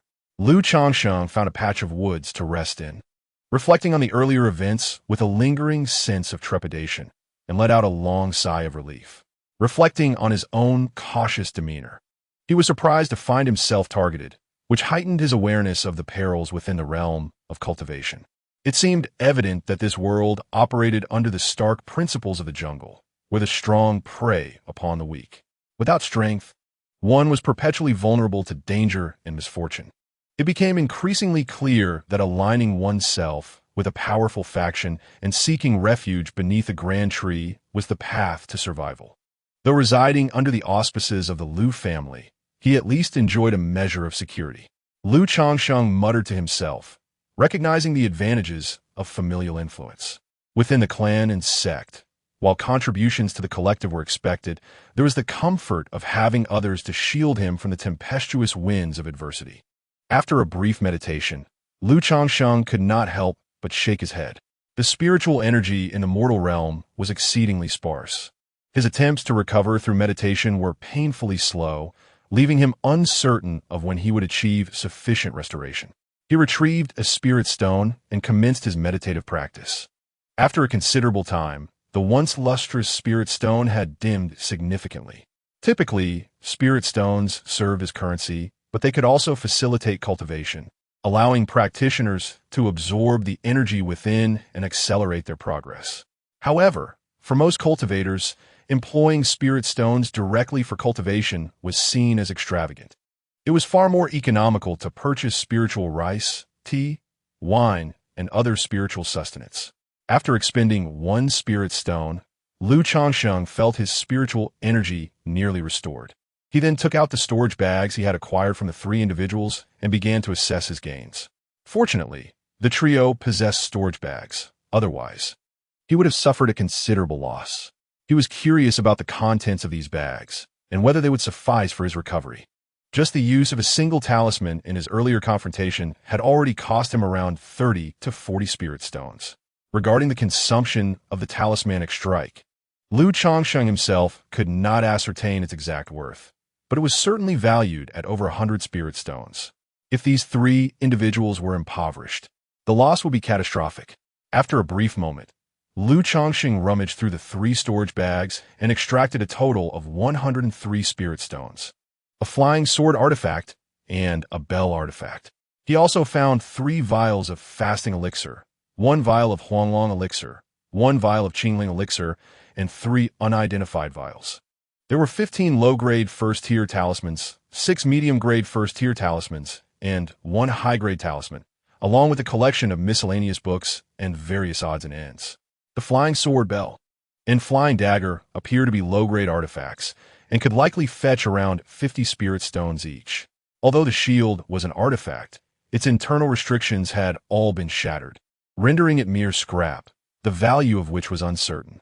Nevertheless, the 3 storage bag alone could be worth around 150 spirit stones. With the addition of the scattered items, the total should amount to 500 spirit stones at the very least. After accounting for the possessions of the 3 individuals, Changsheng felt considerably uplifted. He smacked his lips and remarked, "Indeed, the golden belt of murder and arson, no matter where one is. The swiftest path to wealth lies in taking lives and plundering." He recalled his early days in the Liu family as a son-in-law, earning merely 2 spirit stones a month. As a talisman master, he barely made 10 spirit stones monthly. Selling 100 talismans today was equivalent to a month's worth of work, and after deducting costs, he had only earned a little over 100 spirit stones. Nothing could compare to the simplicity and speed of gaining wealth through killing and looting. However, Changsheng harbored no intentions of profiting through such means. Without discussing his moral principles, it is evident that he would never engage in the senseless slaughter of innocents. Such actions are exceedingly perilous and utterly inconsistent with his modus operandi. With a system at his disposal, there is no need for him to indulge in reckless behavior that risks his very existence. The path of marriage and procreation is the only honorable pursuit. Furthermore, he is merely a nascent practitioner at the 3rd level of qi refinement, relying on talismans and magical artifacts to secure his victories.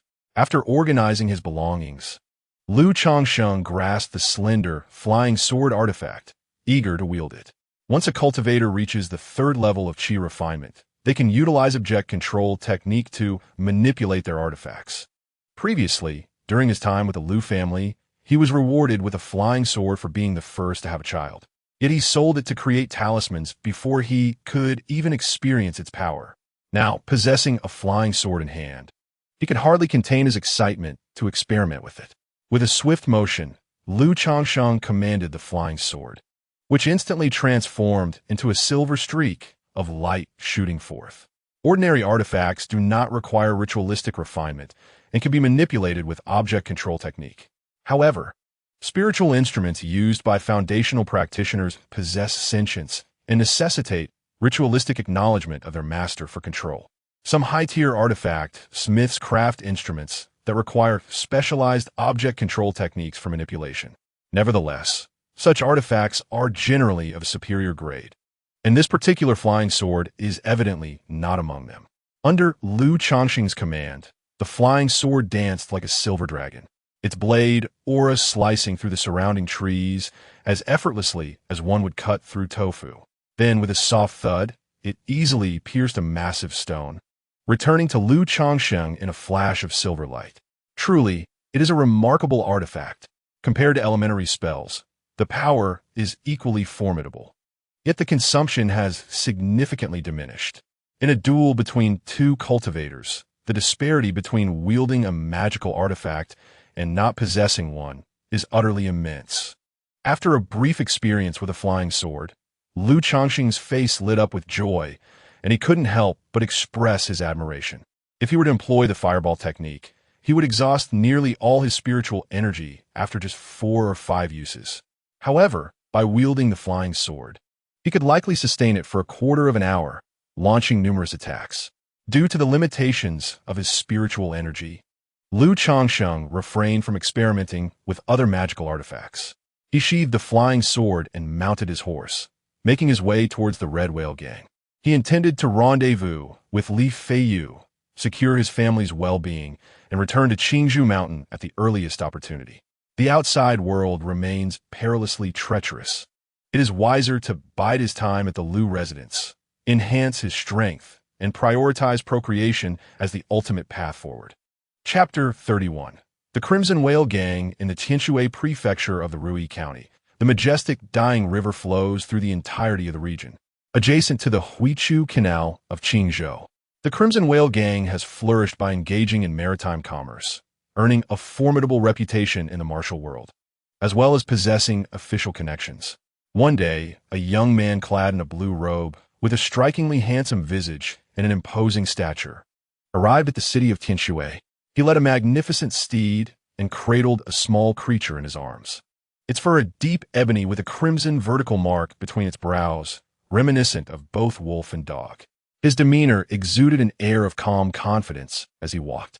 At the city gate, several robust men dressed in striking red garments immediately perked up upon seeing the young man and quickly approached him, saying, "Might you be Master Lu Changsheng?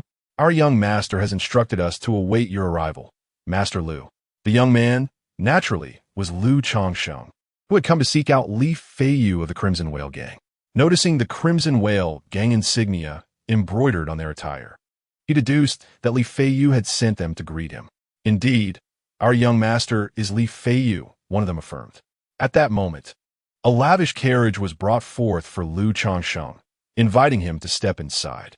Acknowledging the gesture with a slight nod, he handed the reins of his horse to one of the attendants, cradling the Juyo Mastiff in his arms as he entered the carriage. "Master Lu, please make yourself comfortable. It will take half an hour to reach the headquarters of the Crimson Whale Gang," the driver informed him as they set off. Lu Changsheng replied. Lu Changsheng responded affirmatively. Soon after, the carriage began to move steadily and smoothly. Approximately half an hour later, the carriage came to a halt and a voice rang out. "Young Master Lu, we have arrived at the Red Whale Gang." Lu Changsheng lifted the curtain and stepped down from the carriage, revealing a vast river before him. On the surface of the water lay an enormous, oval-shaped crimson vessel, resembling a whale, quietly resting on the river-esque expanse. Beneath the azure sky, as clear as if washed, sunlight cascaded down, illuminating the top of the colossal ship, where a red flag fluttered. Inscribed upon the flag were 2 blood-red characters, Red Whale. Could this be the headquarters of the Red Whale Gang? It was the first time Lu Changsheng had beheld such an imposing ship, larger than any aircraft carrier he had seen in his previous life. The ship's deck was adorned with a 9-story grand pavilion, encircled by iron chains as thick as water barrels, securing the vessel to the riverbank. Indeed, this was the headquarters of our Red Whale Gang, the Red Whale. "Young Master Lu, please," the man beside him introduced, leading Lu Changsheng towards the magnificent ship, where gang members were stationed as guards along the pathway from the ship to the dock. However, before they had taken many steps, Li Feiyu, having received word of Lu Changsheng's arrival, emerged to greet him. Accompanying him was a tall, imposing middle-aged man in his 40s, clad in a striking crimson outfit, exuding an air of authority. The guards flanking the path immediately bowed in respect. "Greetings, gang leader. Greetings, gang leader. Greetings, gang leader." "Changsheng," Li Feiyu called out, hastening towards Lu Changsheng. Seeing the small beast in his arms, resembling a wolf or a dog, was somewhat surprising. He wondered where Lu Changsheng had procured a young demon beast. Without further inquiry, he gestured towards the stern-looking middle-aged man beside him and introduced, "Changsheng, this is my father. He came to meet you upon hearing of your arrival." "Father, this is my dear friend Lu Changsheng," Li Fei said as he made the introductions. Upon returning home, his father, upon learning that he was living as a son-in-law in a cultivation family, did not express anger but rather offered his full support. For martial artists in the world, becoming a cultivator signifies a status above others. What matter if one is a son-in-law? It is the ability to adapt and endure that defines a true man. Upon hearing that Li Feiyu had a friend who was also a cultivator visiting, he came to extend a warm welcome. From the mundane world, the status of a cultivator is extraordinary. No matter how humble, they are still cultivators. "Gratims, Uncle Li," Lu Changsheng said, gazing at the imposing man before him, whose eyes sparkled with a fierce brilliance. A faint smile graced his lips as he clasped his hands in respect. He then retrieved 5 vials of elixirs from his robe and remarked, "I did not prepare much in the way of gifts, but please accept this small token of appreciation." "Uncle, young friend Lu, you are being too courteous. One does not bring gifts when visiting. I have already arranged a banquet for your enjoyment. Please come inside."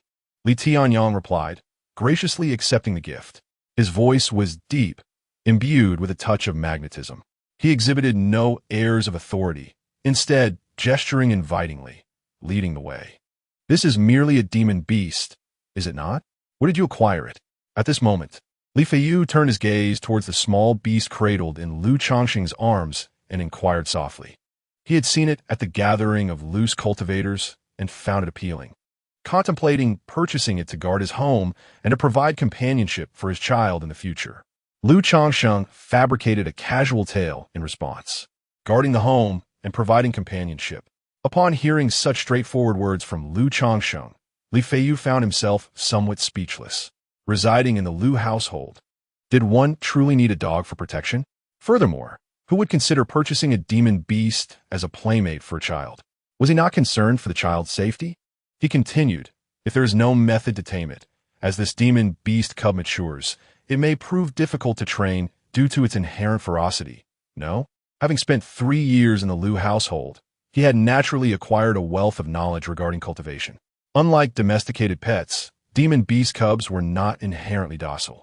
The seller had claimed that this was merely an ordinary canine demon beast, characterized by a gentle disposition, akin to common pets, and that it would obey after a period of acclimatization. Lu Changsheng persisted in his fabrications. This 9 nether mastiff had been acquired through a system lottery, and thus, there was no concern regarding its untamable ferocity. The creature exhibited unwavering loyalty to its master, rendering any taming methods or constraints unnecessary. "That is reassuring," Li Feiyu remarked, refraining from further inquiries. He could discern that the 9 nether mastiff was indeed a canine demon beast, yet he could not ascertain its specific type or rank. Moreover, being just a cub, it revealed no signs of wildness or aggression. The group then boarded the Red Whale, where a banquet had already been prepared. After finishing his meal, Lu Changsheng retired to rest. Throughout the journey from Bullhead Mountain, he had scarcely rested and felt a sense of fatigue. After all, he was merely a cultivator at the 3rd level of qi refinement. While his vitality was abundant, it remained limited. Following the conclusion of the banquet, Li Zhengyang recalled the gift bestowed upon him by Lu Changsheng and took it out for inspection. Upon gazing at the elixirs within the bottle, his pupils dilated in astonishment. He carefully poured the elixirs into his palm, scrutinizing them closely before inhaling their scent, his expression filled with disbelief. This vial contained the essence cleansing pill, capable of purging impurities and enhancing martial aptitude. This one held the innate pill, which could significantly increase the chances of breaking through to the innate realm. This bottle contained the Great Recovery Pill, a remedy for any internal or external injuries. This was the Vitality Pill, promising to augment decades of cultivation. And this was the Five Spirits Detoxification Pill, effective against myriad poisons in the world. Li Zhengyang stared at the 5 vials in his hand, his countenance a blend of authority and astonishment. As the leader of the Red Whale Gang and a prominent figure in the region, he was well-versed in the realm of martial arts. He recognized these 5 elixirs at a glance. They were revered treasures within the martial world. While they may not incite bloodshed, each of these pills could attract countless individuals in the martial realm, willing to risk their lives for them. Yet here was Lu Changsheng, casually presenting him with these 5 vials as a token of their meeting. How could he not be astounded? "Father, what is the matter?" Li Feiyu inquired as he noticed his father's unusual demeanor and approached him. "These are gifts from your friend." Li Zhengyang exhaled deeply, presenting the elixirs to his son. "These are the Washing Marrow Pill, the Primordial Pill, the Great Return Pill, the Vitality Pill, and the 5 Spirits Detoxification Pill." Li Feiyu's gaze sharpened as he recognized these 5 elixirs. As a martial artist and a cultivator, he not only identified these 5 pills, but also understood that many rare elixirs in the mundane world are concocted by cultivators yet remain classified as foundational pills. However, for cultivators, these are merely basic pills, while in the secular realm, they are invaluable treasures, akin to miraculous medicines. "Indeed, your friend is remarkably generous," Li Zhengyang remarked with a nod, his expression filled with admiration. He had only heard a brief introduction of Lu Changsheng from Li Feiyu, knowing merely that he was a cultivator like his own son. This visit was to seek the assistance of the Qi Jing gang in caring for family members in the mundane world, and he was unaware of much else. Upon seeing the 5 vials of elixirs, he recalled Lu Changsheng's calm demeanor and serene confidence, sensing that Lu Changsheng was remarkable and not an ordinary cultivator. "My years of discerning character tell me your friend is exceptional and worthy of deeper friendship. As for these elixirs, they are too precious. You should return them later." Li Zhengyang carefully stored the elixirs and handed them to his son. Although he felt tempted by the pills, he found them too valuable to accept. After all, they were given out of regard for his son's friendship, and such a gift would eventually need to be reciprocated. "Father, I share a good rapport with Changsheng. You need not worry about accepting them. If you feel uncomfortable, you may compensate Changsheng's family in the future." Li Feiyu was acutely aware that what Lu Changsheng had gifted could not be retracted. He spoke up, feeling a twinge of shame as he contemplated returning home empty-handed. His heart was heavy with the realization that during his month at the Lu residence, he had received a mere 2 spirit stones, leading to a rather frugal existence devoid of any surplus for personal indulgences. As for Lu Changsheng, he need not worry. "As long as my Qi Jing gang exists, I shall ensure that his parents and family live in prosperity and without concern. Even if my Qi Jing gang were to cease to exist, I would still exert every effort to safeguard his family," Li Zhengyang declared with a deep, resonant voice, speaking with unwavering conviction. Even if an ordinary cultivator were to request his assistance in caring for their loved ones, he would acquiesce. For this was a matter of fateful connection. To establish a bond with a cultivator was a rare opportunity. Furthermore, Lu Changsheng appeared to be exceptional, and he was a friend of his own son. Chapter 32. Homeward Bound. After spending 2 days at the Red Whale Gang, Lu Changsheng set forth on his journey back to his hometown.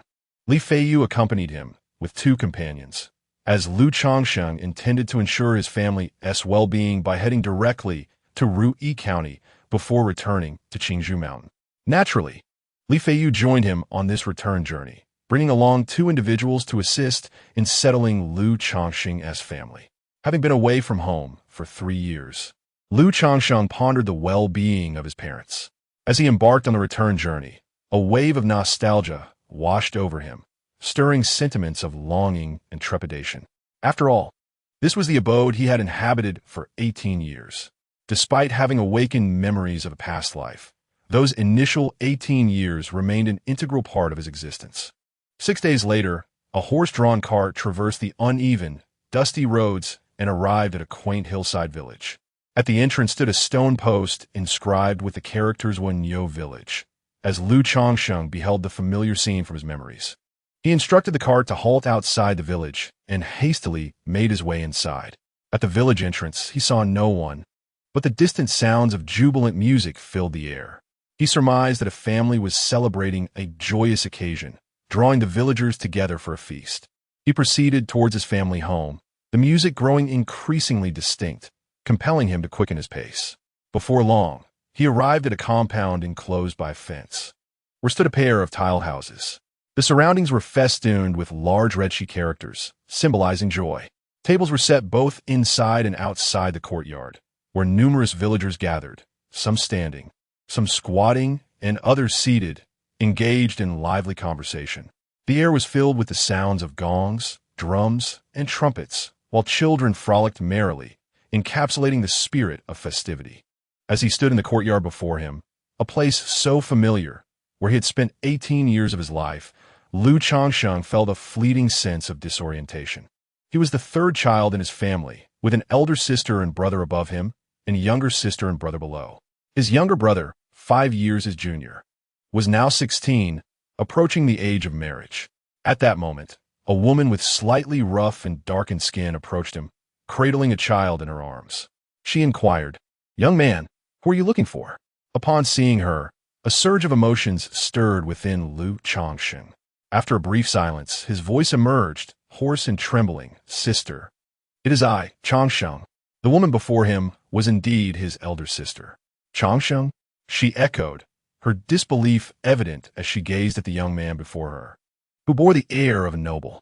Then, scrutinizing his features, which resembled those of her long-lost brother, she felt tears welling in her eyes. Her voice suddenly choked with emotion. "Changsheng, you are truly back. Where have you been these past 3 years? Do you know how worried our parents have been about you? Just return, that is all that matters. Come, this is your uncle, your second uncle." Wiping her moist eyes with her sleeve, she murmured, her joy spilling over as she spoke to the child in her arms, who was merely 2 or 3 years old. She then reached out to invite Lu Changsheng into the house, but hesitated, fearing she might soil his garments, retracting her hand.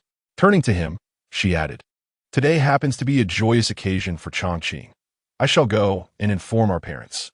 Carrying the child, she hastily strode into the courtyard, exclaiming loudly, "Father, mother, Changsheng has returned." "Changsheng? Who is that?" It was the third son of Old Man Lu, the one who had mysteriously vanished 3 years prior. "I always found that child rather peculiar. How could he return after such a lengthy absence?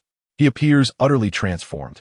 Indeed, his skin is smooth and delicate, exuding an air of refinement that surpasses even that of the young masters from the city." Upon hearing the commotion, other villagers turned their gaze towards the entrance, murmuring amongst themselves. Shortly thereafter, a woman emerged from the house, accompanied by 2 elderly individuals, their hair grizzled and faces weathered, yet impeccably dressed. They looked towards Lu Changsheng in the courtyard. Lu Changsheng also regarded the 2 elders. In the span of 3 years, the toll of age on his parents exceeded his expectations. He parted his lips slightly, trembling as he called out, "Father, mother." On that day, a sensational event unfolded in the entire Woniyu village. The third son of Old Man Lu, who had been missing for 3 years, had come home. Ordinarily, such occurrences would hold little significance for the other villagers, merely fodder for casual conversation during meals. However, upon his return, Lu Changsheng hosted a lavish wedding banquet for his younger brother, spanning over 100 tables and lasting for more than half a month. He also provided his family with a grand new home and acquired fields for them, transforming Old Man Lu into a wealthy gentleman. Even the villagers of Wulong were not left out, receiving generous gifts of money. This remarkable event was destined to be the talk of Woniyu village for decades to come. After a day of residing in his hometown, the renowned Lu Changsheng departed with Li Feiyu from Woniyu village, embarking on their journey back to Rui County City. "Why leave so soon? Don't you wish to stay a bit longer?" Li Feiyu inquired as they traversed the official road, glancing at Lu Changsheng beside him. "There is no reason to linger. We are well, and our future is secure, which brings me peace of mind," Lu Changsheng replied. shaking his head as he gazed at the azure sky, his tone tranquil. After 3 years apart, he had chosen a path entirely distinct from that of the common folk. Now, upon returning home, the eyes of his parents and family bore a hint of unfamiliarity and reverence. Therefore, after ensuring their comfort, he felt little attachment and opted to depart without hesitation. 9 days later, at the gates of Rui County City, Changsheng, there's no need to see us off any further. The mountains are high and the waters long. We shall meet again. Until we meet again. Lu Changsheng and Li Feiyu, leading their spirited steed, bid farewell to Hong Yi with a respectful gesture. Until we meet again, may both of you, esteemed friends, enjoy enduring prosperity on your path to immortality. Hong Yi responded, clasping his fists in salute. He appeared more spirited than before. Having recently presented the 13 talismans Lu Changsheng had given him to his father, the Marquis of Rui, he expressed that a close friend had become a talisman master, promising a stable trade of talismans with the Marquis. Upon hearing this, and witnessing Hong Yi acquire talismans without the exchange of spirit stones, his father believed in his words. He praised Hong Yi profusely, encouraging him to cultivate a close relationship with Lu Changsheng and entrusted him with certain responsibilities within the Marquis. This filled Hong Yi with immense joy, infusing him with a renewed vigor. Lu Changsheng and Li Feiyu reciprocated the gesture and then mounted their spiritual steeds. Embarking on their journey, after traveling a short distance, Li Feiyu remarked, "It appears that Hong Yi has become considerably more enthusiastic towards you." Although Hong Yi hailed from a noble family, being a mere illegitimate son, his circumstances were far from favorable. If he were to forge a connection with me, a talisman master, it would likely enhance his standing within the household. Lu Changsheng was well aware of the underlying reasons. Upon retrieving the spiritual steed, Hong Yi had gifted him 15 spirit stones, which were the prior payment for talismans. Furthermore, he expressed that this matter had earned him the commendation of his father, the esteemed Marquis Rui. He hoped that when Lu Changsheng decided to sell talismans in the future, he might be given preferential consideration. Naturally, Lu Changsheng nodded in agreement, contemplating the possibility of utilizing Hong Yi as a channel to sell some talismans. Otherwise, with so many talismans in his possession and lacking the requisite strength, finding a buyer would pose quite a challenge. Indeed, it is exceedingly difficult to earn a living and cultivate one's immortality in the mundane world. Li Feiyu sighed in agreement. After engaging in casual conversation for a while, they reached the main road and set forth with all their might. Chapter 33. The Rainy Night in the Ruined Temple. The Elder and the Maiden. Half a month later, a thunderous roar echoed through the parched land. It seemed that rain was imminent. On the official road, Lu Changsheng, astride his spirited steed, glanced at the ominous, cloud-laden sky and remarked, "The hour grows late. There lies a temple ahead. Let's seek refuge there for the night." Li Feiyu, observing the darkening heavens, replied, "In this desolate mountain, amidst a crumbling temple, one must wonder if misfortune awaits us." Lu Changsheng too noted the dilapidated ancient shrine ahead, and couldn't help but murmur to himself. Nevertheless, given the inclement weather, it was ill-advised to remain outdoors overnight. The two riders hastened their pace toward the forsaken temple. The structure was in a state of severe disrepair, overrun with weeds, and shrouded in dust, adorned with cobwebs. Lu Changsheng employed a cleansing spell, tidying the area somewhat before gathering firewood and igniting a campfire. He then retrieved raw meat from his storage pouch, commencing to feed the 9 netherhound. "You little creature, you truly have an insatiable appetite," Li Feiyu remarked, watching the hound devour the meat voraciously. "Indeed, it is remarkable how it manages to consume so much," Lu Changsheng responded. Though the 9 netherhound was but a pup, its hunger was considerable, requiring 5 to 6 pounds of raw meat for a single meal. While ordinary raw meat posed no issue, he could easily provide 100 pounds a day. Lu Changsheng felt that to hasten the hound's growth, it would necessitate feeding it beastly flesh. However, such an option was costly. Even the cheapest beast meat sold by the Lu family would demand a spirit stone for every 5 to 6 pounds. This made Lu Changsheng realize that raising the 9 Nether Mastiff to the 4th tier would likely require a considerable amount of financial resources. The 9 Nether Mastiff, still a cub, was content to eat and then sleep, prompting Lu Changsheng and Li Feiyu to begin meditating and resting. As the night deepened, a torrential rain began to pour outside. At that moment, the sound of hurried footsteps echoed, causing Lu Changsheng and Li Feiyu, who were meditating, to simultaneously open their eyes. The dilapidated temple door creaked open, revealing an elderly man and a young girl entering. The old man was slender, clad in a black robe, and carrying a gray bundle on his back. Upon noticing Lu Changsheng and Li Feiyu inside the temple, his gaze sharpened slightly. Then he clasped his hands together and said, "This old man and my granddaughter are merely passing through and seek shelter from the rain. I apologize for disturbing you, young brothers. This dilapidated temple is not mine. Please make yourselves comfortable." Lu Changsheng regarded the old man, then glanced at the girl beside him, who appeared to be around 16 or 17 years old. She wore a flowing pink gauze dress that, while not breathtaking, was undeniably lovely. Her delicate complexion was fair, and her cherubic face bore a hint of youthful plumpness, exuding a pure and exquisite charm. Due to the downpour, her pink dress was soaked, clinging to her budding form, revealing the contours of her long, graceful legs. Her dark hair, slightly disheveled, framed her cheeks, rendering her both fragile and pitiable, yet infused with a hint of youthful allure. Strangely, despite the rain drenching the girl, the old man's robe remained relatively dry. With a smile, the old man clasped his hands together and then took a seat beside the girl. The elderly man is likely a master of innate ability, is he not? Lu Changsheng retracted his gaze and employed a method of silent communication with Li Feiyu. He discerned at a glance that this elder was indeed a warrior. The fact that he remained unscathed by the torrential rain suggested remarkable martial prowess, leading to the conclusion that he must be an innate master.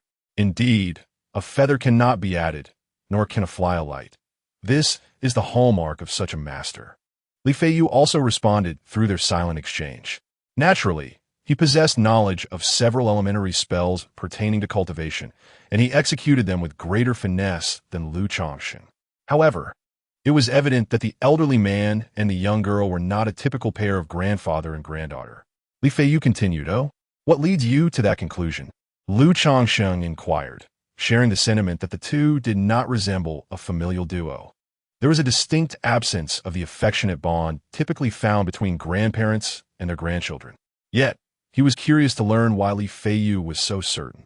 Eager to hear the insights of this seasoned individual, the demeanor of the two did not suggest a grandfather observing his granddaughter in such a predicament.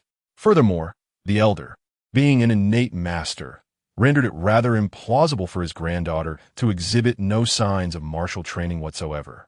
Nevertheless, these points could be overlooked.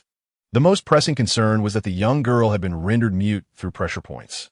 Moreover, upon their entrance, she had displayed a flicker of hope in her eyes, as though silently pleading for assistance. Li Feiyu elaborated on this to Lu Changsheng. "Impressive. Indeed, traversing the realms of martial arts offers a unique perspective. In that case, would you consider performing a gallant rescue?" Lu Changsheng remarked in admiration. To his surprise, within a short span of time, Li Feiyu discerned numerous details. Although possessing a cultivation level of the 3rd stage of qi refinement, he could only ascertain that the elderly man was a congenital master. Their interaction did not exhibit the familiarity of a grandfather and grandson, and they overlooked many subtle nuances. Having grown up in the Red Whale gang, I ventured into the world at the tender age of 12, traversing the south and north. Thus, I possessed a keen perception. As for the notion of a hero rescuing a damsel in distress, there was no rush.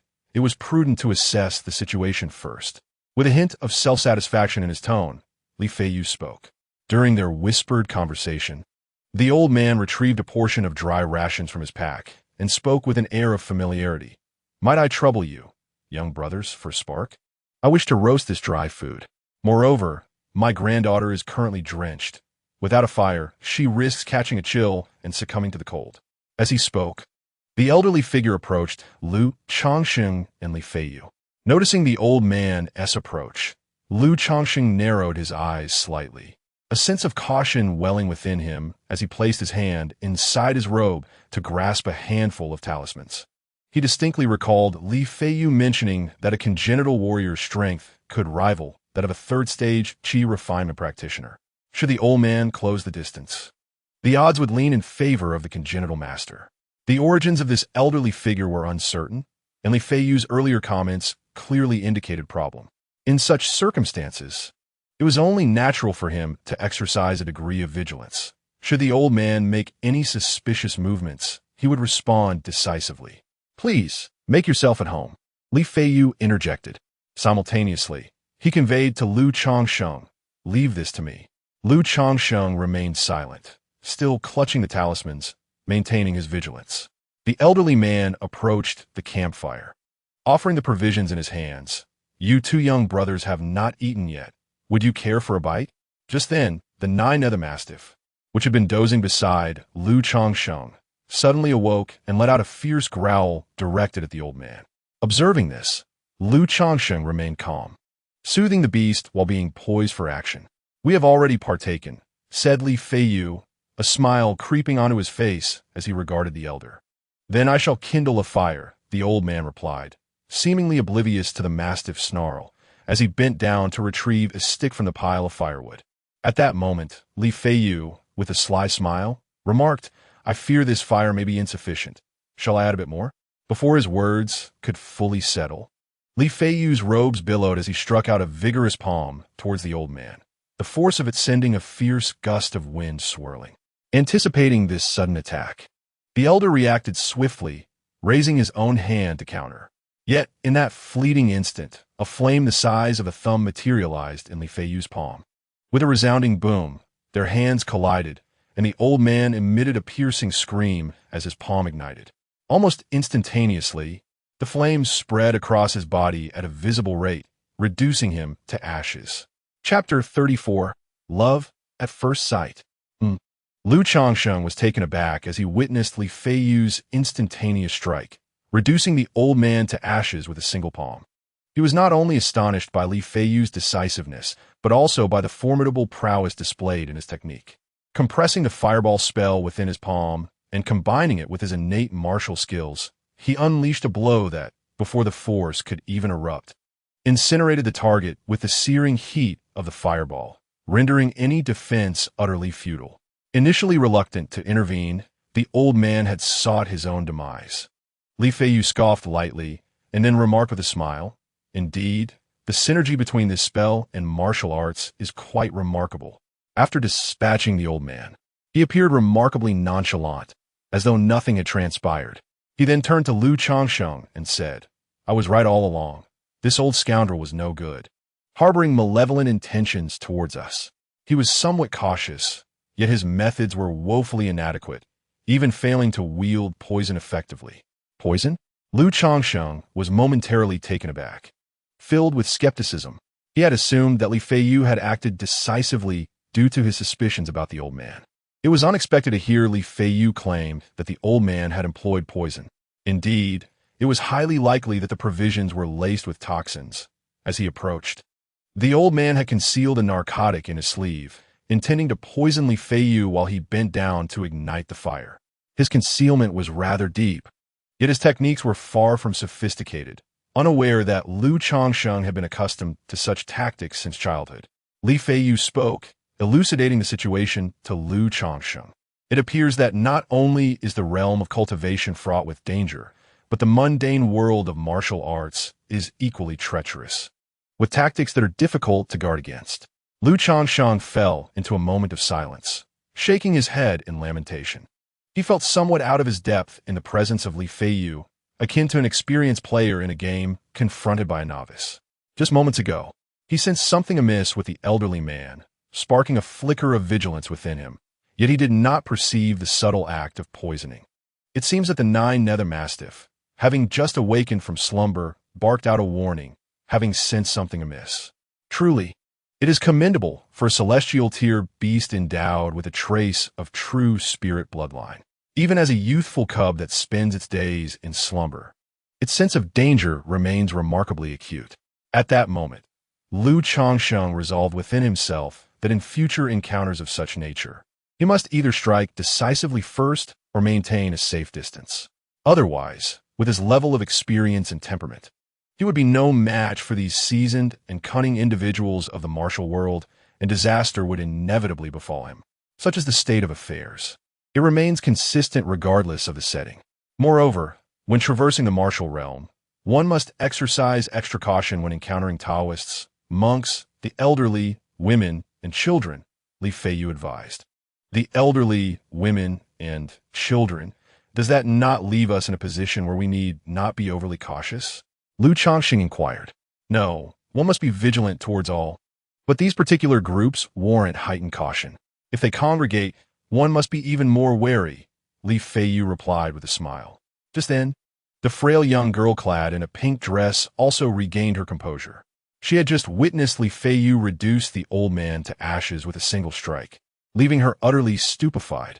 Once she regained her composure, she hurriedly approached Lu Changsheng and Li Feiyu, kneeling before them. Her innocent and charming visage appeared pitiful, and though she seemed to desire to speak, no sound emerged from her lips. Was there something amiss with her? Given the recent events, Lu Changsheng turned to Li Feiyu and inquired about the girl. To him, she appeared to be an ordinary person, thus he perceived no issue. However, Li Feiyu's earlier admonition regarding the elderly and women had instilled a tinge of uncertainty within him.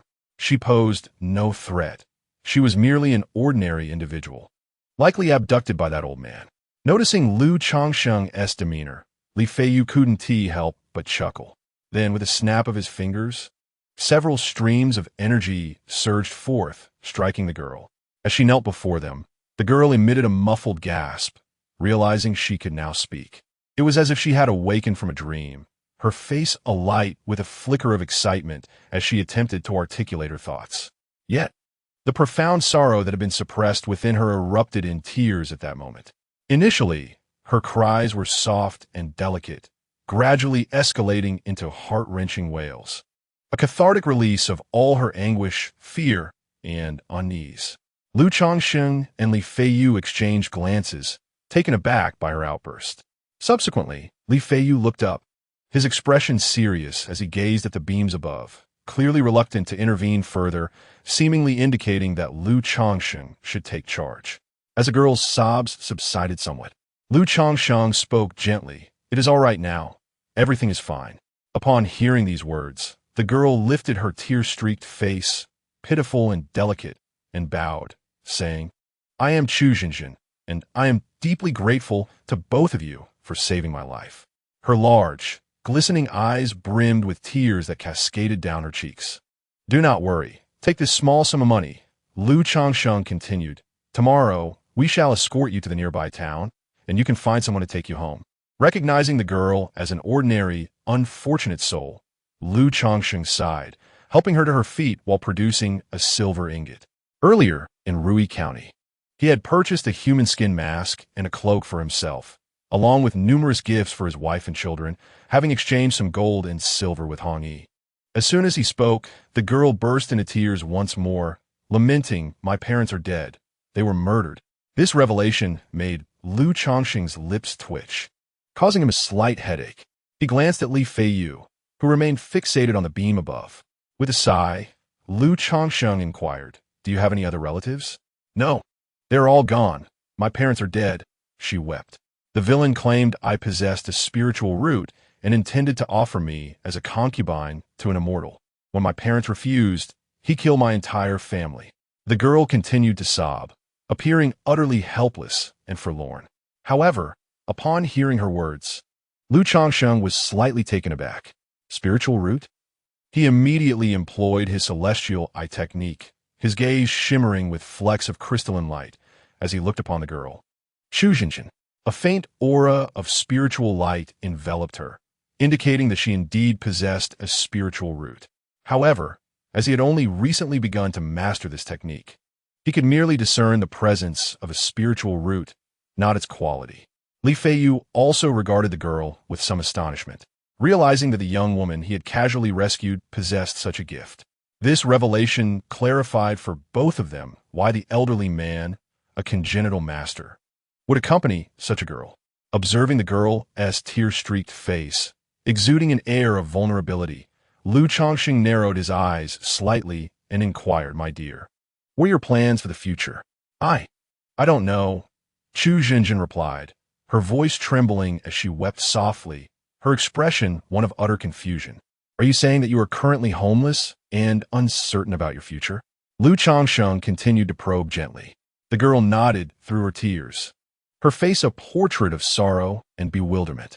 "By a fortunate twist of fate, I find myself utterly captivated by you. Would you do me the honor of marrying me, of returning with me to share the rest of our lives together?" Lu Changsheng proposed earnestly. Given that the girl was orphaned without a home, yet gifted with a spiritual root, he considered it a fortuitous opportunity to take her as his wife or concubine, bringing her into his home to share in the joys of life. He had long harbored the desire to marry several fairies with spiritual roots.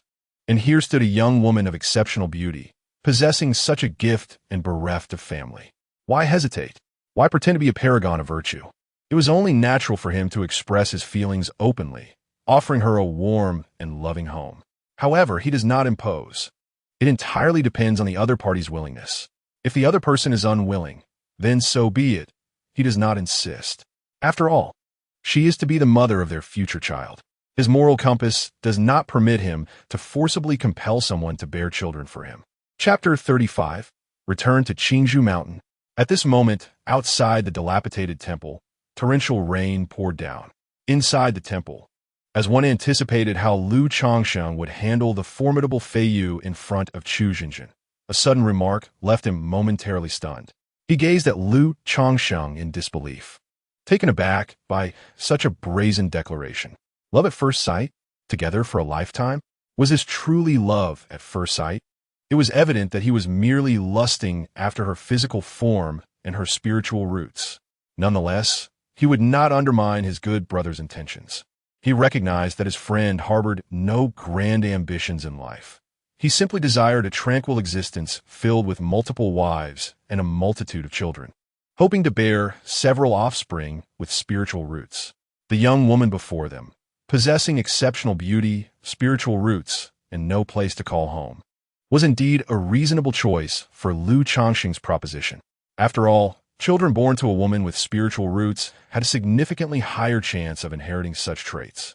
In his perspective, given Lu Changsheng's current circumstances, even as a talisman master, finding a few celestial maidens with spiritual roots to bear children was not an easy task. For female cultivators, the prospect of pregnancy and childbirth had a profound impact on their cultivation. Thus, many female cultivators, despite being willing to form partnerships, were often reluctant to bear children. Chu Zhenjin, upon hearing Lu Changsheng's words, also found herself momentarily taken aback, struggling to comprehend. With tear-filled eyes, she gazed blankly at the strikingly handsome and tall figure of Lu Changsheng before her.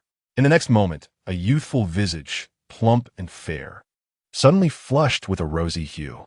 This young hero's words were rather forthright, weren't they? While many theatrical tales suggest that a life-saving grace cannot be repaid except through the offering of oneself, such candor seemed excessive. After all, she did not even know his name. Moreover, should not such matters be initiated by her own volition?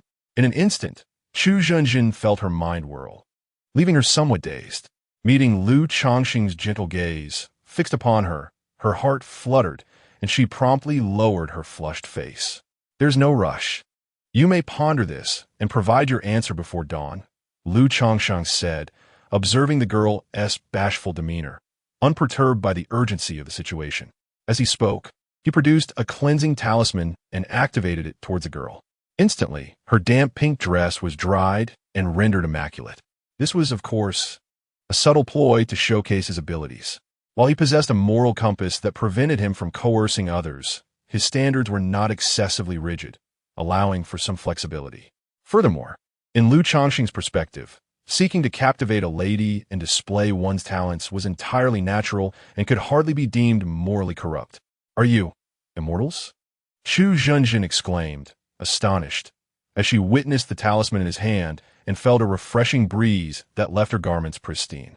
She recalled how Li Feiyu had reduced the old man to ashes with a single strike. At the time, she had thought it merely a manifestation of martial prowess, not giving it much thought. Now, however, it was evident that it was the work of a celestial being. As she gazed at him in astonishment, Lu Changsheng offered a gentle smile and spoke softly. "We are cultivators, akin to what you might refer to as immortals." Cultivators? Chu Jinjin's bright eyes revealed a hint of confusion upon hearing this. Indeed, possessing a spiritual root allows one to cultivate and become a cultivator. The old man sought to offer you to a cultivator as a concubine precisely because of your spiritual root. Lu Changsheng nodded, elucidating the matter. "Thus, I have brought misfortune upon my parents." Upon hearing this, the young girl burst into tears once more. After a moment of weeping, Chu Jinjin lifted her head, her eyes red and streaked with tears, and addressed Lu Changsheng, saying, "I am eternally grateful for your kindness. I am at a loss for how to repay you. I am willing to dedicate myself to you in marriage." Beside them, Li Feiyu remained silent, quietly observing Lu Changsheng as he deceived the innocent girl. "Are you certain you have made this decision?" Lu Changsheng inquired, raising an eyebrow. He suspected that Chu Zhenjin's agreement stemmed, at least in part, from her desire for vengeance, hoping he would assist her in avenging some grievance. However, he surmised that a cultivator engaged in such underhanded dealings in the mortal realm would not possess much true power. Should Chu Zhenjin become a mother in the future, he would be more than willing to aid her in seeking retribution once his own abilities were enhanced. "I have made my decision," Chu Zhenjin asserted, biting her delicate lip and summoning her courage to look directly at Lu Changsheng as she spoke. However, after a moment of mutual gaze, the delicate, fair face involuntarily flushed with a rosy hue that extended to her earlobes. After exchanging glances with the tear-streaked, crimson eyes of the young girl, Lu Changsheng nodded and said, "Very well, since that is the case, you shall accompany me back tomorrow. By the way, my name is Lu Changsheng." He then produced a spiritual contract, serving as a marriage certificate to formalize an engagement with Chu Jinjin. This was a simple contract derived from the spoils of 3 bandit cultivators from Yodo Mountain. Its effects were modest. Should one breach it, they would suffer a certain backlash, which could lead to the emergence of inner demons during future cultivation. To be frank, while it did possess some efficacy, it was hardly substantial, verging on negligible. Subsequently, Lu Changsheng briefly shared some of his circumstances and the rudiments of cultivation with Chu Jinjin. During the conversation, he inquired how the elder had discerned that Chu Jinjin possessed spiritual roots. To this, Chu Jinjin was equally perplexed. However, later on, Lu Changsheng discovered a spirit stone within the elder's belongings. This artifact could sense whether an individual possessed spiritual roots. It would emit a faint glow when near someone with such attributes. This revelation clarified for Lu Changsheng and Li Feiyu why the elder was aware of Chu Jinjin's spiritual roots. It was likely that this elder was assisting a certain parasitic cultivator. In the secular world, some cultivators, due to factors such as aptitude, age, or injuries, realize the futility of their cultivation pursuits and thus abandon their path in favor of seeking pleasure, wealth, and worldly power. Such cultivators are referred to as parasitic cultivators. In the realm of cultivation, it is most common to leverage one's influence to seek out women possessing spiritual roots in order to propagate one's lineage. After all, when the pursuit of immortality seems unattainable for oneself, it is only natural to place the aspirations of ascension upon the next generation. Thus, on the following day, during the return journey of Lu Changsheng and Li Feiyu, they were joined by Chu Jinjin. De Lu Changsheng, cradling a Juyo mastiff in her arms as she sat before him on the ethereal steed. Lu Changsheng encircled her with his arms, firmly grasping the reins. Though Chu Jinjin's cheeks flushed slightly, she did not exhibit excessive shyness. After all, Lu Changsheng was to be her future husband, and such a degree of intimacy was entirely normal. Given that Chu Zhenjin had been gifted to a certain cultivator by an elder, Lu Changsheng harbored concerns about potential complications, prompting him and Li Feiyu to hasten their pace and remain vigilant. Fortunately, their apprehensions proved unnecessary, as they encountered no dangers along the way. 7 days later, The trio and their beast successfully returned to Qingzhou Mountain. Chapter 36. Taking a wife, Changsheng. The Qingzhou Lu family, being a clan of cultivators, naturally does not permit just anyone to enter. At least, Lu Changsheng has yet to earn that privilege. However, the station disciples recognized Lu Changsheng and did not make things overly difficult. Noticing that Chu Zhenjin possessed no cultivation, merely being an ordinary person, they conducted a brief examination and subsequently allowed her entry, instructing Lu Changsheng to report to Uncle Fu. With a grateful nod, Lu Changsheng thanked them and led Chu Zhenjin and Li Feiyu to Qingzhou Mountain Manor to return the spirit steed and fulfill his report. Uncle Fu, upon seeing Lu Changsheng return from his outing with a young woman in tow, exhibited a peculiar expression, rendered somewhat speechless. He mused internally that Lu Changsheng's earlier inquiry about renewing contracts and the possibility of taking a wife or concubines was indeed aimed at this moment. Since he could no longer take concubines from within the Lu family, he had opted to bring one from outside instead. Yet, as it was merely one woman, Uncle Fu refrained from voicing any objections, recognizing that aside from his romantic pursuits, Lu Changsheng had demonstrated commendable skills in talisman crafting, which pleased the Lu family considerably. However, upon discerning that Chu Zhenjin possessed spiritual roots, Uncle Fu's demeanor grew more serious. He conveyed to Lu Changsheng that while he was permitted to bring guests, he must refrain from casually introducing cultivators or those endowed with spiritual roots into Qingzhou Mountain.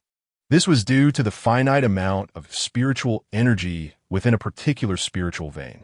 The introduction of an additional cultivator would inevitably lead to a greater consumption of this precious energy. While accommodating a few more individuals at Qingzhou Mountain might not pose an issue, it was nonetheless a rule of the Lu family.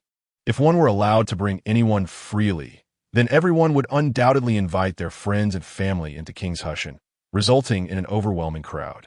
Particularly since Lu Changsheng resides in King's Wugu, it is imperative that he refrains from indiscriminately bringing others inside. Therefore, Uncle Fu informed Lu Changsheng that he may bring a maximum of 2 individuals. Should he wish to bring more in the future, he would need to pay with spirit stones. As for the Jiao Mastiff, Uncle Fu had little to say. It is entirely normal for cultivators to raise a demon beast as a spiritual pet, and the Lu family imposes no restrictions in this regard. The variety of demon beasts is vast and diverse. Currently, the Jiao Mastiff is merely a cub, resembling a small wolf dog, and does not attract much attention. Hence, Uncle Fu paid it little mind, only cautioning Lu Changsheng to exercise care. With so many children at home, it would be unfortunate if a pet were to harm them. Lu Changsheng naturally nodded in acknowledgement of these words.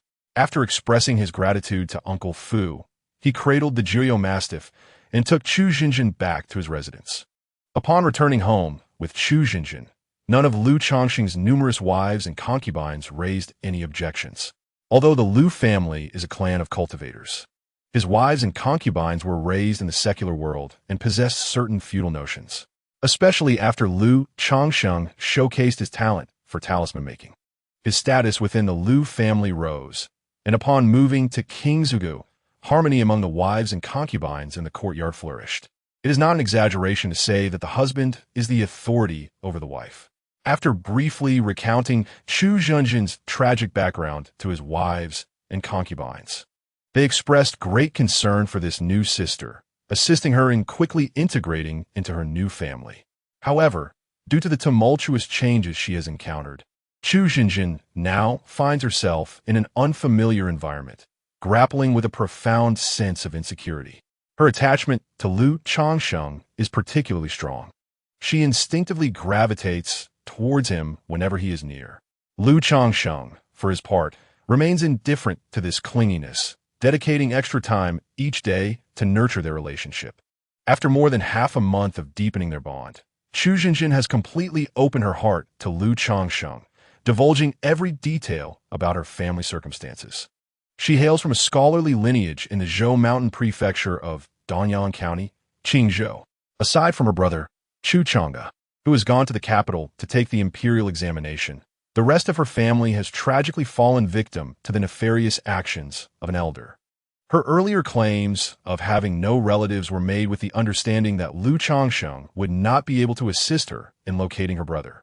There is also an element of wanting to cling to Lu Changsheng and Li Feiyu, as she was enveloped in fear, panic, and despair at that time.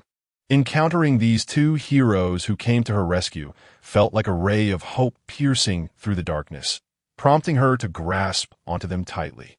As a vulnerable woman, she felt uncertain about her future. As her relationship with Lu Changsheng blossomed, she grew increasingly grateful for her decision to confide in him. Recognizing him as a person worthy of lifelong trust, her feelings for him deepened into love, prompting her to be completely open with him.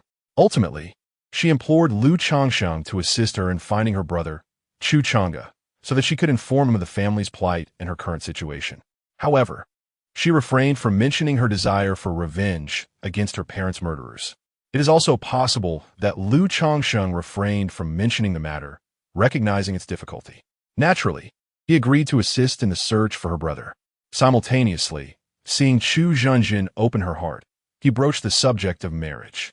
In response to this proposition, Chu Zhenjin shyly nodded in agreement. Subsequently, Lu Changsheng enlisted the help of Uncle Fu to arrange a modest wedding at Qingzhou Villa, marrying Chu Zhenjin. After all, the young lady was all alone, having come to Qingzhou Mountain with him. Lu Changsheng felt it imperative to provide her with a sense of security and a legitimate status. How could Lu Changsheng have married again? He had recently returned from a journey, bringing back a lady with him. Goodness, he had already taken 9 wives. How could he marry once more?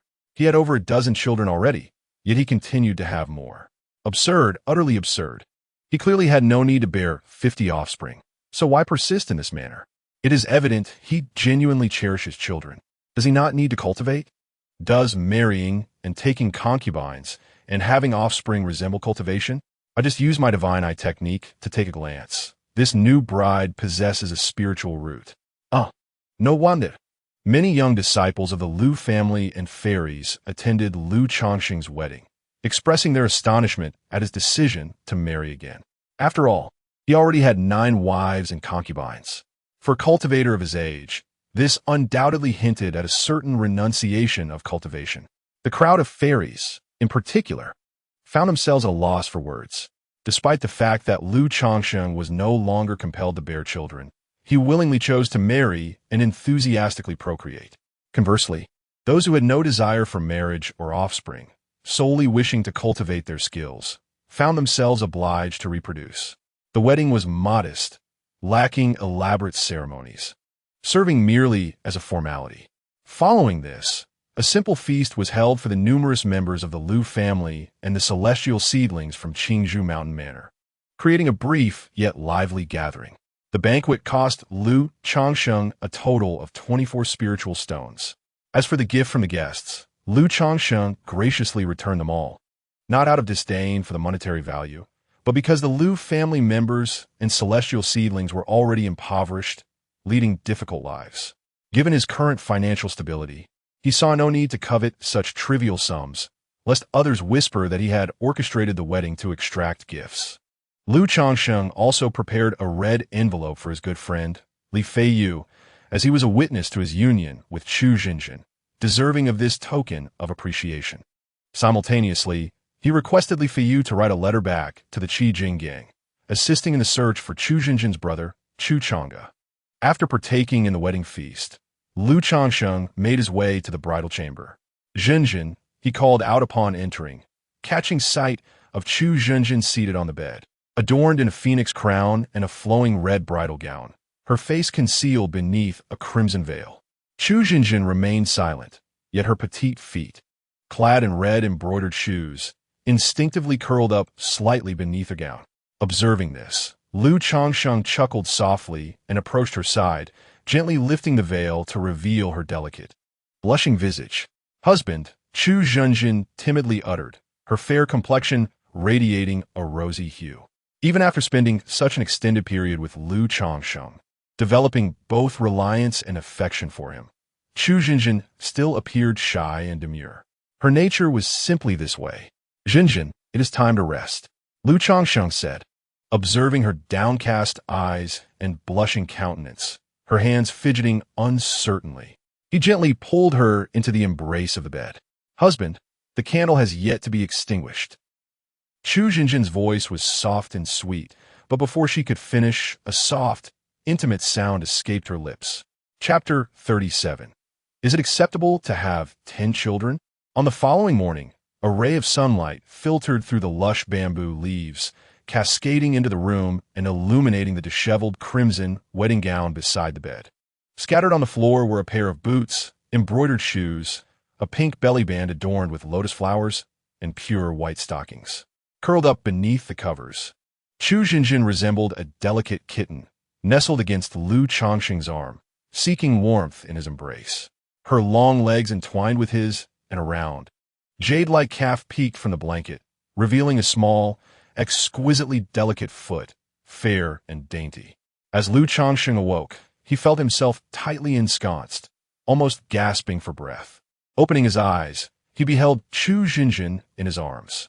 Her hair was tousled, and traces of tears lingered at the corners of her eyes, a testament to her weeping from the night before. She clung to him, as if fearing he might vanish. Observing the tear stains in her reddened eyes, Lu Changsheng felt a surge of tenderness toward her, realizing that Chu Jinjin was indeed quite emotional and easily brought to tears.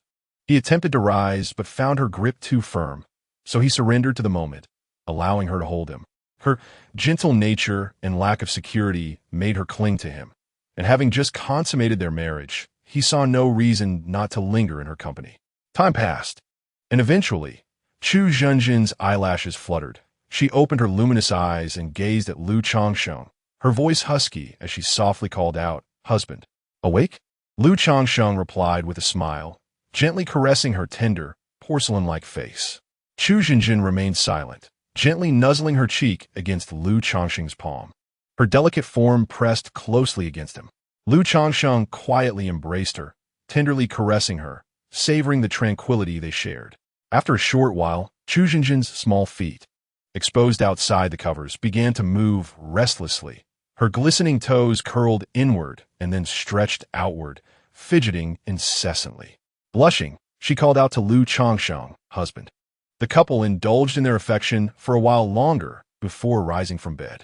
After they had dressed, Chu Jinjin suddenly inquired, "Husband, could I be with child?" Having spent much time with her sisters and witnessing the many children in their home, she understood Lu Changsheng's fondness for children and felt the desire to bear them herself. While fear lingered in her heart, there was also a yearning for a warm family. Would Jinjin be willing to give her husband children? Upon hearing her words, Lu Changsheng smiled gently and replied softly. Chu Jinjin's ears flushed red, and she shyly murmured in him before whispering like a gnat, "I would." Seeing her reaction, Lu Changsheng pulled her closer, kissing her slightly reddened, exquisite ear, and said, "Then, is having 10 children out of the question?" Chu Jinjin froze at his words, her eyes widening in surprise, feeling somewhat flustered. 10 children. When would that even happen? "Haha, just teasing you. It's time to eat," Lu Changsheng chuckled. Though his words carried a playful tone, he could not deny that he harbored a genuine inclination towards such a notion.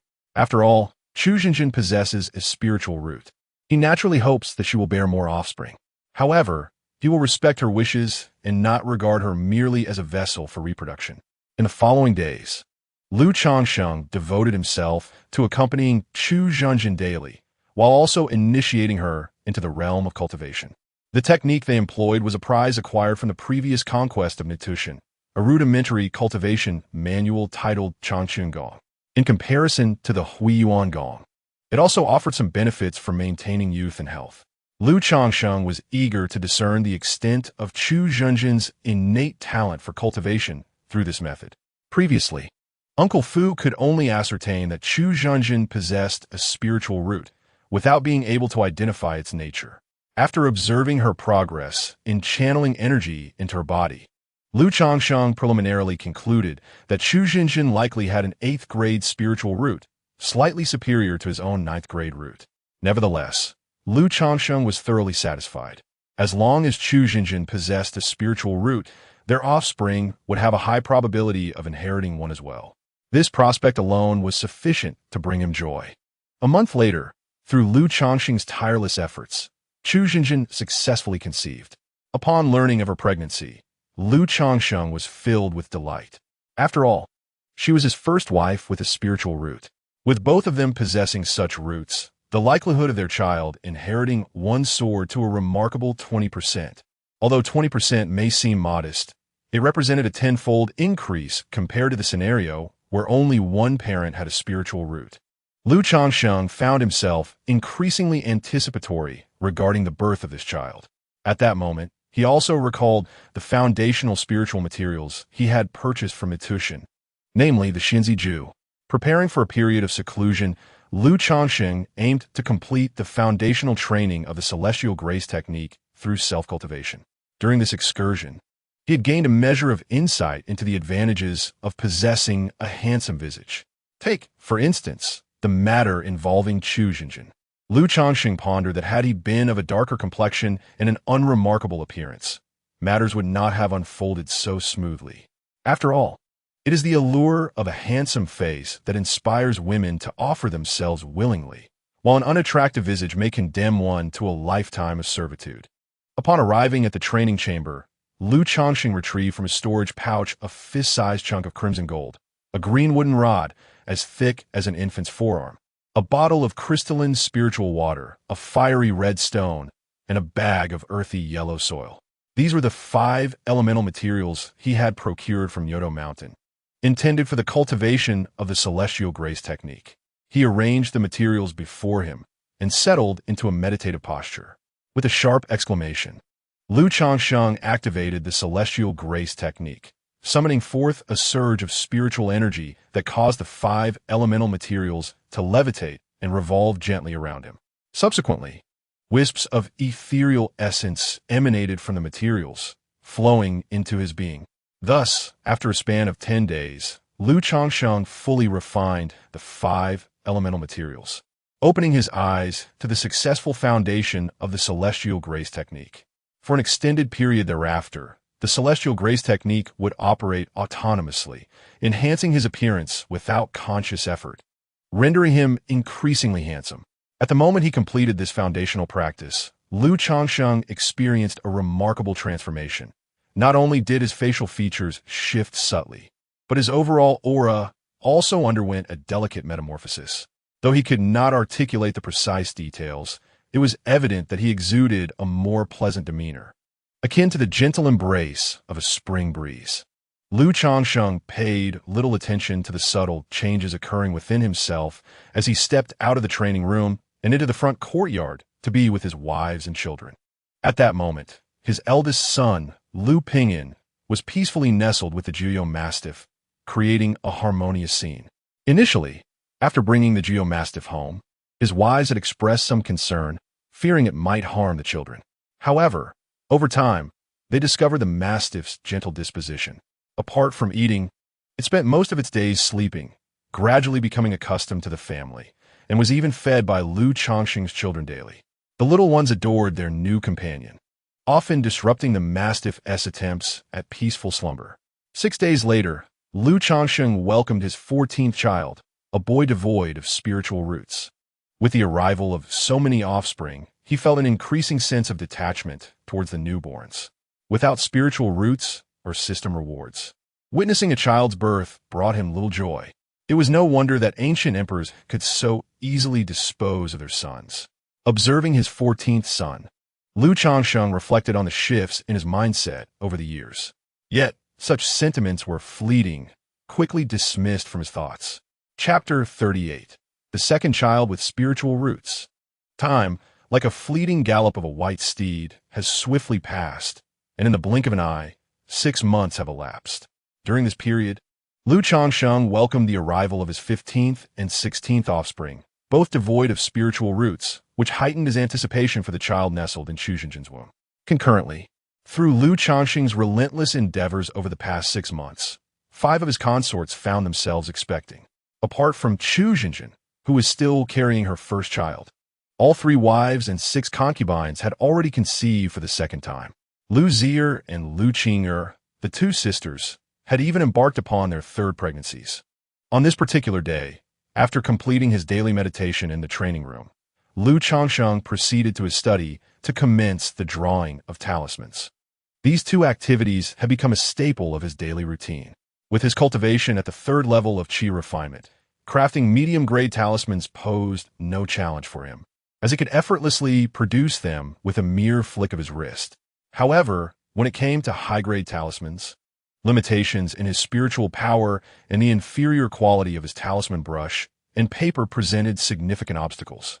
Thus, he could only attempt to create a few relatively simple high-grade talismans, risking failure in the process.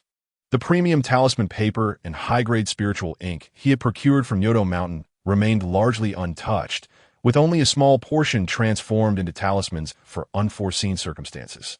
Other materials were intended to be reserved until his cultivation advanced further, at which point he would invest in a superior talisman brush for more intricate creations. After all, even if he managed to produce talismans now, there was no market for them, and he merely required enough for his own emergencies. After successfully crafting 2 medium-grade talismans, Changsheng set down his brush, intending to seek out his wives and concubines for some relaxation. Just as he exited the study, a servant approached him, presenting a letter. It was correspondence from Hong. The letter reminisced about old times, expressing satisfaction with his recent performance, and mentioning that his father, Duke Rui, had entrusted him with certain family matters. Subsequently, he inquired about Changsheng's recent circumstances. This was not the first correspondence Changsheng had received from Hong Yi. It marked the third letter since his return to King's Hushan. Naturally, Changsheng understood the underlying reasons for Hong Yi's eagerness. At present, he possessed an excess of talismans to sell, and even if the Liu family were to discover this, they would not hold it against him, Changsheng mused. Previously, he had refrained from selling talismans to Hong Yi, primarily due to the fear that their private transactions would come to the attention of the Liu family. Should they learn of his surplus of talismans available for sale, it would not bode well for him. However, having been a recognized talisman master for over a year, it was quite natural to have a few surplus talismans available for sale, given his demonstrated proficiency. Thus, he replied in the letter, confirming that he indeed had some talismans for sale, and invited Hong Yi to inquire further about the terms of the transaction. He had no intention of departing from King's Hushan merely to facilitate a sale, so he suggested that Hong Yi devise a suitable plan. After composing the letter, Changsheng entrusted it to a servant to be sent to the post station. The Liu family had a station for sending letters to the mundane world, albeit at a slower pace. It was anticipated that such correspondence would take at least a month, if not longer, to reach Hong Yi. In the case of urgent matters, only talismans designed for communication would suffice. Following this, Changsheng made his way to the courtyard to spend time with his wives and children. This could be considered a part of his daily routine. Upon seeing Chu Zhenjin's prominent belly, Changsheng recalled the matters concerning her brother. He made another visit to King's Hushan Villa to inquire with Li Feiyu about any news regarding Chu Zhenjin's brother, Chu Chang'e, from the Red Whale Gang. However, Li Feiyu conveyed that there had yet to be any relevant information regarding Chu Chang'e from the gang. It has been over 6 months without any word about Chu Zhenjin's brother, which led Changsheng to ponder whether his brother-in-law had encountered some misfortune. After all, according to Chu Zhenjin, her brother was merely an ordinary scholar. The journey to the capital for the imperial examination spanned thousands of miles, and it was entirely possible that he might have faced some peril along the way. Changsheng resolved that if there were no updates in the near future, he would enlist Hong Yi's assistance in the investigation. The Red Whale Gang was, after all, merely a faction of the rivers and lakes, and their influence was limited beyond the Tianshui prefecture. Meanwhile, at the treacherous juncture of Qingzhou and Jizhou in the kingdom of Jiang, there existed a cliff adorned with grotesque rocks. The surrounding precipice was shrouded in dense mist, rendering the opposite side nearly invisible. The valley nestled within the cliff, obscured by the fog, appeared unfathomable, evoking an involuntary shiver in those who dared to approach. At this very moment, within the boundless, bottomless valley, a chilling wind howled through the air, reminiscent of ghostly wails. In the center of the valley, there lay a blood-red lake, approximately 10 paces in size. Around the lake, a chilling accumulation of bleached bones sends shivers down one's spine, and this sanguine body of water is even more foreboding. The blood-red liquid is deep and dark. imbued with an indescribable malevolence, bubbling ominously as if alive. Each blood bubble that bursts is accompanied by an eerie, almost imperceptible wail. Within this crimson lake lies a cocoon, delicate as a gossamer, radiating a crystalline blood glow. The cocoon rises and falls in the blood lake, appearing to breathe, its sanguine luminescence flickering in a mesmerizing, haunting manner. Upon closer inspection, one can discern the figure of a man enveloped within the blood cocoon. At this moment, it seems he is on the verge of opening his eyes. Yet the next instant, a blood-hued lotus resembling a crescent moon blossoms at his brow, compelling his eyelids to shut once more, plunging him back into slumber. 3 months later, the pinnacle of Qi refinement level 3. However, the path to breaking through to Qi refinement level 4 remains uncertain and undoubtedly arduous. In the practice chamber, Lu Changsheng opens his eyes, exhaling a breath of turbid air while murmuring softly. It took him 1 year and 4 months to ascend from Qi refinement level 2 to level 3. Lu Changsheng has now reached the zenith of Qi refinement level 3. Yet, this time, he can distinctly sense a barrier between level 3 and level 4. Unlike his previous experiences, there exists an obstacle that hinders a seamless breakthrough, requiring a considerable amount of painstaking effort. Nevertheless, Lu Changsheng remains unfazed. After all, given his rather mediocre aptitude, achieving such rapid progress to the pinnacle of Qi refinement level 3 is quite commendable. He possesses a clear understanding of his own position. Great achievements often come late. As the children grow and multiply, things will surely improve. Xinjin is about to give birth soon. Lu Changsheng stood up, brushed off the non-existent dust from his robe, and exited the training room. 11 days later, Chu Xinjin gave birth. At the very moment the child entered the world, Lu Changsheng outside the delivery room was engulfed by an inexplicable sensation, a stirring of the spiritual roots. He knew that his child possessed spiritual roots, which filled him with excitement and elation. His anticipation over the past half-year had not been in vain. Indeed, it was essential to have children with a woman who possessed spiritual roots. Otherwise, the likelihood of their offspring inheriting such roots would be exceedingly low. Previously, Shaoqi had spiritual roots purely by a stroke of luck. Lu Changsheng took a deep breath, overwhelmed with joy. This display of emotion stirred a hint of jealousy among his wives and concubines, who observed him. Despite their virtuous and gentle natures, they could not help but feel that Lu Changsheng favored Chu Xinjin a bit more. Not only did he show greater concern for her in daily life, but now, with the birth of the child, he appeared far more jubilant than he had at the previous child's birth. However, they understood the reason behind his affection. Chu Xinjin possessed spiritual roots, enabling her to cultivate immortality, and thus, the child they bore together was very likely to inherit those roots as well. Naturally, this garnered Lu Changsheng's additional favoritism. When Shaoqi was born, the system had contributed a token of congratulations. If I were to have 10 children with spiritual roots, the system should also extend its congratulations, should it not? Lu Changsheng, lost in the joy of his child's arrival, remained oblivious to the expressions of his wives and concubines. Before the birth of the little one, Lu Xian, there was a reward given for the first child born with a spiritual root, leading to the speculation that rewards might be bestowed upon reaching a certain number of offspring. Shortly thereafter, the midwife emerged from the delivery room, cradling a baby boy. Lu Changsheng entered the delivery room to visit Chu Xinjin. Although Chu Xinjin had begun her journey into the realm of cultivation, she had only recently embarked on this path when she became pregnant. Thus, she had yet to complete the process of channeling qi into her body, leaving her in a state of considerable weakness. Furthermore, the initial stages of qi cultivation offered little enhancement to her physical constitution. Observing Chu Xinjin's frailty, Lu Changsheng gently lulled her to sleep before entrusting the child to a wet nurse. He then proceeded to the training room to commence his cultivation. Alas, he was unable to discern the child's spiritual root or perceive in detail the changes in his own.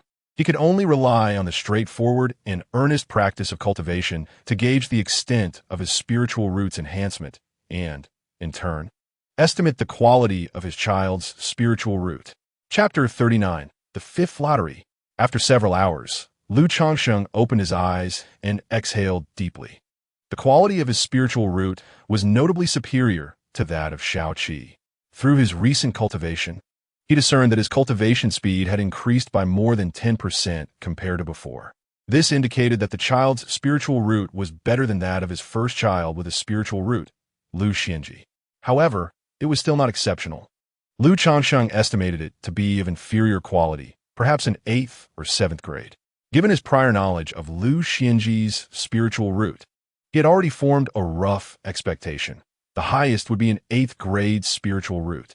It was highly probable that, like the father, it would also manifest as a 9th grade spiritual root. This was already satisfactory, with this 10% improvement, coupled with Shao Qi's spiritual root enhancement. His cultivation speed was now nearly equivalent to that of an 8th grade spiritual root. As long as he had more children, even if they all possessed inferior spiritual roots, the sheer quantity could induce a qualitative change.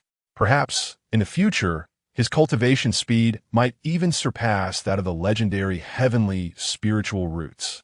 Lu Changsheng mused to himself. Filled with joy, he did not place too much importance on the child's inferior spiritual root. For him, at this moment, having a child with any spiritual root was already quite commendable. There was no longer a concern for the grade.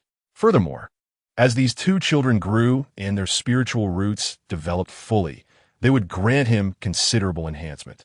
Most importantly, once the children matured and embarked on their path of cultivation, their strength would augment that of their father.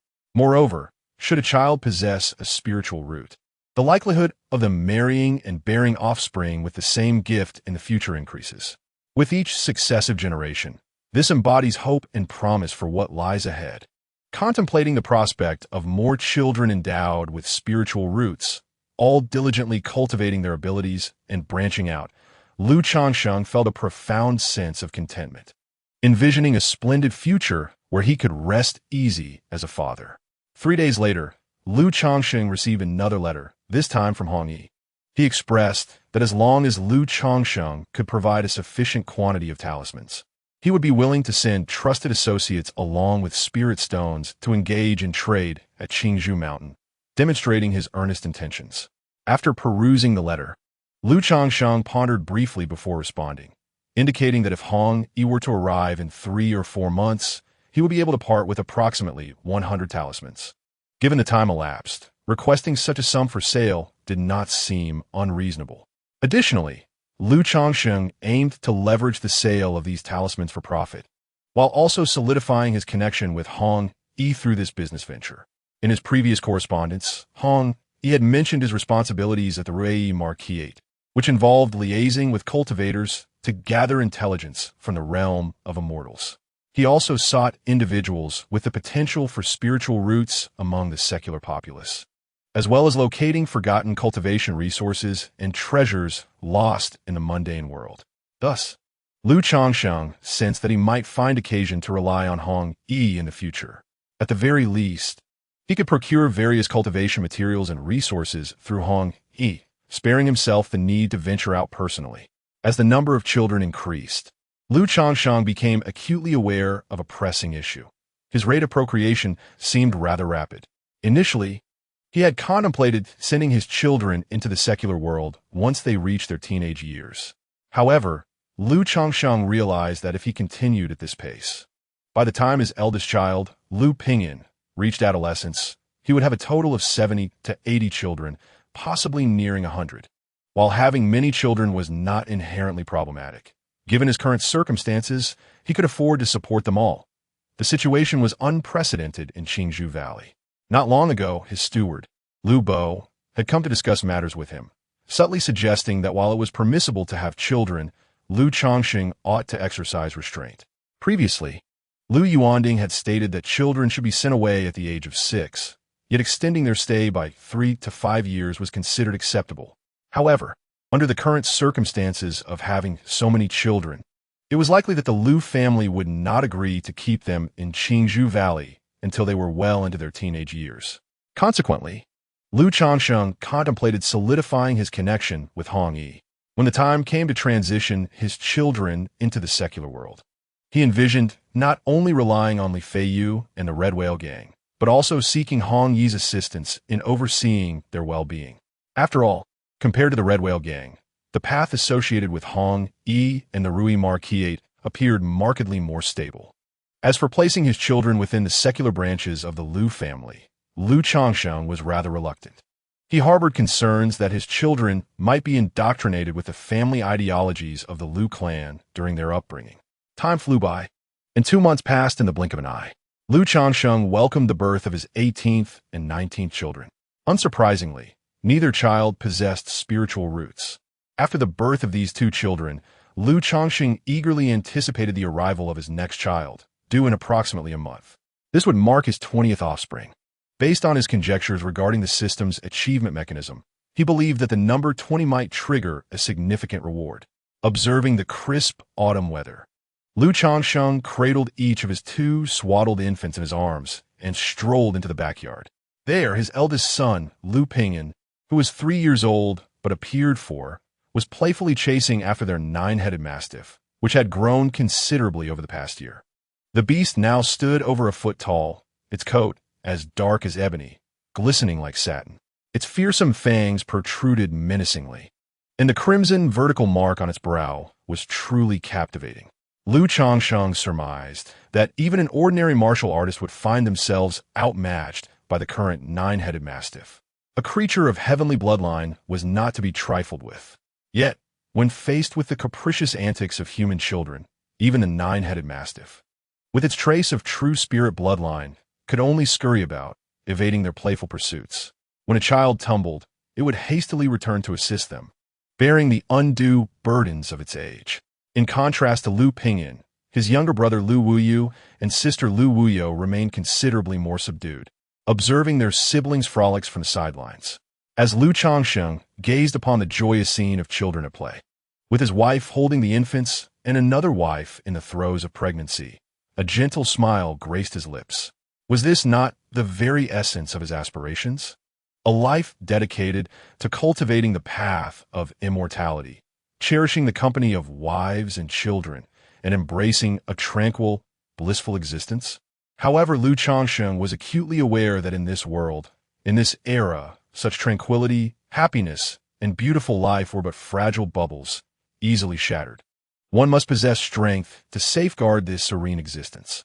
Thus, he resolved to strive diligently to protect this peaceful and beautiful life, ensuring that the future burgeons with ever-increasing splendor. In the blink of an eye, a month had elapsed. The 20th child that Liu Changsheng had eagerly anticipated finally arrived. This child, upon birth, exhibited no signs of spiritual roots. However, the system notification he had longed for resonated in his heart. Congratulations, host. The number of offspring has reached 20, granting you 1 chance to draw a prize. Indeed, my anticipation was not in vain. Liu Changsheng was elated upon hearing the system's announcement. After settling the child, he made his way to the study to commence his 5th draw. System, I wish to draw, Liu Changsheng silently intoned. Instantly, the familiar spinning wheel appeared before his eyes. He pondered whether this time he might obtain a cultivation technique. At this stage, what he desired most was a superior cultivation method. After all, a towering edifice must have a solid foundation. With an excellent cultivation technique, he could elevate both his foundational strength and training speed to a new echelon. Anything would be preferable to the subpar returning origin technique. Liu Changsheng was deeply troubled by the thought that as his cultivation level increased, the inadequacy of his initial techniques might result in an unstable foundation, leaving him weaker than others. Shaking off these worries, he took a deep breath and declared, "Let the lottery commence." Instantly, the pale red wheel began to shimmer with golden light, spinning rapidly. Moments later, the golden glow began to slow, ultimately coming to a halt at the technique he had eagerly anticipated. Chapter 40. The Body Refinement Technique. Beep. Congratulations to the host for acquiring the Body Refinement Technique. The reward has been issued to the system space. The host may view it at any time. An exquisite jade booklet materialized, accompanied by the system's notification sound. The Body Refinement Technique? Is this a technique for physical cultivation? A fleeting smile of joy appeared on Liu Changsheng's face. only to be replaced by a look of dismay. While he yearned to practice a technique, his desire was for an energy refinement technique, not one focused on physical cultivation. Among cultivators, there exists the concept of body refinement, known as body cultivators. In the early stages, body cultivation can significantly compensate for the frail survivability and close combat weaknesses of practitioners. However, compared to energy refinement, body cultivation demands greater time, effort, and financial resources. Most cultivators simply lack the luxury of time, energy, and wealth to pursue both body and energy cultivation harmoniously. After all, for the majority of cultivators, mastery, magical artifacts, and divine abilities are paramount. Physical robustness is deemed sufficient. A dignified cultivator who engages in close combat with you. Body cultivation offers considerable advantages only in the early stages of training. Alas, the first technique drawn was an auxiliary one, and now another focused on physical refinement. Is it truly so difficult to obtain an energy refinement technique? Changsheng shook his head with a sigh. Nevertheless, if it is a body refinement technique, so be it. A multitude of skills is never burdensome. Moreover, the body is the foundation of revolution. While other cultivators may neglect physical training, the path I intend to pursue in the future indeed necessitates diligent cultivation of my physical form. Taking a deep breath, Changsheng resolved to embrace this opportunity. He naturally would not disdain the body refining technique. Rather, at this stage, he simply desired to cultivate the energy refining method more. However, as a cultivator with 4 wives and 6 concubines, and one who intended to take on even more in the future, he recognized the necessity of refining his physique and enhancing his corporeal strength. Thus, Changsheng opened the system space to inspect the technique he had acquired. Technique: 100 Refinements Body Technique. Grade: Authentic Level. Description: a legacy technique from Baizhou Mountain. It forges the human body's flesh, meridians, and bones with heavenly materials and earthly treasures, rendering the body as resilient as a magical artifact, indestructible, and endowed with various supernatural capabilities of magical treasures. Gasp! To think it was an authentic level technique. Upon seeing the grade of the technique, Changsheng was taken aback. Techniques are classified as beginner, advanced, exquisite, unorthodox, and authentic level. The authentic level represents the highest tier of techniques known to him thus far. The previous technique he obtained, the Immortal Grace technique, was of the unorthodox level, which had astonished him immensely. He had believed that the system could only yield unorthodox level techniques. To his surprise, this time it had provided him with an authentic level technique. One could only commend the system for its prowess. Subsequently, upon reading the description of the 100 Treasures Body Refinement Technique, Changsheng could not help but draw in a sharp breath. The notion of forging the body's flesh, meridians, and bones with heavenly materials and earthly treasures, transforming the corporeal form into something akin to a magical artifact, and possessing the supernatural powers of such artifacts was truly extraordinary. Just from this description, one could discern the remarkable nature of the technique and the terrifying potential it held upon reaching mastery. However, refining the physical body to the level of a magical artifact should not render one infertile, should it? A question suddenly emerged in Changsheng's mind. Living in seclusion on Qingzhou Mountain, he often indulged in reading to pass the time. His reading material was quite eclectic. He recalled encountering an ancient text that suggested many seemingly powerful techniques come with adverse effects. For instance, some might cause a man to take on feminine traits or affect one's character and disposition due to the cultivation process. If such side effects were indeed true, he would never consider practicing such arts. Without further ado, Changsheng focused his mind and initiated the 100 Refinements Body Technique.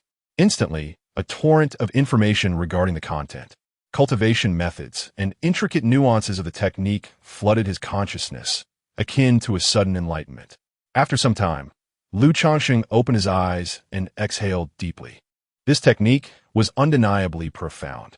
Had it not been for the system directly imparting the teachings into his mind, allowing him to comprehend it instantly, he would have found it nearly impossible to grasp even the fundamentals of such an authentic level technique without guidance. Even if he had managed to understand it, The absence of instruction would likely lead to significant errors during practice. As for the side effects he had previously pondered after thoroughly comprehending the 100 Refinements body technique, he realized he had overthought the matter. Authentic level techniques represent the true essence of the mystical arts, grand and majestic. At this level, aside from the high entry barriers and the difficulty of cultivation, the issue of adverse effects is virtually non-existent. Nevertheless, the more formidable the technique, the more challenging the cultivation process becomes. Changsheng could not help but sigh in acknowledgement. The cultivation method of the refined body technique appears remarkably straightforward. By harnessing rare celestial and earthly treasures, one can refine the flesh, meridians, and bones of the human body as if they were precious artifacts. This process allows for the entire body to be transformed into an unparalleled treasure all at once, or cultivated gradually, piece by piece. Ultimately, the goal is to forge the entire corporeal form into an indestructible body, rivaling the legendary artifacts of the heavens. With every gesture, one could wield earth-shattering powers. However, the path to mastering this technique is exceedingly arduous and resource-intensive. From the very inception of one's training, it is imperative to utilize rare treasures to nurture the body. Once acclimatized, one must then employ even higher-grade treasures to temper and forge the flesh.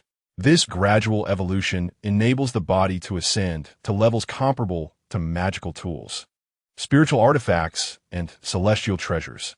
The journey is fraught with peril and demands meticulous caution. One must not succumb to greed or recklessness. A hasty approach could lead to disastrous consequences, as the body may become incapable of withstanding the refining effects, resulting in catastrophic failure. After all, transforming the body into various artifacts is an extraordinary and audacious endeavor, inherently laden with danger. Nonetheless, I have thoroughly comprehended the refined body technique, and as long as I remain patient and cultivate steadily, I am confident that I will encounter no issues. Moreover, despite its inherent challenges, this technique possesses a hidden method that offers a shortcut, directly assimilating artifacts into the body, allowing them to nourish and enhance one's own being. If one were a typical cultivator, it would be inconceivable to utilize magical artifacts for body refinement, as even an ordinary golden core practitioner possesses at most 1 or 2 such treasures. However, I am endowed with a system from which I may draw rewards from a lottery wheel, potentially including authentic level cultivation techniques. It stands to reason that I could also obtain magical artifacts, or even spiritual treasures. Should fortune favor me in acquiring a magical artifact in the future, I would employ it to cultivate the 100 Refinements body technique, thereby facilitating rapid progress in body refinement. Changsheng pondered deeply, his eyes shimmering with ambition. Although this technique is exceedingly challenging and has a high threshold, Changsheng regarded it as quite commendable and perfectly suited to his aspirations. Consequently, he exited his study and made his way to the training room. He retrieved a black iron lump, roughly the size of a pot lid, and commenced his practice of the 100 Refinements body technique. This iron lump was, in fact, the shield artifact he had previously acquired from 3 bandits at Oxhead Mountain. The shield had sustained damage and deformation from the assault of the talismanic golden bricks, rendering its internal restrictions entirely compromised. Thus, it was deemed mere scrap. Yet, this scrap could be repurposed to forge artifacts, qualifying it as a heavenly material and earthly treasure. Sitting cross-legged, Changsheng held the shield aloft and began to channel the 100 Refinements body technique. Under the flow of spiritual energy, his palm gradually transformed into a crimson hue, absorbing the essence of the shield's material to nourish his corporeal form. This shield was forged from cold black mysterious iron, and as Changsheng drew forth its essence, he felt a subtle chill seep into his body. After an hour of cultivation, Changsheng ceased his practice and exhaled deeply. Although I possess the 3rd layer of qi refining, my physical foundation is utterly lacking. Practicing for merely an hour suffices. Prolonged duration may lead to bodily harm. Moreover, the material of this shield belongs to the metal element and is rather cold. Continuous practice with such material on the 100 refinements body technique could induce hidden injuries. It is advisable to procure materials that harmonize the 5 elements, balancing yin and yang. Lu Changsheng rose to his feet, gently stretching his muscles and bones. The process of refining the body often inflicts wear and tear, resulting in subtle, imperceptible injuries. Having thoroughly comprehended the 100 refinements body technique and the path of body refinement, Lu Changsheng naturally understood how to practice this technique to maximize its benefits without harming his physique. Chapter 41. Hong Yi's Gift. On this day, Lu Changsheng was engaged in conversation with his wife and concubines when a servant approached him, delivering a message that someone was seeking an audience outside, bearing a token. Upon seeing the token, Lu Changsheng immediately recognized it as a sign of Hong Yi's envoy. He returned to his study, retrieved a brocade box that had long been prepared with talismans, and exited the courtyard. It was impossible for Hong Yi's men to enter Qingzhou Mountain casually. They were waiting outside. As Lu Changsheng arrived at the entrance of Qingzhou Mountain, he spotted a lavish carriage parked not far away. A flag adorned with the words Rui Marquis fluttered above it. Surrounding the carriage was a group of robust men, exuding a fierce aura, clad in black attire, wielding long swords and crossbows. They rode magnificent steeds, each standing 10 feet long and 8 feet tall, with lustrous black coats and powerful limbs. At the forefront of this imposing group stood the tall and elegantly dressed Hong Yi. Lu Changsheng had not anticipated that Hong Yi would come personally and with such grandeur. The formidable presence of the men in black indicated their prowess in martial arts. However, Lu Changsheng understood the significance of this first transaction. Naturally, Hong Yi would wish to convey its importance. Moreover, the value of this exchange amounted to over 100 spirit stones, a considerable sum for the Rui Marquis, which would warrant caution against entrusting it to just anyone. Brother Lu, it has been a long time. Hong Yi greeted Lu Changsheng with warmth and exuberance as soon as he spotted him. He adorned himself with a crown of purple gold and donned a resplendent robe of violet silk, exuding an air of dignified grandeur that surpassed his former self. Brother Hong, I did not anticipate that you would personally come here. Lu Changsheng greeted him with a warm smile. I had no pressing matters, so I decided to make the journey myself. To be candid, this is my first foray into such a substantial business transaction, and I felt it prudent to come in person. Otherwise, should any unforeseen circumstances arise on the journey, I would have no choice but to return home empty-handed to face my father, Hong Yi remarked with a wry smile, his words a blend of sincerity and jest. The Rui Marquis possesses a degree of standing, yet not excessively so. Incurring a loss of over 100 spirit stones would indeed be quite painful. Ha, Brother Hong. Your esteemed father entrusting this matter to you speaks volumes of his confidence in you, Lu Changsheng replied. As he spoke, he retrieved a brocade box filled with talismans from his storage pouch and handed it to Hong Yi. Brother Hong, here are the talismans you requested. There are 20 fireball talismans, 20 water shield talismans, 20 exorcism talismans, 20 concealment talismans, and 20 rejuvenation talismans. Please take a moment to verify them. As for the price, as we previously discussed, it is set at 20% below the market rate, totaling 112 spirit stones, but you may settle for 110. Lu Changsheng continued. The brocade box contained a total of 100 talismans, which, at market value, would amount to 140 spirit stones. However, Lu Changsheng had previously agreed with Hong Yi on the discounted rate, recognizing the value of a stable, long-term supply channel and the initiative taken to procure the goods. Thus, offering a 20% market discount was not unreasonable. Moreover, Lu Changsheng currently possesses numerous talismans that he can sell safely and stably. He would be willing to part with them, even at a significantly reduced price. After all, the cost of crafting these talismans is exceedingly low for him. Most of the materials were left over from the talismans created for the Lu family, with only a small fraction being purchased solely for the sake of appearances. Hong Yi accepted the brocade box, lifting the lid to glance at the 5 stacks of talismans within, a glimmer of delight appearing in his eyes. As long as he could bring this batch of talismans back, his position in the Rui Marquis' residence would be thoroughly secured. Should Lu Changsheng manage to provide mid-grade talismans consistently, the title of heir would not seem so distant. Very well. I have complete faith in you, Brother Liu. Hong Yi did not scrutinize the contents closely. He merely glanced at them before closing the brocade box once more. He then retrieved 112 spirit stones from his storage bag and presented them to Lu Changsheng. Thank you, Brother Hong. Observing this, Lu Changsheng paid no heed to the 2 spirit stones and happily accepted the offering. Brother Liu, you are too modest. I should be the one expressing my gratitude. I have also prepared a gift for you during my visit. Hong Yi said with a smile, gesturing towards the carriage and clapping his hands. A gift? Lu Changsheng inquired, taken aback. At that moment, beside the carriage, a robust figure, vaguely discernible as a woman, pulled aside the curtain of the carriage door. A clear jingling of bells resounded from within the carriage, and a striking red-haired woman emerged, her enchanting emerald eyes, pronounced nose, and porcelain skin exuding a captivating exotic charm.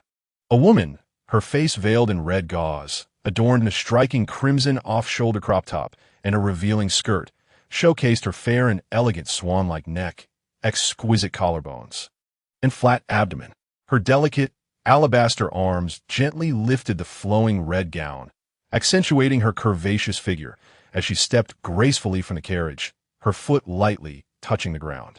Her thighs were voluptuous yet firm, her calves long and strong, and her bare feet, unshod, bore 10 opalescent toes painted with a bright crimson hue, harmoniously contrasting her porcelain skin. Around her slender ankles, she wore golden anklets, each adorned with tiny bells that chimed melodiously. The strikingly exotic red-haired woman, upon alighting from the carriage, offered a graceful bow to Lu Changsheng, her movements imbued with the allure of a captivating fox. Immediately following, a clear sound of tinkling bells echoed from within the carriage. Another woman, strikingly similar in appearance to the red-haired beauty, emerged. She too possessed high cheekbones and deep-set eyes, exuding an air of exotic charm. However, unlike her counterpart, this woman bore hair and irises of a mesmerizing sea blue hue, in contrast to the red-haired woman's enchanting allure. Her expression conveyed an air of aloofness, evoking a sense of cold yet enticing beauty. Both women shared an uncanny resemblance, yet their differing eye colors, hair tones, attire, and overall demeanor created a captivating juxtaposition when they stood side by side. Subsequently, the 2 tall, statuesque women, each embodying a distinct style, strode towards Lu Changsheng with poise and grace. They moved with a lightness that was graceful, their fair and tender feet, adorned with a rosy hue of rouge, touched the ground without leaving a trace of dust. Lu Changsheng could discern at a glance that the 2 women possessed martial prowess. They had channeled their internal energy to their feet, enabling them to remain unblemished by dirt. Jiu'er pays her respects to the master. Shuai pays her respects to the master. The 2 women approached Lu Changsheng, performing a delicate curtsy. One voice was reminiscent of the soft and alluring tones of Wunong, while the other echoed like a chilling, crystalline spring, stirring desires within the heart. Upon hearing the 2 women refer to him as their master, Lu Changsheng raised an eyebrow slightly. Just moments before, as he observed the 2 ladies descending from the carriage, he had harbored a vague suspicion regarding the nature of the gift. Yet in this moment, he confirmed that the present spoken of by Hong, it was indeed the 2 women before him. He could not deny that they were undeniably beautiful and alluring, capable of igniting one's deepest desires. Particularly striking was their similar appearance, contrasted by their distinctly different temperaments and charms, which added an element of astonishment upon first glance. This reminded Lu Changsheng of the Lu Miaoga sisters he had seen previously at the Zhuxin Lake of the Lu family. They, too, bore a resemblance, yet their personalities and auras were entirely dissimilar. However, the question lingered: who bestows gifts of women? Although such practices might be deemed normal in this world, Lu Changsheng found himself feeling somewhat uncomfortable and awkward in the face of such a reality. Chapter 42. Is Lu Changsheng about to take a concubine again? Brother Lu, I have heard from Brother Li that you possess no other inclinations. Your heart only yearns for beauty. Thus, I have come prepared with 2 exquisite maidens, whom I acquired at considerable expense from the Bayou Tower. You may rest assured, both are untouched and pure. Under the guidance of Bayou Tower, They have cultivated the art of nurturing essence, which enhances the male essence when united with you. Once their innocence is lost, they will devote themselves entirely to you. At this moment, Hong Yi spoke to Lu Changsheng, a knowing expression gracing his countenance. Upon hearing Hong Yi's words, Lu Changsheng felt a twitch at the corner of his mouth. What does it mean to say he only loves beautiful women? He is certainly not a man consumed by lust. His aspirations soar to the heavens, aiming for longevity and immortality. Marrying and having children is merely a means to navigate this world more effectively, striving towards this noble goal. Sigh. Lu Changsheng could not help but exhale a sigh of resignation, feeling that no one in the world could truly understand him. Yet, there was little to be done. Such lofty ambitions could not be revealed to the masses, nor could they be comprehended by others. Conceal the clever within the clumsy, express the profound through the obscure, find clarity within chaos, and embrace humility as a form of strength. Enduring the mundane is the path to transcendent immortality. Lu Changsheng gazed at the two tall and proud maidens before him, their figures even more striking than his own, though they were undeniably alluring. He felt no inclination to accept them. After all, neither possessed spiritual roots. Now, with 10 wives and concubines, he contemplated further marriages, aiming to pursue a path of selective breeding. This meant seeking women with spiritual roots to bear children. Otherwise, continuing to procreate in this manner would not only result in offspring lacking spiritual essence, but would also impede his daily cultivation. However, with the visitors already present, it would be inconsiderate to send them back. He did not wish to disappoint Hong Yi, thereby jeopardizing their friendship. Moreover, looking at the two women before him, he felt a desire to challenge his own vulnerabilities and experience the allure of foreign charm. After all, this world was rife with temptation. If he did not hone himself now, how could he resist even greater temptations in the future? Lu Changsheng pondered for a moment and asked Brother Hong, "Are they truly willing?" "Rest assured, Brother Lu," Hong Yi replied. "Both of them are orphans raised by the Bayou Tower, nurtured from a young age, with no issues whatsoever. I would never engage in such morally reprehensible actions." Hong Yi understood the implication behind Lu Changsheng's question. "Very well. If that is the case, I shall accept this gift. However, our friendship does not require such gestures. Please refrain from such actions in the future." Lu Changsheng nodded in agreement. "Of course, this is a one-time occurrence. Just this once." Hong Yi smiled, though Lu Changsheng sensed that he might still pursue similar actions in the future. "Brother Hong has traveled far. It is only fitting that I invite you in for a cup of tea. Yet, bringing outsiders into Changsheng Mountain would be quite troublesome. Thus, I shall refrain from inviting Brother Hong to visit. During our next transaction, you may simply relay a message when you are in a nearby city." Lu Changsheng spoke thusly. For ordinary individuals, entering Changsheng Mountain is manageable. However, bringing external cultivators presents considerable complications. "I understand," Hong Yi nodded, fully comprehending the situation, displaying no concern. He addressed Lu Changsheng, saying, "However, I may not be able to come in person next time. If it is convenient for you, it would be beneficial to prepare a batch of talismans every few months. This way, I can send someone to collect them without too much apprehension." His visit this time was prompted not only by their inaugural transaction, but also due to the considerable number of talismans involved, which made him somewhat uneasy. "Very well. Brother Hong, you may send someone over every 3 months from now on. I can provide approximately 30 talismans each time." Lu Changsheng mused thoughtfully. The 100 talismans he presented this time had been amassed over a substantial period. However, for future transactions, 10 talismans per month would suffice. Even if the Lu family were to learn of this, it would not elicit any significant concern. "Excellent. That poses no issue," Hong Yi exclaimed with evident delight upon hearing this. To him, 10 talismans each month was already quite commendable. "By the way, Brother Hong, there's another matter I wish to trouble you with." Lu Changsheng suddenly recalled the situation regarding his brother-in-law, Chu Chang'e. A year had passed without any news from the Qijing gang, and he feared for Chu Chang'e's safety. Nevertheless, he still wished to seek information, if only to provide Chu Xinjin with a sense of closure. "What matter is it? Please, speak freely, Brother Lu." Upon hearing this, Hong, he displayed a measure of seriousness. I simply wish for your assistance in locating an individual. Lu Changsheng then proceeded to relay the information concerning Chu Chang'e to Hong Yi. Simultaneously, he mentioned the plight of Chu Xinjin, advising Hong Yi to exercise caution. After all, the massacre of Chu Zhenjin's entire family could potentially involve a practitioner of the mystical arts, though he sensed that this practitioner might not be particularly formidable. Prudence was still warranted. Rest assured, this matter shall be entrusted to me.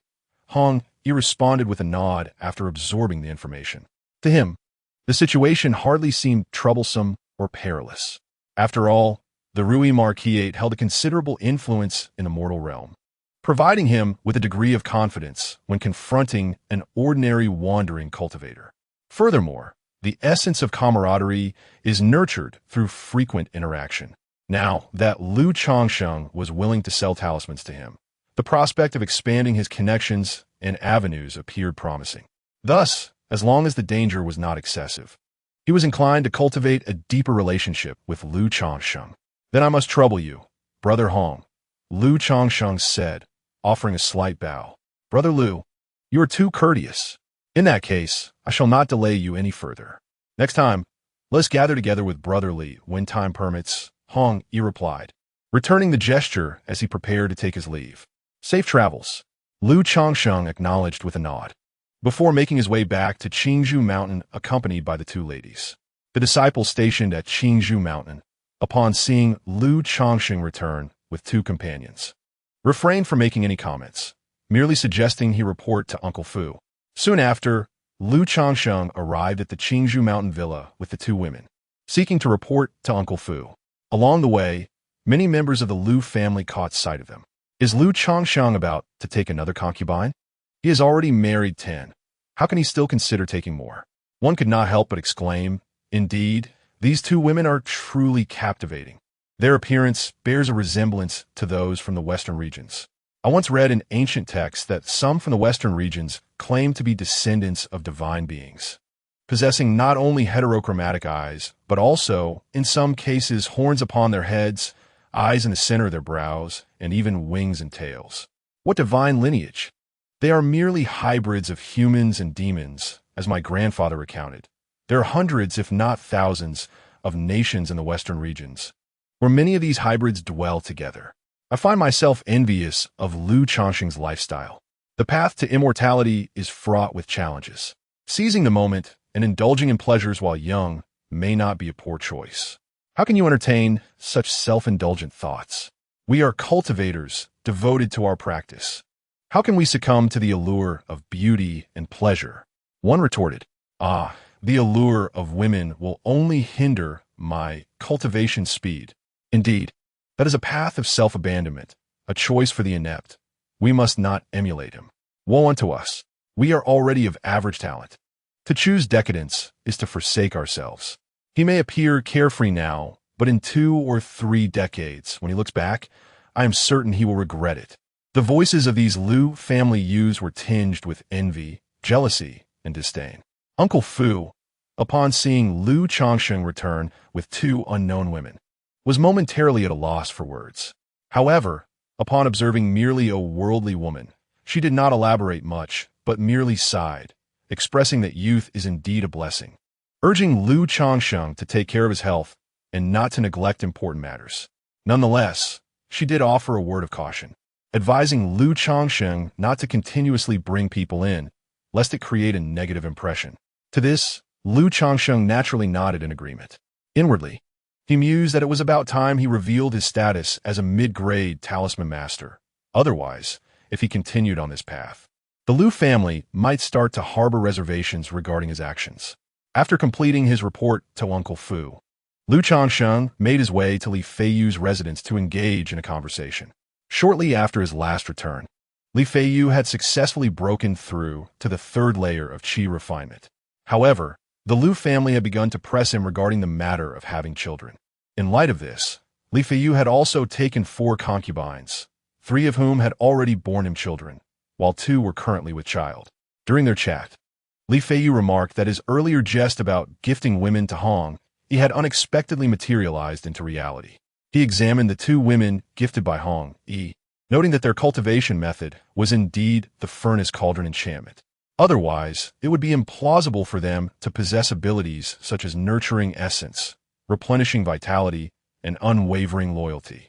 The Bai Yulo organization likely specialized in cultivating furnace cauldrons for high-ranking officials and even cultivators.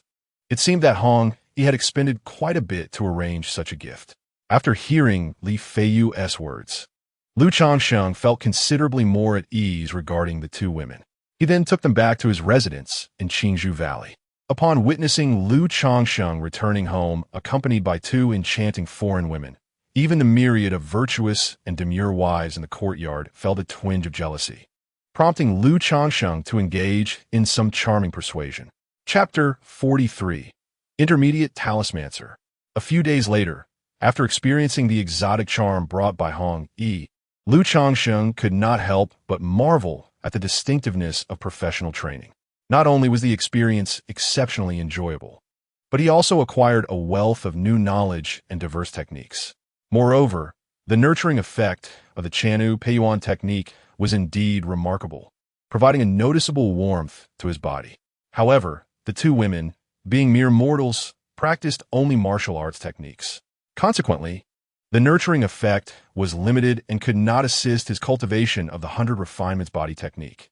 Otherwise, Lu Changsheng feared he might stray onto a misguided path. Lu Changsheng, you have indulged yourself these past few days. Such behavior cannot continue, he muttered to himself, shaking his head while seated beside his bed. He began to comprehend why ancient emperors were often captivated by feminine allure. His previous wives and concubines were all virtuous women, unlike the two sent by Hong Yi, who had been trained since childhood on how to serve others, possessing an array of seductive skills. Nonetheless, Lu Changsheng had once achieved first place in the heart examination platform of the Immortal sect. With a heart resolutely dedicated to the Tao, how could he succumb to the temptation of such beauty? Hong Yi, how could you test me in this manner? Which transmigrator can withstand such trials? Lu Changsheng scoffed lightly, rising to don his garments. Feeling that the time was ripe, he proceeded to his study to sketch a somewhat hasty first-tier intermediate talisman, the Fire Cloud Talisman. Lu Bo expressed his astonishment upon hearing that Lu Changsheng had mastered the art of crafting first-order middle-grade talismans.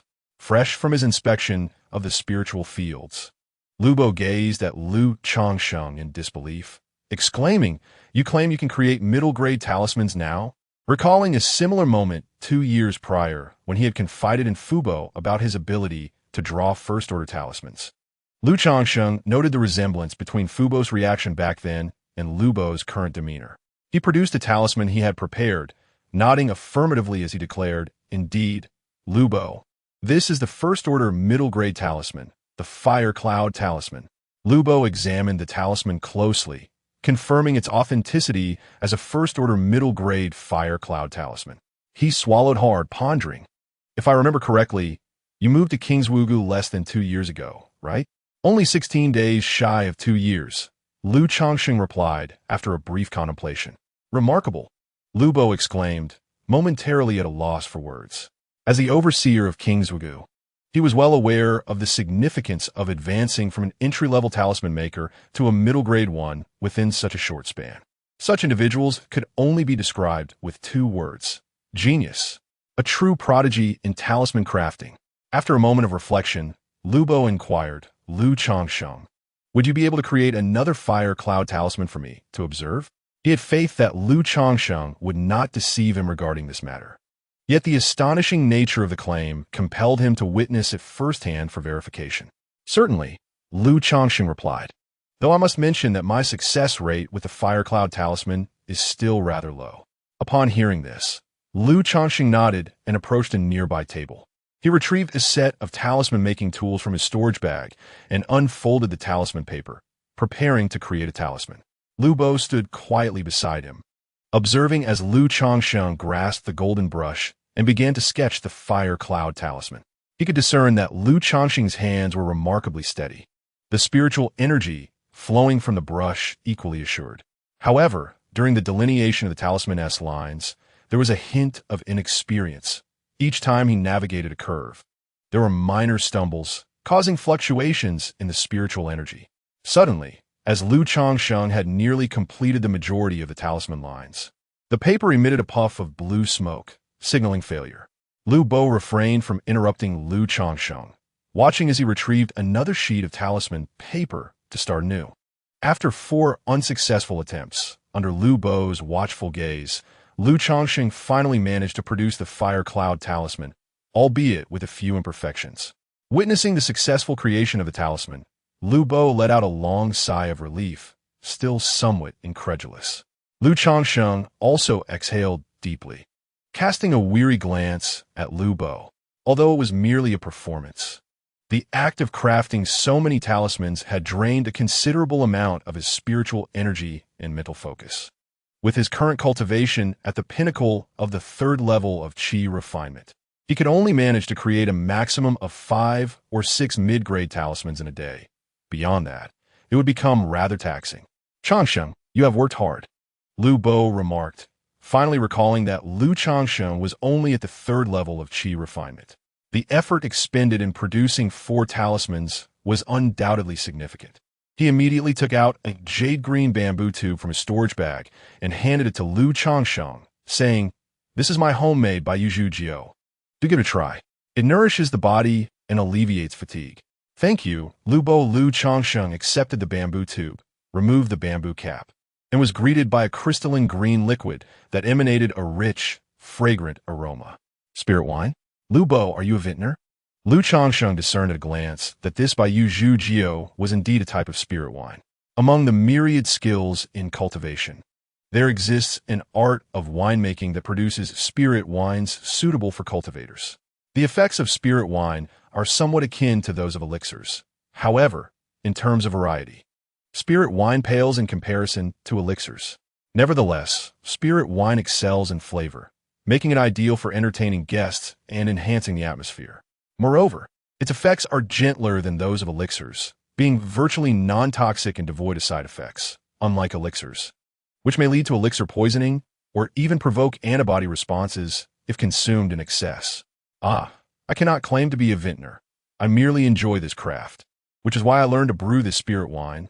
Lu Bo chuckled, waving his hand dismissively. Lu Changsheng nodded and took a delicate sip of the bamboo wine, savoring its flavor. He found the Bai Yuzhu Jiao to be remarkably pleasing, lacking any spiciness, presenting instead a subtle and fragrant taste. Unable to resist, he took a few more sips. As the bamboo wine coursed through him, a warm current rapidly spread through his lower abdomen, making him feel significantly less fatigued. "This wine is quite delightful, is it not?" Lu Bo inquired, his eyes twinkling with amusement as he observed Lu Changsheng. "Delightful is an understatement. It is my first encounter with such exquisite wine." Lu Changsheng spoke candidly. He typically did not indulge in alcohol and held little affection for it. However, upon tasting this particular wine, he found it quite delightful. Not only was its flavor exquisite, but its effects were remarkable, leaving him with a clear sense of being invigorated. Although this wine was indeed enjoyable, it possessed a potent after-effect. Consuming merely a third of it sufficed, for exceeding that might lead to intoxication. "You should return and rest well. I shall report this matter to the family head," Lu Bo remarked with a smile. "Lu Bo, might I inquire how much of this spirit wine you have left? Would it be possible to purchase a small quantity?" Lu Changsheng asked. He sensed that this spirit wine had beneficial effects on the body. Regular consumption could aid his current training in the body refining technique, and moreover, it alleviated fatigue, ideal for when he felt weary from crafting talismans or during the night to enhance the ambience. "I possess only a limited supply of this Buzza wine, as I brew it solely for personal enjoyment," Lu Bo replied, shaking his head. "However, this Buzza wine is crafted from the jade bamboo cultivated by our Lu family. Elder Wu brews a batch annually for sale. If you wish to purchase some, you may seek out Elder Wu, who also has various other spirit wines available." "Elder Wu, you say?" "Thank you, Lu Bo." Lu Changsheng nodded in acknowledgement, planning to visit Elder Wu later to see if he could procure some spirit wine. With that, Lu Changsheng took his leave, while Lu Bo departed to inform Lu Yuanding of the matter. Chapter 44.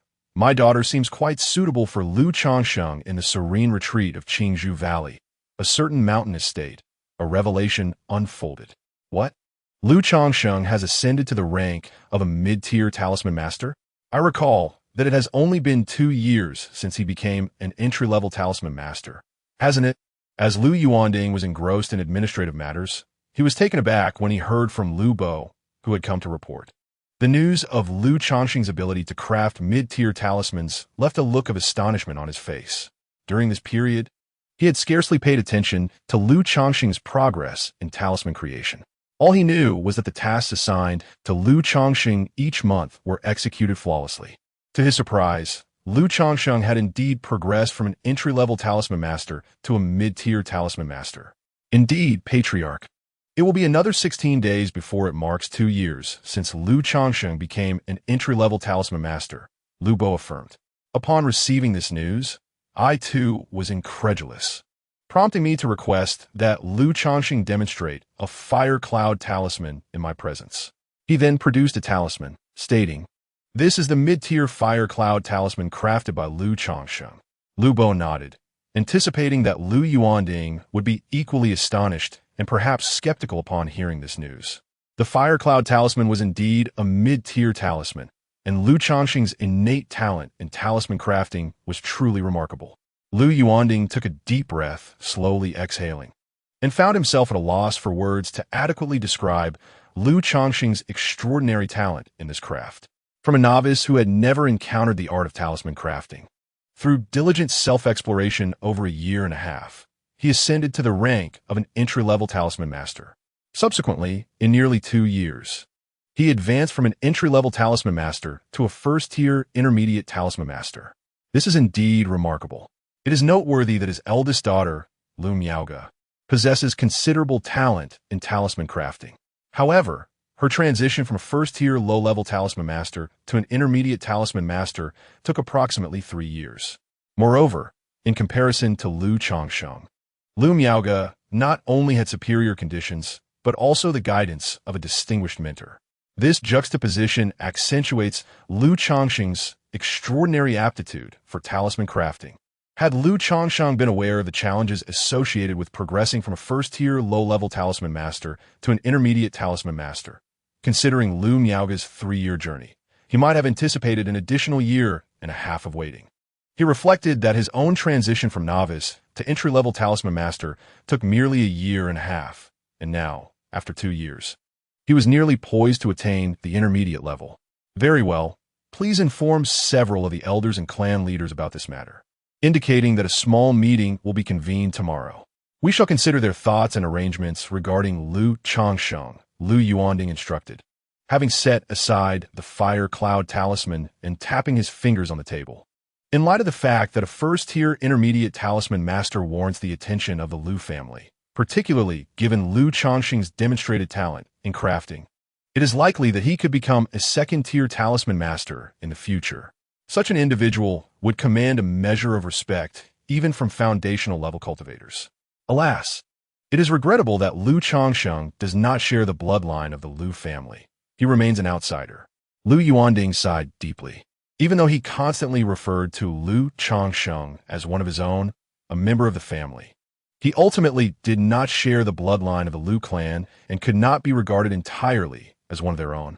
In the elegant and minimalist conference hall of Qingtian Valley, the incense burner slowly released fragrant smoke. Lu Yuanding occupied the main seat, with several senior members of the Lu family and clan elders seated on either side of the long table. I believe the esteemed elders are somewhat familiar with the situation regarding Lu Changsheng. I wonder what your thoughts might be. Lu Yuanding addressed the gathered elders. This young man possesses extraordinary talent for talisman crafting and is likely to become a second-tier talisman master in the future. He must be utilized for the benefit of our Lu family. We cannot allow him to leave, proclaimed one elder, his hair a striking white. He was the grand elder of the Lu clan, at the pinnacle of Qi training, responsible for the family's finances and assisting the clan leader in managing the household. However, he has only been with us for a little over 4 years. Can we truly ascertain whether he is loyal to our Lu family? Interjected a slender elder, his temples streaked with gray. He served as the 3rd elder, overseeing matters concerning spiritual bamboo, spiritual fields, and medicinal herbs. Based on Lu Changsheng's behavior over the years, it was evident he lacked grand ambitions, content with a modest existence. While he may not be entirely devoted to our family, he has developed a certain sense of belonging. Furthermore, considering the previous contract, the likelihood of Lu Changsheng departing from us is quite slim. I have heard that Lu Changsheng's sole passion lies in marrying and having children, Lu Yuanding remarked. Having married 9 ordinary women from the Lu family, yet still feeling unsatisfied, he has returned to the mundane world with 3 additional wives, one of whom possesses a spiritual root. It appears that Lu Changsheng, aware of his own unattainable aspirations of immortality, seeks to place his hopes upon the next generation, yearning for several offspring endowed with spiritual roots. Coincidentally, my dear granddaughter Miaoyi, now 20 years of age, possesses a gentle disposition and an 8th grade spiritual root. I am willing to bestow her hand in marriage to Lu Changsheng. Thus, he would truly become our son-in-law. In due time, I hope my granddaughter will bear him several children blessed with spiritual roots, thereby binding Lu Changsheng irrevocably to our Lu family. Moreover, since he bears the Lu surname, any children born will seamlessly integrate into our lineage, becoming true descendants of the Lu family. At this moment, an elderly man with a youthful appearance spoke up. He is the 5th elder of the Lu family, a skilled brewer responsible for the family's spiritual liquor business. Upon hearing his words, the expressions of the other elders shifted subtly. Sitting at the head of the table, Lu Yuanding felt a stir in his heart. He has many children, yet only 3 are endowed with spiritual roots. His eldest daughter, Lu Miaoga, is the one he worries about the least. She is not only diligent in her cultivation, but also possesses a talent for talisman crafting. However, his second daughter, Lu Miaohuan, causes him concern. Despite her 6th grade spiritual root, she is rather playful and lacks dedication to her cultivation. Since assuming the role of family head, he has been somewhat remiss in his parental duties, leading to her somewhat spoiled and proud demeanor. Within the Lu family, he feels somewhat reassured, as he is present to guide her. However, the proud and willful disposition that has never known defeat may lead to significant misfortune should she marry and her husband be absent in the future. Once misfortune strikes, it can escalate into a grave calamity. Upon hearing the words of the 5th elder, a notion unexpectedly took root in his mind. Why not betroth his daughter, Lu Miaohuan, to Lu Changsheng? Through several encounters, coupled with the commendations from Fu Bo and Lu Bo regarding Lu Changsheng, he found the young man to possess commendable qualities. Not only was he exceptionally gifted in talisman crafting, but he also exhibited an honest and steady demeanor. Although he had a penchant for women and a somewhat extensive household, he had nonetheless remained diligent in his talisman duties. Moreover, from what he gathered, Lu Changsheng treated his wives and children with great kindness and concern. Considering these factors, along with Lu Changsheng's humble origins as a common farmer, and the fact that secular families had little to no interaction with each other now, even as he resided in King's Hushan, he regarded him as a quasi-member of the Lu family, thus alleviating his fears about his daughter facing adversity in such a union. Once this thought emerged, Lu Yuanding became increasingly convinced of its viability, deeming Lu Changsheng to be an excellent candidate for a son-in-law. With such extraordinary talent in talisman crafting, it would be a waste to let it go unrefined. Thus, he was inclined to cultivate it diligently. The elder was also willing to wed his granddaughter, Miao Yun, to Lu Changsheng, while imparting knowledge of talismans to him, ensuring his complete allegiance to the Lu family and thereby adding a second-tier talisman master to their ranks. At this juncture, a woman appearing to be in her 30s or 40s spoke up. She was the 4th elder of the Lu family, a first-tier master talisman crafter, responsible for their talisman affairs. I too have a granddaughter, interjected an elderly matron with graying hair. As the 5 elders began to speak, one elder from the clan expressed his willingness to marry off a descendant with spiritual roots to Lu Changsheng. Although the Lu family constitutes a single lineage, it comprises various branches that prioritize their own interests. Lu Changsheng, being a semi-member of the Lu family and demonstrating remarkable talent in talisman crafting, naturally appeared as a coveted prospect in the eyes of numerous elders. They were more than eager to connect their spiritually endowed offspring to Lu Changsheng. for such a union would effectively secure a future second-tier talisman master within their branch. Even if Lu Changsheng were to fall short of becoming a second-tier master, he would undoubtedly ascend to at least the first-tier master level. Regardless of the outcome, it was a guaranteed profit. Observing the elders continuously voicing their opinions, Lu Yuanding softly cleared his throat and remarked, "I believe Miao Huan is approaching the appropriate age. She would be quite a suitable match for Lu Changsheng." Chapter 45. An arranged marriage with the second miss in the quaint and elegantly adorned Shaozhu Valley, within a charming little building steeped in antiquity. A stunning young woman, clad in a flowing black gauze gown, gazed at the head of the Lu family with indignation. "Father, you cannot truly expect me to wed that Lu Changsheng. You are well aware of his notorious lechery.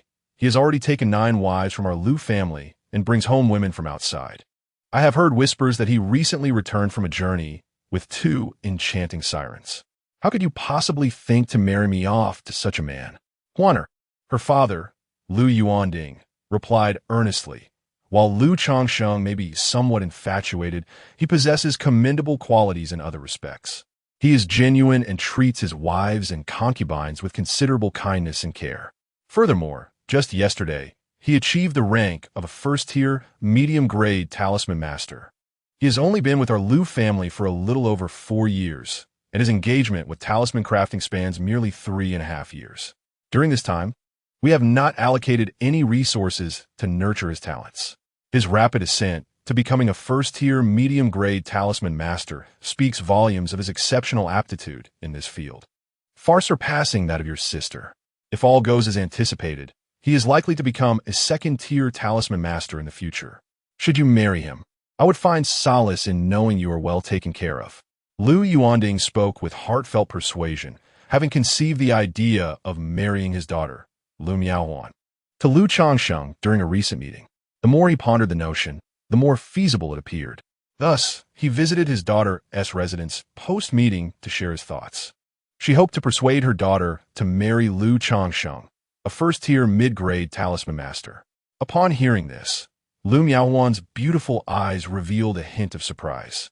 As a young lady of the Lu family, with her sister being a talisman master, she understood the significance of Lu Changsheng's status as a first-tier mid-grade talisman master. To call him a genius in talisman crafting would not be an exaggeration. It was no wonder her father wished for her to wed Lu Changsheng. Should he ascend to the rank of a second-tier talisman master in the future, his status would ensure he is treated as an esteemed guest wherever he goes. Even if he does not achieve the rank of a second-tier talisman master, being a first-tier talisman master is still remarkable. She was aware that the 4th elder, who taught her sister about talismans, was a first-tier talisman master, generating substantial and stable income for the Lu family each year, and held a position of great esteem. However, recalling Lu Changsheng's various deeds, the unsettling impression he left on her when he had gazed at her made her resistant to the idea. Observing his daughter's reluctance, Lu Yuanding sighed and continued to persuade her. "Huaner, your mother passed away early, and I have not been very involved in your life. Though I have said little in this matter, my intentions are genuinely for your benefit. I hope you will heed my words. With Lu Changsheng's recent achievement as a first-tier mid-grade talisman master, and his commendable performance over the years, our family has decided to marry a woman of spiritual root to him, truly incorporating him as one of our own. Many elders and clan leaders have considered marrying their granddaughters to Lu Changsheng, so this opportunity is one I have fought for on your behalf. You are not young anymore. It is time to contemplate this aspect of life." At this moment, Lu Yuanding is not the head of the Lu family, but rather a father who sighed softly. If Lu Miaohuan were as ambitious as Lu Miaoge, he would naturally not concern himself with his daughter's marriage. After all, it is quite common for cultivators to remain unmarried, and such matters are not unusual. However, Lu Changsheng possesses only a 9th-grade spiritual root, yet he has so many wives and concubines. Upon hearing her father's words and observing his demeanor, Lu Miaohuan pursed her lips and spoke. She did not expect that her father had actually negotiated for her to marry Lu Changsheng. Yet, upon reflection, she grasped the reasoning behind it. Qingshan Mountain boasts hundreds of Lu family descendants. Although these offspring possess spiritual roots, Most have limited prospects and may not aspire to foundational cultivation. As they reach a certain age, many will be arranged by the family for marriage alliances with neighboring cultivation families. This is also a means by which these families develop and maintain a fresh lineage. Lu Changsheng, having entered the Lu family as a son-in-law and having resided there while demonstrating commendable behavior, has become somewhat of an insider. Now, with his remarkable talent in talisman crafting, the elders of the clan are naturally inclined to marry a spiritually gifted woman to Lu Changsheng, thereby firmly binding him to the Lu family. The 9th grade spiritual root is inconsequential. With Lu Changsheng's talent in talisman crafting, as long as our family is willing to nurture him, although foundational cultivation may be unattainable, there remains hope for reaching the late stages of qi refinement. A second-tier talisman master at the late stage of qi refinement would certainly command respect, even from formidable foundational cultivators. As for wives and concubines, you need not worry. Lu Changsheng currently has only ordinary women by his side. If you were to marry him, you would naturally be his legitimate wife. Moreover, with your father around, how could you possibly suffer any loss? Upon noticing his daughter's softened demeanor, Lu Yuanding seized the opportunity. After hearing her father's words, Lu Miaohuan pressed her lips together in silence. Memories of her previous encounter with Lu Changsheng surfaced. He did not seem so detestable after all. Ultimately, with her own charm, it was only natural that anyone would steal a glance at her, especially a man like Lu Changsheng, known for his lechery. Observing his daughter's reaction, a smile crept onto Lu Yuanding's face, realizing she had tacitly acquiesced. He gently proposed, "How about this, Miaohuan? Tomorrow, I will invite Lu Changsheng to the Zhuxin cottage for you to meet him." Lu Miaohuan responded softly, almost inaudibly. Meanwhile, Lu Changsheng was in the backyard, entertaining the children. With so many little ones around, he had crafted various toys for their amusement: swings, slides, seesaws, trampolines, rocking horses, toy cars, and more. At that moment, a group of toddlers stood in line, eagerly participating in a game of flying.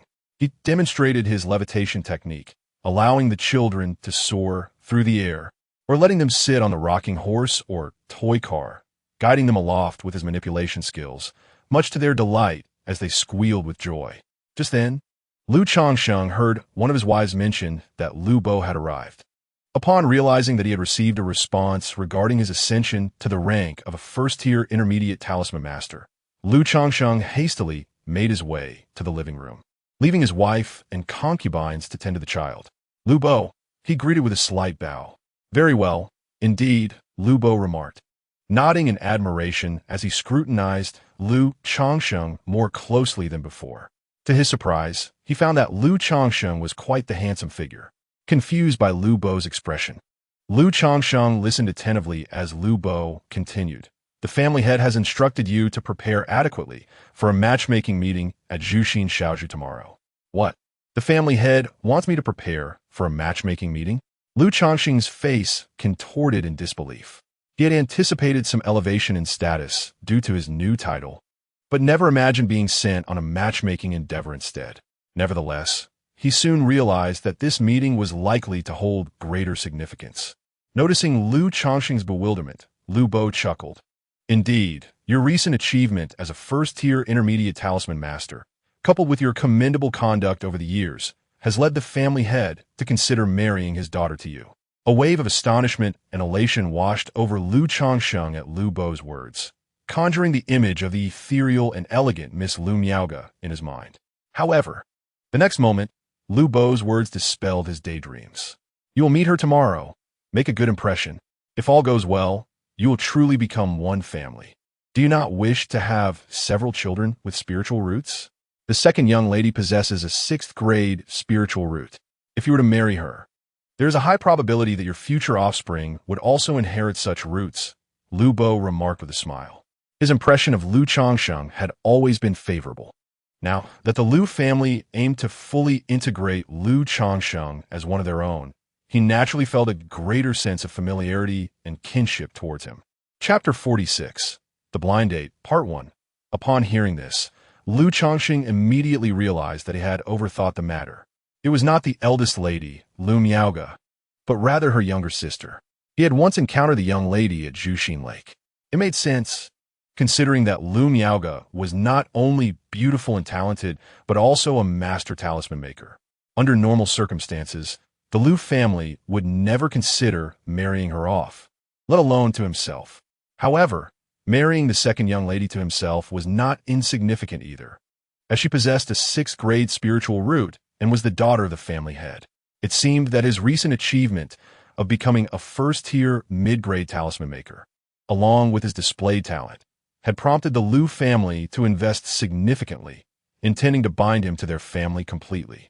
Reflecting on the striking image of the second young lady's long legs accentuated by black stockings, Lu Changsheng nodded and cupped his hands, saying, "Uncle Lu, I shall certainly be there for our appointment tomorrow." Even though he discerned that the Lu family's intention was to deepen their ties with him, thereby securing his allegiance, Lu Changsheng felt no aversion to this prospect. In fact, he welcomed it. His acceptance was not merely due to the second young lady's alluring appearance, but stemmed from the realization garnered during his 3-year journey that the world was far more perilous and challenging than he had previously imagined. Given his temperament, navigating such a treacherous world would be arduous, particularly since he now had family responsibilities. Thus, Lu Changsheng resolved to embrace this opportunity. After all, with his system that promised abundant offspring, he would remain in the Lu family for the time being. He would endure until he had many children, until they grew, and until he could break through to the foundation establishment stage, at which point he would contemplate his future endeavors. Although he lived under the roof of another, his innate talent for talisman crafting afforded him a certain comfort during his years at the Lu family in Qingzhou Valley. The Lu family, a paragon of righteous cultivation, provided him with a far safer existence than wandering alone in the world. Should he marry the daughter of the Lu family patriarch, he would not only gain a wife endowed with spiritual roots, but also be embraced as a true member of the Lu clan. This would allow him to reside within their ranks with greater peace of mind, free from lingering anxieties. In his heart, he still entertained thoughts of leaving the Lu family to forge his own path, yet that ambition seemed distant at present. Lu Changsheng found himself reluctant to dwell on it. When the time came, should the Lu family treat him well, he would ensure that his departure would not be to their detriment. "Good," Lu Bo said warmly, patting Lu Changsheng on the shoulder. "The patriarch has already discussed matters with the second miss, so, as long as you perform well tomorrow, this matter will be settled without issue." "Yes," Lu Changsheng replied, nodding as he escorted Lu Bo to the door. Yet, his mind involuntarily wandered to the second miss, Lu Miaohuan, and her air of noble elegance.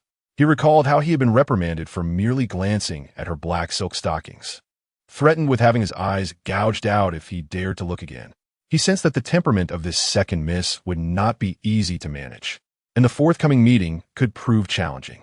He hoped fervently that the patriarch's assurances held true and that Lu Miaohuan's disposition had softened, diverging from the harshness he had imagined. Otherwise, even with her 6th grade spiritual root and status as the patriarch's daughter, he might have to reconsider the match. Taking a deep breath, Lu Changsheng exhaled and returned to the courtyard. Although he was quite pleased with the prospect of marriage, he would not demean himself to beseech the mother of a mere 6th grade spiritual root to wed him, setting aside considerations of dignity and pride. As a man with 4 wives and 6 concubines, he simply lacked the time and energy to tend to a temperamental spouse. Adding such a wife to his household could easily destabilize the delicate balance of his harem and disrupt the proper order of marital hierarchy. "Dear husband, has Lu Bo come to share some joyous news?" At that moment, one of his wives turned to Lu Changsheng and inquired. "Indeed," Lu Changsheng replied with a chuckle. "I have recently made a breakthrough in the art of talismans and have ascended to the rank of a first-tier intermediate talisman master. Lu Bo has come to discuss some matters with me." He refrained from mentioning that Lu Bo's visit was regarding matchmaking, as it felt rather awkward to share such personal news with his wives and concubines. It was best to wait until the situation was more certain before divulging it. "What? You have just been promoted to a first-tier intermediate talisman master," exclaimed his wives in unison, their eyes sparkling with delight. "How impressive, dear husband! This means you could potentially ascend to the rank of second-tier talisman master in the future. You have worked so hard these days." The other wives, upon hearing this news, gazed at Lu Changsheng with admiration and affection, their faces aglow with joy. Since Lu Changsheng had become a talisman master, they had taken the initiative to learn more about the profession. They understood that each advancement was exceedingly challenging, and Lu Changsheng's progress signified an elevation in both his status and that of the Lu family. Consequently, their own status would rise with him. Hearing these words, the small children nearby, although unaware of their meaning, joined in the exuberant shouts upon witnessing the expressions of their mothers. "Wow! Father is amazing! Father is so powerful!" Lu Changsheng couldn't help but smile at this scene.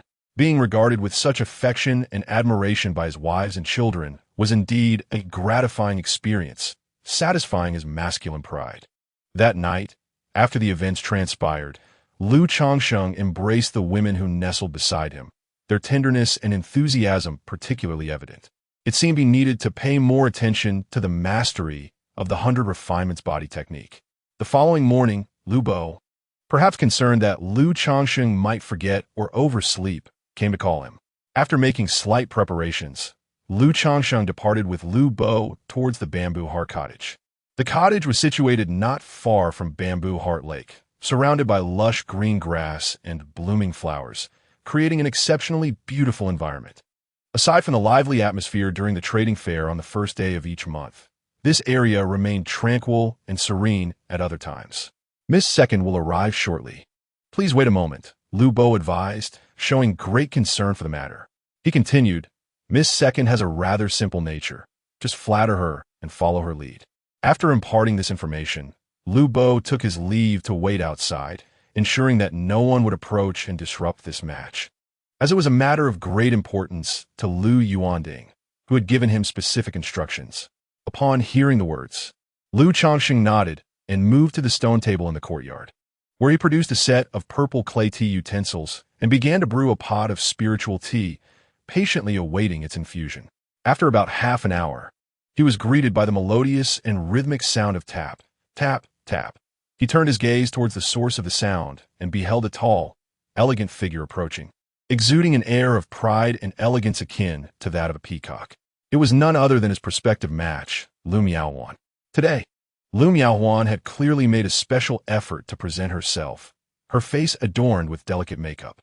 She wore a form-fitting dress that blended dark hues of black and deep blue, speckled with shimmering starlight, reminiscent of the night sky draped around her, a truly breathtaking sight.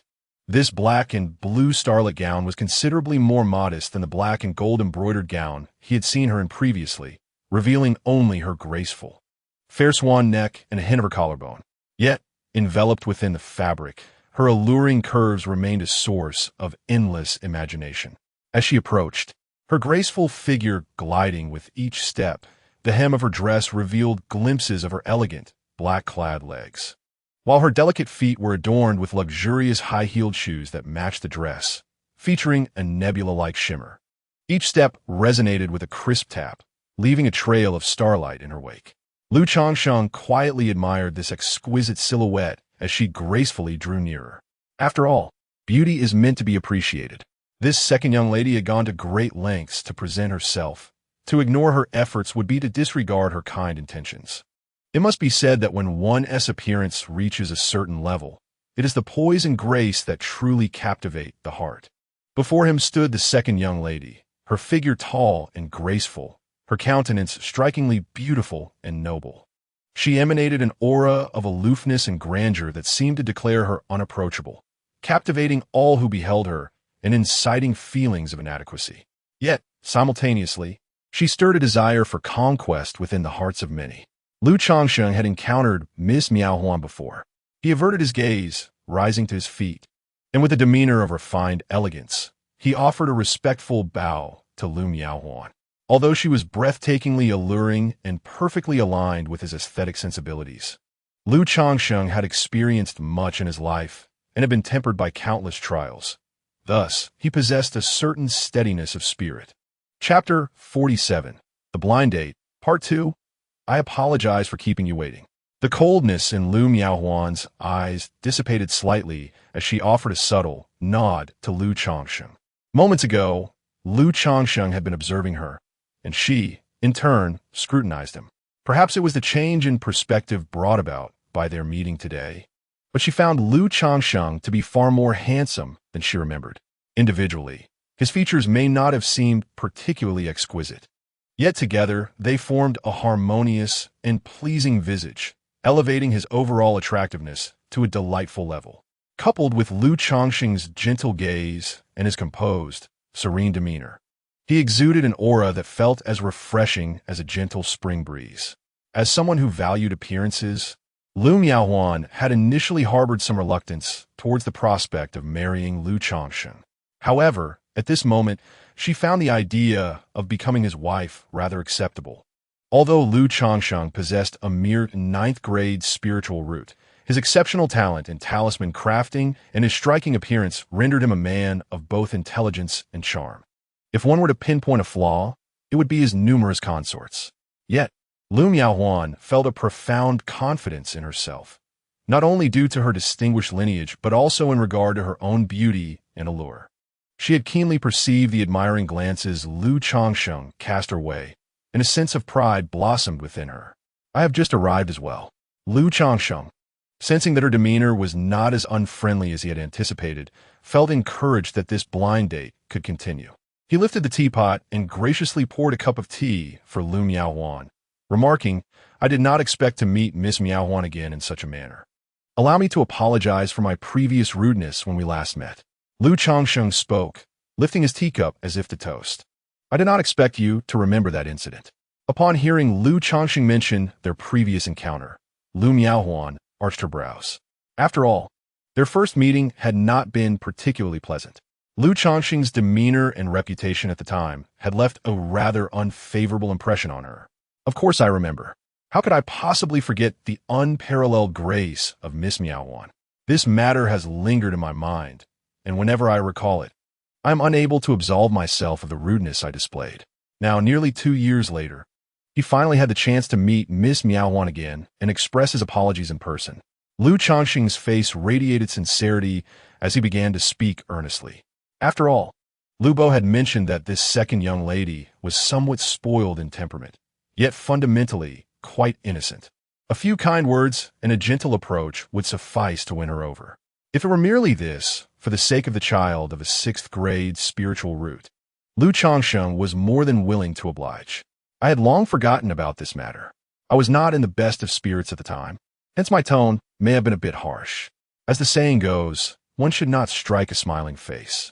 Seeing Lu Changsheng's sincere expression, Lu Miaohuan felt a twinge of embarrassment.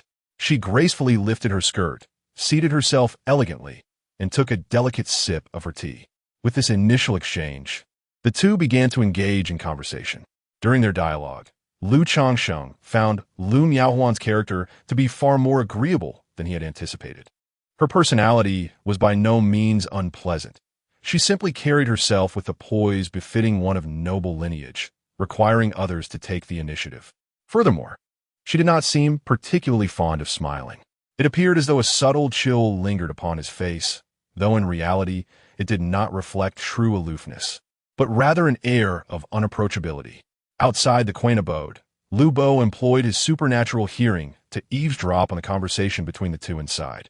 His aged face creased into a smile reminiscent of a chrysanthemum. He mused quietly to himself that it seemed Lu Changsheng's numerous pursuits of marriage were not in vain. There was indeed some merit to it. He chose not to continue eavesdropping, instead opting to wait patiently outside. To him, the fact that Lu Miaohuan was willing to engage in conversation with Lu Changsheng signified that progress had been made. Within the bamboo heart cottage, Lu Changsheng and Lu Miaohuan sat across from each other, savoring tea and engaging in leisurely conversation. There are indeed many delightful and intriguing aspects of the mundane world, though my knowledge in this regard is somewhat limited. Should Miss Miaohuan have an interest, I would be more than willing to accompany you for a stroll and to explore. As for women, where in the secular realm could one encounter someone as ethereal as yourself? Has Miss Miaohuan forgotten the astonishment I felt upon first laying eyes on you? Lu Changsheng continued to extol her virtues, his tone measured and his gaze remarkably clear. Often, his eyes did not dwell upon Lu Miaohuan.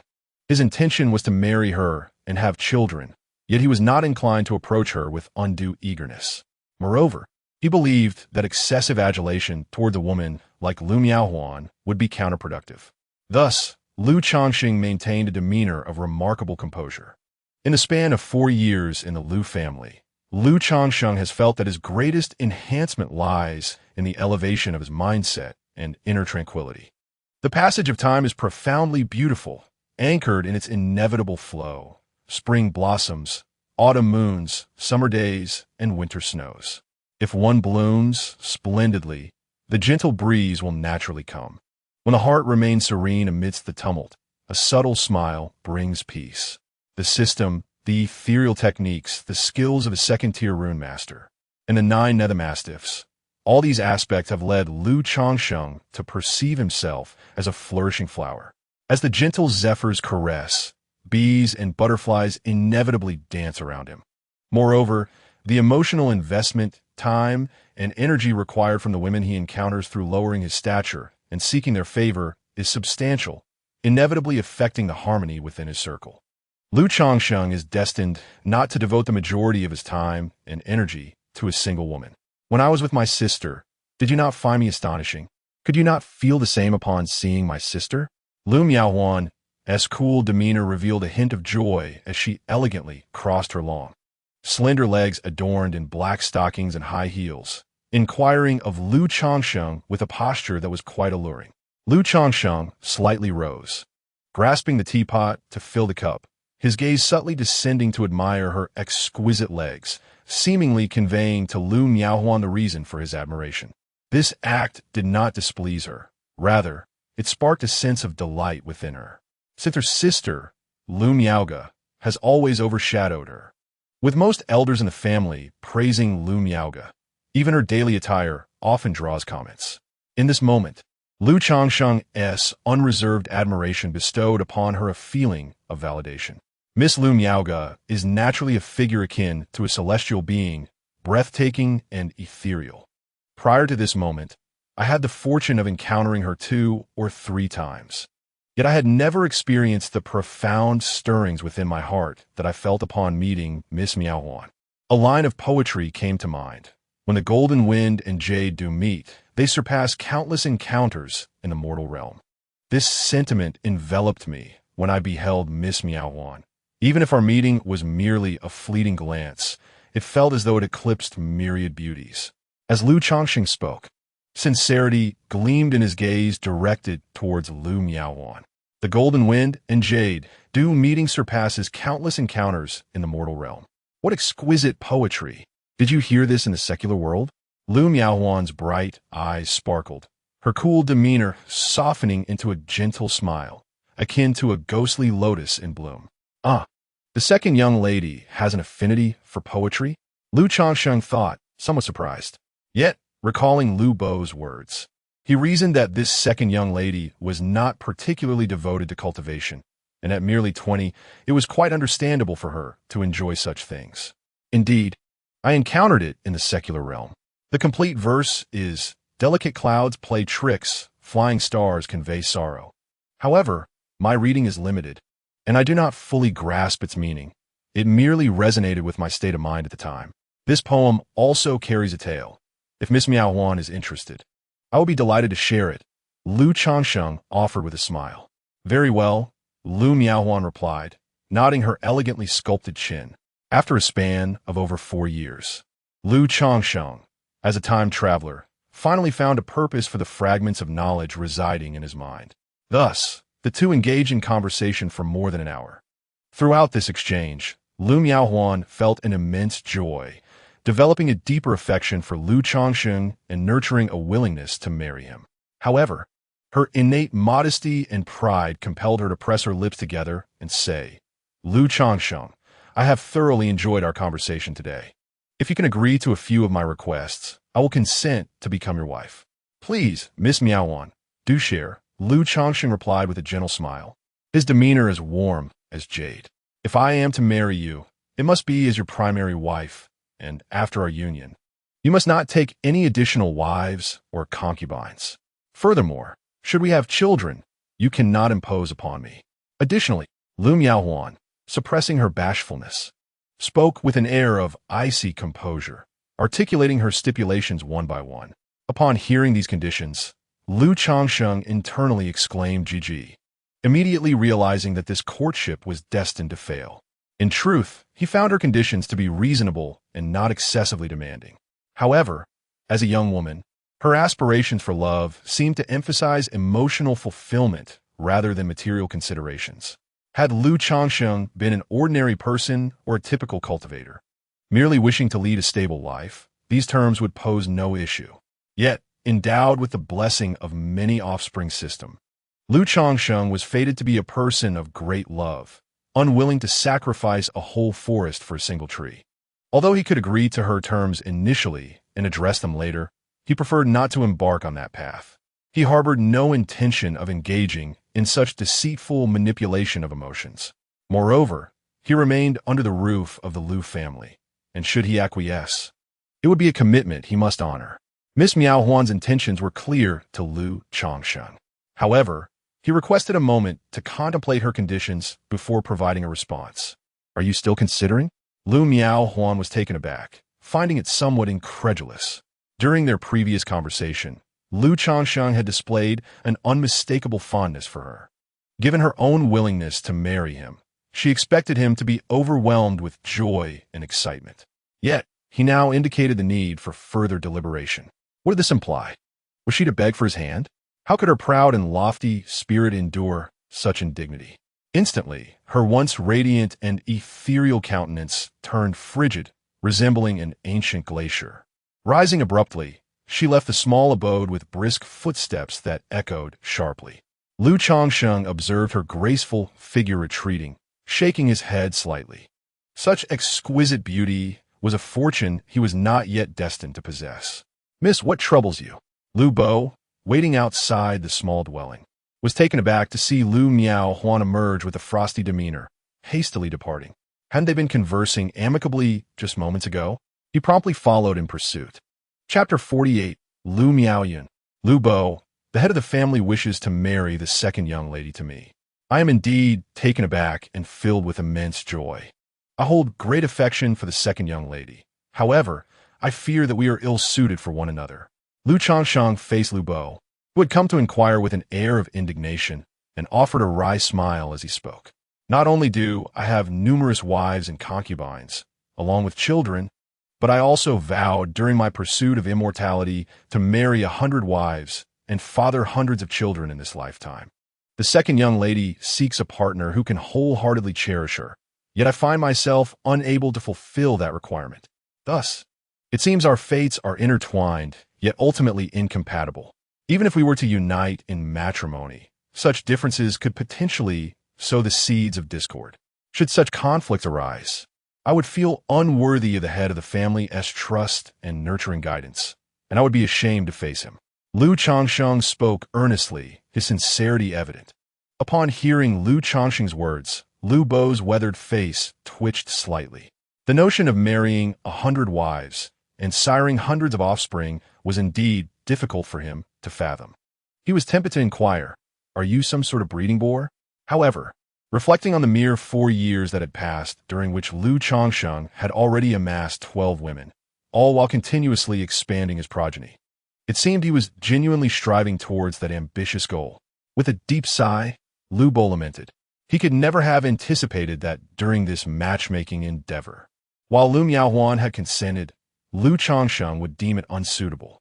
Nevertheless, despite the flawed reasoning behind his words, they were somewhat understandable. Although Lu Changsheng possesses extraordinary talent in talisman crafting, it remains merely a latent potential yet to be fully transformed into strength.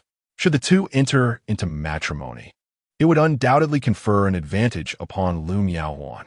Given her disposition, it is certain that Lu Changsheng would indulge her more than vice versa.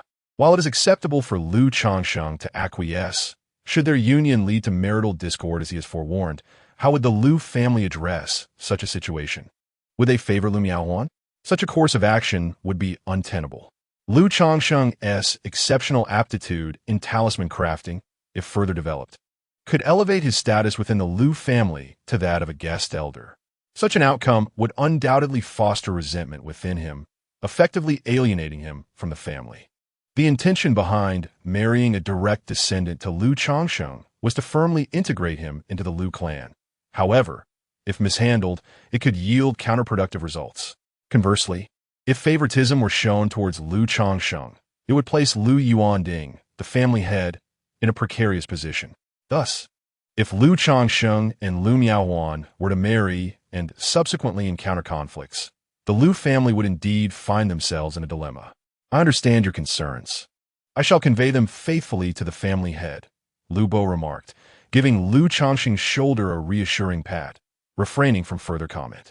Ultimately, such matters require the consent of both parties, and they cannot compel Lu Changsheng against his will. In truth, the Lu family might lean even more favorably towards Lu Changsheng. Thank you, Uncle Lu, Lu Changsheng replied, his expression laden with guilt and remorse.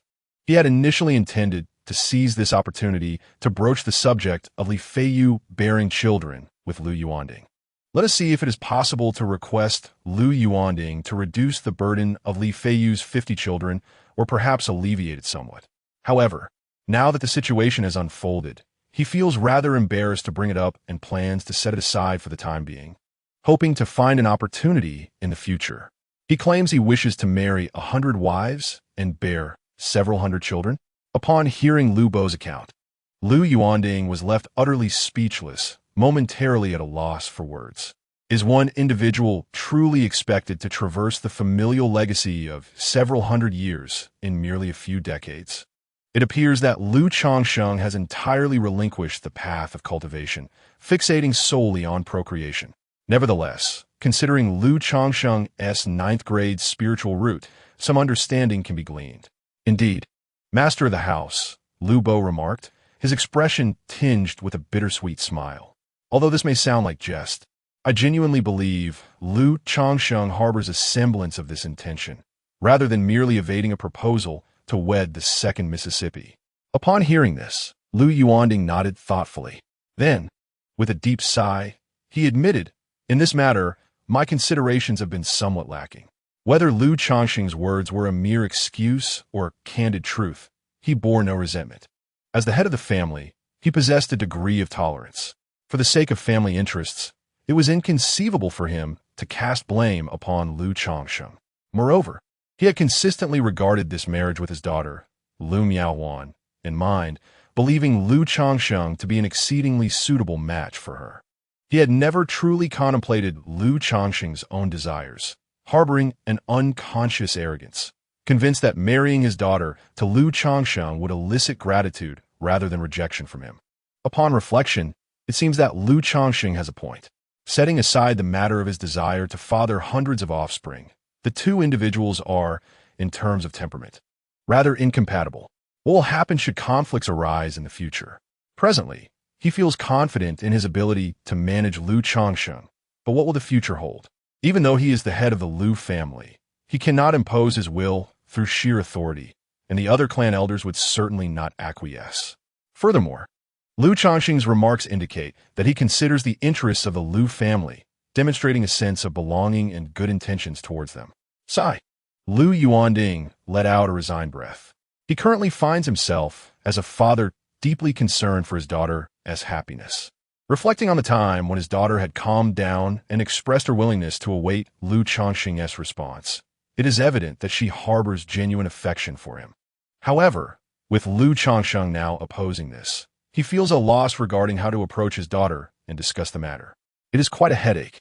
2 days later, Lu Changsheng received yet another marriage proposal. He began to understand that the upper echelons of the Lu family were determined to arrange a union with a woman of considerable standing within the family. Only in this way could he truly be regarded as one of their own, as a son-in-law of the Lu family. Even though he had previously married and taken 9 secular women from the Lu clan to the family as higher-ups, such unions did not qualify him as a genuine son-in-law. This prospective bride, named Lu Miaoyun, is the granddaughter of the 4th elder of the Lu family. At 18 years of age, she possesses a 7th grade spiritual root, is charmingly delicate, and exhibits a gentle and considerate disposition. It is likely a result of Lu Miaohuan's circumstances that the Lu family has deliberately chosen a well-mannered and amiable young woman for him.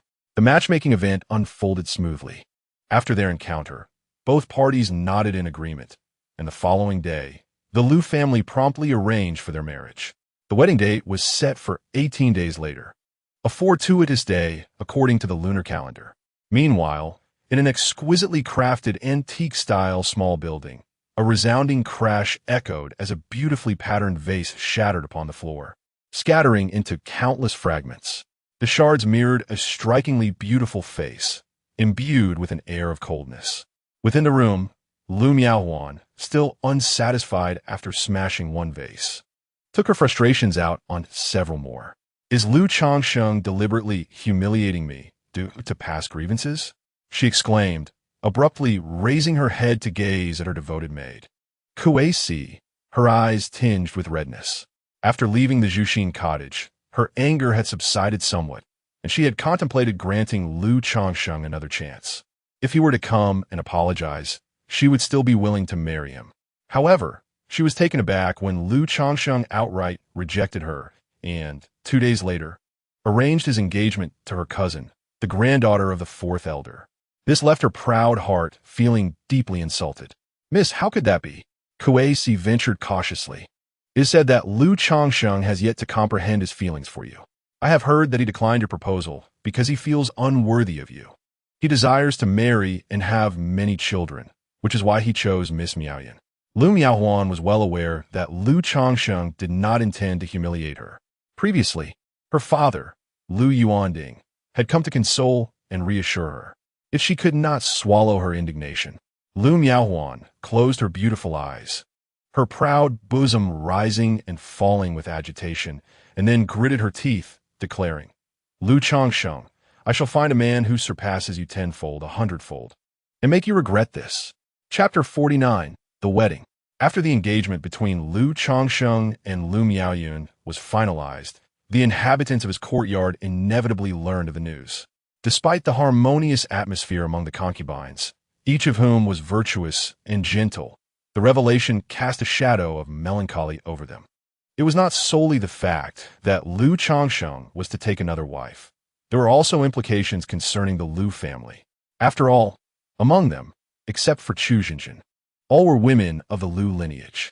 With Lu Changsheng's elevated status within the family, the prospect of marrying the esteemed granddaughter of an elder who possessed a spiritual root, through formal agreements and proper ceremonies, naturally stirred discomfort in their hearts. Although they had always coexisted without strict hierarchies, their relationships were largely dictated by Lu Changsheng's affections. The arrival of this elder's granddaughter would undoubtedly establish her as the principal wife. My dear wives, fret not. I have always regarded you all equally, and I promise to arrange a grand wedding for each of you in due course. Lu Changsheng reassured them, perceiving their discontent. These women had accompanied him for many years, bearing him children, and thus held a special place in his heart. Thank you, my lord. We are well, they replied, acknowledging that the family's decision to marry Miss Miaoyan to their husband was a testament to his valued standing. While they felt a twinge of sadness and a hint of regret for not seeking a more distinguished position for their husband, they quickly reconciled with the reality of their situation. Given Lu Changsheng's current status and position, the women, as mundane beings devoid of spiritual roots, seemed somewhat unworthy of him. To become his wives or concubines is indeed a stroke of fortune, surpassing the fates of many other sisters and close friends. Moreover, through the years of companionship, they have come to understand Lu Changsheng's character, realizing that their husband is not a heartless man who forsakes old loves for new infatuations. That night, Lu Changsheng arrived to comfort his wives and concubines. However, they appear to be particularly invigorated by the day's occurrences, each exerting themselves with fervor, employing an array of tactics. Later, as Lu Changsheng reclined on the bed, surrounded by the women, he could not help but muse to himself. Indeed, one who is close to vermilion becomes red, while one who is near ink turns black. His wives and concubines had never exhibited such prowess before. The time spent with Joer and Shuier, sent by Hong, had endowed them with a multitude of new skills. If this continued daily, how could he possibly endure? In the blink of an eye, 18 days had passed, and Lu Changsheng's wedding with Lu Miaoyun commenced. Unlike the previous informal ceremonies, this wedding was grand and lively. The entirety of King's Hushan was adorned in joyous celebration, festooned with red lanterns and decorations. On this significant day, Lu Changsheng arose early, and under the careful grooming of two women, his hair was styled, crowned with a golden diadem, and he donned a resplendent red bridal robe. Subsequently, adorned with a large red flower on his chest, he mounted a spirited steed and, accompanied by a procession of musicians, arrived at the residence of the fourth elder to greet the bridal palanquin. Due to both families residing in the verdant Qingzhou Valley, not far apart, Lu Changsheng, having adorned Lu Miaoyun in a resplendent crimson wedding gown and a phoenix coronet, took her to the bridal sedan and subsequently circled the entire Qingzhou mountain. Along this journey, the majority of the Lu clan members gathered to witness the nuptials. I still recall 4 years ago, standing in this very spot, observing Lu Changsheng enter our family as a son-in-law. Little did I expect that, after more than 4 years, he would be marrying Miaoyun, a member of our clan. Alas, it is undeniable that he possesses exceptional talent in talisman crafting. Indeed, who would have anticipated that a son-in-law invited for breeding purposes would exhibit such remarkable skills in talisman crafting? A mid-grade talisman master, he ascended to this rank in merely over 3 years, surpassing even Sister Miaoga's talents. Elder 4's decision to marry Miaoyun to Lu Changsheng may well indicate his intention to groom him as a successor. By marrying Miaoyun with Elder 4's patronage, Lu Changsheng is poised for great success. Although Lu Changsheng possesses merely a 9th grade spiritual root, any hopes of foundational cultivation are futile. Foundational cultivation? With my 6th grade spiritual root, I too must refrain from harboring such lofty aspirations without fortune. Nonetheless, Lu Changsheng's transformation is indeed remarkable. I remember him as unremarkable, yet now he stands strikingly handsome. His apparent obsession with the fairer sex surely implies he has mastered some life-preserving and beauty-retaining technique. How I wish I had married Lu Changsheng earlier. Numerous members of the Lu clan, witnessing the dashing figure of Lu Changsheng, tall and poised upon his spiritual steed, escorting Lu Miaoyun, expressed their admiration and reflections. In a mere 4.5 years, many among them bore witness to Lu Changsheng entering the Lu family as a breeding son-in-law. He subsequently became an apprentice in talisman crafting, then a talisman master, relocated to Qingzhou Valley, and has now wed the granddaughter of the fourth elder. Those who initially accompanied Lu Changsheng to the Lu family as son-in-laws, particularly Xian Miao, gazed enviously at Lu Changsheng atop his spiritual steed, feeling an overwhelming sense of admiration, almost as if in a dream. Once, they had all been eliminated by the Qingyun sect, seeking refuge in the Lu family as son-in-laws. Now, after 4.5 years, they were still laboring under the burden of breeding for the Lu family, striving to fulfill a daunting task of producing 50 offspring over 20 years. Meanwhile, Lu Changsheng had already wed the direct granddaughter of the fourth elder, a female cultivator endowed with spiritual roots. It is worth noting that this fourth elder is a master of first-tier talisman crafting, holding a distinguished status within the Lu family, which naturally stirs envy among the onlookers. In the crowd, Li Feiyu observed this scene, reflecting on the journey both had taken to the Lu family, his heart a tumult of emotions. Yet, he could not help but feel joy for Lu Changsheng.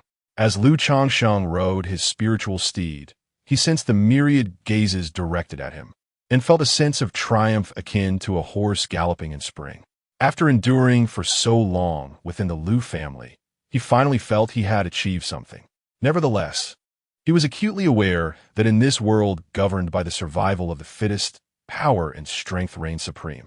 His current status and position were solely the fruits of his talisman crafting skills, a mere shortcut akin to a rootless floating weed or a castle in the air. He must not become complacent. Thus, after traversing the entirety of Qingzhou Mountain, Lu Changsheng returned with his bride to his residence.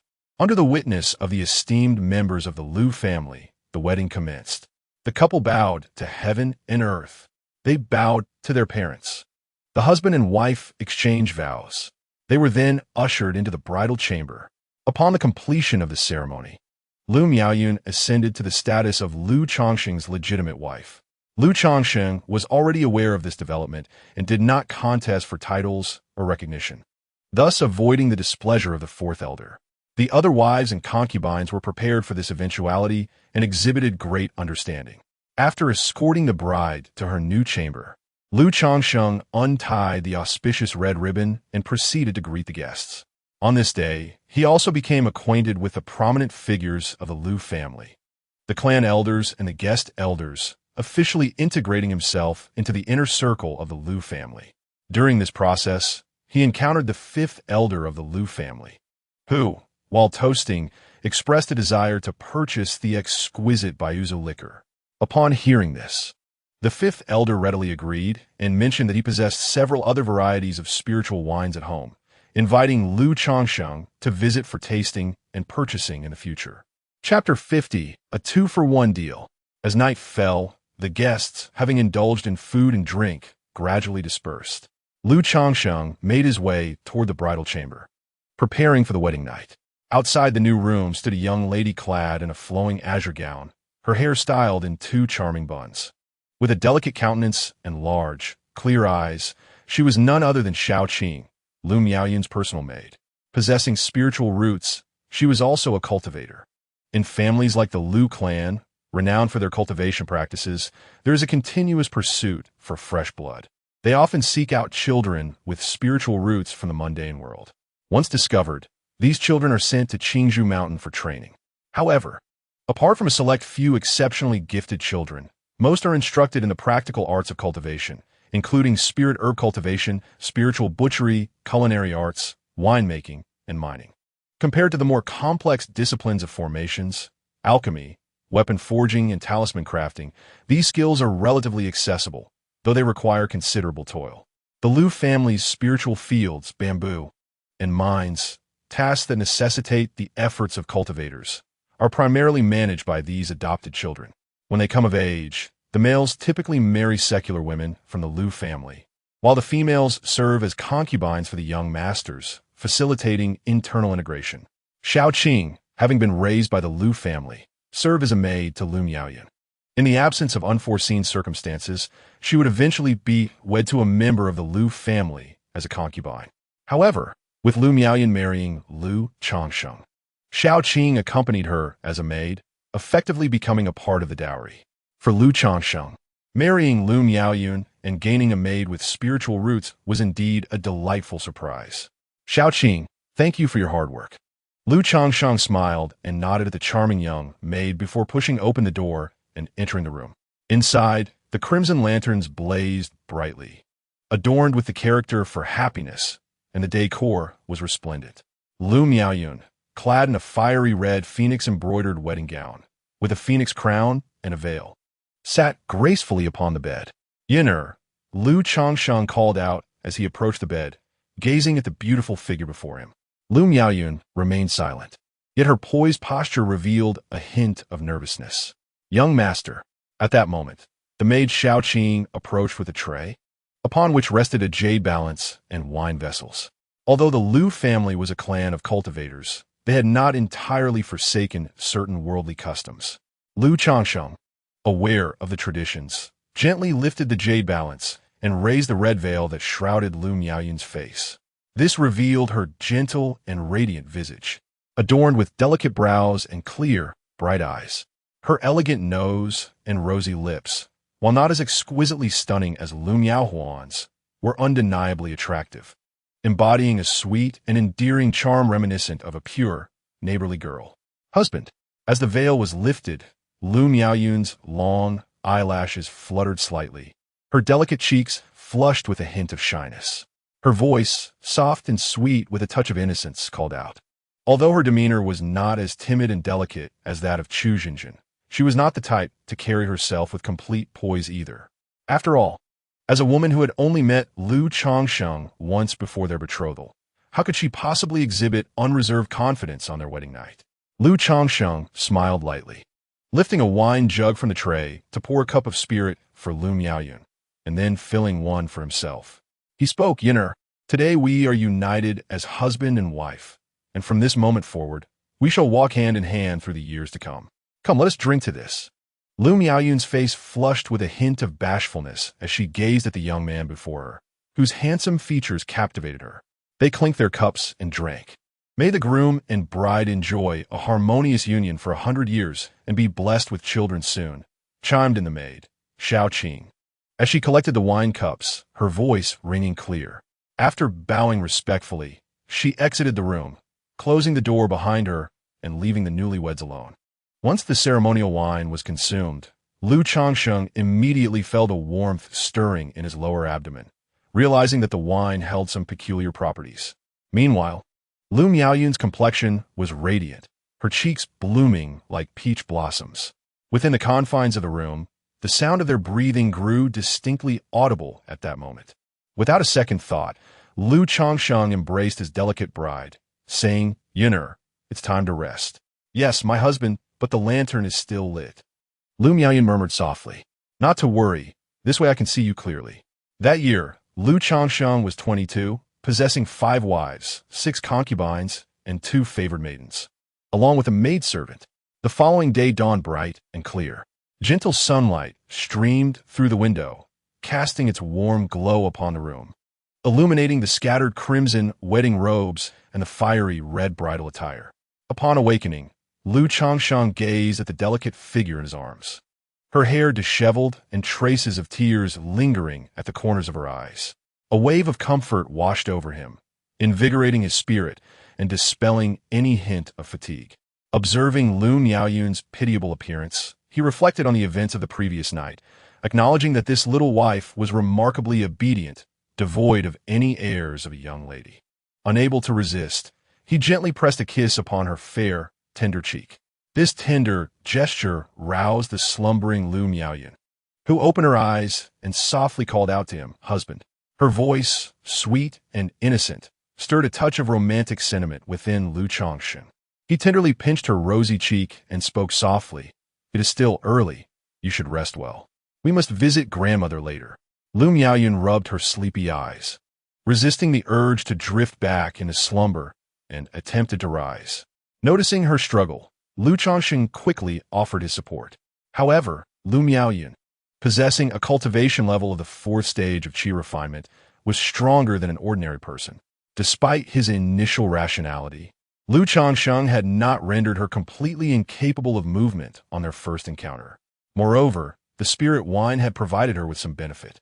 Soon, the two of them dressed and prepared to leave. Lu Miaoyun swiftly tucked away her handkerchief into a nearby pair of Mandarin duck's brocade box, eliciting a smile from Lu Changsheng. Once they had arranged their attire, they opened the door, ready to pay their respects to the 4th elder. Young master, miss, the maid Changsheng stood vigil outside the door, evidently having gone without sleep the entire night. "Changsheng, did I not tell you? You need not wait for us. Hurry and get some rest," Lu Miaoyun advised her. The maid, possessing a spiritual root akin to that of Changsheng, is not merely a servant attending to the young masters and mistresses. Instead, she engages in various tasks while simultaneously absorbing knowledge. To employ her solely as a handmaiden would be a profound squandering of her potential. "I'm not fatigued," Changsheng remarked gently, her voice resonating with a clarity reminiscent of a golden aureole. She possesses a 9th grade spiritual root and has attained the 2nd level of qi refinement, endowing her with a vitality surpassing that of ordinary individuals. Lu Miaoyun said little more, as she and Lu Changsheng strolled hand in hand, departing the estate to visit the residence of the 4th elder. Chapter 51. The 4th elder of the Lu family, my dear Yun'er, from this day forth, cherish your life with Changsheng, and heed your husband's words. Do you understand? The 4th elder spoke, her gaze fixed upon Lu Changsheng and Lu Miaoyun. Though she was in her 70s or 80s, this matriarch displayed no signs of age. Dressed in an elegant deep green gown, her hair was meticulously arranged, adorned with a jade hairpin, her countenance full and vibrant, resembling that of a noble woman in her 30s or 40s. Yet, upon closer inspection, strands of silver could be discerned at her temples, and fine lines, akin to fish tails, graced the corners of her almond-shaped eyes. However, These silver strands and delicate wrinkles did not detract from her beauty. Rather, they imbued her with a profound sense of maturity and grace. Rest assured, grandmother, Changsheng will undoubtedly take good care of Yuner, ensuring she suffers not a trace of grievance. Lu Changsheng responded respectfully. Although their marriage was one of pragmatic interests, now that they were wed and had shared a chamber, he was determined to embrace his responsibilities earnestly. Lu Miaoyun gently echoed her agreement. Very well, very well. Grandmother has faith in you both. Strive diligently, so that I may soon cradle my cherished grandson, the fourth elder said, clasping their hands together with a smile. Her demeanor was gentle and kind, yet her words carried a subtle authority, a testament to her long-standing position of power. Upon hearing these words, Lu Miaoyun's cheeks flushed crimson. Her head bowed in modesty. Lu Changsheng, however, responded with a composed expression, "Indeed, I shall endeavor with all my might." He eagerly anticipated that Lu Miaoyun would conceive soon. Changsheng, I have heard from Yaoge that you have not received formal training in talisman crafting and have relied solely on your own exploration. Grandma holds classes at the end of each month to teach talisman crafting, and you should come then. Should you have any questions or issues regarding your cultivation, feel free to approach Grandma directly. The fourth elder continued, her tone warm and gentle, akin to that of a kind and loving elder. As the head of the Lu family's talisman division, in addition to crafting talismans, she also instructs the family's younger generation in this art, endeavoring to nurture new talisman masters. After all, talents such as array masters, alchemists, weapon refiners, and talisman masters are always in demand within any family, and the more, the better. However, these skills require innate talent and possess a high threshold. Within the entire Lu family, she had only managed to cultivate Lu Miaoge. Although Lu Miaoyun, as her granddaughter, had also studied talisman crafting, she simply lacked the aptitude. Otherwise, she would have been nurtured as well. Lu Miaoyun's ability to be the second to engage with Lu Changsheng was a result of her own efforts. Once Lu Changsheng and Lu Miaoyun are wed, she would meticulously guide and cultivate Lu Changsheng, adding a second-tier talisman master to the Lu family. Thank you, Grandma, Lu Changsheng exclaimed, bowing with excitement and gratitude. He was well aware that this fourth elder was a first-tier talisman master with a cultivation level of the 9th layer of Qi refinement. Thus, receiving guidance in his cultivation was undoubtedly invaluable. Regarding the matter of talismans, although he does not require guidance from others, having the esteemed Elder 4 as a mentor will undoubtedly expedite the demonstration of his talismanic skills in the future. Otherwise, as a newly minted mid-tier talisman master, it would take him at least 3 to 5 years to reveal his potential as a high-tier master. This duration is exceedingly taxing. With Elder 4's support, he could accelerate his progress based on circumstances. We are all family here. There is no need for such formality. I am Grandma Miaoyun, and I will continue to be your grandmother. Should you encounter any issues or difficulties, do not hesitate to seek my assistance. In the Lu family, my words still hold some weight. Elder 4 smiled gently, her demeanor warm and kind. Yes, Grandma, Lu Changsheng replied with a sincere smile. Her affectionate words, even if tinged with an intention to win hearts, undeniably warmed his spirit and fostered a sense of intimacy. Thus, Lu Changsheng addressed Elder 4, Grandma. I truly have a matter I wish to discuss with you. What is it? Elder 4 inquired with a gentle expression. My dear friend, Li Fei Yu, came to the Lu family with me as a suitor. Unlike me, he is wholly devoted to his cultivation, but now he is hindered by the responsibilities of fatherhood. Therefore, I would like to trouble you, Grandma, to consider relieving him of the obligation to father 50 children, or perhaps to reduce that number, Lu Changsheng articulated. He had not forgotten about his good friend Li Fei Yu and had previously contemplated broaching this matter with the family head, Lu Yuanding. However, due to the matter concerning Lu Miaohuan, he felt somewhat reluctant to bring it up with Lu Yuanding. Given the present opportunity, he naturally seized the moment to make his request. Such matters were not something his grandmother could easily intervene in. Nevertheless, since Changsheng had spoken, his grandmother would certainly assist. The fourth elder pondered for a moment and spoke.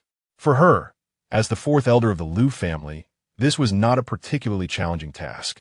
It could be resolved with just a few words, provided there was a willingness to do so. Moreover, this matter was raised by Lu Changsheng, who held a certain standing within the higher echelons of the Lu family. Such trifles could be used to foster goodwill, instilling in Lu Changsheng a deeper sense of gratitude towards the family. After all, Lu Changsheng's request was not unreasonable. In fact, it elevated her perception of him, enhancing her regard for his character. He was compassionate and loyal. In the realm of cultivation, possessing such qualities is not necessarily regarded as a virtue.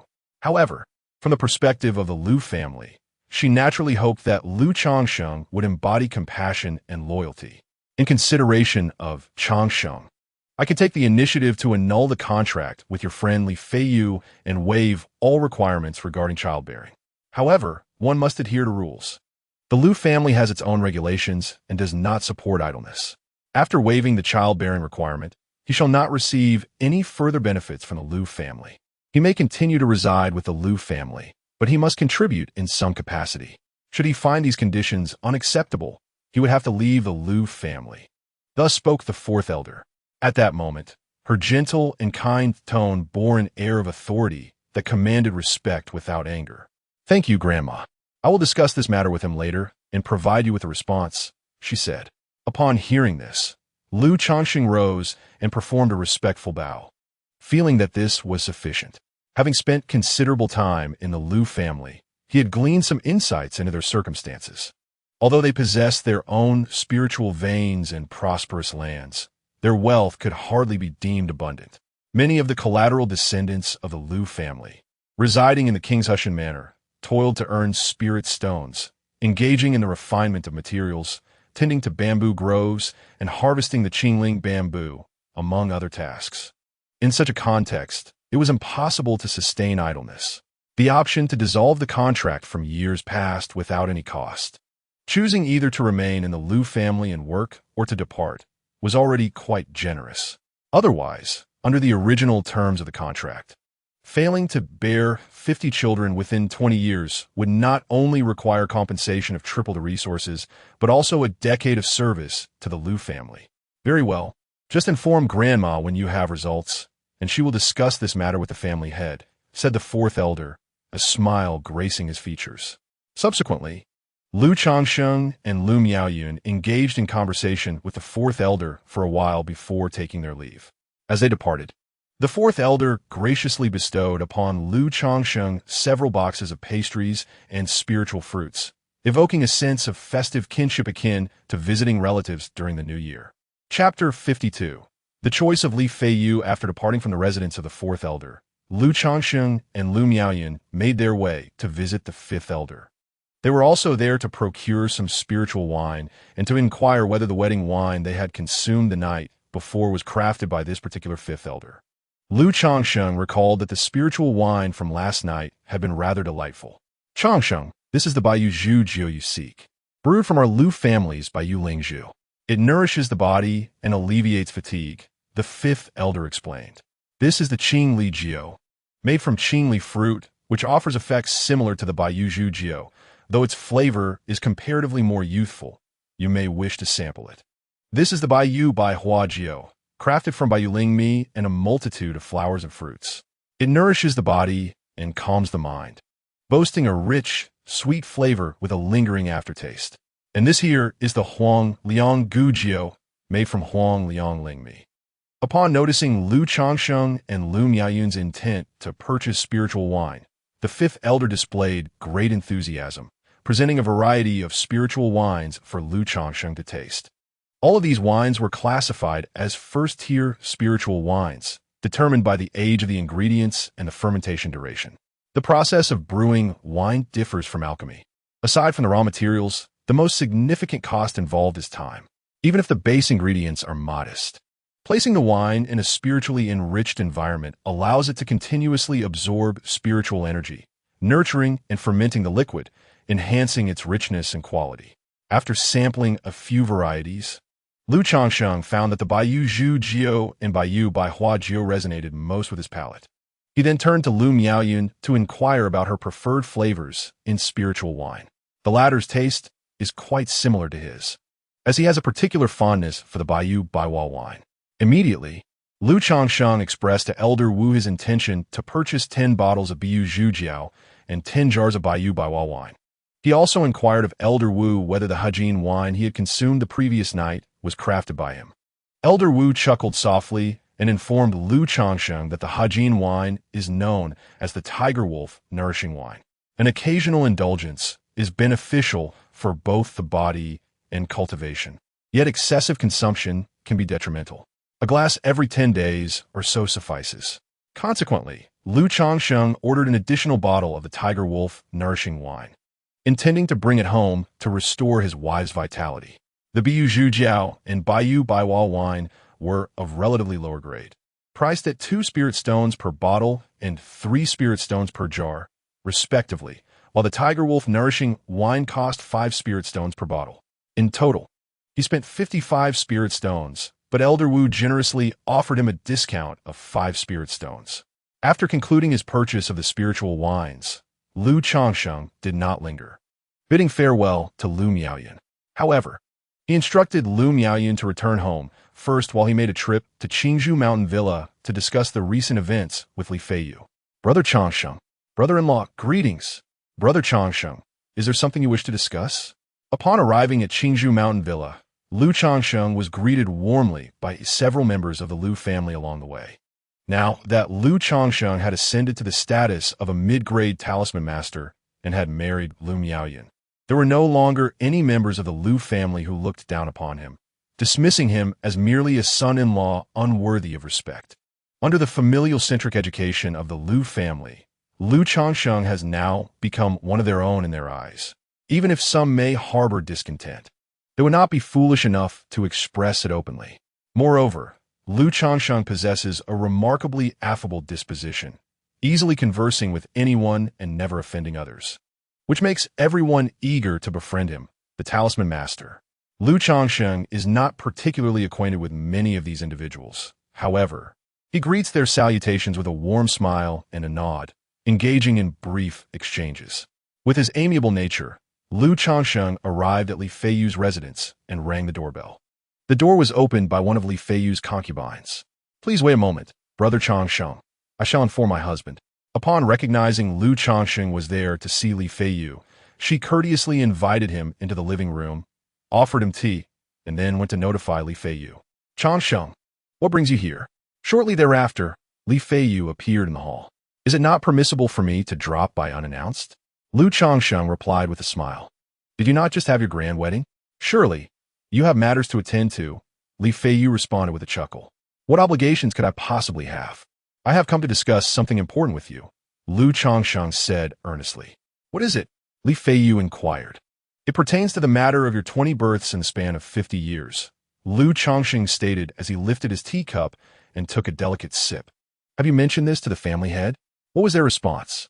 At the mention of the family head, Li Feiyu's entire demeanor shifted, revealing a look of astonishment as he gazed at Lu Changsheng with anticipation. Although he had previously expressed a desire not to trouble Lu Changsheng in recent years, the Lu family has begun to exert pressure on their offspring to bear children. Due to his connection with Lu Changsheng, Uncle Fu has treated him relatively gently, yet he has reiterated this expectation on several occasions. Consequently, under the weight of this pressure, he has fathered 5 children, with 2 more on the way. Golu. Lu Changsheng remained silent, and under the intense gaze of Li Feiyu, he slowly sipped his tea, letting out a comfortable sigh before speaking. I did not mention it to the family head. Li Feiyu was taken aback. Observing his reaction, Lu Changsheng smiled and continued. I discussed your situation with Elder C, and he has agreed. He consented to exempt you from the obligation of having 50 children, offering you 2 alternatives.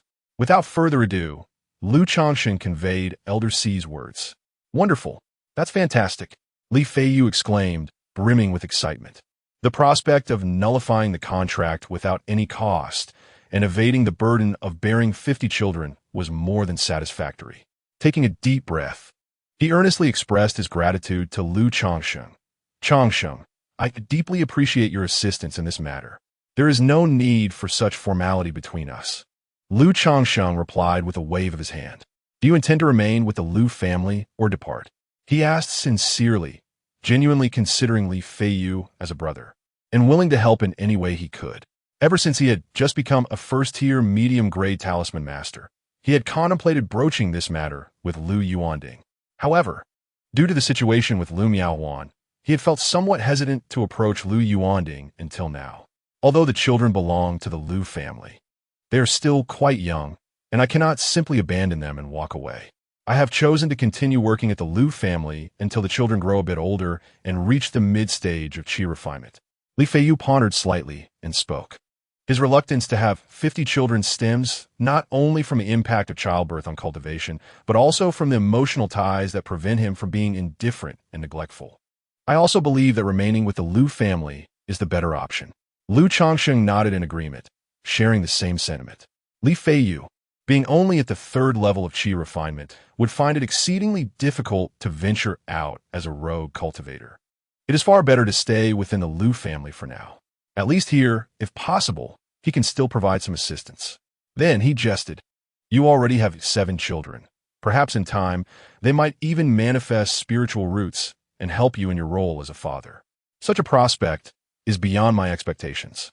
People often extol the virtues of cultivation, yet once one embarks on the path of immortality, the reality is far from the rosy picture painted by others. If it were within my wishes, I would hope that none of them possess spiritual roots, allowing them to live a stable and carefree life in the mundane world. Li Feiyu chuckled and shook his head. Initially, he had devoted himself to the pursuit of immortality, willingly relinquishing his position as the young master of the secular world to become a son-in-law of the Lu family. However, after more than 4 years, he has come to realize that the path of cultivation is not as glorious as it once appeared. It is indeed quite harsh. If one's spiritual roots and talents are lacking, and without a prestigious background, the struggle for cultivation is infinitely more challenging than navigating the secular world. This doesn't sound like your usual words. Are you regretting your decision to embark on the path of cultivation? Upon hearing these words, Lu Changsheng raised an eyebrow. This was not the Li Feiyu he remembered.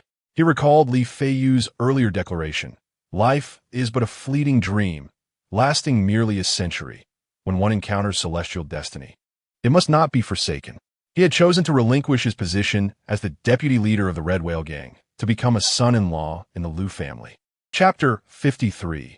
Encouragement, the Celestial Demon Spirit Root. Regret is not quite the sentiment, yet there are moments when one ponders the worth of it all. Li Feiyu gently shook his head, expressing a sense of nostalgia. One inevitably matures. After over 4 years of the Lu family, he has shed many of his sharp edges, no longer brimming with youthful exuberance. Upon hearing these words, Lu Changsheng fell into a brief silence. He recalled his past life. At graduation, he was filled with fervor and determination, yet as the years passed, he gradually succumbed to complacency. Li Feiyu's situation was even more pronounced.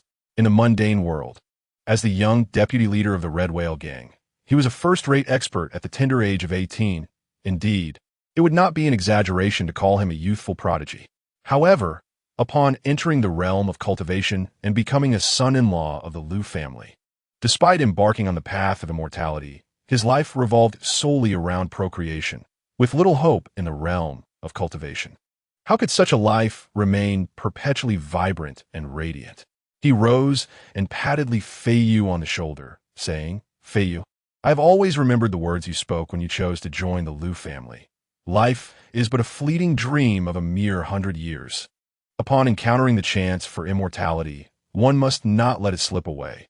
We are fortunate to possess spirit roots and the chance for celestial destiny. Embarking on the path of immortality and witnessing sights beyond the ken of ordinary mortals. This alone makes us luckier than 99% of the world.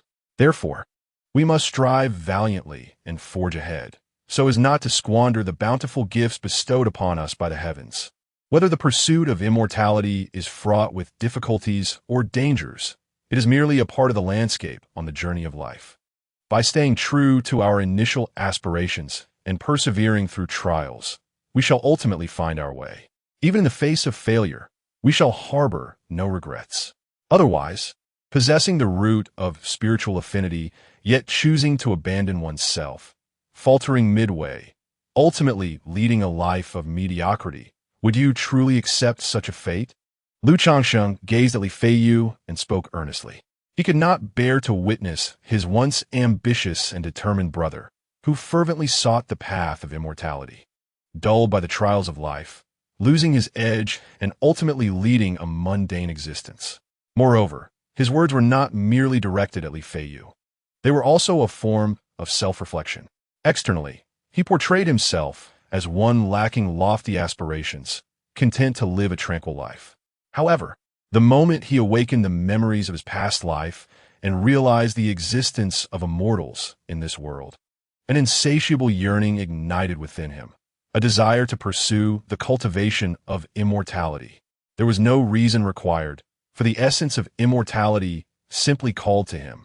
Yet, with the support of the system by his side, he glimpsed hope and felt an unwavering optimism for his future.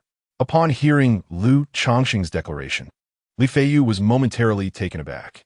He had not anticipated that his brother, who consistently displayed a lack of grand ambitions and merely wished for a life filled with wives and a multitude of descendants, would utter such profound and awakening words.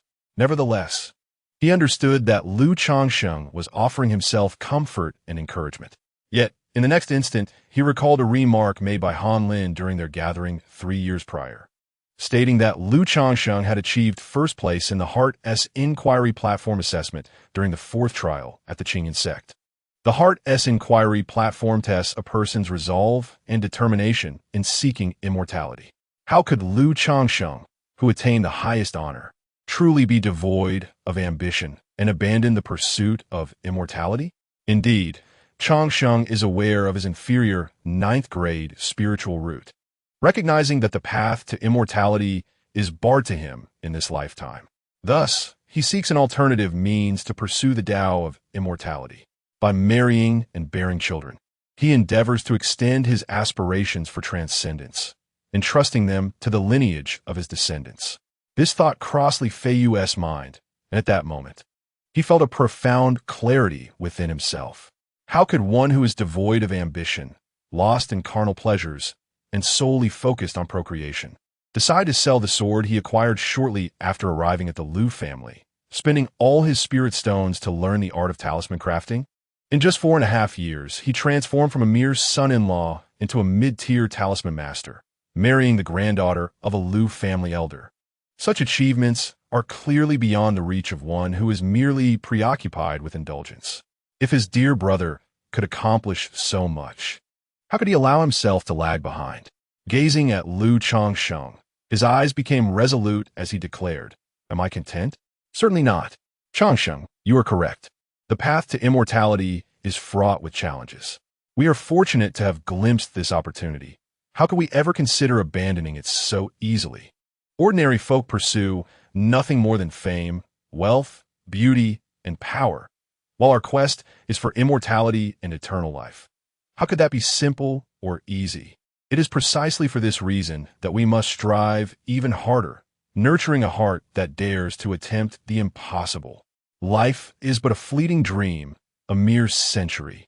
Having witnessed the chance for immortality, how can we allow ourselves to tread through existence in mediocrity?" "Thank you, Changsheng," Li Feiyu spoke, his eyes now ablaze with fervor and determination. "Why thank me?" replied Changsheng.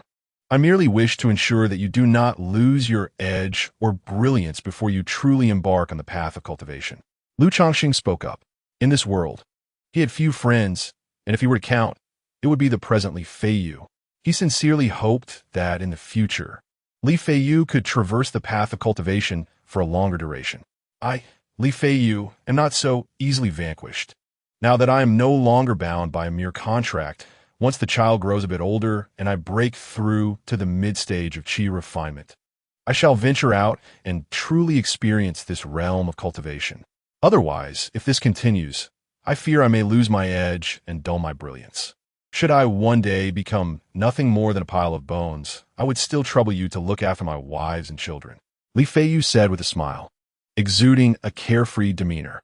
Hailing from a background of martial sex, he regarded life and death with a certain nonchalance.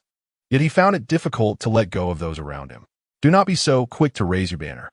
Lu Changsheng remarked with a slight twitch at the corner of his mouth. What banner? Li Feiyu inquired. It's nothing, should any unforeseen circumstance arise. I shall take care of your wife. Lu Changsheng chuckled and shook his head. Li Feiyu paid no mind to this, and the two continued to reminisce. Since Lu Changsheng moved to Qingzhou Valley, their meetings and conversations had indeed diminished significantly. Lu Changsheng also took out the jade bamboo wine he had just purchased from Elder Wu and shared a bottle with Li Feiyu. After a light drink, Lu Changsheng did not linger for long and headed directly back to the residence of Elder Si to relay the matter concerning Li Feiyu. Elder Si was highly efficient. By the next day, he had resolved the issue and nullified the previous contract signed with the Lu family. Under the arrangement of Fu Bo, Li Feiyu, having trained in martial arts and swordsmanship, chose to become a spiritual butcher. A spiritual butcher is akin to a conventional butcher in the mundane world, specializing in the dissection of the carcasses of magical beasts, skinning, deboning, extracting marrow, and obtaining elixirs. Numerous unique magical creatures, once hunted, pose challenges in material collection, often leading to waste and damage of resources. In such cases, skilled spiritual butchers are summoned to meticulously process the remains and gather the materials. As Li Feiyu opted for this vocation, the Lu family naturally provided seasoned mentors to guide him. Were it not for Li Feiyu's somewhat inadequate abilities, he would have aspired to join the Lu family's patrol hunting team to pursue magical beasts. Observing Li Feiyu's newfound freedom from familial obligations and his dedication to mastering a craft, Lu Changsheng felt a sense of relief, recognizing that his support could extend no further. In the treacherous terrain at the juncture of Qingzhou and Jizhou in the Jiang Kingdom, a landscape rife with jagged rocks and enveloped in dense fog loomed over an abyssal cliff. The chilling winds howled through the valley, shrouded in gray mist, evoking a sense of foreboding. At the center, a once blood-red lake now lay parched, leaving behind a colossal blood cocoon and a heap of bleached bones. The crimson glow emanating from the cocoon pulsated rhythmically, reminiscent of a heart's quiet beating, breathing in an eerily captivating manner. Suddenly, the cocoon emitted a muffled heartbeat, reverberating like a colossal drum, causing the entire valley to tremble. Moments later, in the void, an elderly figure and a youth materialized. The young man donned a flowing black robe, his lustrous dark hair elegantly secured with a wooden hairpin, exuding an extraordinary handsomeness, an ethereal charm that belied his youth, revealing a depth of experience beyond his years. Truly, he was a being of celestial demonic lineage, swiftly merging with the blood of the demon lord and achieving purification. With a gentle smile that possessed an unusual warmth, the youth gazed upon the blood cocoon. Congratulations, esteemed ancestor. Best wishes, revered elder. An elderly man immediately bowed and offered his congratulations. The young man chuckled softly and raised his hand to delicately touch the blood cocoon. Instantly, it began to shatter into countless glimmering crimson motes, unveiling the figure ensconced within. The man revealed was in his 20s, possessing a refined and strikingly handsome visage. His skin fair and delicate, yet a blood-red lotus mark resembling a crescent moon faintly shimmered at his brow, imparting an inexplicable aura of allure. As he gradually awakened, he opened his eyes, revealing depths unlike those of ordinary folk, glimmering with a dark, haunting bloodlight that captivated the soul. Where am I? He mused, a sense of bewilderment filling his blood-red eyes as he recalled encountering bandits and then leaping off a cliff. Rubbing his brow as if emerging from a dream, he was momentarily taken aback by the sight of his hands, pale as jade, with sharp, crimson nails. What is this? He exclaimed, astonished. A glance around revealed a gruesome tableau of scattered bones, sending a chill of horror through him. Before he could fully grasp the situation, a young man approached him, smiling brightly, and declared, "Today, you shall become my disciple." Chapter 54. Only power is eternal. In the Jiang Kingdom, Qingzhou, at the Zhou Mountain Prefecture, a youth accompanied by an elder materializes in a desolate and dilapidated courtyard overtaken by weeds. Is this my home? How could it have come to this? The young man gazes at the ruin before him, his brow furrowing in concern. It is evident that this place has long been abandoned. Changsheng surveys the scene, an ominous premonition swelling within him. He swiftly circles the courtyard and rushes to the entrance, confirming that this indeed is his home. How come my parents have moved? Even if they did, they would not abandon this house so carelessly. He murmurs to himself, yet a wave of anguish grips his heart, causing his body to tremble involuntarily. His dark red eyes glimmer with a crimson light, reminiscent of unshed blood, straining against the pain that twists within him. He hurries to the street to inquire with passers-by about the fate of his family. However, upon seeing his blood-red, shadowy gaze, the pedestrians recoil in terror, their faces paling as they flee in fright. At last, a trembling vendor dares to speak the Chu family. They fell victim to a terrible fate. A year ago, they were all murdered, and the case remains unresolved to this day. As these words resonate, Changsheng feels as if struck by lightning, his mind shattering under the weight of the revelation. He stumbles, collapsing to his knees, and spews forth a mouthful of blood. No, no, no. This cannot be happening. It is absolutely impossible. He was engulfed in disbelief, his mind conjuring images of his parents' gentle love and his sister's innocent charm. He could not fathom that his father, mother, sister, Uncle Sue, and Annie had all perished. Yet, the harsh reality lay before him, devoid of any reasonable explanation.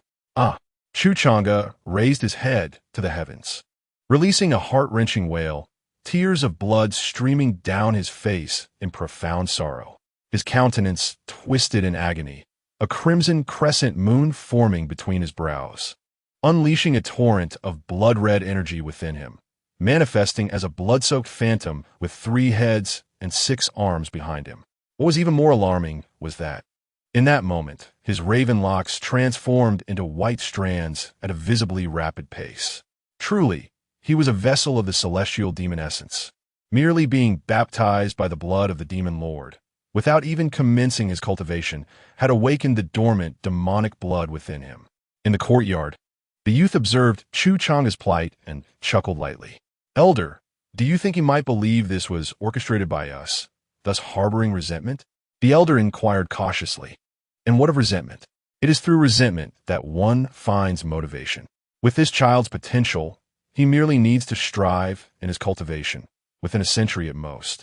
He could solidify the celestial demon body.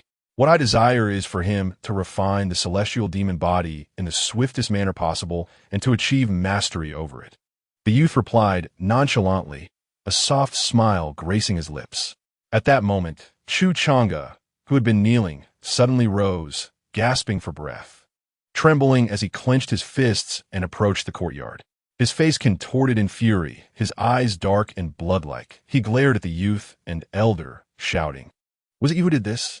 Upon hearing the words of Changsheng, the elder immediately reprimanded him, exuding an air of authority that made Changsheng feel as though he bore an immense weight, nearly suffocating him. The youth waved his hand, turned to Changsheng, and said, "Today, my disciple, I shall impart to you your first lesson. In any endeavor, one must refrain from impulsiveness and ponder thrice before taking action. What significance lies in your hasty inquiries directed at me? Whether my actions are commendable or not bears no consequence. Such conduct is exceedingly foolish. It breeds impotent rage and invites trouble upon oneself, ultimately leading to a senseless demise, leaving one powerless. Remember, in this world, only one's own strength is eternal. You possess the celestial demon root, blessed by the blood of the demon lord, marking you as an extraordinary talent destined for the path of demonic cultivation. At this juncture, you ought to exercise patience, devote yourself to training, and once you have attained strength, then seek the truth and avenge your parents and family. However, considering this is your first transgression, I shall not hold it against you." The youth spoke in a calm and measured tone. "Now, having finished your business at home, accompany me." With that, the 3 transformed into a streak of divine light, vanishing from the courtyard. In the bamboo valley within a certain estate, come swiftly, disregard the trivial. When faced with injustice, rely on your own strength. If the enemy does not stand, peace is preferable. If they do, strike first. Personal desires are the root of calamity. Prioritize your life, then cultivate yourself. Lu Changsheng was holding a wooden board, teaching the little ones, Lu Pingyan, Lu Wuyu, and Lu Wuyo, the classic three-character classic. "My dear husband, it's time for dinner," called Lu Miaoyun as she approached Lu Changsheng. "What are you teaching them?" The children, all around 3 or 4 years old, were engaged in some rudimentary reading, serving as their early education. Lu Changsheng rose with a smile, beckoning the little ones to come inside for their meal. Lu Miaoyun understood that although her husband hailed from a humble farming background, he possessed a keen thirst for knowledge and often devoted time to reading. Thus, it seemed reasonable for him to create some elementary phrases for their enlightenment. Though she found the sentences rather peculiar, not dwelling on it, she beamed a sweet smile and remarked, for their early education, "There is a Bailu Manor on Qingzhou Mountain, where learned scholars have been invited. You could send Ping and the others there for their instruction. Given your busy schedule, I can handle these matters. We can wait until they are a bit older. Perhaps next year, we can send them all together." Lu Changsheng replied with a nod. The Bailu Manor was not far within Qingzhou Mountain, allowing for daily commutes by his wife and concubines. After all, he had little time to teach the children himself, and he was uncertain of his own efficacy as a tutor.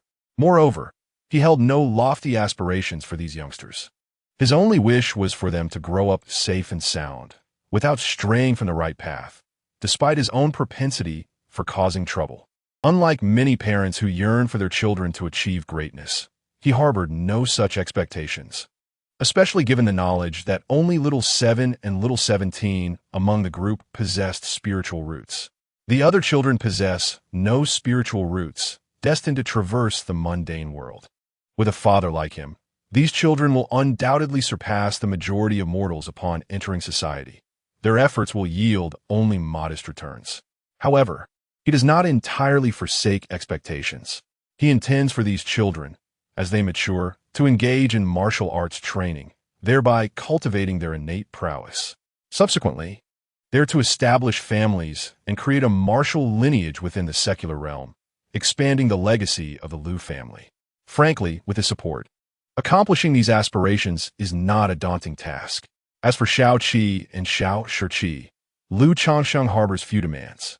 He is acutely aware of the challenges posed by the quality of their spiritual roots when it comes to the pursuit of immortality. Furthermore, he does not wish for his children to endure excessive hardship. A moderate approach suffices. After all, haste makes waste, and the Lu family is not one to rush, but rather to prioritize a long-term vision. With these thoughts, Lu Changsheng, alongside Lu Miaoyun, proceeded to the dining hall with the children for their meal. Chapter 55. Jade Bamboo Rice Metaphysics. In the center of the dining hall stood a grand, rotating round table, allowing the entire family to gather. Of course, with the children still young and not yet seated at the table, it was evident that in the future, as they grew older, or if his wives multiplied, it would become quite cramped. "My dear husband, this jade bamboo rice has been simmered for 3 hours using spiritual fire by Shao Qing. Please taste and see how it fares." Once Lu Changsheng took his seat at the head of the table, Lu Miaoyun presented him with a small wooden barrel crafted from jade bamboo, serving him a bowl of rice.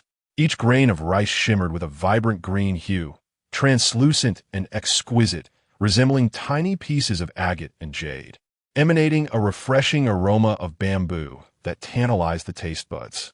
After savoring a mouthful, Lu Changsheng found the flavor lingering delightfully, and after a second bite, he remarked, "Truly worthy of being first-tier spiritual rice. It tastes splendid.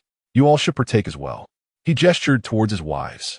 This jade bamboo rice had been freshly delivered to the Lu family just yesterday. It was one of the benefits bestowed upon him upon becoming a mid-tier talisman master. Following his elevation, his basic benefits remained largely unchanged. In addition to the monthly allocation of 10 spirit stones, 30 pounds of spiritual rice, and a vial of Huanglong Dan, he was now granted an extra 20 pounds of the Lu family's specialty, jade bamboo rice, each grain akin to emerald. Not only did this rice contain abundant spiritual energy and a sweet flavor, but consuming it regularly also nurtured the body, purging impurities and cleansing the flesh. Unlike ordinary grains, meats, and vegetables that tended to accumulate impurities within the body, jade bamboo rice offered a purifying effect. This is also why cultivators typically consume spirit rice, with the jade bamboo rice being a superior grade compared to ordinary spirit rice, classified as first-tier spirit rice. Even the Liu family has a limited annual yield of this rice. Only certain individuals, such as the family elders and guest elders, receive a designated monthly allotment. It was only after Liu Changsheng's promotion to mid-tier talisman master and his marriage to Liu Miaoyun that the Liu family granted him a monthly share of 20 jin. In addition to this reward of jade bamboo rice, another change is that by completing the talisman-making tasks assigned by the Liu family each month, he could earn an additional reward of spirit stones. Unlike before, when he completed the tasks without any reward, this new incentive is neither too much nor too little, currently amounting to 10 spirit stones. However, if he exceeds the task requirements and produces additional talismans, the Liu family has expressed their willingness to purchase them at market price. This can be seen as a form of elevated treatment, providing a greater motivation for him. Naturally, Liu Changsheng harbors no objections to this arrangement, feeling quite satisfied. After all, when considered carefully, the Liu family's marriage of Liu Miaoyun to him, along with the addition of a maid as a dowry, can also be regarded as a reward. Through their interactions over the past few days, Liu Changsheng has developed a fondness for his young bride, Liu Miaoyun. Despite exhibiting a few traits typical of a young girl, she is remarkably well-behaved and considerate. Not only does she lack any airs of a young lady, but she has also quickly bonded harmoniously with the other wives and concubines in the rear courtyard, displaying a certain grace befitting a matron. This aspect greatly pleases Liu Changsheng. As the saying goes, beauty pales in comparison to a delicate heart. A virtuous wife supports my lofty aspirations. For Liu Changsheng, the considerations of marrying a wife or taking concubines, as well as the aspects of appearance and physique, are not of paramount importance. A moderately pleasing appearance suffices. What truly matters are the innate spiritual roots, talents, and moral character. Thank you, my lord. The wives and concubines began to eat only after hearing Liu Changsheng's words. However, the bamboo rice was scarce, prepared in merely a small pot. After Liu Changsheng served himself a generous bowl, the others merely sampled a modest portion. At that moment, Xiaoqing also entered, carrying a tray with a few remaining dishes. As a maidservant to Liu Miaoyun, she had honed her skills in spiritual botany and cuisine. Although not a spiritual chef, her culinary talents were exceptional, ranking among the finest in the mundane world. Therefore, upon accompanying Liu Miaoyun, she took up the role of a small cook. There is still room. Xiaoqing, please sit and eat. Liu Changsheng glanced at her and spoke. I'm not hungry. Xiaoqing replied, her clear eyes gazing at Liu Changsheng, a gentle smile gracing her face. Xiaoqing, when my lord invites you to sit, you should do so. Liu Miaoyun interjected, aware that her husband was not one to adhere to excessive formalities. She stood up and gently pulled Xiaoqing's arm, encouraging her to take a seat beside them. Thank you, my lord, Xiaoqing chirped in response, then served herself a bowl of rice, savoring each bite. Time flew swiftly, and in the blink of an eye, over a month had passed. Under the daily nourishment of the jade bamboo rice and spiritual liquor, Liu Changsheng could distinctly perceive an elevation in his physical constitution. However, he still made no progress with the 100 refinements body technique. Such is the nature of authentic body cultivation methods. While they are indeed formidable, the threshold for practice is exceedingly high, requiring an exceptional foundation of physical prowess. Given that Liu Changsheng's body had not been depleted by indulgence and feminine allure, he considered himself fortunate, yet he still fell short of the required physical foundation. Consequently, his only recourse to cultivate the 100 refinements body technique lay in gradually nurturing his physique over time. He estimated that, at the current pace, it would take at least 2 to 3 years to achieve entry into the practice, unless, as he had previously contemplated, he were to acquire a magical artifact through the system's lottery, allowing him to shortcut the process by integrating the artifact into his body through the refinement methods of the 100 refinements body technique, thereby using the artifact to enhance his physical constitution. However, that seemed a distant prospect. Not long ago, he welcomed the birth of his 21st child. To partake in the lottery, he he would need to father at least 9 more offspring. Furthermore, whether the system would contribute its share upon reaching 30 children remained uncertain. Regardless of the system's involvement, Lu Changsheng remained steadfast in his belief that procreation was the ultimate path. After more than a month of effort, Lu Miaoyun successfully conceived. Although it is known that a female cultivator's pregnancy can deplete vital energy and significantly impede cultivation, the higher-ups of the Lu family welcomed this development with delight. In their eyes, the more children the couple bore, the more stable their marriage would become, thereby solidifying Lu Changsheng's ties to the Lu family. Lu Changsheng himself was also exceedingly pleased. Lu Miaoyun possessed a 7th-grade spiritual root, and the offspring born of their union would likely inherit such a root. Especially with the precedent set by Chu Xinjin, he held great anticipation for the child growing within Lu Miaoyun. Following her pregnancy, the clan leader, Lu Yuanding, and the 4th elder both presented nutritional supplements.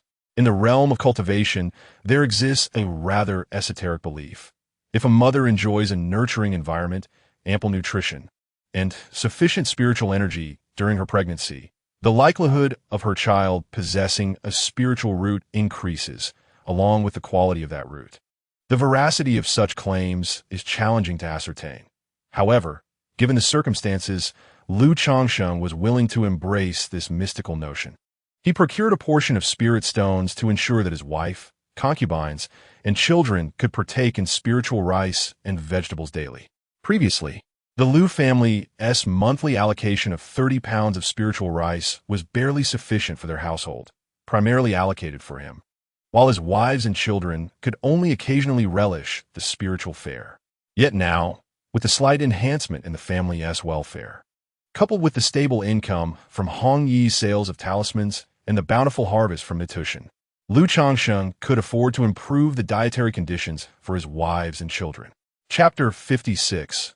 My enigmatic uncle in the demon path. On this particular day, Lu Changsheng received a letter sent by Hong Yi, informing him that his agent stationed outside had uncovered a curious piece of news. A peculiar man had been spotted at the residence of the Chu family. Based on his investigations, it was highly probable that this individual was none other than Chu Changge. Eyewitness accounts had confirmed the resemblance, and the man's presence within the Chu household, coupled with his inquiries about recent events there, all pointed to the conclusion that he was indeed Chu Changge. However, it was perplexing that this once refined scholar had now transformed into a figure of malevolence, his crimson eyes reminiscent of a monstrous being. In his letter, Hong Yi noted that after Chu Changge's appearance, he vanished without a trace, leaving no further information behind. He speculated that Chu Changge might have embarked on a path of cultivation, albeit one aligned with the demonic arts, cautioning Lu Changsheng to remain vigilant. Demonic arts. Upon perusing the letter, Lu Changsheng's eyes narrowed slightly. From what he understood, the realm of cultivation in the Jiang kingdom revered the Tianjin sect, with several prominent sects, esteemed families, and celestial cities openly representing the righteous path. There were no evident influences of demonic sects within the kingdom, and any occasional demonic cultivators were typically rogue practitioners who had acquired their dark legacies in isolation. Lu Changsheng had not anticipated that his esteemed uncle would stray into the realm of the demonic. He pondered whether this uncle would seek out Qingzhou Mountain. Yet, he found himself unconcerned about the possibility of his uncle arriving at Qingzhou Mountain. After all, those who harbor no guilty conscience need not fear the knocking of ghosts at their door. Not only did he rescue Chu Xinjin, but their mutual affection blossomed as well. Could it be that this affable brother-in-law would come to seek trouble with him? Even if Chu Changge, oblivious to the truth, were to confront him, he must possess the capability to do so. In Lu Changsheng's perspective, with Chu Xinjin's 8th-grade spiritual root, her brother, even if he had a spiritual root, would likely be of little merit. Moreover, in the kingdom of Jiang, demonic cultivators are akin to pariahs, reviled and hunted.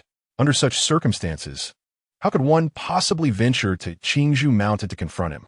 Alas, it seems my brother-in-law is also a tragic figure. He embarked on the path of cultivation, only to tread the demonic way, and upon returning home, discovered the annihilation of his entire family. Lu Changsheng sighed and shook his head. He held a rather favorable impression of this brother-in-law he had never met. Over the past year, Chu Jinjin had recounted numerous tales from her childhood, frequently mentioning this brother-in-law. According to Chu Jinjin, although her brother devoted himself to study, maintaining a serious demeanor and often expounding upon tedious principles, he was not devoid of warmth. He was exceedingly fond of her as a sister. When she erred, he would chastise her, but more often than not, he would assist in remedying the situation, helping to conceal her misdeeds from their parents. This matter would be kept from Jinjin for the time being, to spare her any undue worry. Should he possess the means in the future to offer assistance, he might lend a hand to this brother-in-law, provided, of course, that he still drew breath. As for the present, it would be best to let it be.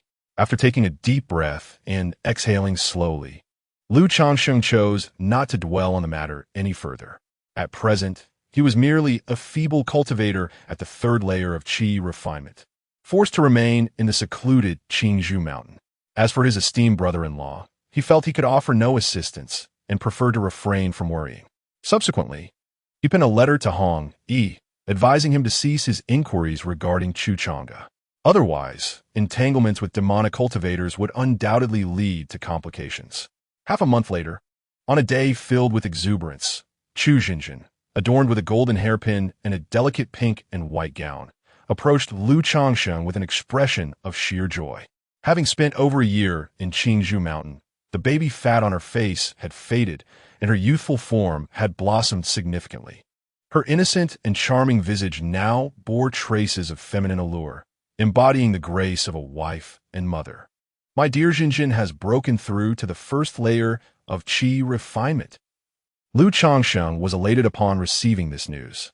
With his wives possessing spiritual roots, he naturally wished for them to embark on the path of immortality, allowing them to accompany him for a longer duration.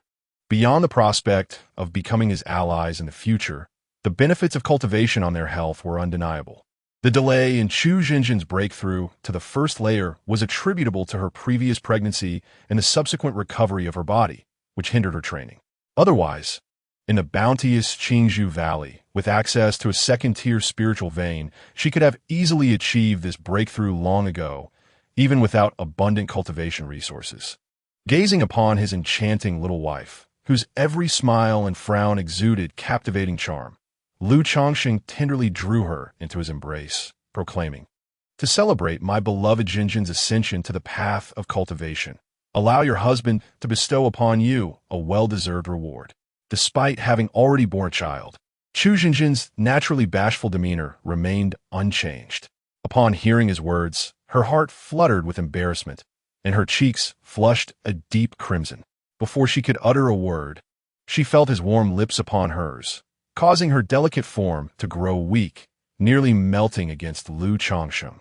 After a moment, she gently murmured, "Husband, let's return to our room." "Fear not, for we are at home, and no one is here," Lu Changsheng replied with a light chuckle. "Du, amit que zanzenes shai whisper." Accompanied by soft, rustling sounds, the autumn courtyard blossomed with a hint of springtime warmth. In the days that followed, Lu Changsheng devoted most of his attention to Chu Jinjin. Having recently advanced to the first level of qi refinement, and after a 6-month recuperation since her last childbirth, he felt a natural obligation to care for her, preparing for the prospect of a second child. As the month drew to a close, it marked the day when the fourth elder would deliver his lessons on talisman crafting. On this day, Lu Changsheng rose early, enjoyed a hearty breakfast, and made his way to the residence of the fourth elder.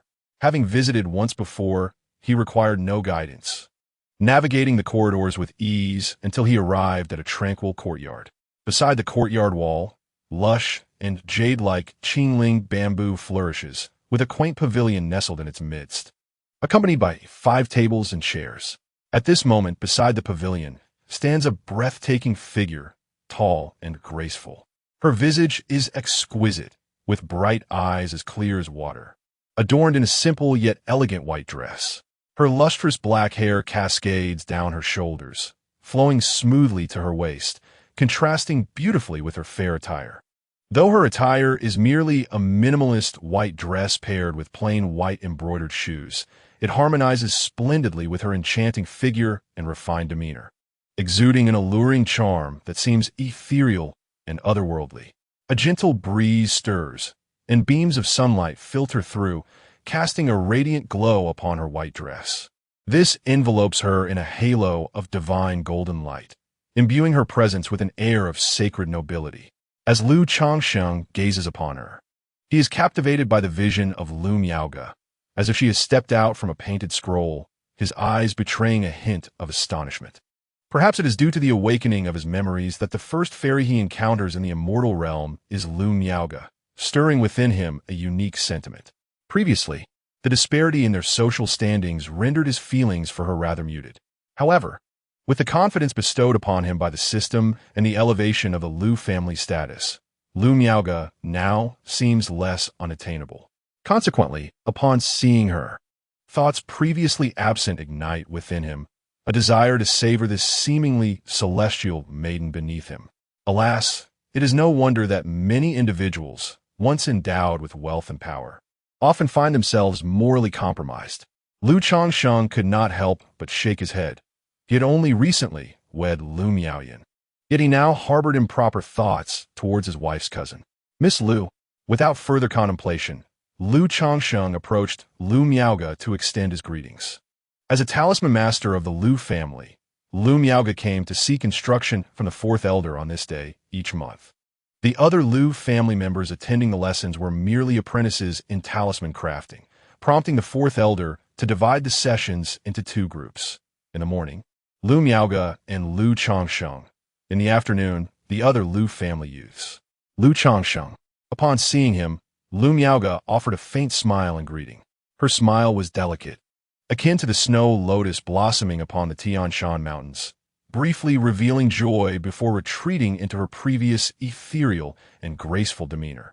This prompted Lu Changsheng to reflect that the two sisters shared this trait. Neither favored laughter, yet when they did smile, they were most enchanting. He refrained from engaging her further. Even though he entertained thoughts of Lu Miaoge, he could not simply pursue her. His own circumstances rendered such an endeavor inappropriate, and he believed that attraction should not stem from pursuit, but rather from allure. Lu Changsheng seated himself at a nearby table, patiently awaiting the arrival of the fourth elder. Chapter 57. Attending the rune crafting class with a young lady before long, the fourth elder entered the courtyard. Her hair, dark as a raven's wing yet adorned with strands of silver, was elegantly styled, and she donned a gown of earthy tones, exuding the grace of a refined noblewoman. Grandmother, Auntie, both Lu Changsheng and Lu Miaoge immediately offered respectful bows to the fourth elder. There's no need for such formality. Please, take a seat, the fourth elder said, her expression warm and benevolent as she gestured for them to sit.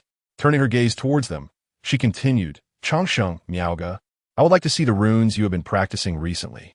Upon hearing this, both of them retrieved their rune crafting tools and began to draw their runes. Lu Changsheng focused on the fire cloud rune, the same one he had previously demonstrated.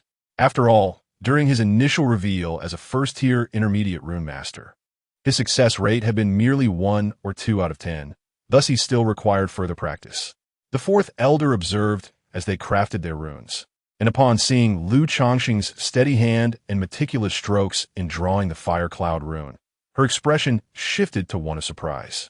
Subsequently, under the attentive gaze of the fourth elder, Lu Changsheng successfully completed the fire cloud rune.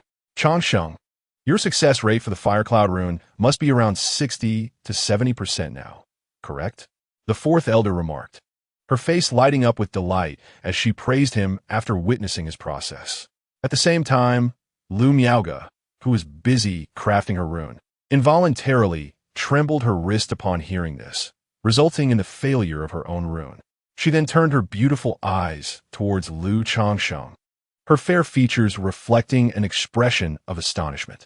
She was acutely aware that Lu Changsheng had only become a first-tier intermediate rune master 2 months prior. Only 2 months have passed, yet the success rate of crafting the Fire Cloud Talisman has reached an impressive 60 to 70%. This innate talent for talisman crafting is truly astounding. She couldn't help but reminisce about 3 years ago when Changsheng became a talisman apprentice, and she accompanied Uncle Fu to assess him. At that time, she had already discerned that Changsheng's talent for crafting was superior to her own. However, she never anticipated that his prowess would far exceed her expectations by such a significant margin. Without any guidance, in just over 3 years, he had ascended to the rank of a mid-tier talisman master. Now, under the tutelage of Elder C, the original success rate of 20% for the Fire Cloud Talisman had surged to 60 to 70% within a month. This progress is nothing short of terrifying, even though she has always maintained a serene demeanor and has begun to attempt the creation of high-tier talismans in pursuit of becoming a high-tier talisman master. She couldn't help but feel a twinge of disappointment and frustration in the presence of Changsheng. She bit her lip, suppressing her feelings of inadequacy, and took out another piece of talisman paper to continue her work. Thanks to her grandmother's guidance during the last session, she had diligently practiced at home, which is what led to her current success rate. Changsheng nodded, unaware that his actions had inadvertently made Lu Miaoga feel disheartened. The display of talent with the Fire Cloud Talisman had been part of his prior planning, a calculated move to accelerate the revelation of his own abilities in talisman crafting under the guise of Elder C's instruction. Very well, very good, he continued. Grandmother can see that you have made substantial progress with the Fire Cloud Talisman. However, during the transition phase, the flow of spiritual energy, while delineating the talisman lines, still lacks fluidity. However, in this regard, as long as you practice diligently and become proficient, that will suffice. Upon hearing Changsheng's words, the fourth elder expressed her admiration repeatedly. She continued to address Changsheng. Today, I shall teach you to draw the wind-walking talisman. Like the Fire Cloud Talisman, it is also a first-tier, medium-grade talisman. In terms of difficulty, it is slightly more challenging than the Fire Cloud Talisman. Thank you, esteemed grandmother. Changsheng replied respectfully. He was indifferent to which talisman he learned or practiced, fully adhering to the fourth elder's arrangements. This indifference stemmed from two aspects. One, he did not mind, and the other, it was a condition of the spiritual contract of the Lu family. He was obliged to follow the Lu family's directives to learn and practice the corresponding talismans. The wind-walking talisman differs from the Fire Cloud Talisman in that it emphasizes a sense of gentleness. Not only must the strokes be soft, but the flow of spiritual energy must also exude a smooth, rounded quality. A critical aspect of the wind-walking talisman is that during each turn or transition, the strokes must glide lightly, while the flow of spiritual energy must be an unceasing, gentle bounce in its release. The fourth elder elaborated on the key points of the wind-walking talisman to Changsheng.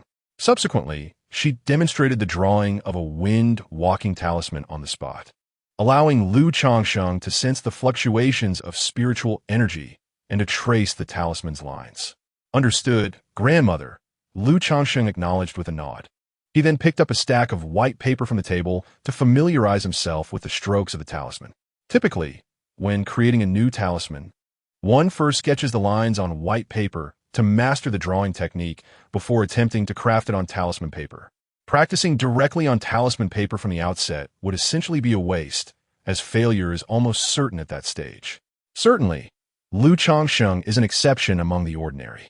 However, in the presence of the fourth elder, he naturally adopts a demeanor of earnest study.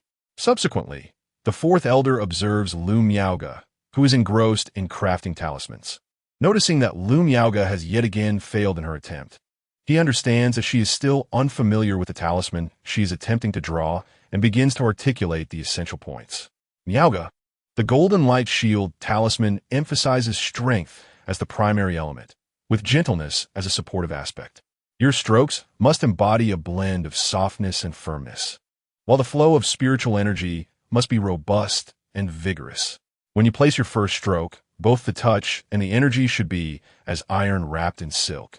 At the moment the talisman line bends for the first time, you must infuse a sense of contraction, while the spiritual energy should express release. Following the ninth bend, the output of spiritual energy must be continuous and unwavering. The art of talisman crafting becomes increasingly intricate and challenging as the grade of the talisman rises. Each stroke and each detail adheres to a stringent set of conventions. The techniques for applying the brush are replete with nuances, strength and subtlety, firmness entwined with softness, a harmonious balance of both. It is indeed quite complex. The golden light shield talisman that Lu Miaoge is attempting to create is classified as a superior first-grade talisman, notably intricate, and represents a significant hurdle when compared to mid-grade talismans. Yes, fourth aunt, Lu Miaoge acknowledges, nodding her head. Her delicate features reveal a look of concentration as she leans forward to continue her work. Yet, halfway through her drawing, the talisman paper once again emits wisps of blue smoke, indicating another failure. Miaoge, your strokes were too forceful, causing a clash with the spiritual energy, leading to this failure. Here, feel the strength of my energy. The fourth elder's voice highlighted the error. He then grasped Lu Miaoge's hand and slowly began to inscribe the golden shield talisman. Lu Changsheng glanced over, discerning that the fourth elder possessed considerable skill in talisman crafting, particularly with the golden shield talisman. Otherwise, it would be impossible to draw the talisman while guiding another. Miaoge, harness that sensation and give it another attempt. The fourth elder encouraged as he and Lu Miaoge completed the golden shield talisman together. Understood, great aunt. Lu Miaoge responded with a gentle nod, then endeavored to draw once more. However, she faltered midway through the process. Observing this, the fourth elder refrained from criticism, instead offering encouragement. It's perfectly fine. Practice more and become familiar with it. Such occurrences are entirely normal for a talisman master. If success came too easily, the path of a talisman master would not be so arduous. After a while, the fourth elder noticed that Lu Changsheng had also become reasonably adept at drawing the wind-running talisman. He turned to Lu Changsheng and said, "Come now, Changsheng. Let me see you inscribe the wind-running talisman." "Yes, grandmother." Upon hearing this, Lu Changsheng immediately began to demonstrate his ability to draw the wind-running talisman. Yet, he too stumbled at around one-fifth of the way through. He was indeed a prodigious talent, but not to the extent of being extraordinary. If one could succeed after just a couple of attempts, it would be astonishing and potentially perilous. Your hand is steady and your strokes are firm. However, your spiritual energy was a bit hasty just now. At this juncture, one must adopt a certain degree of looseness in the hand, allowing the spiritual energy to gently envelop the brush strokes. Come now, feel my spiritual essence and its force. The fourth elder observed as Lu Changsheng completed his drawing and then spoke up. She stepped forward, grasping Lu Changsheng's hand, guiding him as he meticulously inscribed the wind rune. Although there exists a cultural norm regarding physical contact between men and women, to her, Lu Changsheng was merely a junior, her granddaughter's husband, and thus she did not adhere to such conventions. Throughout this process, Lu Changsheng was able to discern the sensations transmitted through the fourth elder's hand, clearly experiencing the force and flow of spiritual energy. In this step, one must maintain a loose grip, allowing the spiritual energy to wrap around the brushstrokes. Infused with a hint of springiness, the wrist should tremble lightly, culminating in a seamless execution. "Try again," the fourth elder said kindly to Lu Changsheng, releasing her hold. "All right, Grandma," Lu Changsheng nodded. Yet he did not immediately resume drawing. Instead, he retrieved a wine gourd from his storage bag and took a sip. The contents were white jade 100-flower wine, known for its restorative properties for spiritual energy and its ability to calm the mind, both of which were beneficial for his rune crafting. While he did not require the wine for mental clarity, he did need it to replenish his spiritual energy. The fourth elder made no objections, understanding that Lu Changsheng, being only at the third layer of qi cultivation, could not produce many first-tier intermediate runes and needed the spirit wine for recovery. Under the watchful gaze of the fourth elder, Lu Changsheng managed to complete nearly a quarter of the drawing before encountering failure. Your spiritual essence has not yet enveloped the stroke, concentrating at a singular point. You must endeavor further. After reviewing, the fourth elder provided his critique. Thus, under the guidance of the fourth elder, the morning slipped away. Throughout this time, both Lu Changsheng and Lu Miaoge were unable to successfully inscribe new talismans. However, they have made progress in grasping the fundamentals of this talisman, and the next step is to return to familiarize themselves further and practice diligently. Chapter 58. Chu Xinjin's Second Pregnancy, The Breaking Through Pill. In the blink of an eye, more than half a month had passed. Chu Xinjin, who had been under the attentive care of Lu Changsheng, approached him and said, "Husband, I believe I might be with child." "With child? Let me see." Upon hearing this, Lu Changsheng's heart leaped with joy as he pressed his head against Chu Xinjin's belly. At this moment, there was, of course, no fetal movement. Yet, as a cultivator, Lu Changsheng could faintly sense the new life blossoming within her. "Wonderful, wonderful. Indeed, you were expecting. Come, Xinjin, allow your husband a kiss." With the news of Chu Xinjin's pregnancy, Lu Changsheng's spirit soared. He gently caressed his beloved wife's cheek and passionately pressed his lips against hers. The courtyard was not devoid of other sisters, who, upon witnessing this scene, stifled their laughter behind their hands, causing Chu Xinjin, who was being kissed, to blush fiercely. In a mix of embarrassment and annoyance, she playfully struck her husband with a delicate fist, her tender, fair face blooming like a crimson flower, overwhelmed by shyness. Yet, this youthful bashfulness intertwined beautifully with Chu Xinjin's essence as a wife and mother, radiating both purity and desire. Lu Changsheng, captivated by the sight, felt a surge of passion, wishing to claim his enchanting wife then and there. However, seeing her husband so utterly delighted, Chu Xinjin couldn't help but smile radiantly, her rosy cheeks conveying happiness and warmth. With both Lu Miaoyun and Chu Xinjin expecting, Lu Changsheng's mood was exceptionally bright, feeling that life was becoming increasingly promising. He eagerly anticipated the arrival of their children and remembered that he still had 2 more cherished concubines who had yet to conceive, along with a maid possessing a spiritual root.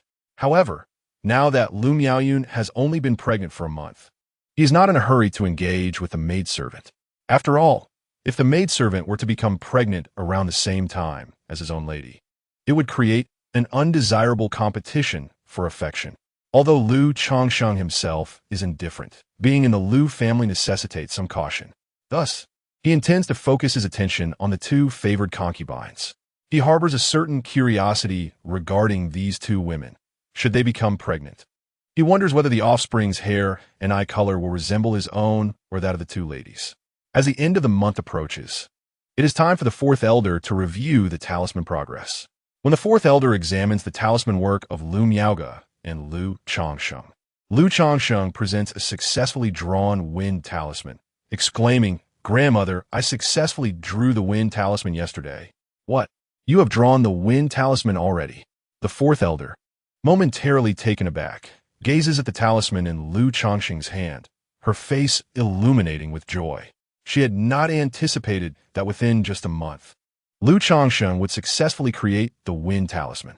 It is known that the most challenging aspect of talisman crafting lies in the initial phase, the transition from nothing to something. Once that first step is accomplished, progressing from 1 to 10 becomes considerably easier. Beside them, Lu Miaoge, upon hearing this, turns her captivating eyes towards Lu Changsheng, equally astonished. Over the past 2 months, her own progress with the superior gold barrier talisman has been minimal. In her earlier years, when she was at the same stage as Lu Changsheng, she required almost 3 months to successfully master the wind-running talisman, which was on par with the golden light talisman. Yet now, Lu Changsheng has managed to draw the wind-running talisman within a mere month. Lu Miaoge gently bit her lip, feeling somewhat disheartened. In the realm of talisman crafting, her talent could be considered quite commendable. Otherwise, she would not be the sole talisman master among numerous descendants of the Lu family. Moreover, she was on the verge of breaking through to become a first-tier superior talisman master, a feat that had placed her ahead of her peers. Elder 4 had previously remarked on her remarkable aptitude for talisman crafting, indicating a promising future as a second-tier talisman master. However, at this moment, her once proud talent in talisman crafting felt utterly overshadowed by Lu Changsheng. She could already envision the day when he would surpass her. Elder 4 took the wind-running talisman from Lu Changsheng, his fingers delicately tracing its contours, sensing the brushstrokes and the flow of spiritual energy. You exhibit no issues in delineating the talisman lines. Your grip and execution in drawing the talisman are remarkably stable, a true testament to your innate talent. However, this talisman still lacks sufficient finesse in terms of spiritual energy. It is not yet proficiently stable. For instance, there is a clear issue with the spiritual point in this stroke. A slight misstep could lead to failure. Additionally, Elder 4 proceeded to critique Lu Changsheng's talisman, meticulously identifying its flaws. Now come, Changsheng, draw another wind-running talisman for me to observe. Yes, grandmother, Lu Changsheng responded, retrieving the talisman paper to commence his drawing. However, before the drawing was even halfway complete, the talisman emitted a wisp of green smoke, signaling failure. At this juncture, it was imperative to tightly envelop the spiritual energy within the strokes. Yet upon the emergence of a turning point, one must promptly release, embodying a sense of spring. The fourth elder spoke, gesturing for Lu Changsheng to continue. Subsequently, Lu Changsheng encountered another failure. Having just begun his journey the day prior, his success rate in talisman crafting should be at most 10%. Thus, he could not afford to overly impress. Under the fourth elder's guidance, Lu Changsheng faced 2 more failures. Observing this, the fourth elder did not express discontent, but instead offered words of comfort. It is all right. You seem a bit tense. And this is merely the beginning. Familiarity will come with practice. Come, let me guide you through the drawing once more. She then took Lu Changsheng's hand, leading him in the creation of a wind-running talisman. Thank you, grandmother. I shall strive diligently and not disappoint you, Lu Changsheng expressed earnestly. Good child. I am already quite pleased with your performance, the fourth elder replied warmly. I believe that with effort, you will undoubtedly become a second-tier talisman master in the future. She held a deep fondness for her grandson-in-law, appreciating not only his exceptional talent in talisman crafting, but also his steady character and kindness towards her granddaughter. The only critique she might offer was that he had taken on a few too many wives and children, often dedicating excessive thought to marriage and progeny. In her view, if Lu Changsheng could channel all his energy into talisman crafting and focus on the path of symbols, he could achieve even greater heights in the future. By the way, Changsheng, you have been at the 3rd level of qi refining for some time now, haven't you? Suddenly, the 4th elder inquired of Lu Changsheng. Indeed, grandmother. I reached the pinnacle of the qi refinement 3rd layer 8 months ago. However, as you are aware, my spiritual root is merely of the 9th grade. Upon hearing this, Lu Changsheng could not help but let out a bitter smile. He had attained the peak of the qi refinement 3rd layer 8 months prior and had not slackened in his cultivation during this time. Yet he had not felt any loosening of his bottleneck. Such was the plight of a low-grade spiritual root. Each bottleneck represented a formidable obstacle. If you require it, grandmother can request a breaking pill for you within the family, the 4th elder suggested thoughtfully. The transition from the qi refinement 3rd layer to the 4th layer marks a progression from the initial to the mid-stage of qi refinement, a significant hurdle. The poorer the quality of the spiritual root, the more challenging the breakthrough becomes. In such a scenario, aside from the passage of time, one can rely on the breaking pill to surmount the bottleneck. Thank you, grandmother. But I would prefer to strive a bit more and attempt to break through on my own. Lu Changsheng gently declined, despite the frustration he felt regarding this bottleneck. He was not overly anxious and did not wish to resort to medicinal assistance for the time being. The reasoning was simple. If he utilized a breaking pill to ascend from the qi refinement 3rd layer to the 4th layer, the difficulty of advancing from the qi refinement 6th layer to the 7th layer would consequently increase. Should he again resort to a breaking pill during that subsequent transition, the challenge of establishing a foundation would be significantly heightened. While occasional use of yellow dragon pills as a supplementary aid posed no severe side effects, employing a breaking pill to stimulate potential for breakthroughs carried certain repercussions. For the majority, if one disregards the foundational aspects, the impact of utilizing breakthrough elixirs is relatively minimal. However, Lu Changsheng's focus lies in the future rather than the present. In the absence of an immediate urgency to advance, he remains intent on achieving breakthroughs through his own efforts. Should he find himself truly unable to progress when the time necessitates, he will then resort to the assistance of elixirs. Upon hearing Lu Changsheng's refusal, the fourth elder expressed mild surprise. But soon her countenance brightened with a smile as she praised him, saying, "Well, you possess ambition. Should you encounter any difficulties in your cultivation, do not hesitate to seek my counsel." Nearby, Lu Miaoge, upon hearing these words, revealed a hint of intrigue in her beautiful eyes. It is worth noting that such breakthrough elixirs are exceedingly precious.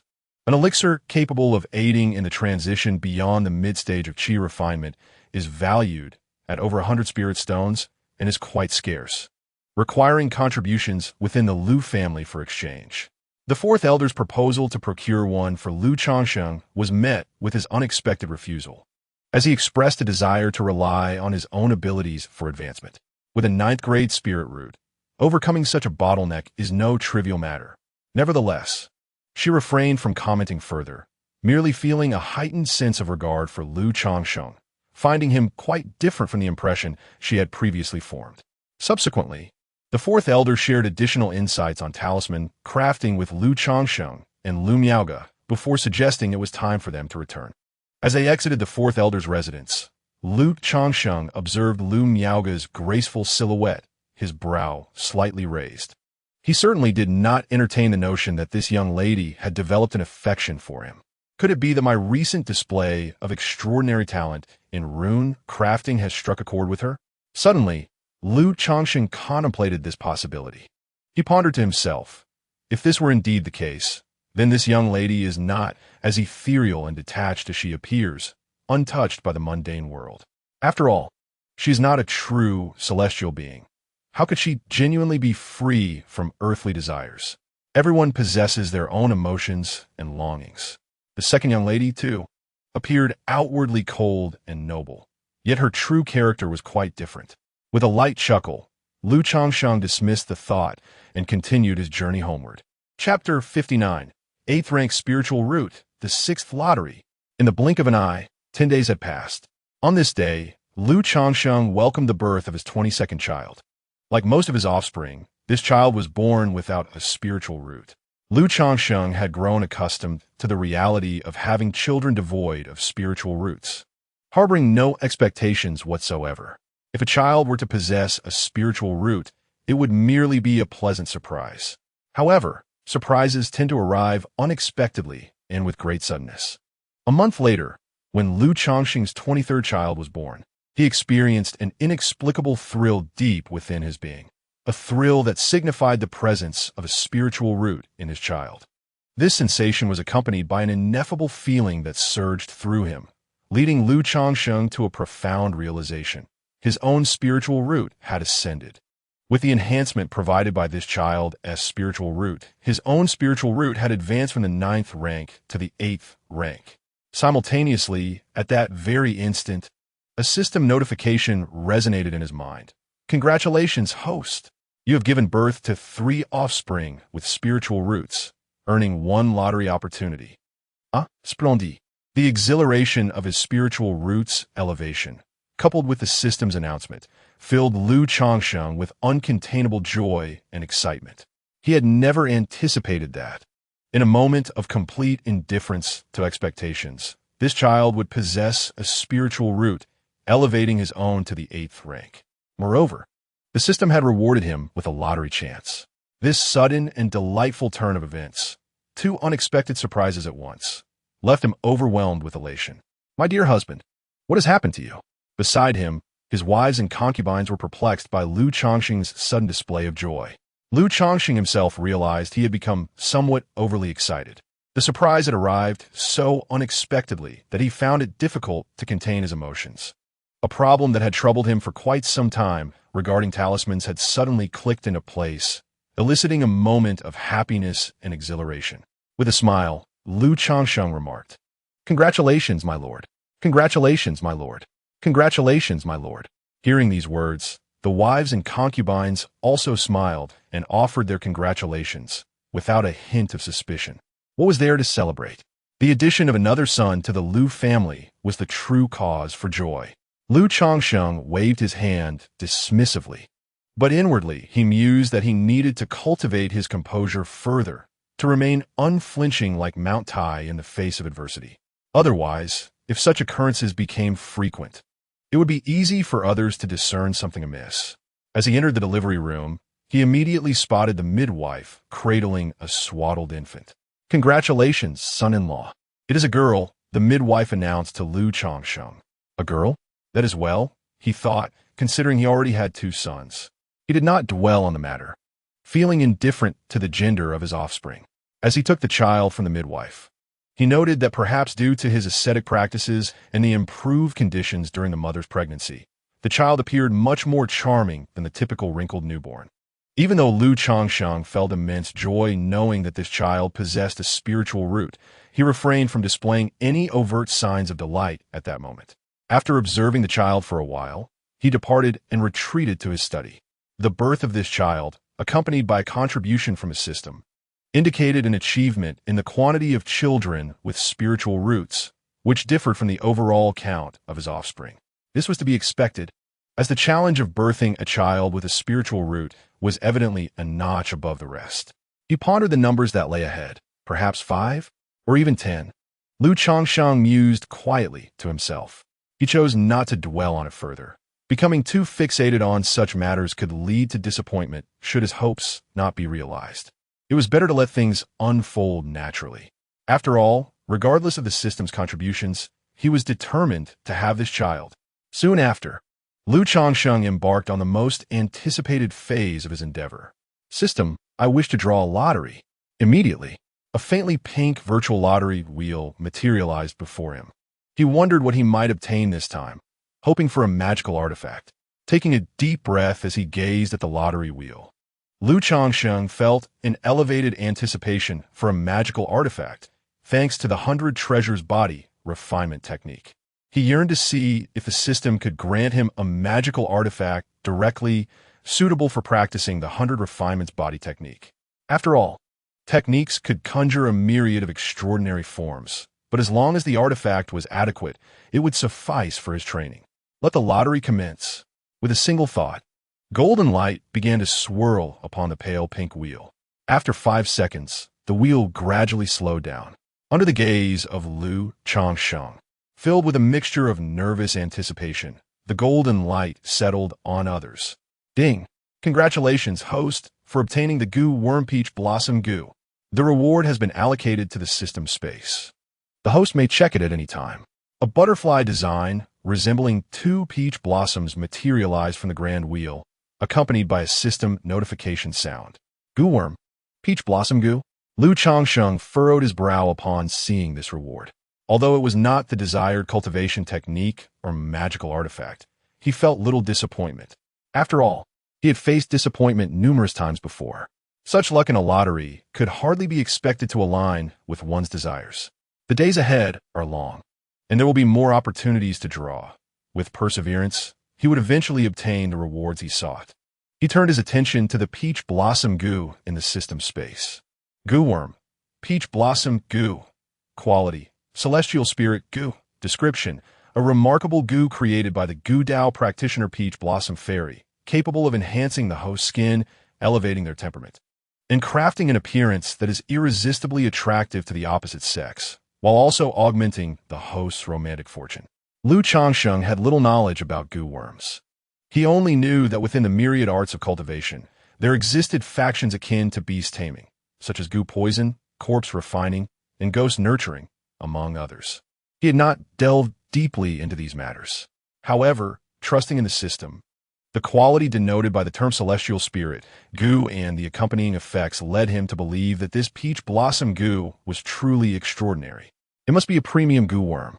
First, there was the immortal grace technique, and now the peach blossom goo? Could it be that my destiny is to rely on my looks to thrive? Lu Changsheng smacked his lips. Having experienced the transformative effects of the immortal elegance technique, he held considerable anticipation for the allure of the peach blossom goo, believing it to be exceptionally promising. After all, he had cultivated the immortal elegance technique for over 3 years and had already achieved such striking handsomeness. With the addition of the peach blossom goo, would he not be destined to embody the dreams of countless immortals in the realm of cultivation? Especially since this peach blossom goo enhances one's appearance specifically for the opposite sex. Not only does it focus on physical allure, but also augments one's romantic fortune. Being handsome and possessing good fortune in love, this is a surefire combination. It seemed tailor-made for his future aspirations of amassing wives and becoming a veritable heartthrob among celestial beings. Romantic fortune, this is also a form of destiny. In the realm of cultivation, while the notion of destiny exists, it remains elusive and enigmatic, lacking a definitive explanation. Most texts merely state that certain individuals are inherently blessed with great fortune, effortlessly turning misfortune into good luck, or even stumbling upon treasures as they traverse their path in cultivation, advancing with remarkable momentum. Although the peach blossom goo cannot enhance one's overall fortune, it can certainly elevate one's romantic prospects. He wondered if, with the aid of this peach blossom goo, his future journey in cultivation would be marked by an abundance of romantic encounters. At that moment, Changsheng contemplated delving deeper into the various theories surrounding destiny and the knowledge pertaining to goo insects. While he enjoyed perusing an array of texts, his understanding of destiny and the esoteric arts of goo was rather superficial. Now, with the acquisition of this peach blossom goo, he resolved to seek out more information on these subjects. Without further contemplation, Changsheng directed his thoughts and extracted the peach blossom goo from the confines of the system space. Chapter 60. The Peach Blossom Goo. As Changsheng extracted the peach blossom goo, a butterfly, resembling two delicate pink petals, materialized before his eyes. This peach blossom goo was merely the size of a thumb, exuding a faint, rosy luminescence, translucent and tender. Held in his palm, it felt remarkably soft and slick, akin to cradling two petals of a peach blossom, bearing little weight. A gentle and ethereal fragrance of peach blossoms wafted from it, refreshing and soothing to the spirit. Gazing at the peach blossom goo in his hand, Changsheng sensed a profound and intimate connection with it, reminiscent of his earlier bond with a 9 nether mastiff. There was no need for any means of taming or subduing. The system facilitated the process effortlessly. Through the system, he learned that to control this goo worm, it must first be refined. The method of refinement was rather straightforward. One must nourish it with a drop of blood and then gradually infuse it with spiritual energy to facilitate the refining process. Having grasped the fundamental approach to utilizing the peach blossom goo, Changsheng hesitated not. He extracted a droplet of blood from his fingertip and offered it to the goo. The goo, possessing a mouthpart the size of a sesame seed, began to slowly consume the blood. Moments later, having finished the precious blood, Changsheng enveloped the peach blossom goo with his spiritual energy and commenced the invasion of its body and consciousness to refine it. For many practitioners of the goo path, the act of refining goo worms presents considerable peril. Though devoid of intellect, these worms possess life and the instinctual will to survive. In the face of the refinements imposed by the cultivators, a natural instinct to resist emerges. Even some ferocious and domineering goo worms may retaliate against their refiner. However, the peach blossom goo, acquired by Changsheng through a system lottery, has established a subtle bond with him, thus rendering such concerns moot. Under the influence of his spiritual energy, this peach blossom goo not only refrains from any resistance, but also willingly cooperates, allowing Changsheng's spiritual essence to permeate its being and undergo refinement. Consequently, he need not expend mental effort to suppress the will of the peach blossom goo. After an hour, Changsheng exhaled deeply as he beheld the translucent form of the peach blossom goo in his hand. The process was not yet complete. Rather, it was his spiritual energy that had been depleted, necessitating a period of rest to recuperate. Were it not for the fact that this peach blossom goo had been obtained through the system lottery, his current cultivation level would have rendered him incapable of refining it, and success would have been utterly unattainable.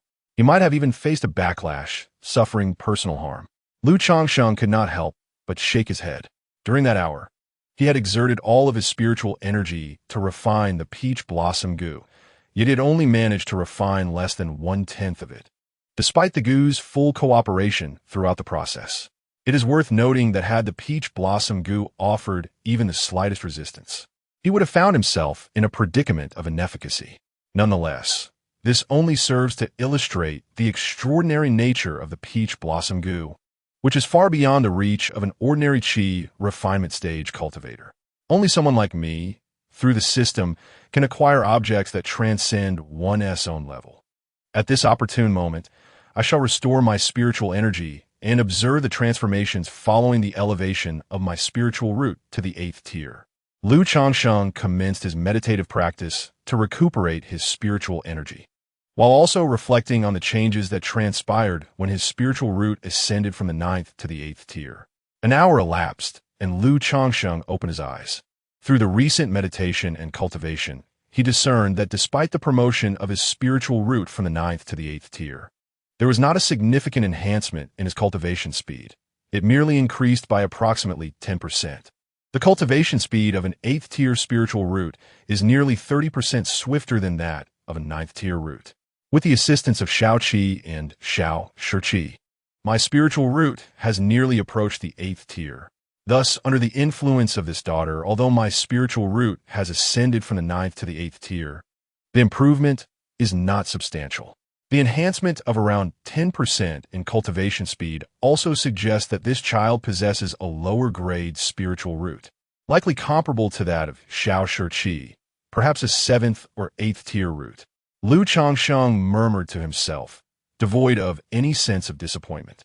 After all, whether a 9th or an 8th tier spiritual root, both belong to the lower grade category, and the distinction between them is not particularly significant. Therefore, the transition from a 9th tier to an 8th tier spiritual root cannot yield any obvious qualitative change. Nonetheless, the promotion of his spiritual root from the 9th to the 8th tier marks a milestone for Lu Changsheng, as it signifies the first step taken in his journey of advancement, the inaugural step towards the elevation of his spiritual root. In the future, as more children possessing spiritual roots emerge, it is inevitable that their spiritual roots will gradually ascend, evolving from inferior to medium and then to superior. There's even talk of the legendary earth and heavenly spiritual roots. Spiritual roots not only influence the speed of cultivation, but also the obstacles encountered along the path. Lu Changsheng pondered how much assistance a transition from a 9th grade spiritual root to an 8th grade spiritual root would provide in overcoming the bottleneck at the 4th layer of Qi refinement. The grade of one's spiritual root affects not only the speed of cultivation, but also the challenges faced. The higher the quality of the spiritual root, the weaker the bottlenecks. Currently, he found himself hindered at the 3rd layer of Qi refinement, unable to break through to the 4th. However, with a medium-grade spiritual root, such a bottleneck might not even exist. Lu Changsheng had previously read in books that for spiritual roots of earth and heavenly grade, there are no bottlenecks from Qi refinement all the way to the foundation establishment stage. The path is entirely smooth, allowing for a near-certain breakthrough to the golden core stage, resulting in the condensation of a superior golden core. Lu Changsheng did not dwell further on these thoughts, as they felt exceedingly distant. He rose from his study and proceeded to the training room to continue his cultivation and restore his spiritual energy. The following day, Lu Changsheng awoke and made his way to the library of Qingzhou Mountain Manor, seeking texts on destiny and the art of Gu. However, within the Lu family, he found no literature discussing destiny, nor were there comprehensive texts on the art of Gu. He could only find a brief introduction to Gu insects mentioned in an ancient tome.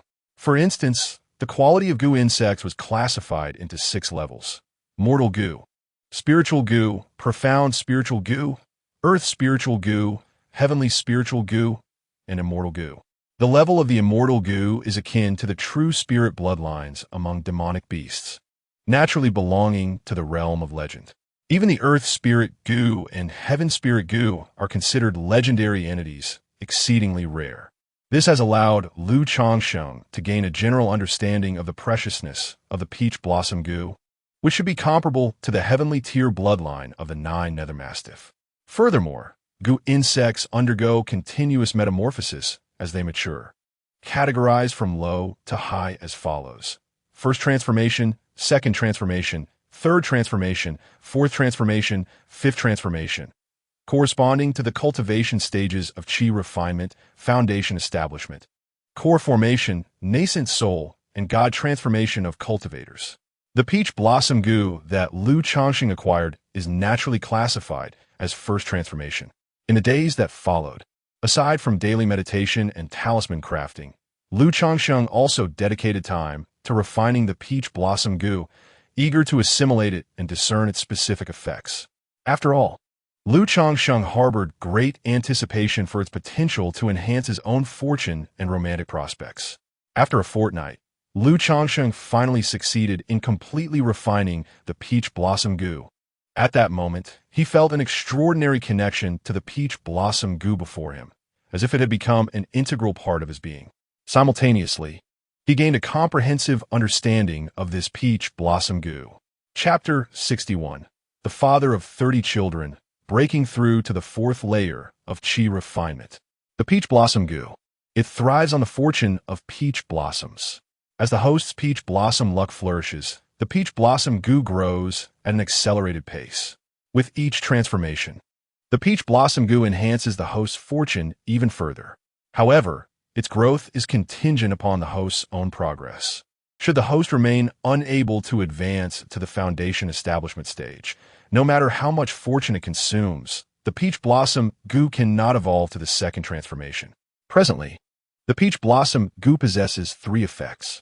The first 2 were previously detailed in the system's exposition. They subtly enhance the host's physique, rendering the skin radiant and the demeanor exceptional, thus increasing attractiveness to the opposite sex. Concurrently, the host's peach blossom luck is elevated. Both effects are passive, with the first showing gradual results, while the second remains intangible and elusive. The third effect of the peach blossom goo is active. By stimulating the goo, one can release a fragrance known as the 5 elements peach blossom miasma. This aroma has a mesmerizing effect, captivating not only humans but also animals and plants. The extent of its influence is proportional to the strength of the goo. Currently, as a first transformation goo, the potency of the 5 elements peach blossom miasma corresponds to the qi refinement stage. Is this peach blossom fairy perhaps a flower thief? Otherwise, what kind of respectable individual would concoct such a goo?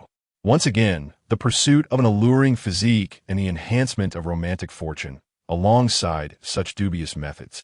Upon comprehending the effects of the peach blossom goo, Lu Changsheng could not help but shake his head. Yet, he remained indifferent to these matters. For the merit or demerit of such things is contingent upon the user. A man of integrity, such as himself, would surely employ even the most questionable of tools for noble purposes. In the next moment, Lu Changsheng stowed away the peach blossom goo, which gracefully soared to the center of his forehead, leaving behind a delicate pink imprint resembling a petal. In the ensuing hours, this peach blossom goo would subtly improve his physical condition and, in a mysterious manner, enhance his romantic prospects. He gently touched the petal mark on his forehead, and with a slight mental shift, the imprint immediately faded from sight. When not in use, this mark could remain concealed. It would only reveal itself when invoking the 5 elements peach blossom miasma. After all, it would seem rather peculiar for a man to bear such a mark upon his brow, evoking an air of effeminacy. As he pondered the effectiveness of his romantic fortune while remaining secluded in Qingzhou Mountain, thoughts of that young lady stirred a sense of anticipation within him. Exiting the training room, he noticed that the night had deepened. Lu Changsheng made his way to a secluded courtyard, summoning his 2 favored concubines, Jiu'er and Shu'er, into the chamber to commence his endeavors. He had been diligently attending to their needs, yet neither had conceived thus far. Nevertheless, this did not weigh heavily on Lu Changsheng's mind. He firmly believed that with diligent effort, success would eventually follow. Indeed, 6 days later, Lu Changsheng discovered that Shu'er had successfully conceived. Subsequently, through his relentless endeavor, a month later, Jiu'er also became pregnant. With the addition of these 2 beloved consorts, Lu Changsheng's total number of children reached exactly 30. Not long ago, he welcomed the birth of his 24th child.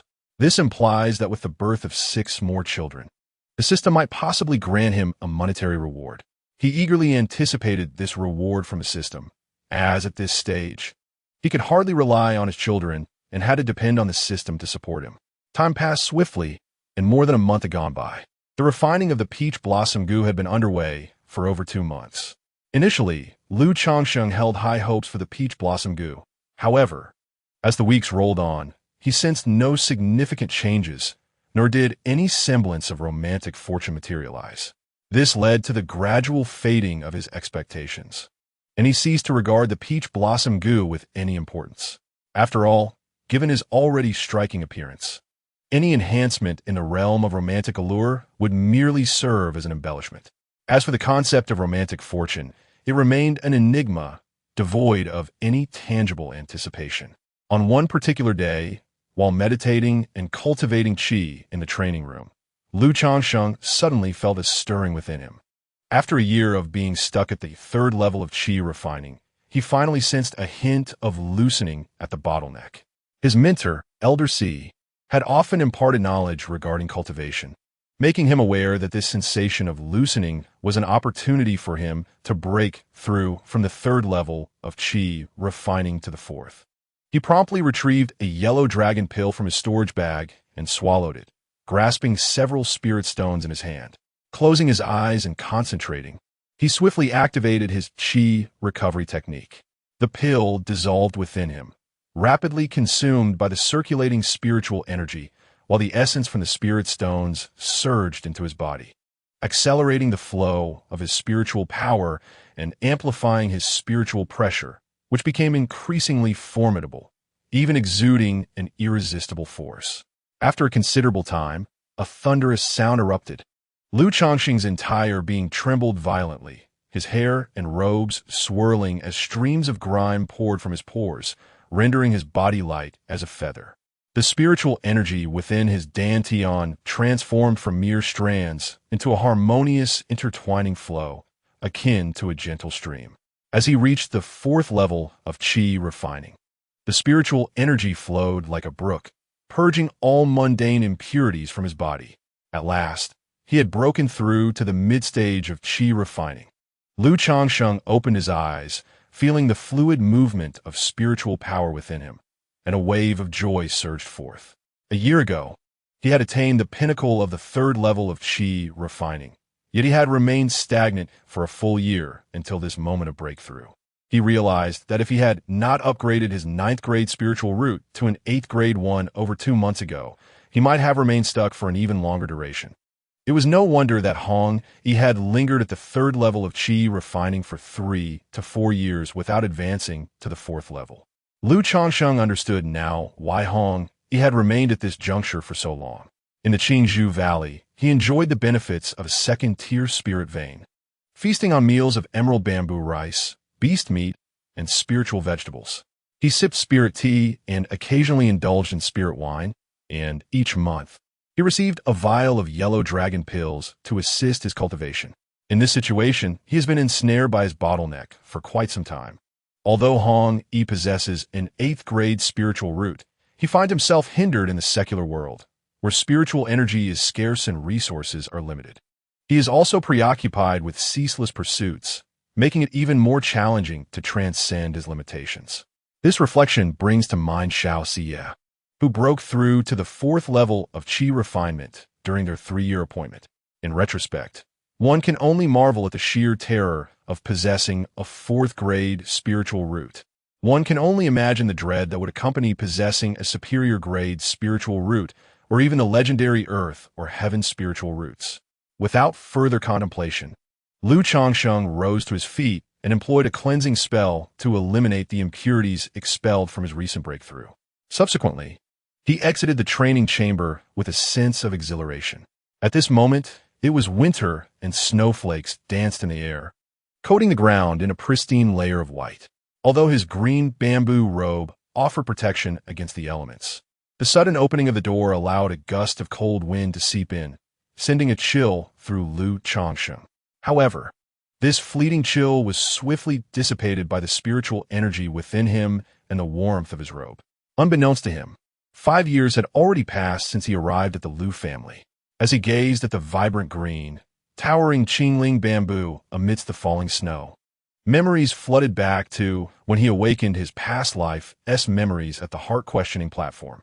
After being eliminated during the trials of the Qingyun sect, he chose to become a son-in-law of the Lu family. Through his relentless efforts over the past 5 years, he had transformed from a mere mortal to the 4th level of qi refinement. No longer merely a breeding son-in-law of the Lu family, he had risen to marry the granddaughter of an elder. Lu Changsheng strolled into the front courtyard, where he spotted several children clad in cotton jackets, frolicking in the snow. A gentle smile graced his face as he observed their joyful antics. This is the culmination of his efforts over the past 5 years. Chapter 62, Daily Life Father. In the courtyard, a little girl clad in a crimson cotton coat, perched on a swing while savoring a candied hawthorn, spotted Lu Changsheng and called out to him with a melodious voice. She then leaped off the swing and scampered towards Lu Changsheng, her short legs pattering against the ground. With a cheerful smile, she extended the candied hawthorn towards him, exclaiming, "Father, it's so sweet, so very sweet." A smile involuntarily spread across Lu Changsheng's face as he tasted the candied hawthorn, and indeed, it was sweet, sweet to the core of his heart. Casting a glance at his sons, who were frolicking with the Nine hound, Lu Changsheng let out a playful huff and lifted his daughter into his arms. Holding her slightly chilly hand, he gently said, "Come, it's cold outside. Let's play inside." Indeed, it was his daughter's thoughtfulness that warmed his heart. Lu Changsheng carried his daughter, Lu Shila, into the grand hall.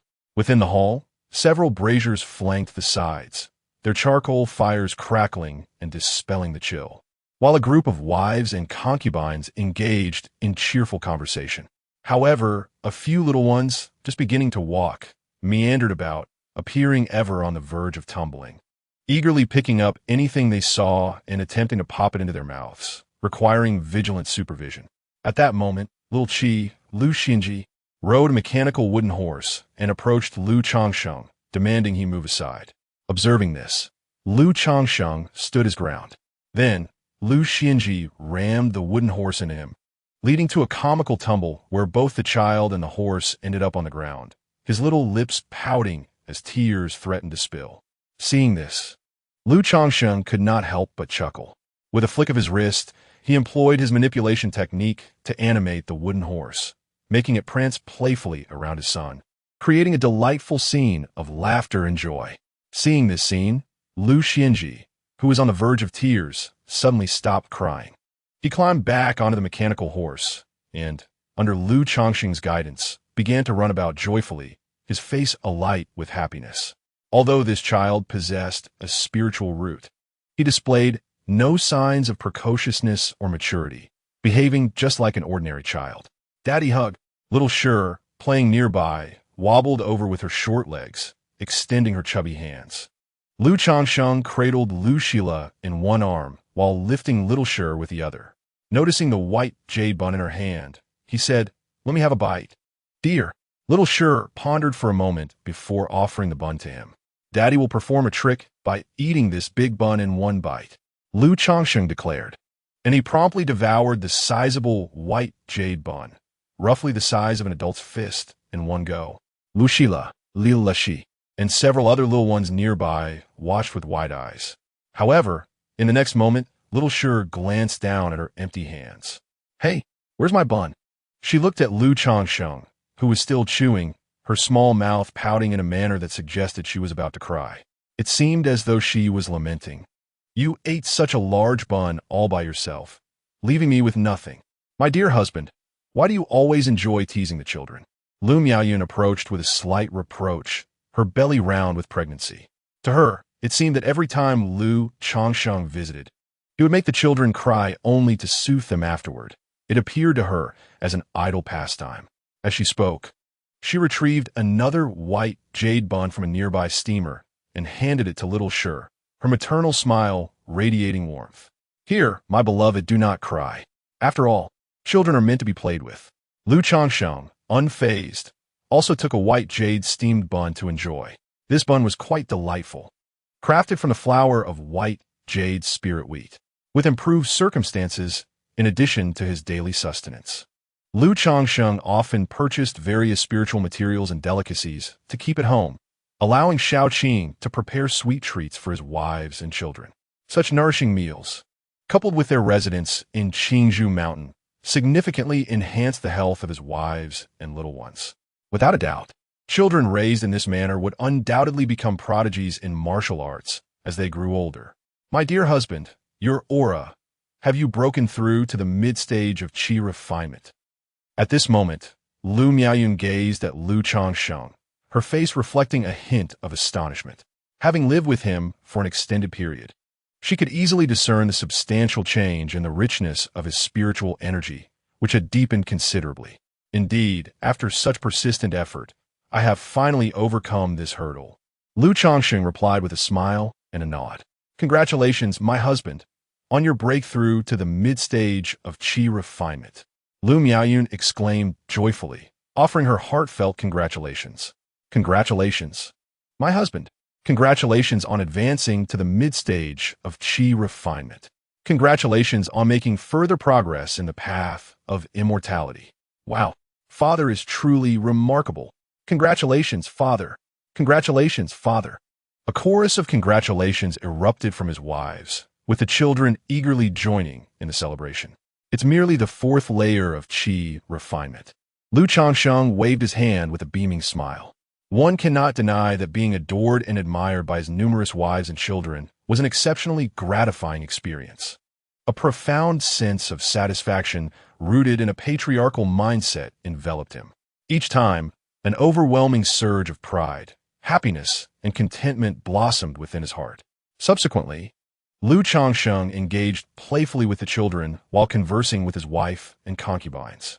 This was his daily respite during leisure hours. Otherwise confined indoors, his existence would be a monotonous cycle of cultivation and procreation, devoid of any other entertainment. A tedious routine that, while bearable in the short term, became increasingly wearisome over time. The following day, Lu Changsheng visited the residence of the fourth elder. It was not the end of the month, the designated time for her teachings on talisman, crafting, and cultivation. Rather, the fourth elder had previously instructed him to inform her upon achieving the fourth layer of qi refinement.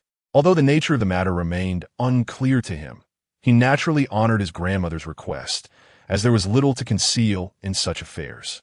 My dear grandson, the matriarch is currently occupied with talisman crafting.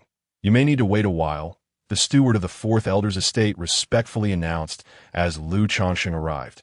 Offering him tea, Madame Zijou, I am in no rush. Please carry on with your duties, Lu Changsheng replied, accepting the tea from the steward. After approximately half an hour, the fourth elder entered the hall. Today, her attire was markedly different from her usual garb. She adorned a lotus crown and donned a robe of azure and brown, resembling a celestial maiden. This appearance exuded a serene elegance, imbued with an ethereal grace. Lu Changsheng was aware that despite being a first-tier talisman master, his grandmother's success rate in crafting first-tier supreme talismans was not particularly high. Typically, she would select auspicious days for the creation of such extraordinary talismans. Then, she performed the rituals of purification for the body, face, and hands, among others, to adjust her state and enhance the success rate of her talisman creation. This attire, characteristic of a female Taoist, was also part of her talisman crafting ceremony. Lu Changsheng rose and bowed respectfully, addressing her as grandmother. Changsheng, have you come to see me for a reason? The fourth elder gazed at Lu Changsheng, a warm smile gracing her face. It had been over 6 months since Lu Changsheng wed Lu Miaoyun. Throughout this time, the fourth elder had observed his diligent and earnest demeanor, his unassuming nature, and his remarkable talent in talisman crafting. Consequently, her satisfaction with this grandson-in-law grew with each passing day. She believed that her decision to marry Lu Miaoyun to Lu Changsheng had been exceptionally wise. Even regarding Lu Changsheng's numerous wives and concubines, she found herself increasingly indifferent, for she had come to realize that he was not the man she once thought, a man consumed by the allure of women. Over the past 6 months, he had neither neglected his talisman crafting duties nor faltered in his performance. which had only improved. Chapter 63. Managing the Spirit Talisman Shop. Changsheng, have you broken through to the fourth level of Qi refinement? At that moment, the fourth elder noticed the shift in the spiritual energy aura surrounding Lu Changsheng, revealing a hint of surprise and delight on his face. Although Lu Changsheng had employed a technique to conceal his internal spiritual power, his mastery of this technique was rather rudimentary, merely at a beginner's proficient stage. After all, he had not devoted much time or effort to these foundational spells after achieving the initial level of practice. With the fourth elder possessing a ninth level of Qi refinement, he could easily discern the changes in Lu Changsheng's cultivation level with a careful observation. Indeed, Lu Changsheng had just attained the fourth level of Qi refinement the previous day, and today he had come to inform his grandmother. Lu Changsheng nodded in acknowledgement and replied, Indeed. I did not expect to break through to the fourth level of Qi refinement so swiftly. It surpasses grandmother's expectations. The fourth elder, settling into a chair beside him, smiled and said, Now that you have reached the fourth level of Qi refinement, I have a task I wish to entrust to you. Please, grandmother, do tell. Lu Changsheng responded, a hint of confusion evident in his demeanor. What could someone at the fourth level of Qi refinement possibly accomplish? The Lu family owns a spirit talisman shop in the Jiulongfang market, and I was thinking of having you manage it, the fourth elder stated. Manage the spirit talisman shop? Lu Changsheng echoed, somewhat astonished. As a family of cultivators, the Lu family naturally had various sources of income, with the verdant Qingling bamboo and Bu spirit bamboo being among their primary revenue streams. The spiritual rice, vegetables, and herbs cultivated on a regular basis are not only for personal consumption, but any surplus is also sold in the market. Thus, the Lu family has established their own shops in various markets. The Jiulong market, which he is aware of, is a major market relatively close to Qingzhou Mountain, established by the dominant force of this region, the Qingyun sect, having been part of the Lu family for many years and now within its core circle. He has gained deeper insights into the affairs of the family. Although the Lu family of Qingzhou Mountain is considered an independent sect, it is, in fact, under the jurisdiction of the Qingyun sect. Each year, they are required to pay a certain tribute to the Qingyun sect. This explains why Lu Yuanding was able to venture into the Qingyun sect's mountains to recruit eliminated disciples as sons-in-law. One can only imagine the repercussions if an unrelated faction attempted such a feat in the past. The Lu family of Qingzhou Mountain and the Chun family of Hongya Valley engaged in fierce conflict over the ownership of a spiritual stone mine, leading to a full-blown confrontation with both foundational ancestors intervening. Ultimately, it was an elder from the Qingyun sect who stepped in to mediate, putting an end to the hostilities. Of course, the Qingyun sect claimed 40% of the mine's profits as a result. The remaining 60% was divided equally between the Lu and Chun families, each receiving 30%. Upon hearing this, Lu Changsheng could not help but exclaim that indeed, power is the ultimate authority. The Lu and Chun families fought fiercely over a mere fraction of the mine's profits, only to have the Qingyun sect come in and take away 40% without a word of protest from either clan. The fact that this talisman shop can thrive in the Jiulong market indicates that it is indeed a commendable establishment among the many shops belonging to the Lu family. To my surprise, the fourth elder has entrusted me with the management of such a shop. Indeed, this talisman shop was previously under the care of Miaoga. However, as you are aware, Miaoga has recently ascended to a high-grade talisman master and is now preparing to break through to the 7th layer of Qi refinement, leaving her little time or energy to devote to the shop. Therefore, I contemplated having you learn to manage it. Previously, grandmother harbored some reservations about you, but now that you have broken through to the 4th layer of Qi refinement, she feels considerably more at ease. Consider this an opportunity for you to gain experience. Once you become familiar with the operations, grandmother will entrust the talisman shop to you entirely. The tasks at hand are quite simple. Monitor the shop's condition, replenish stock monthly, and occasionally mentor apprentices. During this period, grandmother will also provide you with a stipend. The fourth elder lifted her cup of tea, took a delicate sip, and spoke slowly.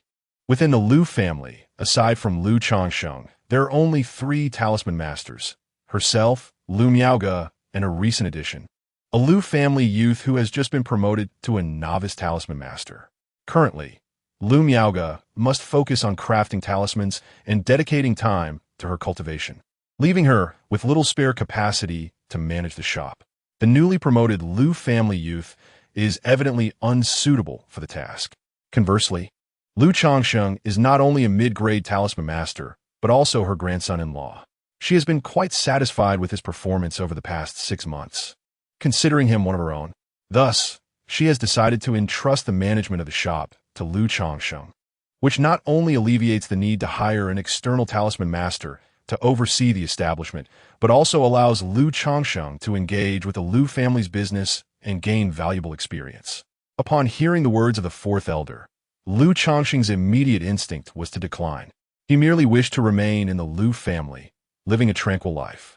However, given the gravity of the 4th elder's remarks, he found it difficult to refuse, lacking any substantial rationale for doing so. After all, within a cultivation family like the Lu clan, the younger generation reaps the benefits afforded by their lineage. As they approach a certain age and level of strength, they are expected to contribute to the family. Even someone as talented as Lu Miaoge, who possesses a gift for talisman crafting and is the daughter of the family head, is not exempt from this expectation. Having married Lu Miaoyun, he is now considered one of their own, and such obligations are inevitable. Moreover, the 4th elder's proposal to entrust the management of the talisman shop to him stems from goodwill, aimed at providing him with additional income and responsibilities. This opportunity would not only enhance his earnings, but also allow him to engage in various business dealings, thereby elevating his standing within the Lu family. After contemplating his grandmother's arrangements, Lu Changsheng thoughtfully clasped his hands in acknowledgement. He understood that his desire to remain inactive within the Lu household, waiting idly until he reached the foundation establishment stage, was unrealistic. Given these circumstances, he resolved to accept the offer. The Jiulong market, established by the Qingyan sect, is a bustling hub overseen by formidable foundation establishment cultivators, where few dare to act recklessly. By managing the talisman shop, he would not have to worry excessively about danger. Furthermore, overseeing the store would not only provide him with a new source of income, but it would also afford him the opportunity to utilize the thousands of talismans he had on hand. This would greatly facilitate his acquisition of the materials needed for cultivating the 100 refinements body technique. In the past 6 months, during his transactions with the individuals dispatched by Hong Yi for talismans, he had also requested assistance from Hong Yi to procure certain materials. However, this process not only consumed considerable time, but also posed a challenge of the unavailability of many necessary materials, making the back-and-forth communication exceedingly cumbersome. If he were to visit the Zhulongfang market himself, acquiring any desired materials would be far more convenient. The only downside to this venture is that life in Zhulongfang would not be as comfortable as it is now. Without the benefit of a second-tier spiritual vein and the absence of his wives, he would fall short in the matter of procreation. Nevertheless, a trip to the market might present an opportunity to seek out a few fairies endowed with spiritual roots. After all, if he wished to have children, especially those with spiritual lineage, it would necessitate taking concubines.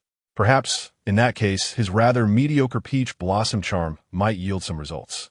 Currently, Lu Changsheng felt he had not encountered any romantic fortune, largely due to his self-imposed seclusion, which prevented any chance of love from entering his life. Very well, it's settled then. When Miaoge returns in a few days, you shall accompany her, nodded the 4th elder with a smile. Yes, grandmother, Lu Changsheng responded, and subsequently took 2 boxes of spiritual fruit pastries from the 4th elder's residence back home. Chapter 64. The diligent and ambitiously Feiyu upon returning home. Lu Changsheng spoke to his wives, including Lu Miaoyun and Chu Jinjin, about his impending journey to Zhulongfang market. The news elicited mixed emotions among his spouses. They were pleased that Lu Changsheng was taking responsibility for the family business, signifying his importance to the Lu family. However, they were also saddened by the prospect of his prolonged absence. Zhulongfang market is not far from Changsheng, and I will be able to return monthly. Just like the young lady, Lu Changsheng reassured them. Once I become familiar with the area, I shall take you all out for leisure and enjoyment. He had found his time in Changsheng Valley rather monotonous, a sentiment shared by his wives. Therefore, he envisioned a future where, if Zhulongfang Market proved stable, he could invite a few of his wives to reside there, offering them a chance to unwind. "Thank you, my husband. Thank you, my husband." The women expressed their delight. "My dear husband, do take Xiaoqing with you. It would be comforting to have someone by your side," Lu Miaoyun suggested earnestly. "I am quite capable of taking care of myself. Besides, you require Xiaoqing's assistance as well," Lu Changsheng replied with a dismissive wave. "Ah, but dear husband, please do take Xiaoqing along. I cannot be there to accompany you, so let her keep you company. One you?"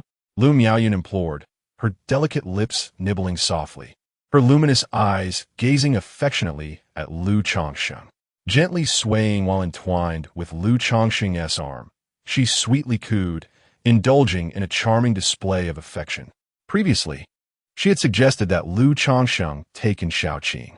However, considering that Lu Miaoyun was still pregnant, he had refrained from acquiescing, intending to wait until Lu Miaoyun had given birth before making any decisions. "Very well, I shall take her," Lu Changsheng replied, his tones softening at his wife's playful demeanor. He was accustomed to yielding to her whims. He surmised that Lu Miaoyun's request for him to bring Xiaoqing along was not solely for companionship, but also to ensure that he would remain faithful and not stray. Nevertheless, he was unperturbed, finding the idea of having Xiaoqing accompany him rather agreeable. It is often said that transitioning from frugality to extravagance is easy, while descending from extravagance to frugality is arduous. He had grown accustomed to being attended to over the years. Thus, the thought of being in a place devoid of such service was somewhat disconcerting. Moreover, having someone familiar by his side would indeed be quite convenient. However, he decided it would be prudent to first ascertain the situation at the other end before proceeding. After all, he was venturing forth on a task, and entering a new environment without any knowledge would seem akin to seeking pleasure, which might leave a less than favorable impression. Upon hearing her husband's consent, Lu Miaoyun beamed with a sweet smile, exuding a touch of innocence. She understood that completely preventing her husband from seeking concubines was an impossibility.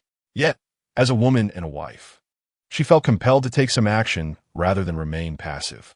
That night, the wives and concubines, aware of Lu Changsheng's imminent departure from home, attended to him with gentle affection. After 6 months of cultivating the body refinement technique, nourished by a careful diet and spiritual liquor, as well as breaking through to the 4th level of qi refinement, Lu Changsheng's combat prowess has significantly improved. However, in the face of the relentless affections of his numerous wives and concubines, he found himself overwhelmed. He even suspected that his spouses were attempting to convey a message. Upon arriving at the Zhulongfang market, he should refrain from being unfaithful. Once at the market, he needed to devote considerable effort to mastering the body refinement technique swiftly. Otherwise, with monthly visits home, he would struggle to maintain his composure, and it would be embarrassing to take in new wives. Lying on his bed, Lu Changsheng pondered this matter. The next day, he suddenly recalled his transaction of talismans with Hong Yi. Every 3 months, Hong Yi would send someone to facilitate the exchange. And with the next transaction just a month away, Lu Changsheng realized he might not be home if he ventured to the Zhulongfang market. Consequently, he informed Lu Miaoyun about the talisman transaction, handing her 30 pre-drawn talismans.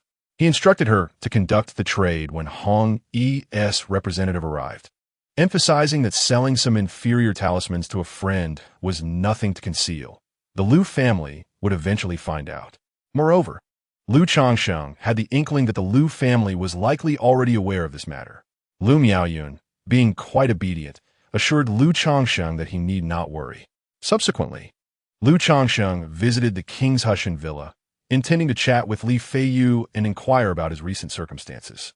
However, when he arrived at Li Feiyu's home, he found that Li Feiyu was not at home. Li Feiyu's wife and concubines informed Lu Changsheng that he had gone farming. Hearing this, Lu Changsheng was quite astonished. As he engaged in conversation with Li Feiyu's wife and concubines, he learned that several months ago, after mastering the profession of spirit butcher. Li Feiyu had also acquired the skills of spirit planter, specifically the techniques of Zhaoyinyu and Gengjin. He had sought out Uncle Fu to take on the duties of spirit farmer. Moreover, at times, Li Feiyu would also engage in the labor of washing and refining materials. Many low-grade spiritual materials contained excessive impurities, rendering them unsuitable for direct use. Thus, a task emerged wherein cultivators would continuously wash and refine the materials with spiritual energy to extract the impurities. Upon hearing this, Changsheng was momentarily lost for words, unable to contain his lamentations about the difficulties of cultivation and the greater challenges of survival. Yet, he also vaguely understood that Li Feiyu's relentless efforts were not solely for the sustenance of his family. He was also preparing for a future departure from the Liu family. After all, a position as a spirit butcher would suffice to support his family. As noon approached, Li Feiyu returned, weary yet invigorated. Although fatigue marked his visage, his eyes sparkled with vitality.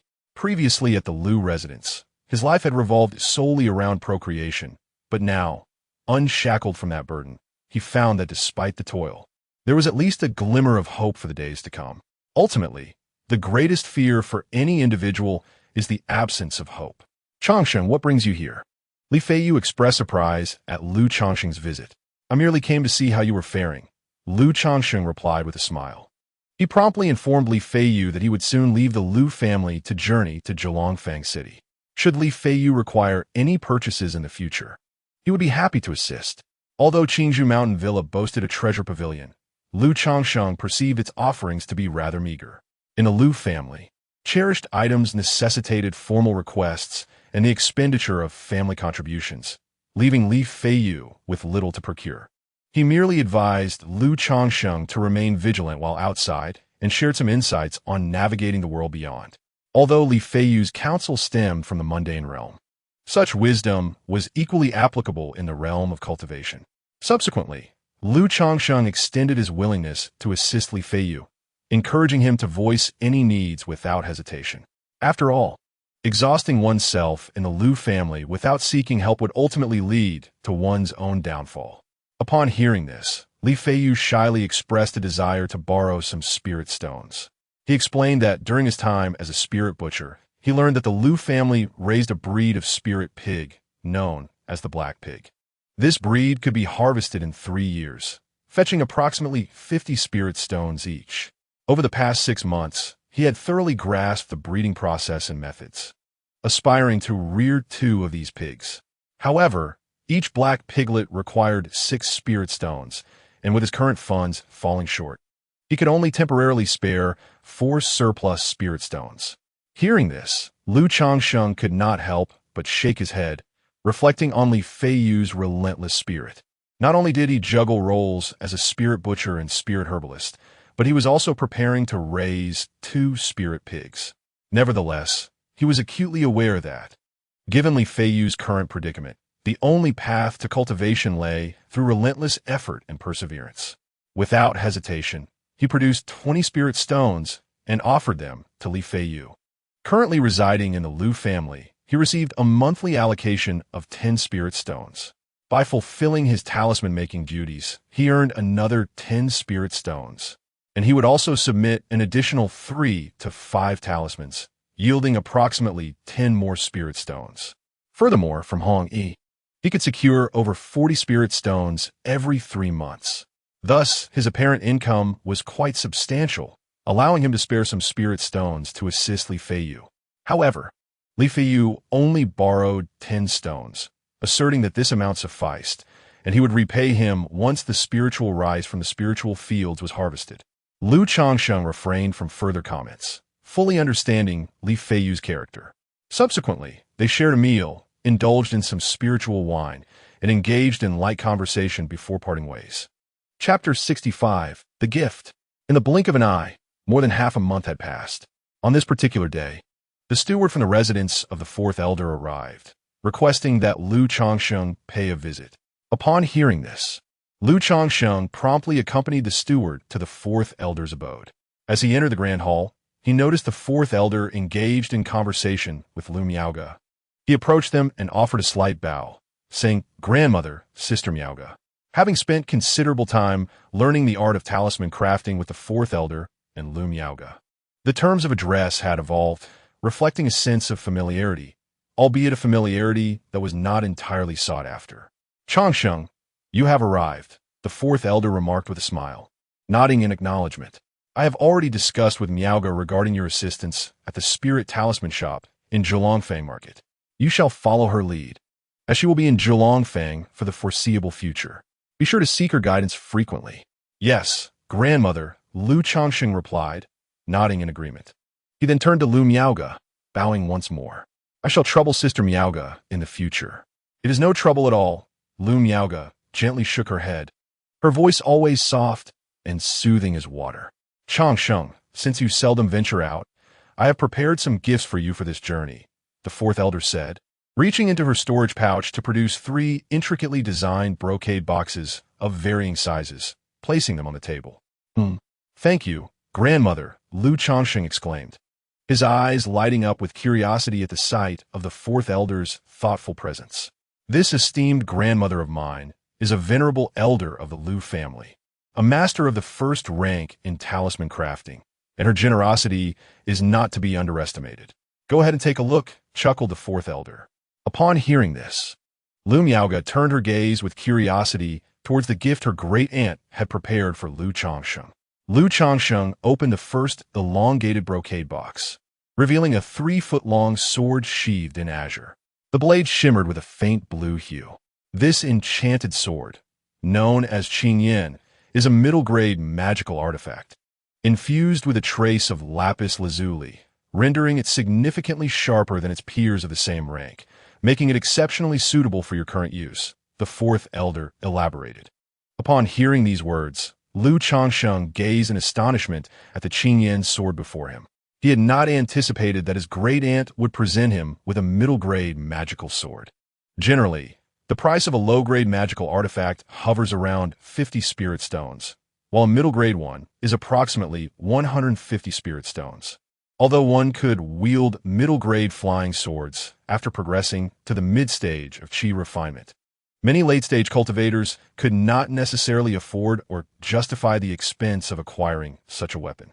For instance, the 3 bandits he had slain on Bullhead Mountain, despite possessing cultivation levels between the 6th and 7th layers of chi refinement, wielded only low-grade artifacts. Moreover, it was evident that this Qingyan sword was no ordinary middle-grade artifact. Its estimated value might reach 200 spirit stones. "Thank you, grandmother." Lu Changsheng expressed his gratitude as he grasped the sword. It felt slightly heavy and chilling to the touch, its sheath a deep azure, reminiscent of jade. The sheath was adorned with intricate gilded floral patterns, and the sword tassel was embellished with lapis lazuli, clearly an added decorative feature. Magical swords, such as the one mentioned, often possess the ability to alter their size according to the wielder's will. This particular sword, crafted in such an exquisite manner, clearly signifies that it is of a superior caliber compared to the flying sword previously acquired from Natushin. It undeniably belongs to the realm of high-end flying swords. The most basic characteristic of a flying sword is its sharpness and practicality. Only the elite varieties invest in aesthetic appeal. As Lu Changsheng drew the sword from its sheath, the blade shimmered a lustrous silver, adorned with a subtle azure gold halo that danced across its surface, glinting with a cold radiance. The fourth elder chuckled softly and proceeded to open a second brocade box. Within it lay a resplendent and exquisitely crafted robe, embroidered in a celestial blue with golden trimmings, emanating a radiant glow. "You ought to dress well for this outing to manage the shop, as it reflects your status," she remarked. This robe is classified as a mid-grade magical artifact, featuring a total of 7 significant effects: size adjustment, dust avoidance, spring transformation, wind alteration, concealment, spirit gathering, and protective shield. The first 3 effects require no further elaboration, as they are akin to the current azure bamboo attire you wear. The wind alteration effect can transform a tempest into a gentle breeze. Your grandmother has procured a steel feathered eagle from the family, which will facilitate your travels to Zhulongfang Market. Moreover, the wind-altering property of this robe will shield you from turbulent winds while riding the eagle. understanding your preference for subtlety. The concealment effect allows the robe's brilliance to be subdued, rendering it akin to ordinary garments, thus avoiding unwanted attention. Lastly, the spirit gathering effect can create a localized area conducive to spiritual accumulation, providing a certain degree of assistance in your cultivation endeavors. This protective garment possesses the remarkable ability to passively activate a shield spell in times of peril, capable of withstanding a strike from a practitioner at the 7th level of Qi refinement. The fourth elder spoke slowly, introducing this robe to Lu Changsheng. Upon hearing this, Lu Changsheng's face lit up with astonishment. A mid-grade magical robe. The attire he currently donned was a humble bamboo robe, a reward from Lu Yuanding for being the first to bear a child upon his arrival at the Lu family. It scarcely qualified as a low-grade magical artifact, offering merely the basic effects of size manipulation, spring-like agility, and dust avoidance. In stark contrast, this mid-grade magical robe boasted a total of 7 effects, including the enhancements of spirit gathering, wind transformation, concealment, and the formidable shielding ability. The latter especially allowed for a passive defense against a mid-stage Qi refinement attack, filling Lu Changsheng with immense joy.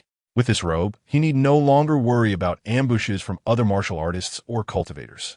"Thank you, grandmother," Lu Changsheng exclaimed with heartfelt gratitude, bowing deeply. In that moment, he could not help but marvel at his grandmother's generosity. A mid-grade magical artifact is valued at 150 spirit stones, and robes typically command a higher price than other artifacts. This particular mid-grade magical robe would undoubtedly require around 200 spirit stones. Moreover, his grandmother had thoughtfully considered every aspect. Lu Changsheng initially assumed he would travel to Jiulong Fong Market riding a spirit steed. Yet he was pleasantly surprised to discover that the fourth elder had arranged for him a flying mount. It is worth noting that flying mounts are exceedingly rare within the Lu family. The fourth elder smiled gently as she opened the 3rd brocade box, saying, "These few talismans were personally drawn by your grandmother. Carry them with you for protection." Inside, there were 3 talismans. Lu Changsheng immediately recognized the 3 types of talismans: the superior thunder summoning talisman, the superior concealment talisman, and the exquisite lightning talisman. The thunder summoning talisman and the concealment talisman both belong to the more challenging category of superior talismans, and if sold, could fetch between 40 to 50 spirit stones. The exquisite lightning talisman, however, held even greater value, worth at least 200 spirit stones. With the Qingyan sword, the medium-grade robe, and these 3 talismans, the total value amounted to no less than 700 spirit stones. Previously, when Lu Changsheng was at Nyoto Mountain, he had slain 3 bandit cultivators, and all his spoils totaled around 500 spirit stones, which was already a considerable fortune. Yet now, the fourth elder had directly gifted him items worth over 700 spirit stones, a truly generous gesture. "Thank you, grandmother." This gift stirred a sense of gratitude within Lu Changsheng. He clasped his hands in salute and spoke earnestly. Although it was due to his own worth that the Lu family, particularly the fourth elder, treated him so well. Many things are judged not by their appearances, but by their intentions. At least, the fourth elder's kindness towards him was genuine, and he kept this in his heart. "We are all family. As a grandmother, giving a little something to my grandson doesn't require such formalities," the fourth elder said with a gentle expression. Upon hearing this, Lu Changsheng looked at the fourth elder and offered a sincere smile, nodding as he replied, "Yes, grandmother. Do you recognize these 3 talismans?" The fourth elder pointed at the 3 talismans within the brocade box and spoke. Chapter 66. Magical Artifacts and Robes. "Grandmother, these 3 talismans are well recognized by me, Changsheng. This one is a high-grade talisman, the Thunder Summoning Talisman, capable of unleashing a lightning strike comparable to the full force of a 9th-level Qi refinement practitioner. This is also a high-grade talisman, the 100-mile Concealment Talisman, which allows the user to transform into a divine rainbow and vanish several dozen miles away. And this is an exquisite talisman, the Lightning Flash Talisman, which, once activated, releases a bolt of lightning equivalent to the full power strike of a peak Qi refinement master. Lu Changsheng spoke earnestly. He could easily discern that these 3 talismans were specially prepared for him by the fourth elder to safeguard him against unexpected dangers.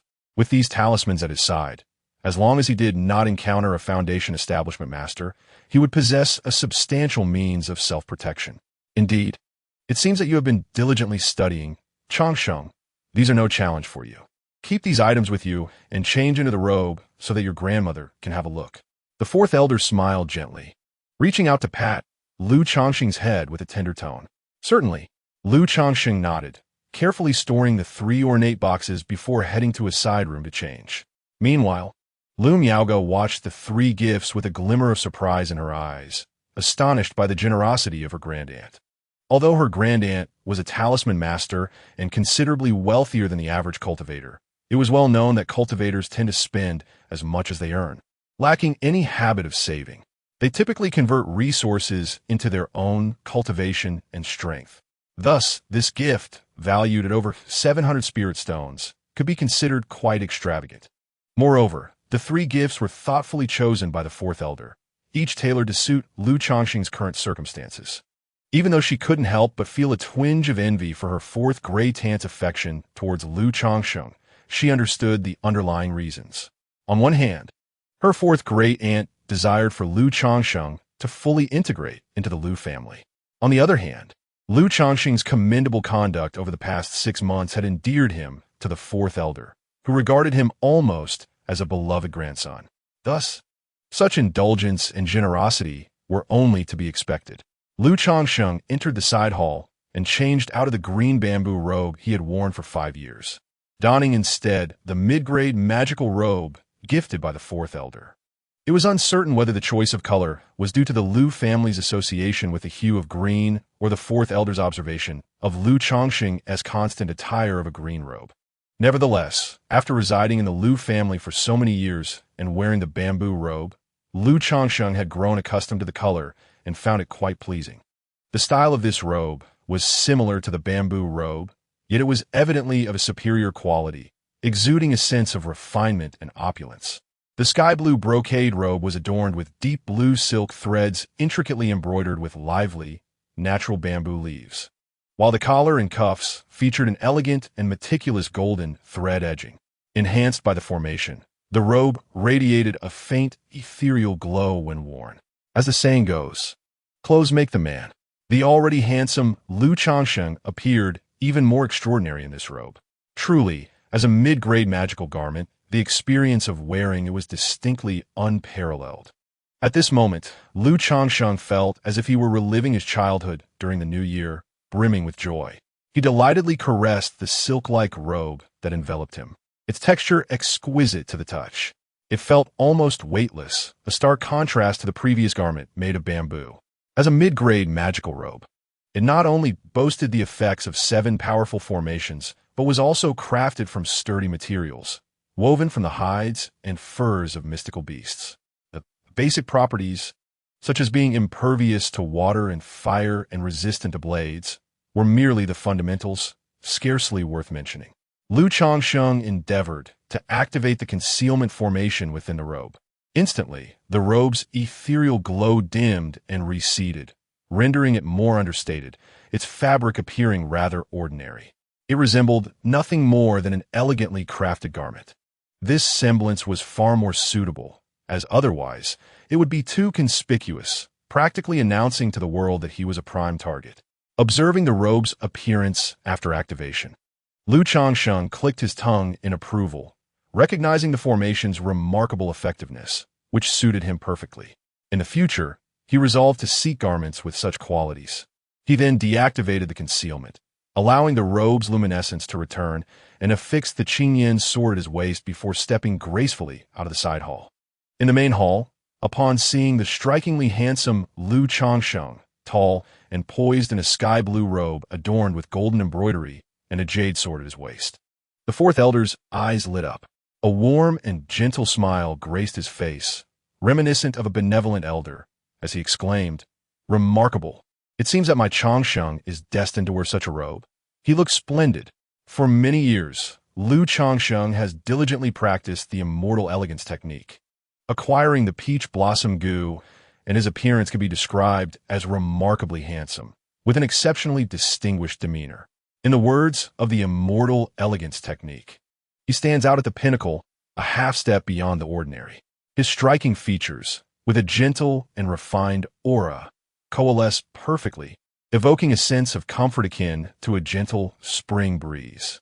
Now adorned in this robe of law, ethereal light flows around him, enhancing his serene and elegant demeanor with an additional touch of celestial grace, reminiscent of a banished immortal. It is indeed a testament to his grandmother's discerning taste in clothing. Lu Changsheng, exuding an air of confidence, remarked with a demeanor as warm as jade and as gentle as spring winds. Your grandmother speaks the truth. You truly suit this robe, exuding an aura of the divine, chuckled Elder Four. He then turned to Lu Miaoga. Isn't that right, Miaoga? Lu Miaoga, observing Lu Changsheng before her, could not deny that he appeared exceedingly handsome. While she had encountered men with better looks than Lu Changsheng, she had never seen anyone who embodied such harmony in features, skin, physique, posture, and temperament, all seamlessly intertwined. There was an indescribable sense of coordination and comfort that naturally elicited fondness.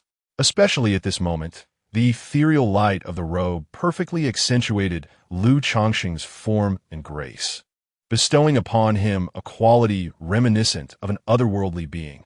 Indeed, Changsheng brother-in-law is exceptionally suited for this robe, and Annie has an excellent eye for knowing what suits him.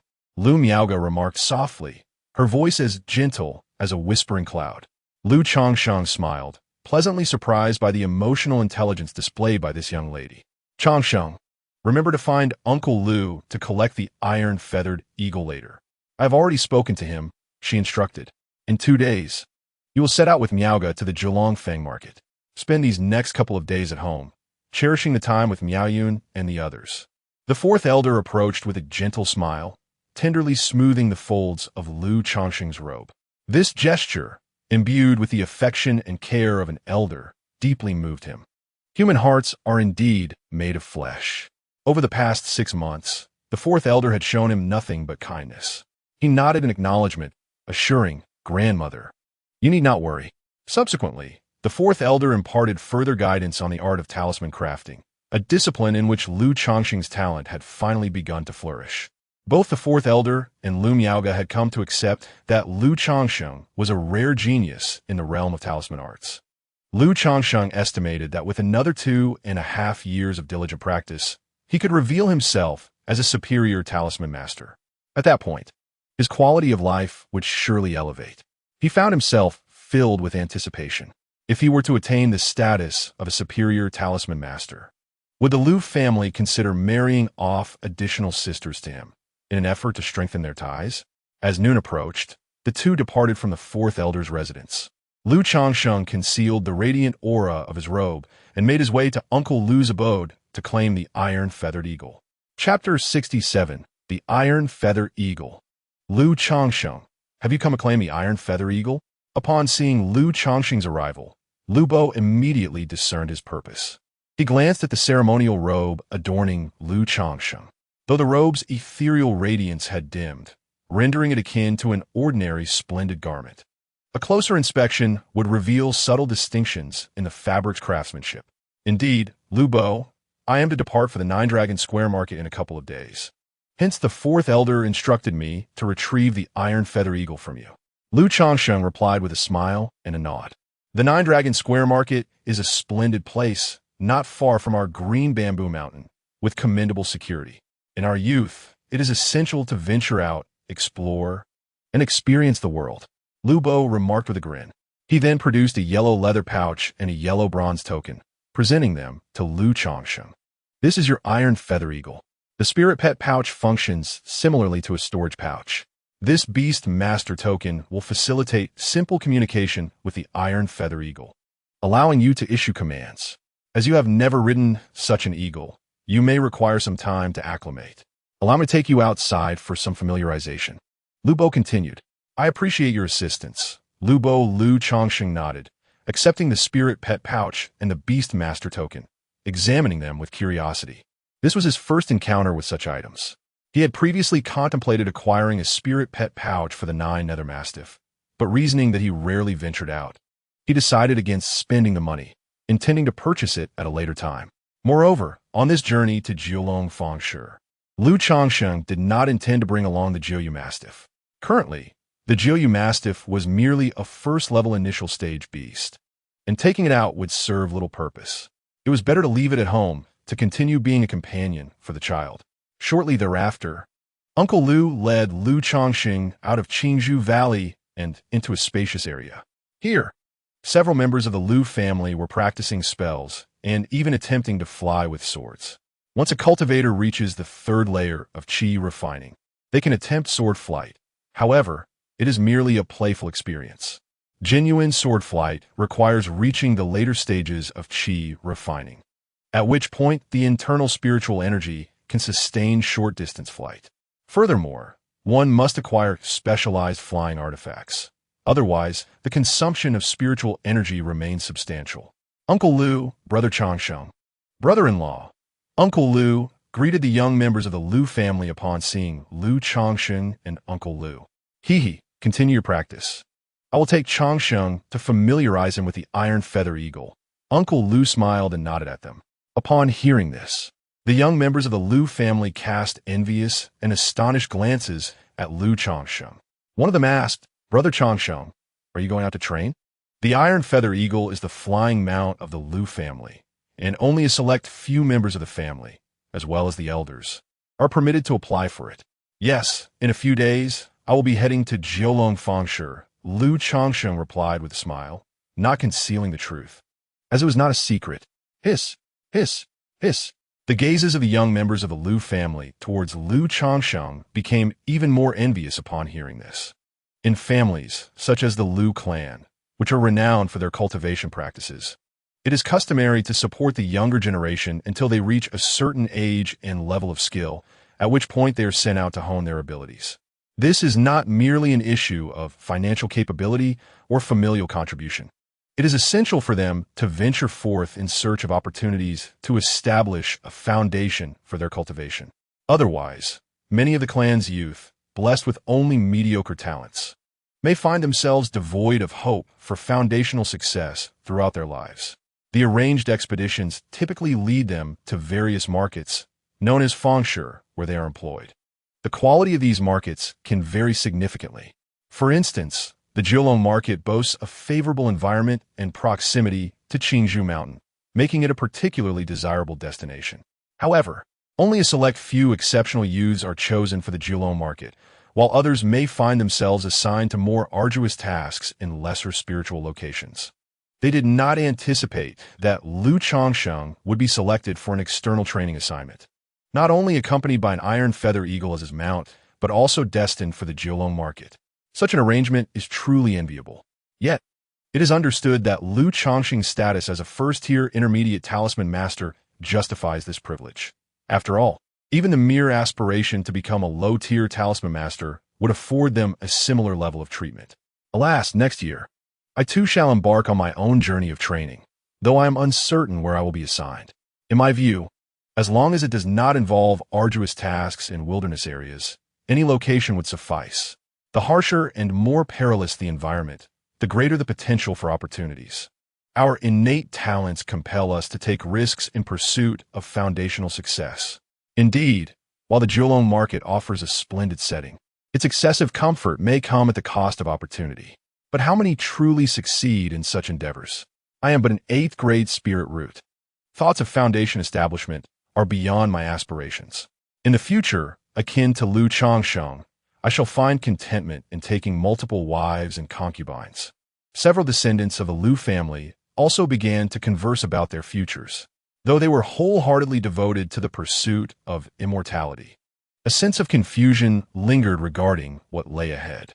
Lu Bo led Lu Changsheng to a secluded area, saying, Lu Changsheng, take a moment to acclimate here.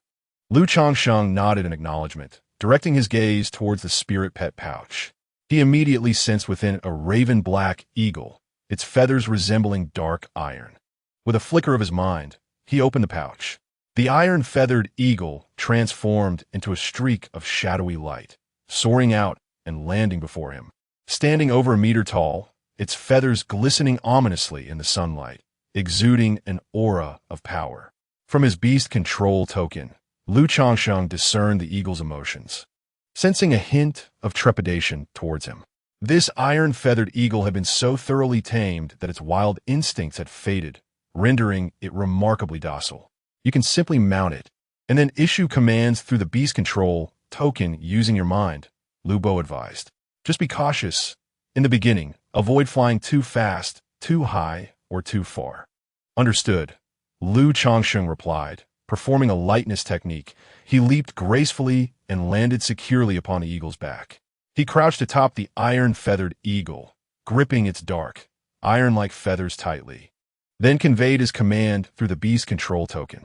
Take off. Instantly, the iron-feathered eagle flapped its wings with a powerful whoosh, ascending rapidly into the sky. The gale roared around Changsheng, momentarily blinding him as he braved the exhilarating rush of the flight. In the next moment, the robe he wore activated a wind transformation array, emanating a gentle luminescence that dispelled the surrounding tempest, transforming it into a gentle breeze. Several disciples of the Lu family, hearing the commotion, turned their gazes toward this scene. They beheld Changsheng seated atop the iron feather eagle, their eyes filled with envy. After all, this was a flying mount for low-tier cultivators. Possessing such a creature not only facilitated travel, but also exuded an air of prestige. Is this the sensation of flight? Changsheng gripped the iron feather eagle tightly, a blend of trepidation and exhilaration coursing through him. This experience was entirely different from flying in an airplane in his previous life. He refrained from allowing the iron feather eagle to soar too high. After all, should he fall, his chi refining level 4 self would be ill-equipped to withstand the impact. There was a reason the Lu family employed the iron feather eagle as a flying mount. It flew with remarkable stability. Coupled with the robe's wind transformation effect, Changsheng felt an unparalleled sense of steadiness. After a while of riding, he gradually acclimated, releasing his grip and settling comfortably in a meditative posture upon the eagle's back, allowing it to carry him through the skies. After circling several times, Changsheng commanded the iron feather eagle to descend. After all, Lu Bo was still waiting below. Chapter 68. The second outing. Changsheng, you are adapting quite swiftly. Some individuals who are somewhat acrophobic require several days to acclimate to their inaugural flight. Lu Bo observed Changsheng's descent and chuckled warmly. Lu Bo, do you think this iron feather eagle can carry 2 people? Changsheng inquired, sensing that it should be capable, but seeking confirmation nonetheless. After all, he planned to take Shaoqing to the market in a few months. This iron feather eagle is a beast of the initial stage, and it can indeed carry not just 2, but even 3 individuals. However, with more passengers, its speed and endurance will inevitably diminish, especially over long distances, Lu Bo explained. He added, remember to take good care of this iron feather eagle. Feed it twice a day with ordinary raw meat, approximately 30 pounds per meal. Here is a bottle of spirit-feeding pills. If you find yourself pressed for time while traveling, you may administer 1 pill instead. Well, I shall take my leave now. You may continue to practice here and further acclimate yourself. The journey from our Qingzhou mountain to Jiulong market will take the iron feather eagle 2 full days of vigorous flight. As Lu Bo spoke, he presented a porcelain vial. Thank you, Lu Bo. I will continue to familiarize myself, Changsheng replied, nodding as he accepted the spirit-feeding pills. Once Lu Bo departed, he leapt onto the back of the iron feather eagle to further hone his flying skills. His first flight filled him with a delightful sense of novelty and amusement. After an hour, Changsheng had nearly acclimated to the iron feather eagle's flight. Standing atop the back of the iron-feathered eagle, with his hands elegantly positioned behind him, the fierce winds transformed into a gentle breeze, causing his hair and robe to dance gracefully, bestowing upon him an air of nonchalance. Changsheng sensed that it was time to descend, allowing the eagle to land before gracefully stepping off its back. He mused that a white crane would have been a more splendid sight. Gazing at the iron-feathered eagle before him, he contemplated how, with his own demeanor and grace, a celestial crane would appear even more befitting. Nevertheless, possessing a flying steed was a commendable achievement. What more could one desire? Utility is paramount. Aesthetic appeal is pursued only under certain conditions. As he stowed the iron-feathered eagle in his spirit pet pouch, Lu Changsheng recalled the Qingyan sword bestowed upon him by the fourth elder. He attempted to wield and play with it, yet without a target to strike. He could not fully appreciate the sword's sharpness.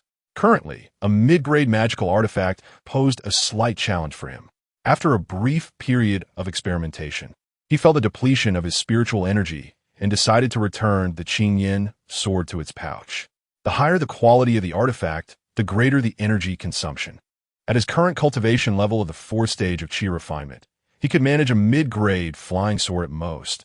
A superior-grade flying sword would utterly overwhelm him. Not wishing to further test its limits, Lu Changsheng returned the Qingyan sword to his storage bag and began his journey home, contemplating that once he arrived at Jiulong Square, he would sell the flying sword and flying daggers acquired from Yodo Mountain for some much-needed funds. At present, the Qingyan sword was of little use to him. Upon reaching his doorstep, he activated the magical aura of his robe. Although this effect is quite extravagant, Lu Changsheng could not help but acknowledge that the ethereal glow indeed appeared captivating and striking. Naturally, upon returning home, he felt compelled to showcase it to his wives and concubines. As anticipated, upon witnessing Lu Changsheng's attire, his numerous wives and concubines were all aglow with admiration, their eyes sparkling with delight, which further gratified Lu Changsheng's masculine pride. He found himself contemplating that during his upcoming visit to the Jiulong Fang Market, he could procure a ceremonial robe for each of his wives and children, ensuring they would be well prepared for the changing seasons. However, upon reflecting on the multitude of his wives and offspring, he realized that even if each were to receive just one robe, it would be a financial strain. Thus, he reluctantly set aside this notion for the time being, planning to reconsider it once his fortunes improved and he had sold off his talismans. That night, as his wives and concubines gathered with tender attentiveness, they implored him not to remove his robes. This elicited a silent sigh from Lu Changsheng, recognizing that both men and women share similar sentiments. Nevertheless, as he was not overly concerned about the fate of the ceremonial robes, especially with his imminent journey to the Jiulong Fang Market, he indulged their playful requests, spending time in joyous revelry with them. 2 days later, he declared, "All right, I must take my leave. Miaoyun, should any matters arise at home, do not hesitate to send word." Lu Changsheng rubbed his slightly sore waist as he bid farewell to his wives and concubines. "Do not worry, my husband. I will manage the household affairs diligently," Lu Miaoyun replied, embracing him reluctantly and speaking softly. "Wishing you a safe journey, my husband. While you are away, please take good care of yourself." "My lord, why not allow me to accompany you? It would be nice to have someone to care for you," said the concubines, expressing their reluctance. After years of companionship and bearing several children, their affection for Lu Changsheng was profound. After all, despite taking multiple wives and enjoying fatherhood, he was undeniably a good man, treating his wives and children with utmost kindness. In this world, marrying multiple wives was quite customary, and with only a handful of spouses, it hardly seemed excessive. All right. I won't be gone for long. I will return whenever I have the chance. So cheer up," Lu Changsheng reassured his family before heading to the hall. Inside the hall, he saw Lu Miaoge, dressed in a flowing white robe that shimmered like snow, her hair cascading like a waterfall over her shoulders, exuding an ethereal grace as she sipped tea while waiting. "Sister Miaoge, let us depart," he said. Lu Miaoge nodded and stood to walk side by side with Lu Changsheng as they exited. The sight of them together, the husband and the eldest daughter, seemed to radiate an aura of compatibility, both possessing an otherworldly charm. As Lu Changsheng headed to the market with the eldest daughter, some of the concubines felt a twinge of unease. "What are you thinking? My lord is married to Sister Miaoyun. How could he possibly have anything to do with the eldest daughter?" Yet a few concubines, observing the pair walking together like a perfect couple, could not help but feel a sense of crisis. Lu Miaoyun, watching the two from a distance, found herself momentarily lost in thought.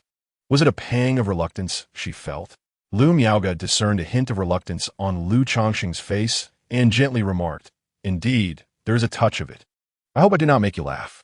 Changsheng nodded in affirmation. Although he could return home every month, he undeniably felt a pang of longing as he prepared to depart. Perhaps this is the essence of home, an enduring tether to one's heart. I mentioned this to my grandaunt, expressing that I lacked the time to manage the talisman shop, which is why I sought your assistance, Lu Miaoga said, her exquisite visage revealing a semblance of regret. That is of no concern. I, too, yearn to explore the world beyond. One cannot remain confined forever. Lu Changsheng replied with a smile. Though he felt a flicker of sorrow at the farewell, it was merely a fleeting melancholy, not an unbearable ache. The aspirations of a great man should flow like the Yangtze River rushing toward the sea. How could he dwell in the tender comforts of his immediate surroundings? His journey to Zhilongfang City was not solely about managing the talisman shop. He had other matters to attend to as well. There was no need to elaborate on the matter of celestial maidens taking concubines. The mastery of the 100 refinements body technique was imperative. Otherwise, if he endured a few more days of this existence, his body would surely falter. Additionally, Lu Changsheng deemed it essential to acquire a tome on the art of domestic affairs and dual cultivation secrets, not merely for the sake of enhancing his cultivation, but at the very least to study and bolster his combat prowess, thereby mitigating his losses. The talisman shop is not overly demanding. Should you feel homesick, you are welcome to return often. Moreover, I shall be residing in Zhilongfang City for the foreseeable future, so feel free to return whenever you have matters to address. Lu Miaoga said, her demeanor as serene as flowing water. All right, from now on, I will rely on Sister Miaoga. Lu Changsheng nodded, saying nothing more.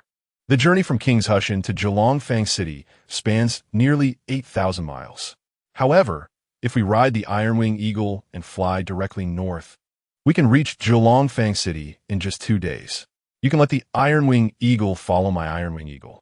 As they stepped out of Changsheng, Lu Miaoga released an Ironwing Eagle from her spirit pet pouch, her voice tender. This Ironwing Eagle was likely a flying mount uniformly purchased or raised by the Lu family. Very well. Lu Changsheng nodded and also released the Ironwing Eagle from his spirit pet pouch, mounting it. Soon, the 2 Ironwing Eagles flapped their wings and swiftly ascended into the sky, causing the expansive forests and peaks of Changsheng to gradually diminish in size. The 2 Ironwing Eagles then soared towards Zhilongfang City. Today's announcement, at 12 o'clock noon, this book will officially be launched. Since it is being launched, it is only fitting to write a few words about it. First and foremost, I extend my heartfelt gratitude to all the esteemed readers for their continued support of this book. As a novice embarking on my first literary venture, to achieve such results has truly taken me by surprise and filled me with joy. When I initially began writing this book, it was after reading the renowned work Eternally Young in the Immortal Realm by the master of fast food literature, which I found immensely captivating. I believed that Li Ergu would make an excellent protagonist, and feeling a sense of regret regarding the storyline involving the young lady, I decided to use Li Ergu as the main character to craft this tale. As the year draws to a close and the factory remains idle, I return home early to celebrate the new year. With a sense of boredom enveloping me, I approached writing with a playful mindset. However, as the time to publish draws near, my demeanor has shifted from carefree to somewhat apprehensive. I find myself lacking confidence in my subsequent work, feeling rather unsteady. Perhaps the monotony of daily tasks has dulled my emotions, rendering me uninspired. Consequently, my writing lacks depth and fervor, unfolding in a rather mundane manner, devoid of any pretentious flair. Moreover, I am faced with the challenge of having no backlog of material, and my writing pace is sluggish, which adds to my anxiety. To be honest, it may be hard for others to believe, but I commenced this book in January, diligently penning a few thousand words each day. However, considering the familial visits during the New Year festivities, I refrained from publishing until February, by which time I had amassed 80,000 words. Yet now, I find myself with only a few chapters left from last week as stockpile. My slow writing speed, merely 1,000 words per hour with 2 fingers, coupled with my tendency to get caught up in indecision for hours, contributes to my predicament. Initially, I was excited to share my work, Yet the meager collection of daily bookmarks and the absence of comments deflated my spirits. I spent an entire week without writing. Had it not been for my existing manuscripts, I might have given up entirely. The weight of such feelings is truly exhausting. Eventually, as I tested the waters with recommendations and saw a glimmer of success, my motivation was rekindled. This newfound progress has prompted a more serious approach, leading me to obsessively review and revise the remaining chapters repeatedly. In the lead-up to the release, I have made numerous revisions to the plot, engaging in several rounds of adjustments, which has regrettably delayed my writing and resulted in the abandonment of much material. It can be said that writing novels is a delicate endeavor, where ambition often exceeds ability, and one must be wary of the perils of perfectionism. Now, let us turn our attention to matters post-release.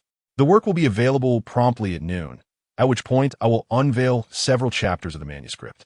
Upon review, I find that the total word count stands at 12,000, thereby adhering to the guideline of 5 updates upon release. With the additional content I will compose today, reaching 15,000 words should pose no challenge.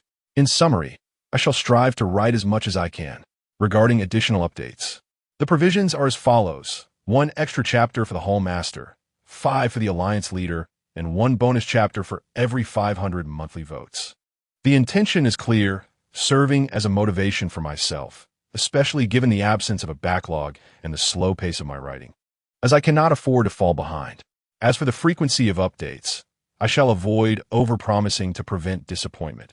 A minimum of 5,000 words is assured, and should the first day's performance be favorable, I will endeavor to increase it to 7,000, pushing myself to avoid complacency.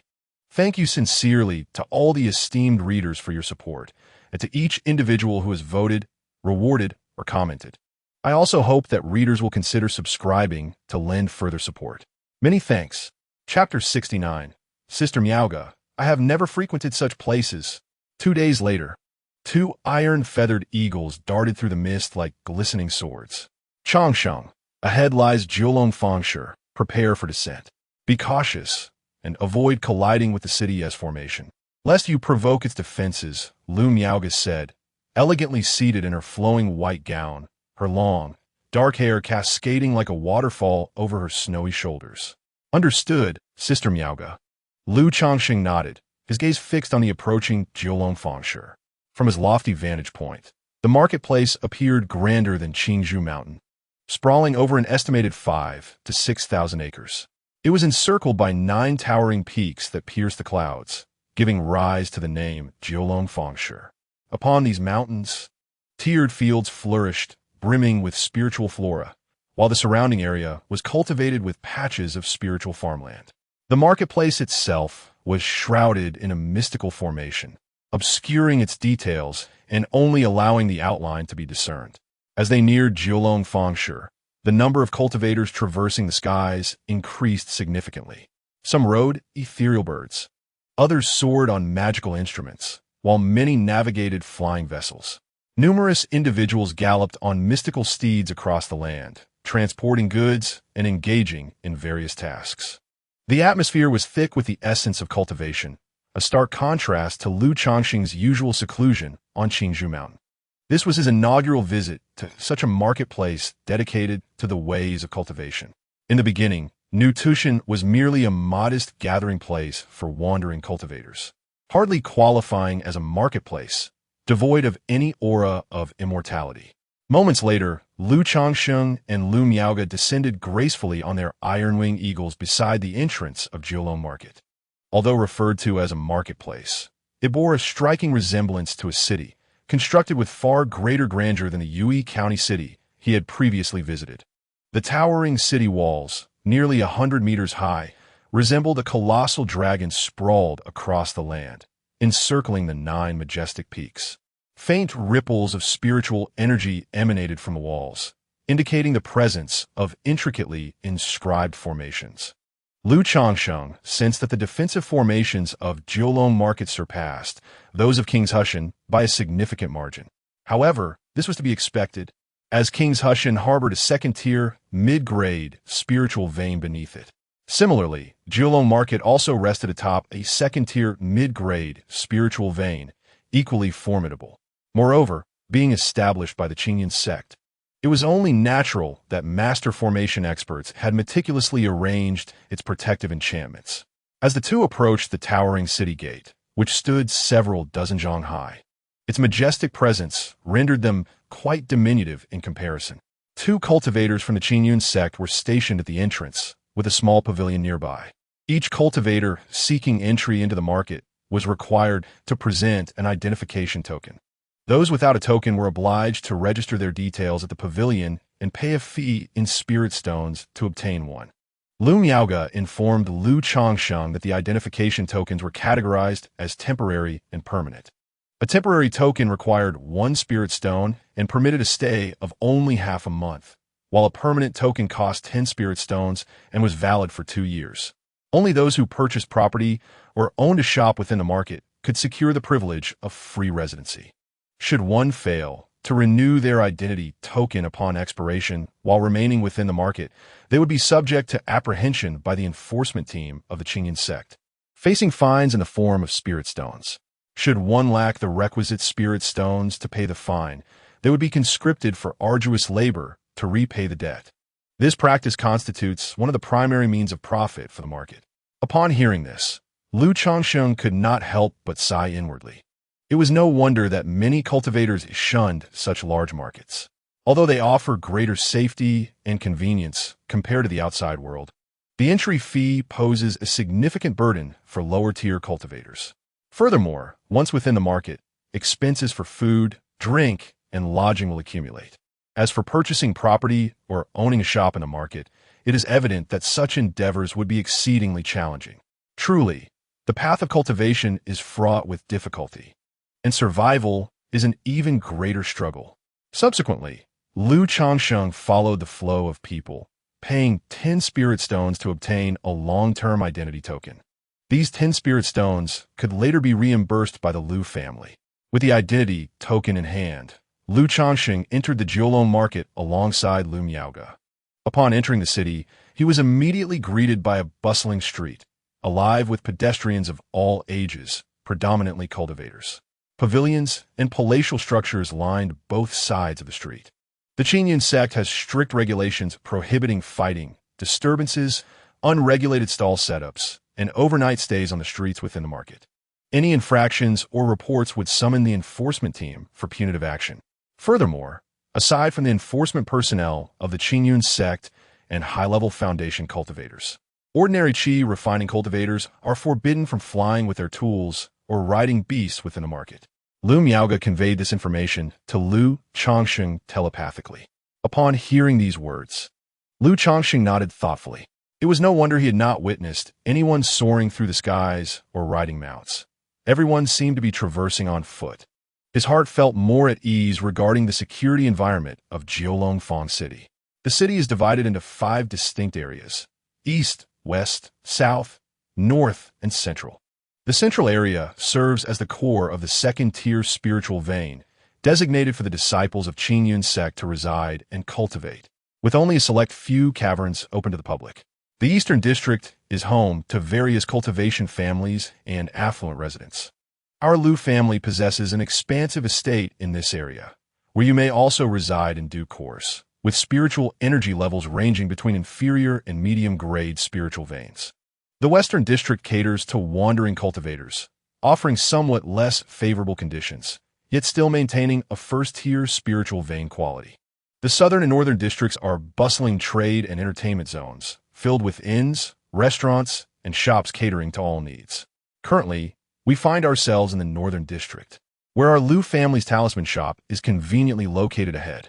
Lu Miaoge led Lu Changsheng through the city, continuously providing him with insights about Jiulongfang City.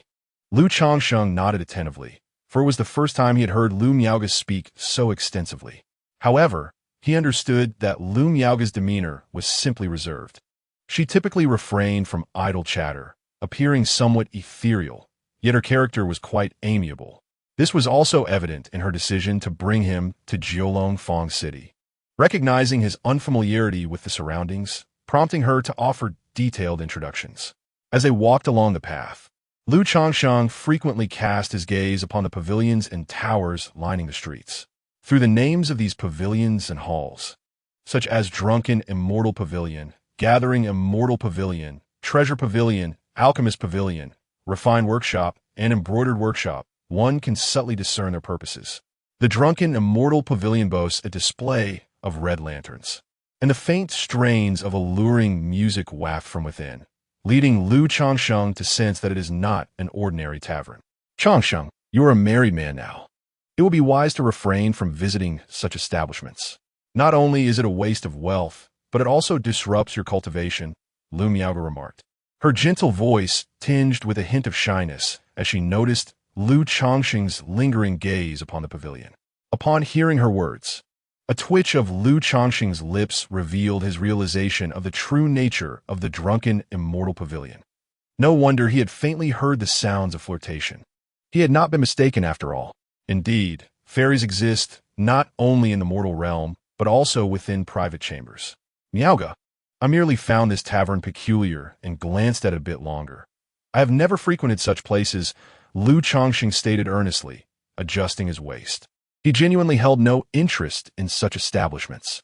After all, he was a man with multiple wives and concubines. Why would he need to seek out such venues? Even if he contemplated taking a fairy as a concubine to bear his offspring, he would never dream of attempting to persuade a celestial maiden to abandon her ways. That would be sheer folly.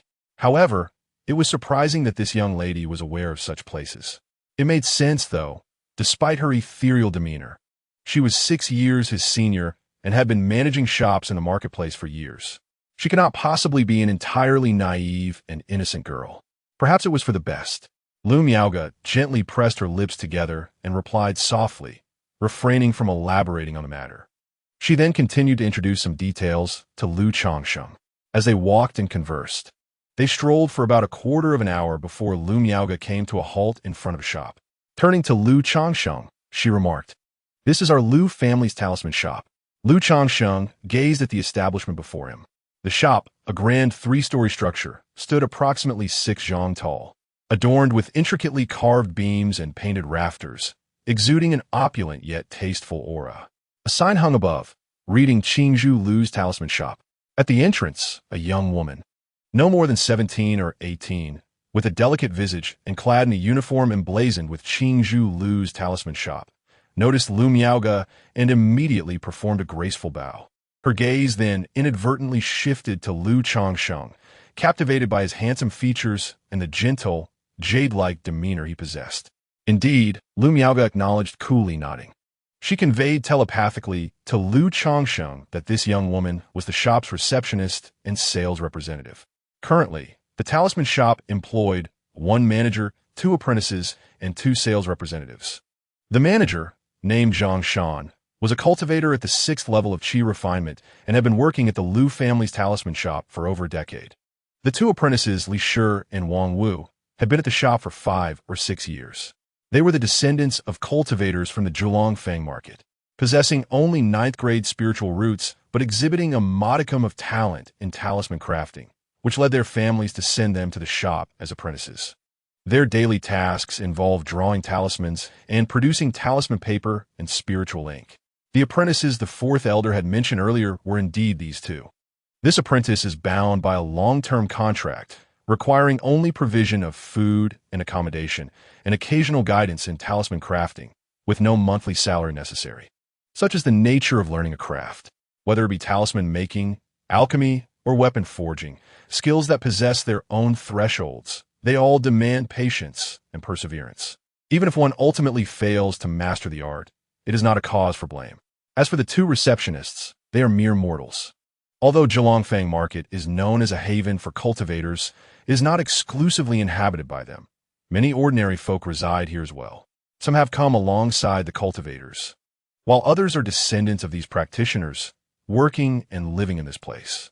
While life in a market is undoubtedly challenging, securing employment can ensure survival, even for commoners, who might save a few spirit stones in the process. After all, in the mundane world, one earns gold and silver, but within Zhulongfang Market, the currency is spirit stones. Lu, please come in. I have matters to discuss with you. Lu Miaoge glanced at the woman before leading Lu Changsheng into the shop. The establishment spans approximately 200 square meters, furnished in a remarkably simple manner, with exquisitely crafted counters lining both sides and the center, displaying an array of talismans. Talisman paper, spiritual ink, talisman brushes, and other related items. Boss! Boss! In the hall, a middle-aged man, gaunt and in his 40s or 50s, along with a young woman in work attire, noticed Lu Miaoge and Lu Changsheng, both bowing respectfully. Uncle Zhang, please summon Li Shi and Wang Wu. I have something to discuss with you all. Lu Miaoge nodded and addressed the emaciated middle-aged man. Indeed. Upon hearing this, Zhang Shan proceeded to the inner chamber. Shortly thereafter, he returned with two young women, both in their 20s, possessing delicate features and clad in the uniforms of the Qingzhou Lu family spirit talisman shop, although they were cultivators. Their skills were modest, only at the second or third level of qi refinement. This is Lu Changsheng, a mid-grade talisman master of the Lu family. As I will no longer have the time to manage the shop, I will entrust its affairs to Changsheng. He is now the secondary owner of the shop. Lu Miaoge proclaimed as she addressed the group. Uncle Zhang, for any matters concerning the shop, please report directly to Changsheng from now on. Li Shi, Wang Wu, should you have any issues, feel free to communicate directly with the secondary owner. Upon confirming that everyone had gathered, Lu Miaoge spoke with a tone that was both cool and decisive, exuding an air of authority that revealed a different facet of her character to Lu Changsheng. In their previous encounters, she had always appeared ethereal and graceful, her demeanor as tranquil as water, never displaying such assertiveness. The five individuals present were taken aback, gazing at Lu Changsheng in astonishment. They had not anticipated that this strikingly handsome young man was, in fact, a mid-grade talisman master, their future employer. Zhang Shan, meet the secondary owner. Li Shi, meet the secondary owner. Wang Wu, meet the secondary owner. Lu, meet the secondary owner. Sun Qi, meet the secondary owner. Without further deliberation, the five bowed in respectful acknowledgement. The astonishment in their eyes transformed into envy, admiration, reverence, and infatuation. A mid-tier talisman master could lead a life of luxury regardless of their location, particularly upon hearing the name Lu Changsheng with the surname Lu. They instinctively assumed he was a scion of the esteemed Qingzhou Lu family, arriving merely to take over the shop and gain experience in life.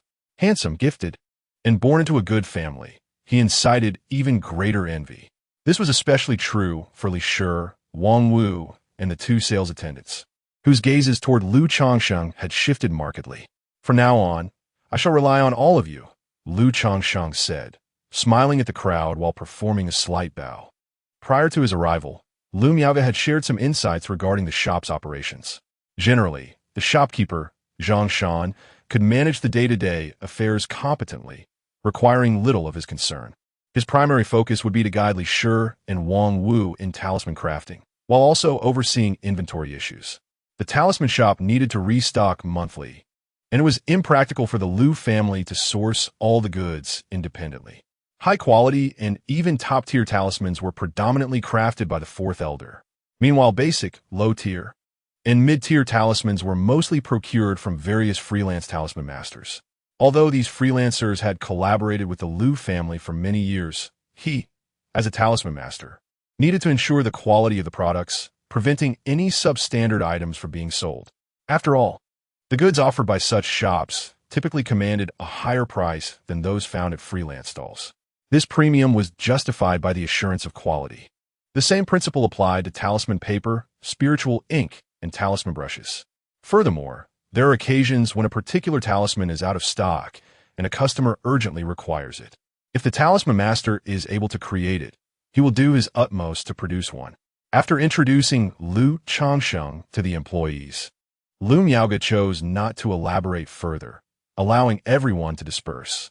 She retrieved a stack of talismans from her storage pouch and handed them to Zhang Shan, all of which were of the first tier, medium, and high-grade quality.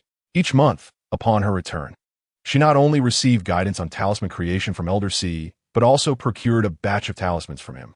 Lu Miaoge informed Lu Changsheng that, in addition to some medium and high-grade talismans, Elder C would also craft 3 first-tier, top-grade talismans each month. These talismans served as the treasure of the spirit talisman shop and were fundamental to its foundation. However, she would not relinquish these 3 exquisite talismans to Changsheng. Instead, she kept them on her person and would only engage in direct trade should someone express interest. Subsequently, she guided Changsheng on a tour of the shop, detailing its layout. The establishment comprised 3 floors. The ground floor featured a sales hall, complemented by a reception area and a small courtyard at the back. The second floor served as the workspace and resting quarters for Li Shi and Wang Wu. The third floor was dedicated to Lu Miaoge, the proprietor, offering a living room, bedroom, lounge, talisman crafting room, and storage area. The third floor was secured with restrictions, accessible only to those holding a token. Thereafter, Lu Miaoge conveyed to Changsheng that she seldom resided there. If Changsheng found it inconvenient and preferred not to stay at the Lu family's estate in the Eastern District, he was welcome to reside there instead. Changsheng, however, expressed indifference, indicating his intention to first stay at the Lu family estate. Having arrived at Zhilongfang Market, he felt it necessary to visit at least once. Before arriving, the 4th elder had informed him that the Nine Dragon Square Market was not solely home to this one talisman shop, but also encompassed other businesses belonging to the Lu family. The 2nd elder of the Lu family, who managed the family's market enterprises, was typically stationed at the Nine Dragon Square Market. Therefore, should he require assistance, he could directly seek out this 2nd elder. Thus, upon his arrival, it was only customary to pay a visit. Such is the nature of family. It is imbued with numerous social intricacies. Sister Miaoge, it is getting late. May I treat you to a meal? In the ensuing hours, I would surely trouble you, and it would be remiss of me not to express my gratitude. After Changsheng and Lu Miaoge had circled the shop and nearly finalized their business, Changsheng spoke up. Very well, a light meal nearby would suffice. Lu Miaoge did not decline, nodding in agreement. Having eaten nothing for the past couple of days, she felt as though her palate had lost its essence. Eagerly anticipating a proper meal today, it would be unthinkable to settle for something trivial. Sister Miaoge, are there any delectable options nearby? Changsheng inquired directly. Let's go to the Jade Banquet Pavilion, then. I have dined there on several occasions, and the flavors are exquisite, Lu Miaoge thoughtfully responded. Then let us proceed. Changsheng nodded. The two descended the stairs, passing by a customer in the shop who was examining talisman brushes, while a staff member was providing an introduction. Although the staff member was an ordinary person, they had undergone training and possessed a comprehensive understanding of the merchandise. Changsheng and Lu Miaoge did not linger, merely exchanging a subtle nod with the shopkeeper, Changsheng, before departing the establishment. Arriving not far away, Lu Miaoge spoke of the Jade Feast Pavilion. End of this chapter, Chapter 70. Even if I must become a concubine for my benefactor, I would gladly do so. The facade of Yushan Pavilion appears rather ordinary, adorned in a modest and unpretentious style, lacking the grandeur of the Lu family's talisman shop. However, the establishment enjoys bustling business, with nearly all the tables occupied even before the mealtime rush. After selecting a spot to sit, Lu Miaoge ordered 2 dishes and 2 servings of spirit rice from the waiter. Changsheng, observing this, couldn't help but chuckle. Sister Miaoge, there is no need to skimp on my behalf. I have managed to save a bit of spirit stones over the years. His circumstances had improved considerably over the past 6 months, allowing him to accumulate a fair amount of spirit stones. Before leaving home, he had counted a total of 306 coins, setting aside 30 for household expenses, while the remainder he carried with him. Therefore, treating Lu Miaoge to a meal would not leave him feeling miserly. 2 dishes are sufficient for us. Any more would be wasteful, Lu Miaoge remarked with a gentle smile. Over the past 6 months, their shared study of talisman crafting under the 4th elder had fostered a deeper familiarity between them. This smile, devoid of the previous distant air, now radiated a more natural warmth. Very well, Changsheng replied, refraining from further commentary. Before long, the waiter placed a basin-sized water lily upon their table. The flower bud unfurled on its own, revealing the 2 dishes and 2 bowls of crystal-clear spirit rice, emanating steam and an enticing aroma. This carp soup is the signature dish here. made from the crimson-blooded carp of the Bihu Mountain Yu family. I order it every time I visit. Do give it a try, Lu Miaoga said, gesturing towards the delectable fish soup that tantalized the senses. Is the blood-red carp from the Yujia family of Baihushan? Could it be that this restaurant is owned by them? Lu Changsheng inquired with a hint of surprise. The Yujia family of Baihushan is a prominent cultivation clan under the auspices of the Qingyun sect, boasting 3 accomplished foundation establishment masters, a level above the Lu family of Kingshushan. The blood-red carp is a local specialty, akin to the Baiuza wine and Yuling rice of Kingshushan. Lu Miaoga softly explained that the owner of this establishment married a daughter of the Yujia family, allowing him to procure a stable supply of blood-red carp each month. Ah, I see. Lu Changsheng nodded, refraining from further inquiries as he savored a spoonful of the carp soup. Instantly, a rich yet delicate flavor cascaded from his mouth to his stomach, then to his mind, leaving a lingering aftertaste. Delicious. Lu Changsheng could not help but exclaim. He believed he had become accustomed to the finest delicacies at the Lu family, yet this carp soup was truly exquisite. The chef here must be a spiritual chef as well? Lu Changsheng queried. Although the blood-red carp is a spiritual fish, only a skilled spiritual chef could achieve such a taste. Indeed, the chef is the proprietor of this establishment, a spiritual chef, Lu Miaoga gently replied. His prices are relatively favorable compared to other places, which ensures a thriving business. She then pointed to another dish, saying, "This is the earthworm meat. Its flavor is quite remarkable as well, and it is considered one of their signature dishes." Lu Changsheng picked up a piece of meat to taste. The skin was crisp, the meat tender, and the juices overflowed, making it delectably smooth and palatable. Unable to resist, he took another piece and nodded in approval, exclaiming, "Delicious." At that moment, he noticed that Lu Miaoga had yet to touch her chopsticks, merely watching him relish the food. He couldn't help but voice, "Sister Miaoga, why aren't you eating? Join me." "Very well," Lu Miaoga replied softly, before gracefully picking up her chopsticks to select a piece of the roasted earthworm meat. Her dining movements were exceedingly elegant, yet she consumed her meal with remarkable speed. By the time Lu Changsheng had taken only a few bites, she had already devoured several pieces. When he had merely finished half a bowl of rice, Lu Miaoga had completed her meal. Lu Changsheng observed this scene with some astonishment, finding it hard to believe that a woman as ethereal and refined as Lu Miaoga could exhibit such voracity while dining. "I tend to eat rather quickly," she admitted, feeling a twinge of embarrassment for her apparent rudeness, a delicate blush suffusing her exquisite features. "It's quite all right. It's merely my slow eating pace." Lu Changsheng smiled warmly, finding the young lady before him suddenly more endearing and approachable. Indeed, how many truly exist in this world who are but distant celestial beings, unapproachable and revered? The disparity between them had rendered the other seemingly unattainable, leading to such a